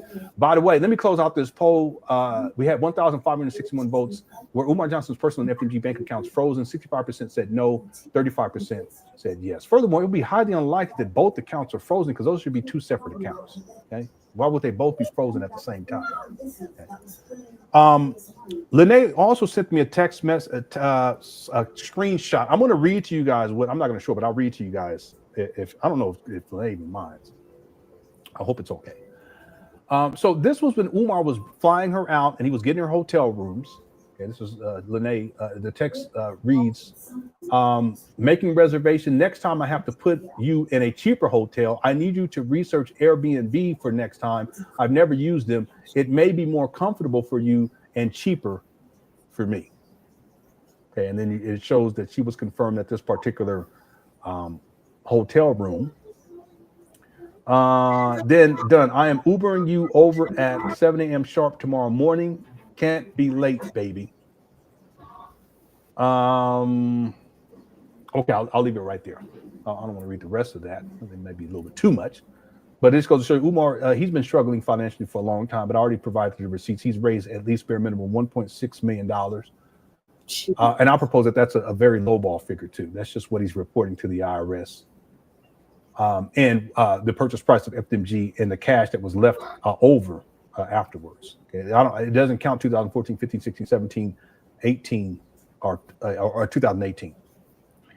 All right. Okay, let's do super chats. Okay, if you guys don't mind, for those of you guys who are still around, thank you guys again for tuning on. I hope you all enjoyed the show. If you did enjoy the show, go on and hit that like button. We broke the record for like. We broke the record for super chats. We broke the record for the amount of people who were in the live Leadership Academy to immediately cease and desist from soliciting contributions on behalf of or as a charitable organization or conducting any services of a professional fundraising council or professional solicitor in Pennsylvania until such time as it provides the Department of State Bureau of Corporations and Charitable Organizations with all previously requested information and duly register or provides information that it is We're not even supposed to be receiving donations from registration as determined by the Department of State Bureau of Corporations and Charitable Organizations. And then what did Umar do after this? He got tax exempt status. But see, all the money that he had collected up until that time, it's all personal income. That's why he has personal tax liens. He wasn't working. With the exception of 2014, I do believe, and I haven't verified it, but I'm going to give him the benefit of the doubt for about 8 months, based on what Umar said. Can't remember if it was 6 months or 8 months he had worked. The point is that it could be because he's not filing the paperwork or that he doesn't have tax exempt status, but he's collecting the money under this charitable organization, at least what he claims to be a charitable organization. Again, he had tax exempt status from 2015 to 2017. It got revoked because it wasn't filing proper paperwork with the IRS. And then ultimately what ends up happening, to change his battery, ultimately what ends up happening is Umar doesn't get tax exempt status again until 2020, which is consistent. It's after this too, after he was sent this. So he got his paperwork in order. Okay. All right, I got to change this battery. If you guys don't mind, I'm going to put on Show Me Love, and I'll be right back. I got to go grab a battery out of the pantry. Okay. And then we'll finish up with these super chats. Thank you, the help for the super chat. I appreciate it. All right. All right. I'll be right back. This video that I have of Umar on record. It could be 2006. And then you look at the trajectory of his life, it's just gotten worse and worse. Okay, and again, even if we follow the character arc, if we follow it up until the Hidden Color series, that was when Umar's heyday, 2011, 2012, 2013, getting in 2014. Okay, we see it kind of at this elevation of Umar, but then at a certain point, everything just goes downhill, and it's crashing and burning more consistently these days than it has ever before. 2025, it's been very difficult for him. But I would hope that he would learn. He doesn't learn. That's the thing. You got to learn it. And as a man, you got to figure out, okay, if this isn't working, I need to do something different. All right. That's something I had to learn myself.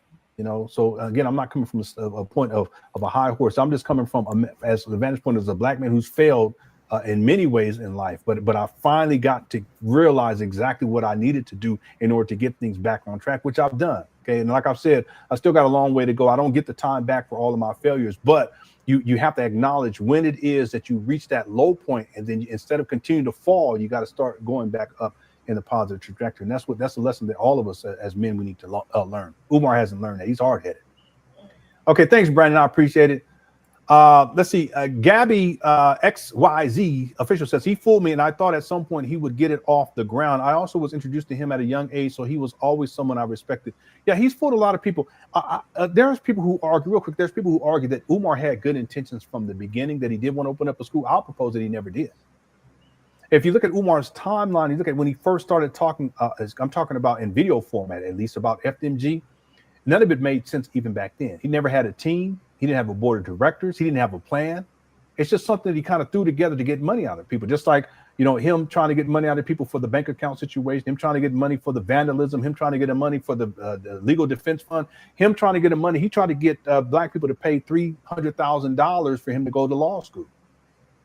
And he just comes up with things. And FMG is the thing that he came up with, in my opinion, that brought him the most amount of money out of all of the scams that he's run. It's the one that's brought up the most amount of money. So what I would say is, in my opinion, Umar never intended on opening up a school.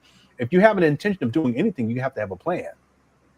You just can't keep asking for people to fund, you know, this dream. You got to have a plan, a clear-cut plan. You got to have an idea of which steps you're going to take day by day, month by month, year by year to actualize this plan.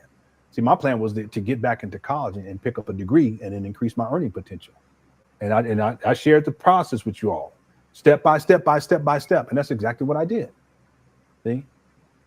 But if I'm saying that I'm going to get a degree, but I'm not even doing the work, you know, I'm skipping courses. I'm not even, you know, the live, when it was live, you have to tune in live. I'm not showing up. There's no track record of me showing that I'm serious about getting a degree. Well, the same thing applies with Umar with this fake school. I don't think he ever had any intention of opening up school. I don't even think he knows how to do it. I don't think he ever did. I don't think he ever will. He's just fumbling along, and he keeps asking for money. Things keep getting worse, and he keeps asking for money. See? Yeah, he's fooled a lot of people, but that's okay. Like I said earlier, you know, we've all been fooled. I've been fooled too. I've been a fool too. Okay, real talk. We've all been fooled, but it's better to know the truth about any given situation than to continue to believe in a lie. And that's all this comes down to. That's why I don't have any animosity towards Umar Johnson Falls at all. Okay, I look at you, and I'm not saying this in a negative way. I look at you all as someone who's been manipulated by Umar, and he's taken advantage on different levels. And in that sense, you guys have been victimized by Umar. That's so I can't be mad at y'all, okay, for believing in Umar. I just can't do that. If you want to believe him, that's fine. It's irrelevant. At the end of the day, it comes down to proper intellectual process, critical thinking, asking critical questions. And there's so much information out there dealing with this guy that it should cause people to at least start to question whether or not Umar is a type of person that you should be following or the type of person that you should be supporting. Okay, let me say this: there's nothing wrong with you know, supporting people or donating to people. There's nothing wrong with that. It just has to be the right people, and you want to make sure that your money is going to the right people. You don't want it to be going and just being wasted. And that's what he's done. He's wasted millions of dollars at this point. He squandered it, and he's still doing it to this day. Where now he's begging for, if you guys can send me a couple of dollars. Okay, come on. All right. Thank you, Gabe XYZ. Scott says, thank you for making my night shift go by smooth. Cooker. I said, what kind of man? Yeah. You had plenty to get into for this video. Thank you, Scott. And I hope you had a good shift. All right. Smitty Boy also says, Umar looked like a canvas painting in that. I ain't gonna pull it back up, but he did. I ain't gonna lie. Thank you, Smitty Boy. I got this one earlier. Shout out to Texas D, but thank you so much. User 225. Everything is bigger in Texas, including. Oh, okay, don't do that. Okay, What's up, Matt? Here we go. Been waiting for this one. Yeah, a lot of people were waiting. I try to hold on. Thank you, Matt. TB, thank you so much. Says my transracial Africans, Queen Racial Dose. Hey, I remember that lady, boy. She was wow. Thank you, TB. A lot of people don't know who you're talking about, but I know who you're talking about. Thanks, TB. Dion, we still got 4,000 people up in here. Shout out to the Kid Crush Sets Undefeated. Dion says he lies so much. Old Jimi Hendrix. Don't do that. Thank you, Dion. One of the greatest guitar players of all time, Jimi Hendrix. Shout out. Rest in peace. Scripted Wisdom says, broke his doctor. Yeah, I know that's another. I didn't really mention that, but this is a guy that has, allegedly, he has 6 degrees. He has 5, best case scenario, he has 5. He says 6. He counts his double major as 2 degrees. They're not 2 degrees. In fact, the college that he went to get that double major, they offer a double degree program where you get 2 degrees. No, he got 1 degree. It's a double major, and that's fine. But Umar has to count it as 2, and so that's why he comes up with the number of 6. It's really 1 undergraduate degree, 3 master's degree, and then a PsyD, okay, from PCOM. So it's 5. But you would think that someone who has that level of education and been through the rigors of getting that many degrees, that they wouldn't be broke like this at the age of 50. And on top of that, collecting the bare minimum, $1,677,860. What's going on here? Where did the money go? See? But I told y'all in advance that this was going to happen. After that cash app got shut down, I told people. Thanks, Scripted Wisdom. I appreciate it. Brandon says Umar wouldn't try to send money to his kids, though. Yeah, he'll beg black people for money, but he ain't trying to support his children. Think about that. It just goes to show you, speaks to character. Okay. I don't get it. I really don't get it. Again, people, they can support it if they want to, but that in of itself should be enough. Thanks, Brandon. Ike says, you mean to tell me you don't got a couple of dollars?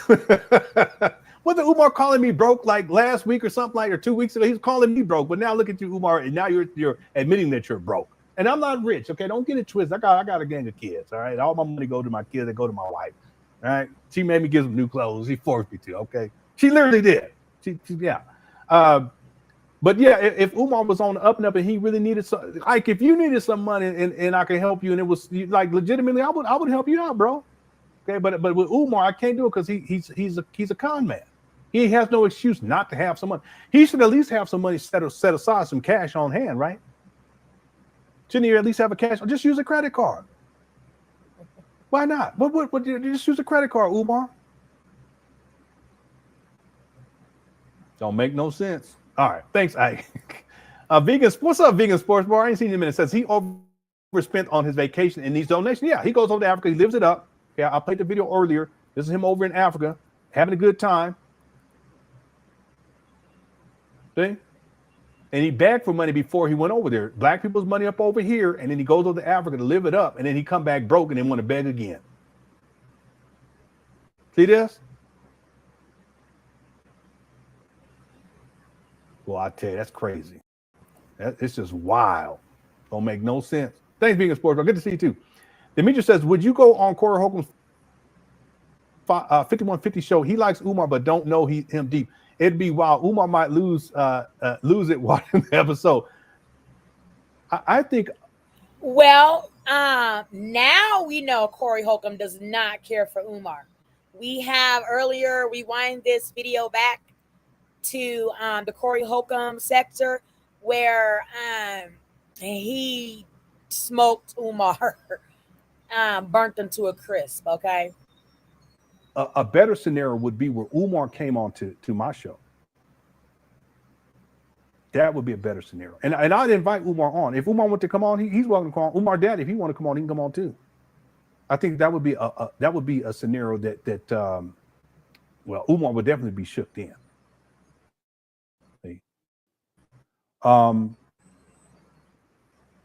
Umar would not be able to handle critical questions. Mm-hmm. And I've done so much research on this guy that he would not be able to stand to reason. And I think Umar, what he would do is he would just get emotional, he'd get belligerent, he'd start upset, and he'll start cursing and just wilding out. That's what he would do. And again, my platform is open to Umar. Umar, if you ever want to come on here and defend yourself with this FMG school scam, or if you want to defend yourself in terms of the sexual exploitation of black women, you can come on, just let me know. You already sent me a cease and desist letter. You was big and bad back then talking about pull-up team and how you gonna do this and we're gonna get him and we're gonna get this and do this and all that. You ain't gonna do nothing damn thing. Okay. Thanks, Demetrius, for super chat. TB says Breakfast Club has a history of promoting scammers. Yes, they did. They promoted Polite. They promoted Umar. They also promoted Jay Morrison. They also promoted the one guy, flipping MJ. I can't remember his name right now. Flipping something, flipping the house and stuff. Caesar Pena. They promoted him too. Another scam. Close the door. There's a lot of scammers that came through there. Yeah, there's a whole lot, right? It's interesting because a lot of the people who do the scamming, they already have a following. You know, Polite had a following. Jay Morrison had a following. Umar has a following. And so the idea was if I bring these people on, they're going to get views. And so with Umar in particular, the views on his Breakfast Club, I think they get more views dealing with when they have Umar on than anything else. So they bring him on, even though it exposes their audience to a scam artist. And then he's able to get more money out of people for a school that doesn't exist. It doesn't matter to them because at the end of the day, they still make money on having Umar on their platform. See? So, yeah, they have a history of that, right? I highly doubt that DJ Envy has contributed to FMG. I highly doubt that Charlemagne has contributed to FMG. I know that I can't remember Angela Lee. When she was on there, Angela Lee, I know she didn't contribute. In fact, after the first time they had Umar on there, she stopped coming up there when Umar would come up. And it was purposeful because he was talking all kind of shit about Asian people and Chinese people, and she's part Asian. He ain't got no sense. No sense. Thanks, TB, for super chat. Frigilante, how's it going? Says this ain't to chat. This chat belongs to this. I think you said this ain't your chat. This chat belongs to the Cookie Crush chat. I know this chat room was wild today. Y'all had it going on fee rate. Thank you so much, Frigilante. Okay, Fatherhood and Flight says this is a Boondocks episode at this point. Yeah, it's turned into that. The shenanigans are over the top. They really could turn Umar into a character as a cartoon character, and it'd be hilarious. Thank you so much. I got to do these quick because it's getting late here. Thank you so much, Fatherhood in Flight. Tiny 2.0 says he lying. Banks don't ask anyone to put your number in. The thing is that if you call a bank, they would already have it preset to where they have certain questions they would ask you to verify your personal information to make sure that it's you. I don't know if they would ask you for the actual bank account number, because if you're calling, let's say you're on the road and you don't have it memorized, how are you going to get the bank account information? They would ask you for your name. They may ask you for your birth date. They may ask you for the last 4 digits of your social security number. Yeah. Yeah. I guess they may ask you for your bank account, but I just think that would be an inconvenience, especially if you have a situation, a scenario where, let's say you're out and about and you get a fraud alert and then you call the bank, and you don't have your bank account memorized. How would you get that information? Okay, they would ask you other questions, right? Anyway, I don't believe that story about him contacting his bank at all. They would have contacted him through email, text. He did say he received a letter, but that could have been from the IRS. A letter, it would have been email, text, or a phone call, right? And they would have done that immediately. Thank you, Tiny 2.0. Wakanda Credit Union. Yeah, he should have a Wakanda Credit Union. I think Umar, he did talk about how there was going to be FDG Credit Union at one point. Mario says, man, what bank asked you to give them your debit card over the damn phone? Yeah, I know. I didn't think about that, but you're right about that, Mario.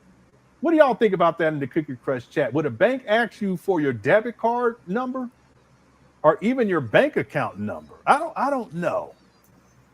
When I contact my banks, I don't.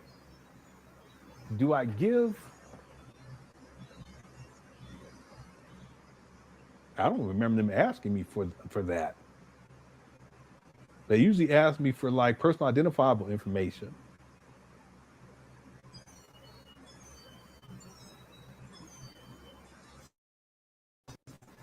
Yeah, I think the last 4 digits of my social security number, my name, address. Yeah, that's what all I don't remember asking for my debit card number. Maybe they do. I don't know. Yeah, the last 4, that's usually what you get asked. Okay, maybe it depends on the bank. So I don't know. Last 4 digits at best. Some people said no. It may just depend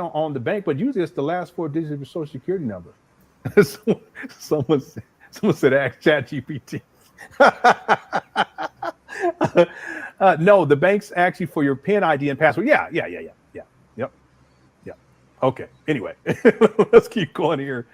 Let me get to the rest of these super chats. I'm only halfway through, Mike. We broke the record. We shattered the record today. Thank you guys so much. Everyone who sent the super chat. Snow Bunny National Credit Union. Umar, you need to go withdraw from your Snow Bunny account. That's what you need to do. Thank you, Reggie. He's lying. I think the feds are. It's possible, but I think that if they are, Dion, that they've been investigating him for a long time. It's not something that's new, because he's been at this for a very long time. Thank you, Dion. Black Wolf says, any suspicious activity, you receive alert notifications in text messages to your phone. Yep. Umar's trying to get ahead of something. I got this one earlier. If there is something going on, I think he's putting this out here now.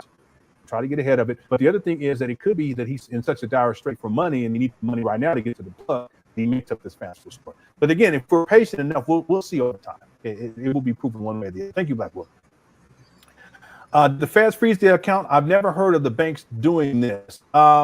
Again, Laura, the story doesn't make sense, because he says that the bank accounts, they didn't exist because they had no record of the bank accounts. Then he said that the bank accounts were frozen. It can't. Those are mutually exclusive. It's mutually exclusive. It can't be both. So he's lying in the first place. Okay? Even him saying my homeboy needed a couple of bucks or whatever, I don't believe that either. Okay, because you should have a couple of bucks just spare change in your wallet. What are you talking about? A couple of bucks? Okay, you don't have a family member that you can ask for a couple of bucks from, or your homie or other homeboy or one of these women you be. Anyway, you don't even make no sense. Thanks, Laurie, for super chat. We're in the world, or my Carmen San Diego Africans. Yeah, I remember Carmen San Diego. I remember that. Thanks. I shot ya. I think I had a crush too when I was a child on Carmen San Diego. Anyway, he had that long, that black hair that, you know, anyway. Frigilante says he's asking for people to hit the Apple Pay. Crazy in Dallas days. Yeah, that's what he said. He down to Apple Pay. He done fallen off so bad. He down to the Apple Pay now. Boy, Umar is sad. Thanks, Frigilante. Ike says, watch, he'll need money to open a new account. I said, family, I got to open up this new account. Need y'all to send me a couple of bucks so I can get this new account. The last one got shut down because of fraud. We going to see, Ike. Thank you. Ike Still Learning says, how is it that both bank accounts are frozen, yet he's asking people to send money to PayPal? Yeah, I addressed this one earlier. Yeah, it doesn't stand to reason. Not at all. Thanks again for that super chat. More Thread says 5K in the chat. Golden, you go, but thank you so much. Yeah, we broke records today. Thank you guys again for tuning on in. We almost done. Red October says the feds are closing in. He shouldn't have sent that last video from Africa. It was only a matter of time. The drugs have distorted his reality. Yeah, you know, speaking of the Africa part, it is possible that Umar, he was over in Africa spending money over there, and it got flagged because it was something over there dealing over in Africa. That's why his account got flagged and gets frozen. That's possible. But then I thought to myself that would have happened already by now, because he's over in Africa a lot, or relatively speaking. Okay, he's over in Africa quite a bit, and in other countries too, because that can happen when you're overseas and you're trying to purchase something. Make a transaction with your bank account through your debit card, and because it's in another country, it gets flagged and it won't go through, and you have to contact your bank and then let them know, and then, no, I'm over here, blah blah blah, etc. And then they go ahead and let it go through. That happens, but see, the thing is that would have happened a long time ago, because Umar, he's been over to Africa. The first time he went over to Africa was in 2005, and since he said that he had that bank account since he was a teenager, that would be the same personal bank account that he had back in 2005, right? Yeah. Thanks, Red October. PC, I got this one earlier. Thank you so much, Dion. Good point too, right there. Sharif says Umar bank app might state account cannot be. Yeah, his bank app told him. It said your account cannot be found. No, but what he said, Sharif, he said that he actually, when he was talking to him, that's what he said when he was talking to the bank, people at the bank, that they told him that they couldn't find his account, that it didn't exist. But then he said that it got frozen. Again, I don't believe he a liar. He's a pathological liar. He lies so much. He be lying to where he actually lie on himself. If that makes sense. He'll lie on top of a lie. He'll lie about the other lie. Thanks, Sharif. What's up, Wendell says, if the hacker takes his money, can they refund me $70? You sent him 70, Wendell?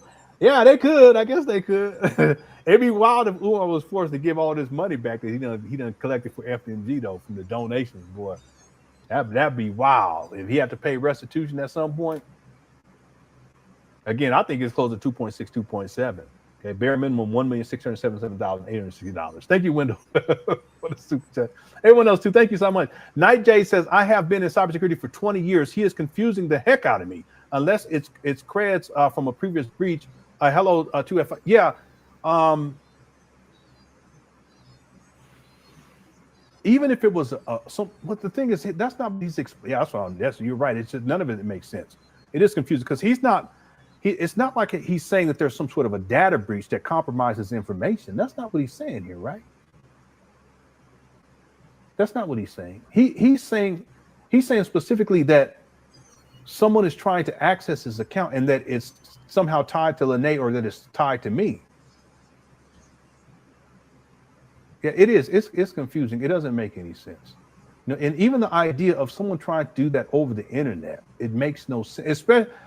Listen, it wouldn't even be worth it. It wouldn't even be worth a hacker to go through all of it, including putting himself at risk for getting pulled up on hemmed up on federal charges for trying to access bank records or bank accounts or trying to. It just doesn't, even from a cybersecurity perspective, it doesn't make any sense. Why would you try to hack Umar out of all people? So yeah, it is. It's confusing. It doesn't make any sense. But again, I think that Umar, that he's mixing and matching things, and he's creating this false narrative around this idea that someone's, he's being sabotaged, and that there's people who are trying to steal steal the money. I don't get it. It doesn't make any sense. Yeah. All sides of a paranoid drug addict. I'm gonna leave it right there. It doesn't make sense because I'm still trying to think about if it's a previous breach. That wouldn't make sense either, because if it was a previous breach, he would have already known about that, and he would have been able to rectify that already, right? Yeah.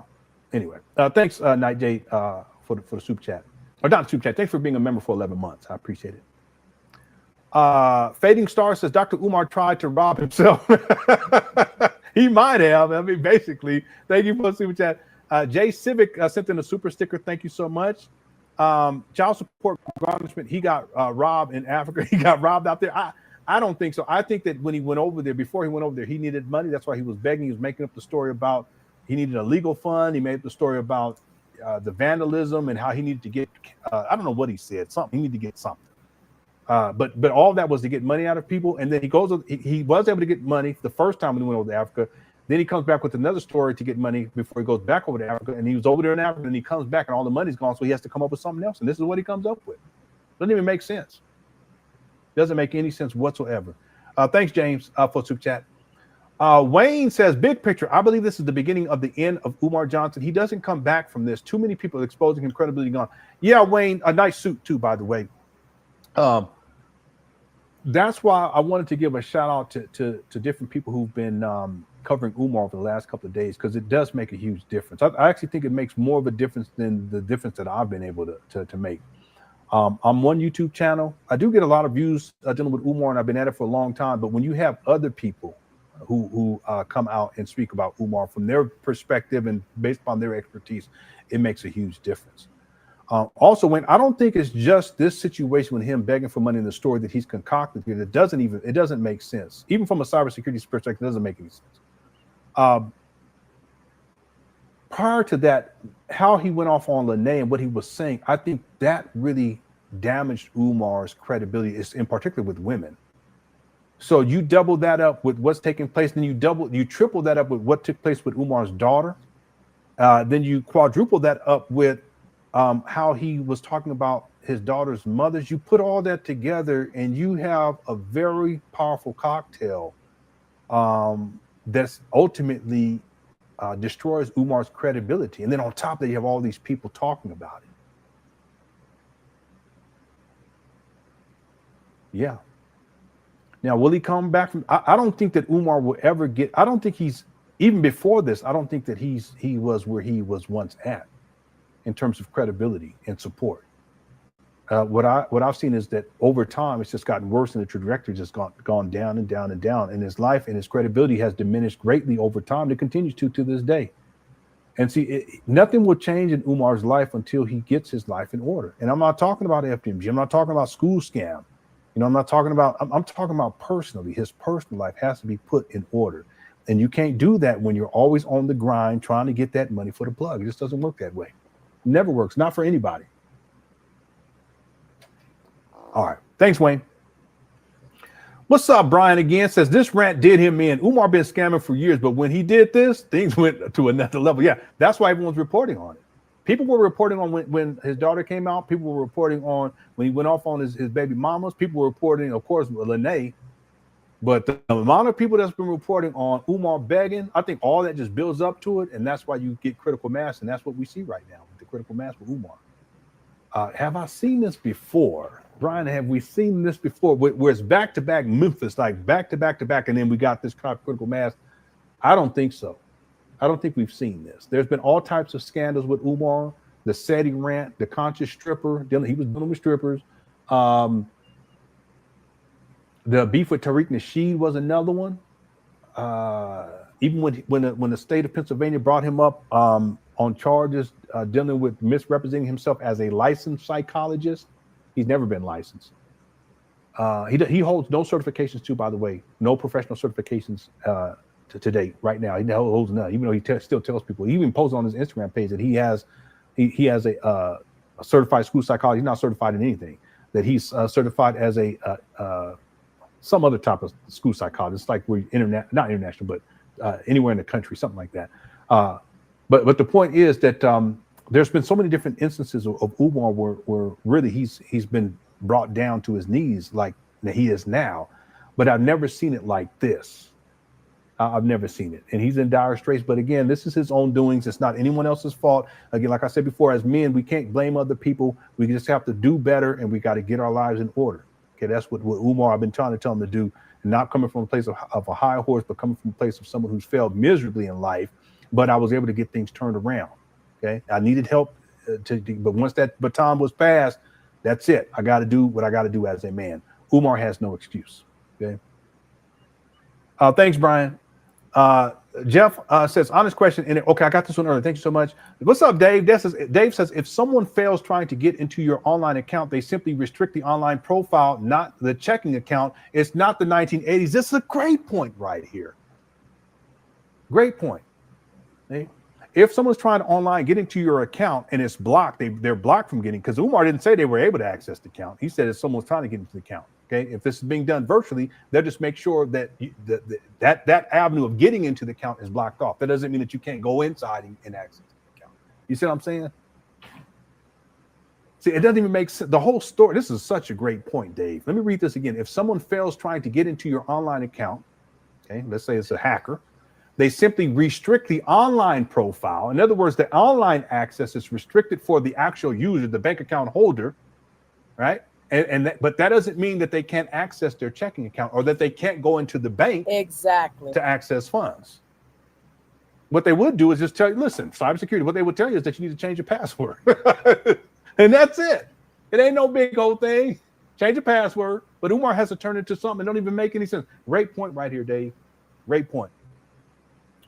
Thank you for the super chat. Missy says, I'm not sure, and I'll be maybe 10 more minutes. Missy says, I'm not sure I believe his accounts are frozen, but if it's true, I wonder if it has to do with unpaid taxes, including property or child support. Yeah, Missy, someone that brought this up earlier about how it's been reinstituted since after the whole COVID thing, that they're going after people's assets and bank accounts for child support and for tax liens. And there was a what do they call that? I don't want to say a stall, but there was a discontinuation of that policy, if you will. Okay, I know I'm not using the right appropriate terms.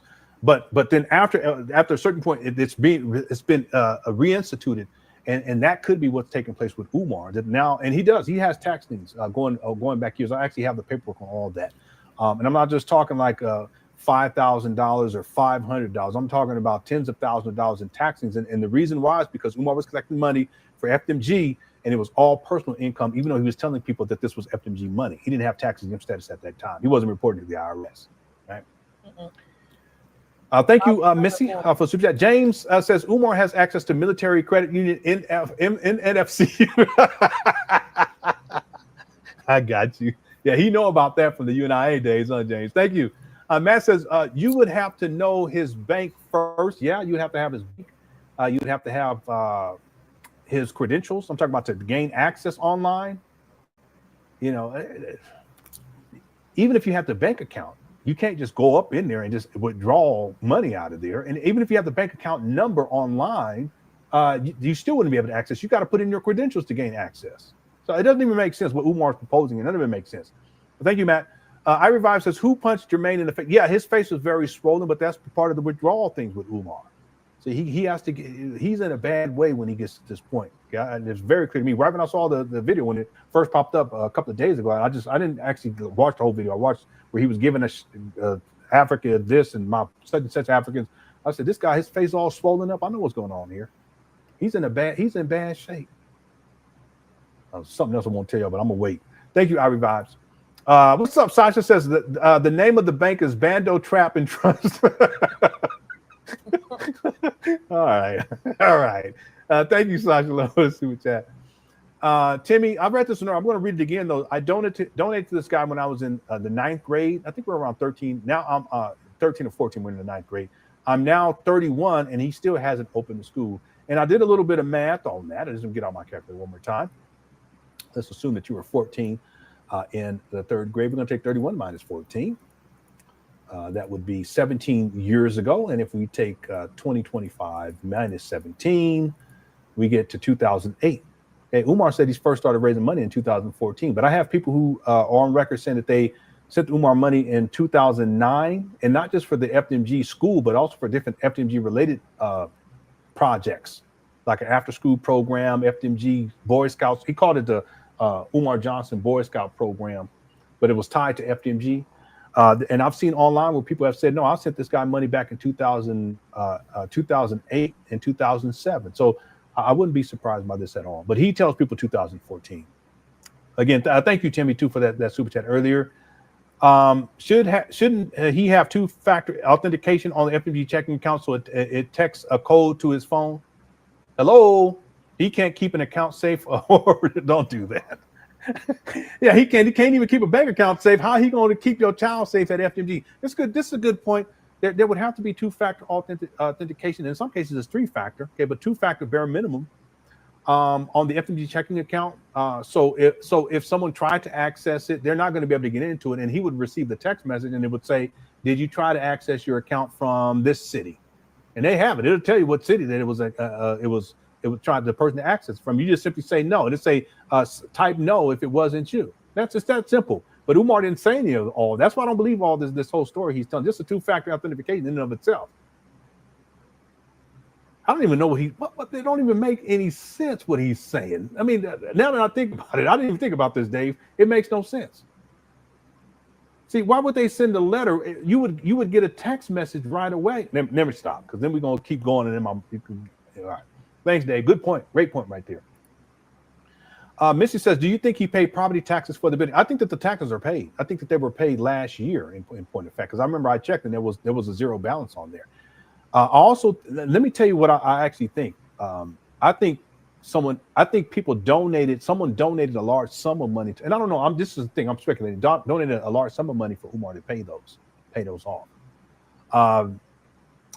It was over $120,000, and that's money that's wasted, because if Umar had his tax exempt status back in 2019 and 2020, he didn't get it until 2020. The second time I'm talking about, he set up a new EIN number and changed the name slightly. He's a con man. But if he had tax exempt status in 2019, he wouldn't have to pay any. Or you, Umar Johnson, followers, you donors, you wouldn't have to pay any of that money out. Over $120,000. It's just wasted. It's sent to the quote unquote government, the quote unquote white man. That's where y'all's money going. $120,000 wasted just like that. And y'all think somehow he's responsible enough to manage $1,677,860 bare minimum? No, he's wasted so much money. He's tricked off. He's incompetent. Doesn't know what he's doing. He wasted over $100,000 right there of you donors' money. It's not his money, just on taxes. If he had tax exempt status, he wouldn't have been on the hook for any of that. Y'all wouldn't have to pay any of that. But because he didn't have his paperwork in order, and he never does, it's just wasted money. Okay. So the last time I checked, it had a zero balance. Okay, I can check again. In fact, I think one of the accounts, because there's two parcels. I think one parcel there was an overpay of a couple of thousands of dollars, something like that too. I can't remember what the figure was. I haven't looked at it in a long time. Anyway, thanks, Missy, for the super chat. Just wasting money, wasting. Karan says, do you think he is being investigated? Yeah, I do think he's being investigated. I don't think there's anything that's happened recently. Like he's, this whole scenario about the bank accounts. I think that this has been going on for a while, and that Umar, again, he's been investigated before anyway. Okay, remember he was brought up on charges with the state of Pennsylvania for allegedly practicing without a license. Again, they sent him a cease and desist letter from the state of Pennsylvania telling him to not stop collecting money. Okay, we have to be investigated for them to even come to that conclusion to send him a cease and desist letter, right? So is he being investigated? I think he's been investigated. I think he's been investigated by different agencies. Okay, now this whole story that he's telling right now, time will tell the truth whether or not there's any substance to this. It could be that, yeah, the IRS is finally coming down on him. But if they are, it's going to be public record. At a certain point, it's going to be public record. Okay, and that's what I'm saying. Patience is a virtue, and when it comes to Umar, we have to be patient to let things play themselves out over time. And then at some point, if it actually comes into the public domain where all this is being exposed in terms of tax evasion or anything, all of these levels of investigation that takes place, then we'll just refer back. Okay, you guys remember when we did that video back in July of 2025, and Umar was talking about how his bank accounts were frozen. First he said they disappeared, then he said they were frozen. Okay, this is what he was actually talking about. That's historically speaking, when I covered Umar, that's how these things have worked. Okay? It's just a matter of patience and letting things play themselves out, and then not believing the false narratives that Umar tells, because he's a pathological liar. Okay? Never take anything that he says at face value. Thank you, Karan or Karen. Black Wolf says, Lennon, the likes up. We need Umar show. Oh, we did it earlier. We got it. Yeah, we got that earlier. Vagabundo says, hey, Lenore, I can see if I can find the pic I have from 2011 at the World Beat Center. Okay. I was there when he first came to there. I used to work. Okay. So you probably know Makeda Dredd. She's an old friend of the family. In fact, my wife grew up, my wife, mom and mother, rest in peace, and aunt were Dredd. So, and my wife, she had dreads her whole life until the day before, I think it was a day or 2 days before I met her in Oakland back then. It was about almost 25 years ago. She had cut her hair off for the first time. But prior to that, she had dreads going all the way down her back. But Makeda Dredd they all knew, Makeda Dredd knew my wife when she was a child, because my wife lived in San Diego for a while, and knew my mother-in-law, rest in peace, and aunt-in-law, they're twins, knew them way back in the day. All right. And then Makeda Dredd, my dad, he used to have, I don't know if he still has dreads, because I ain't seen him in a long time, but he had dreads too. She knew him too from back in the day too. She had a crush on Makeda Dredd. She told me the story because she came to the house a couple of times. Not when we lived out here, when we lived in San Diego. She came to the house a couple of times. But he came out there. He was out there twice. He was out there back, I can't remember the year right now, but it was 2013. He was there in 2013. And then he was out there again, I want to say in 2020, 21, something like that. Yeah, but I'm familiar with Makeda Dredd and World Beat Center. San Diego, that's my hometown. Thank you, Vagabundo. Yeah, if you find it, you can email it to me at lennon@yahoo.com. All right, and thanks for super chat, Vagabundo. Timmy says, as a school counselor and a licensed professional counselor, my father believed in Umar. This guy is a disgrace to all faulty of the education system. Yeah. It's unfortunate. There are a lot of people who have believed in Umar and still do. He's a con man. That's the best way that I can describe it. And he's a master manipulator. He really is. And there are people who are highly intelligent that believe in this guy. I think that critical thinking can be a part of being intelligent, but it doesn't mean that a person can you have to have critical thinking in order to be intelligent, if that makes sense. I know it sounds kind of backwards, but I don't think that it's a prerequisite. I think that it would be desired, because there's plenty of people who are highly intelligent and they fall for things all the time. A lot of the individuals in cults, there are people who are extremely highly educated and they get caught up in these cults. And you would think that they would have the levels of discernment to see the person for who they are. I'm talking about the cult leader. They should be able to see the cult leader for who the person is and see how they're being manipulated and scammed. It just doesn't work that way. Most people, the vast majority of the human population, don't operate like someone like Umar. or what's the guy, Jonestown? I can't remember his name right now. Jim Jones or something like that. Most people don't operate like that.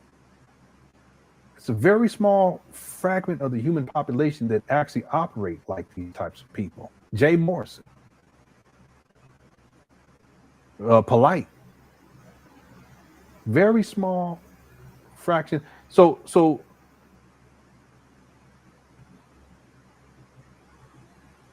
you would think that people who have levels of intelligence would be able to ascertain the quality of these people's character, but I just think that they're so far in between and few in between, and we don't deal with them a lot. We don't engage with these types of people quite often. So when they come around, it's almost like the blinders are on, and they make these promises. They say all the right things. You know, they may dress the part. You know, Umar, he dresses all different types of ways. When he was claiming to be a professional, he would dress in suits and ties, 3-piece suits, all ties, and hair manicured and all that kind of stuff. He don't do that these days, but that's because he's a metamorph. He transforms into what he needs to be in order to best manipulate people, if that makes sense. Best manipulate people. It's crazy. That's how he is. So it's unfortunate because Umar, there are a lot of people who believe in Umar, and there are a lot of people that still believe in Umar, and these are our loved ones. They could be family, friends, you know. I have no animosity towards people who believe in Umar, none whatsoever. It's not about you versus, you know, me or Cookie Crush. It's not about that. It's all love. You know, I want the best for everyone. I truly mean I want the best for everyone. Umar, he's done some serious damage out here, and he continues to do it. And it's unfortunate that people, not enough people see that truth and see ultimately it's better that they see the truth to keep themselves protected than anything else. You know, yeah, it's unfortunate. Thank you, Timmy. Malika says for some paper, let's see, for some paper for all these receipts. I think you're talking about the receipts I was pulling, or thank you, Malika. I think there's a typo in there. I was trying to figure it out, but you know, it's late. I don't even know what I'm talking about at this point. We're almost done. He just got a few more super chats. Still got 3,629 people in it, but we'll be back tomorrow with another live stream. It'll be a shorter live stream. User 225 says, pull up the clip of Umar Johnson gambling for the new viewers. No, that's part of what I'm going to be presenting, because, and if I have time, I want to put together a video that put all of these different the gambling, Umar with the substance abuse, Umar with the drinking, Umar with the smoking. I'm going to try to have it all together for tomorrow. Okay, I'm going to try my best. Okay, I got to see if I can find the time. And that will be when I show that. But if I'm unable to get it done, if someone can remind me tomorrow in the chat room, I'll bring that up, because people can ask the question, where's all this money gone? Well, it's gone to different things, including gambling. Gambling is actually, and it's not just the videos of Umar actually gambling. It's also testimony from his nephew, and he talks about how gambling, it's part of the family culture. Y'all remember that? Y'all know, what's her damn name? Who J-Lo was married to just now. I'm not sure if they got divorced. I cannot think of his name. Drop it in the chat if y'all know who I'm talking about. He has a big gambling. He gambled $1 million in one time in the casinos. J-Lo husband. I want to say Brad Pitt, but that ain't Brad. It ain't Brad Pitt. That's Angelina husband. Him, $1 million.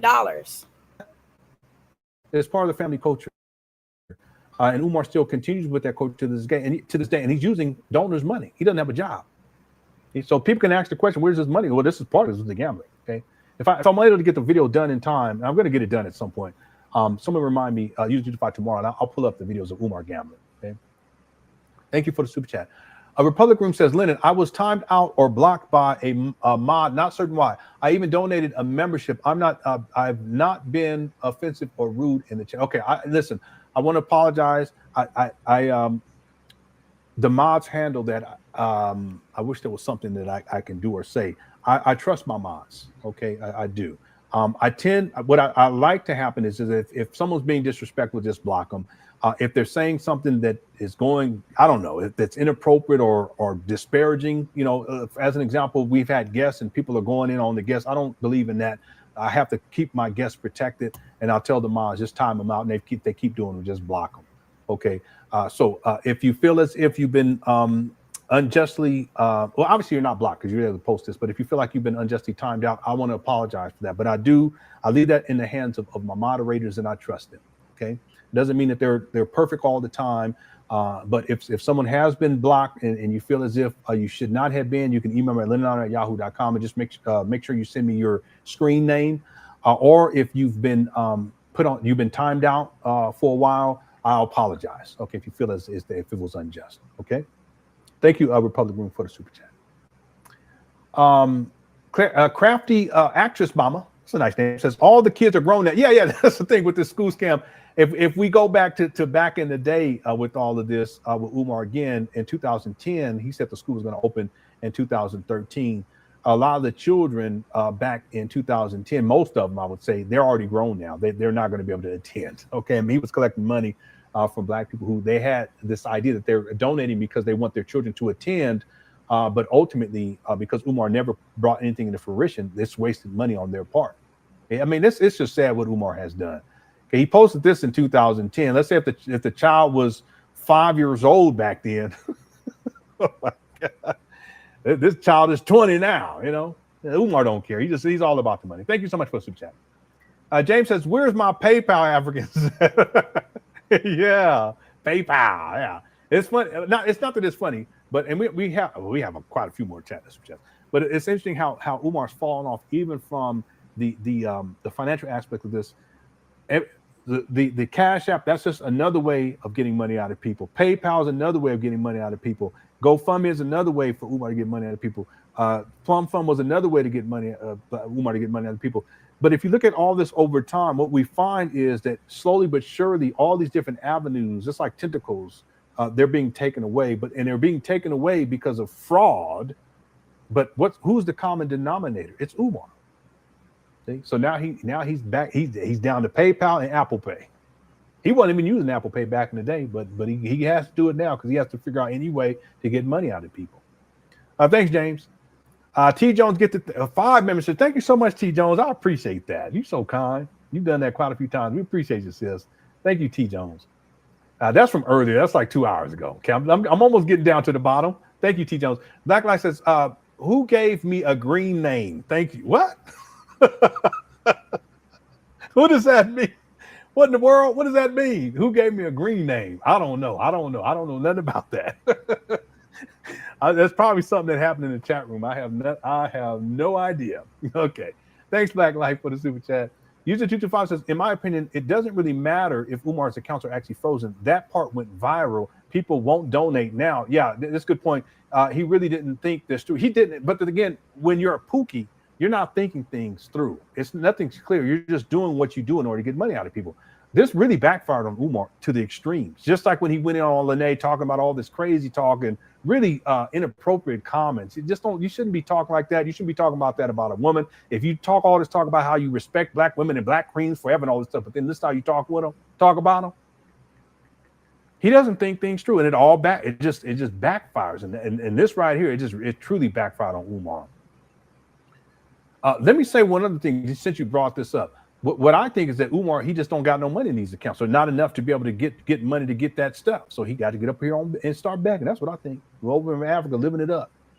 Thanks, User 225. User 225 also says, if his bank accounts were frozen before he went to Africa, how did he have money to spend overseas? Yeah.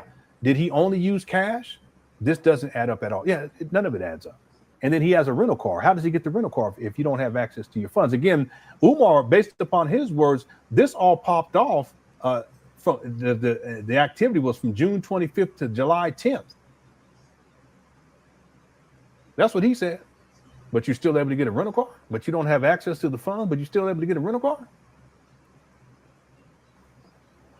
Someone could say, well, maybe he used cash. I don't even think they do cash. They got to have because they got to have all your information just in case for liability. This makes sense. Hit the one. Yeah, it doesn't add up. He's such a scoundrel. Thank you to 225. Brian says they thaw out bank account. Yeah, Umar, put that bank account inside the microwave. Thanks, Brian. Michelle says pocket watch JT said funds frozen by ours. It's possible that is what has happened. I haven't watched this video. I'm going to watch this video between now today, tonight, and tomorrow. It'll be tomorrow. I'll watch it tomorrow. And I want to also get to Brother Eli's of what having common sense.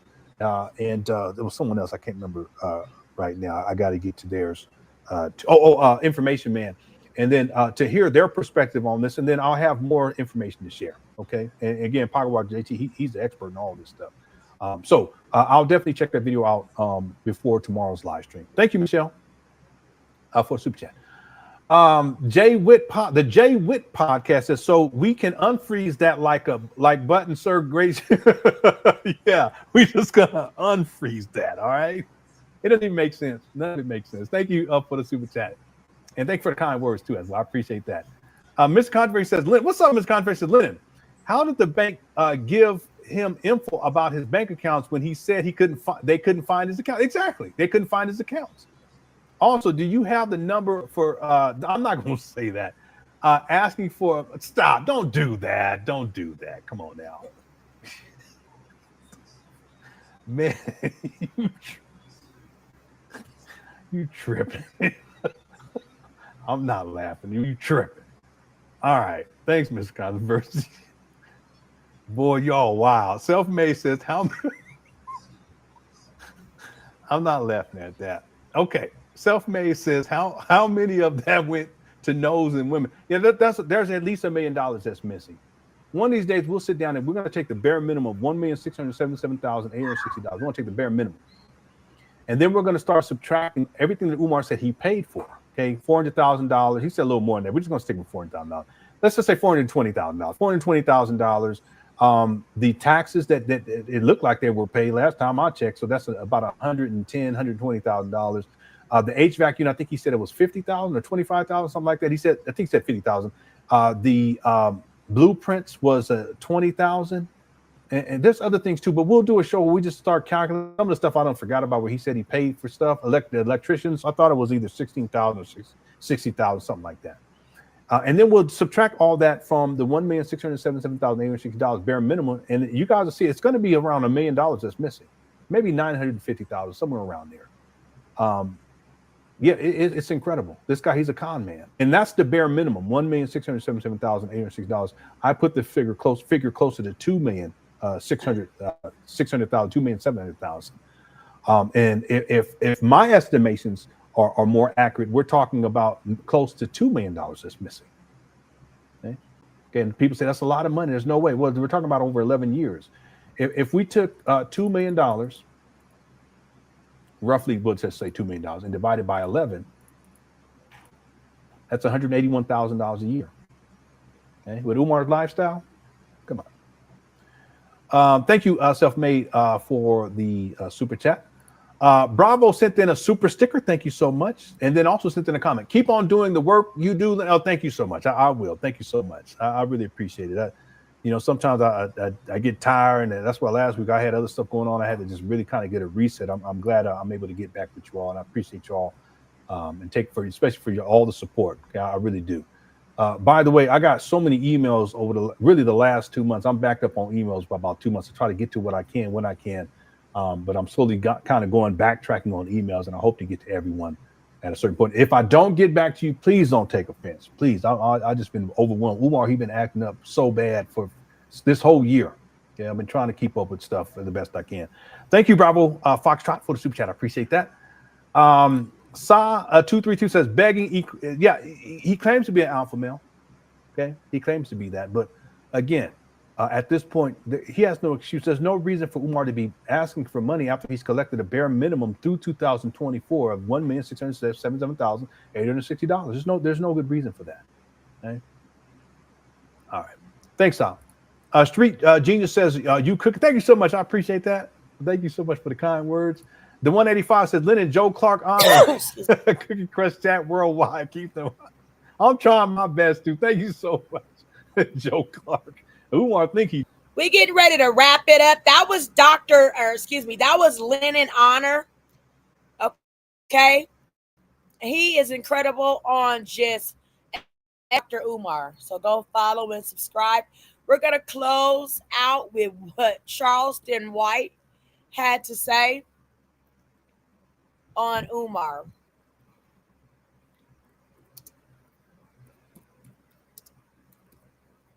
I hear it's pretty funny, so hold on.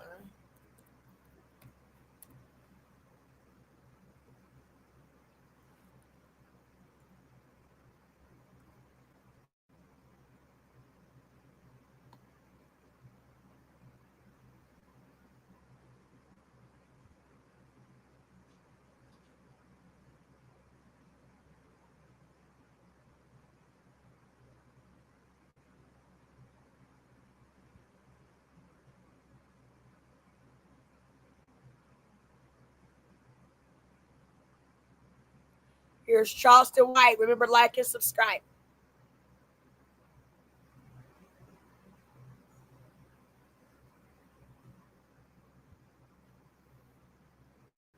All right, y'all. We have Charleston White speaking out on Dr. Umar on his Instagram page. So Umar, out here begging for money. He's saying his accounts got frozen.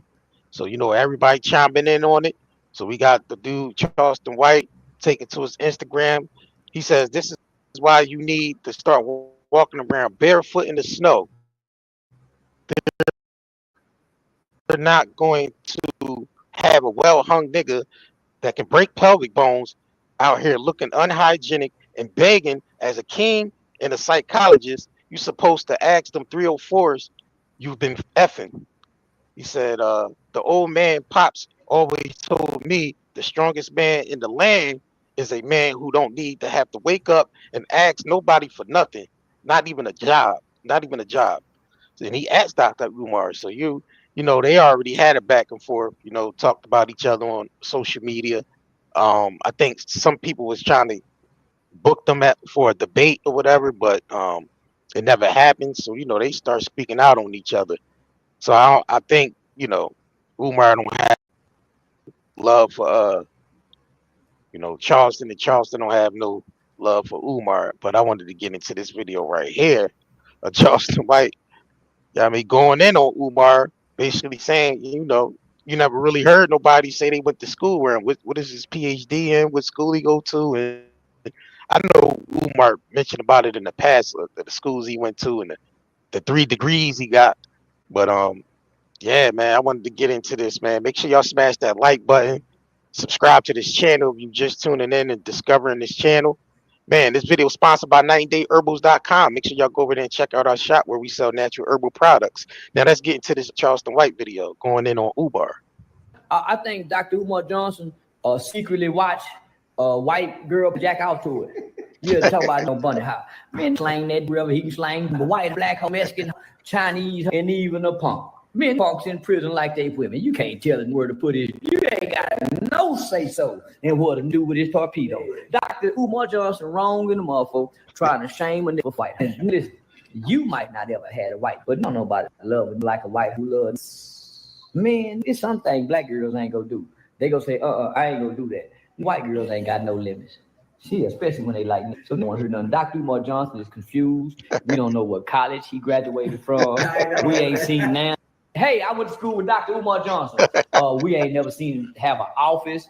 We got a sign-in sheet. Every doctor's office got a sign-in sheet. Every doctor's office got a sign-in sheet, your name and your time and the appointment time. Time you got. I've been thinking on some like, bro, I feel like some people be bots. Dr. Umar is a bot. And Dr. Umar got a daughter he can take care of. One thing he is right about, you really never heard someone come forward. Yeah, I went to school with Umar, Dr. Umar. Yeah, I went to college with Umar. You really never heard nobody really speak on that, but this nigga funny as hell. And yeah, and another thing, we definitely gonna get into Umar and his daughter. Matter of fact, I'm gonna do that on the next video because I feel like him and his daughter out here looking bad.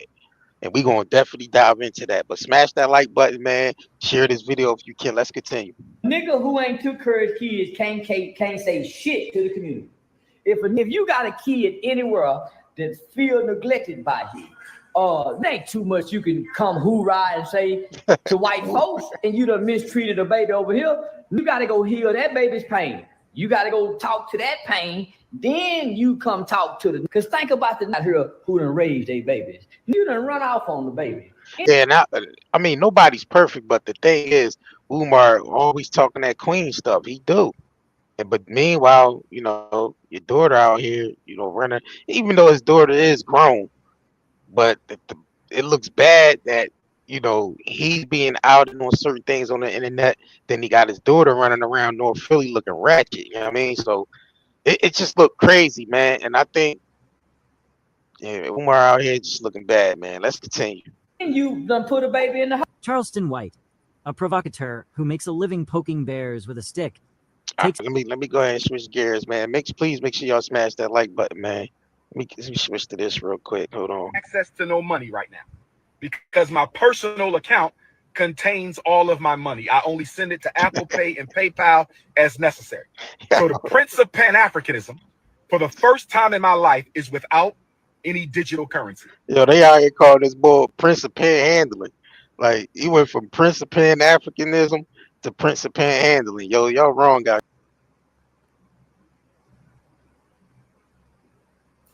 And that's going to conclude our 9 hours and 8 minutes of Dr. Umar. Prince of Pan-African, actually a panhandler. It's sad, though, that, so many have been affected Dr. Umar that really, thought that they could believe in Dr. Umar. And unfortunately, the matter of the school and other matters of affairs that have to deal with donating money for causes and stuff, it just don't seem that way. So if you like Dr. Umar for his rhetoric on other things, then such is life, because I do occasionally. However, that's where I draw the line in the sand. I won't be crossing over into any causes. Thank you so much for sipping tea with Tanisha all day. We've been talking teas all day long. Remember, like and subscribe on all social media.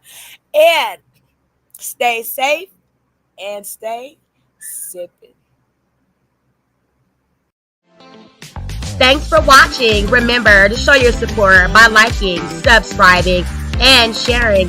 It's a blessing. Keep your teacups filled and ready for my next upload. Until then, stay inspired and remember, always stay sipping.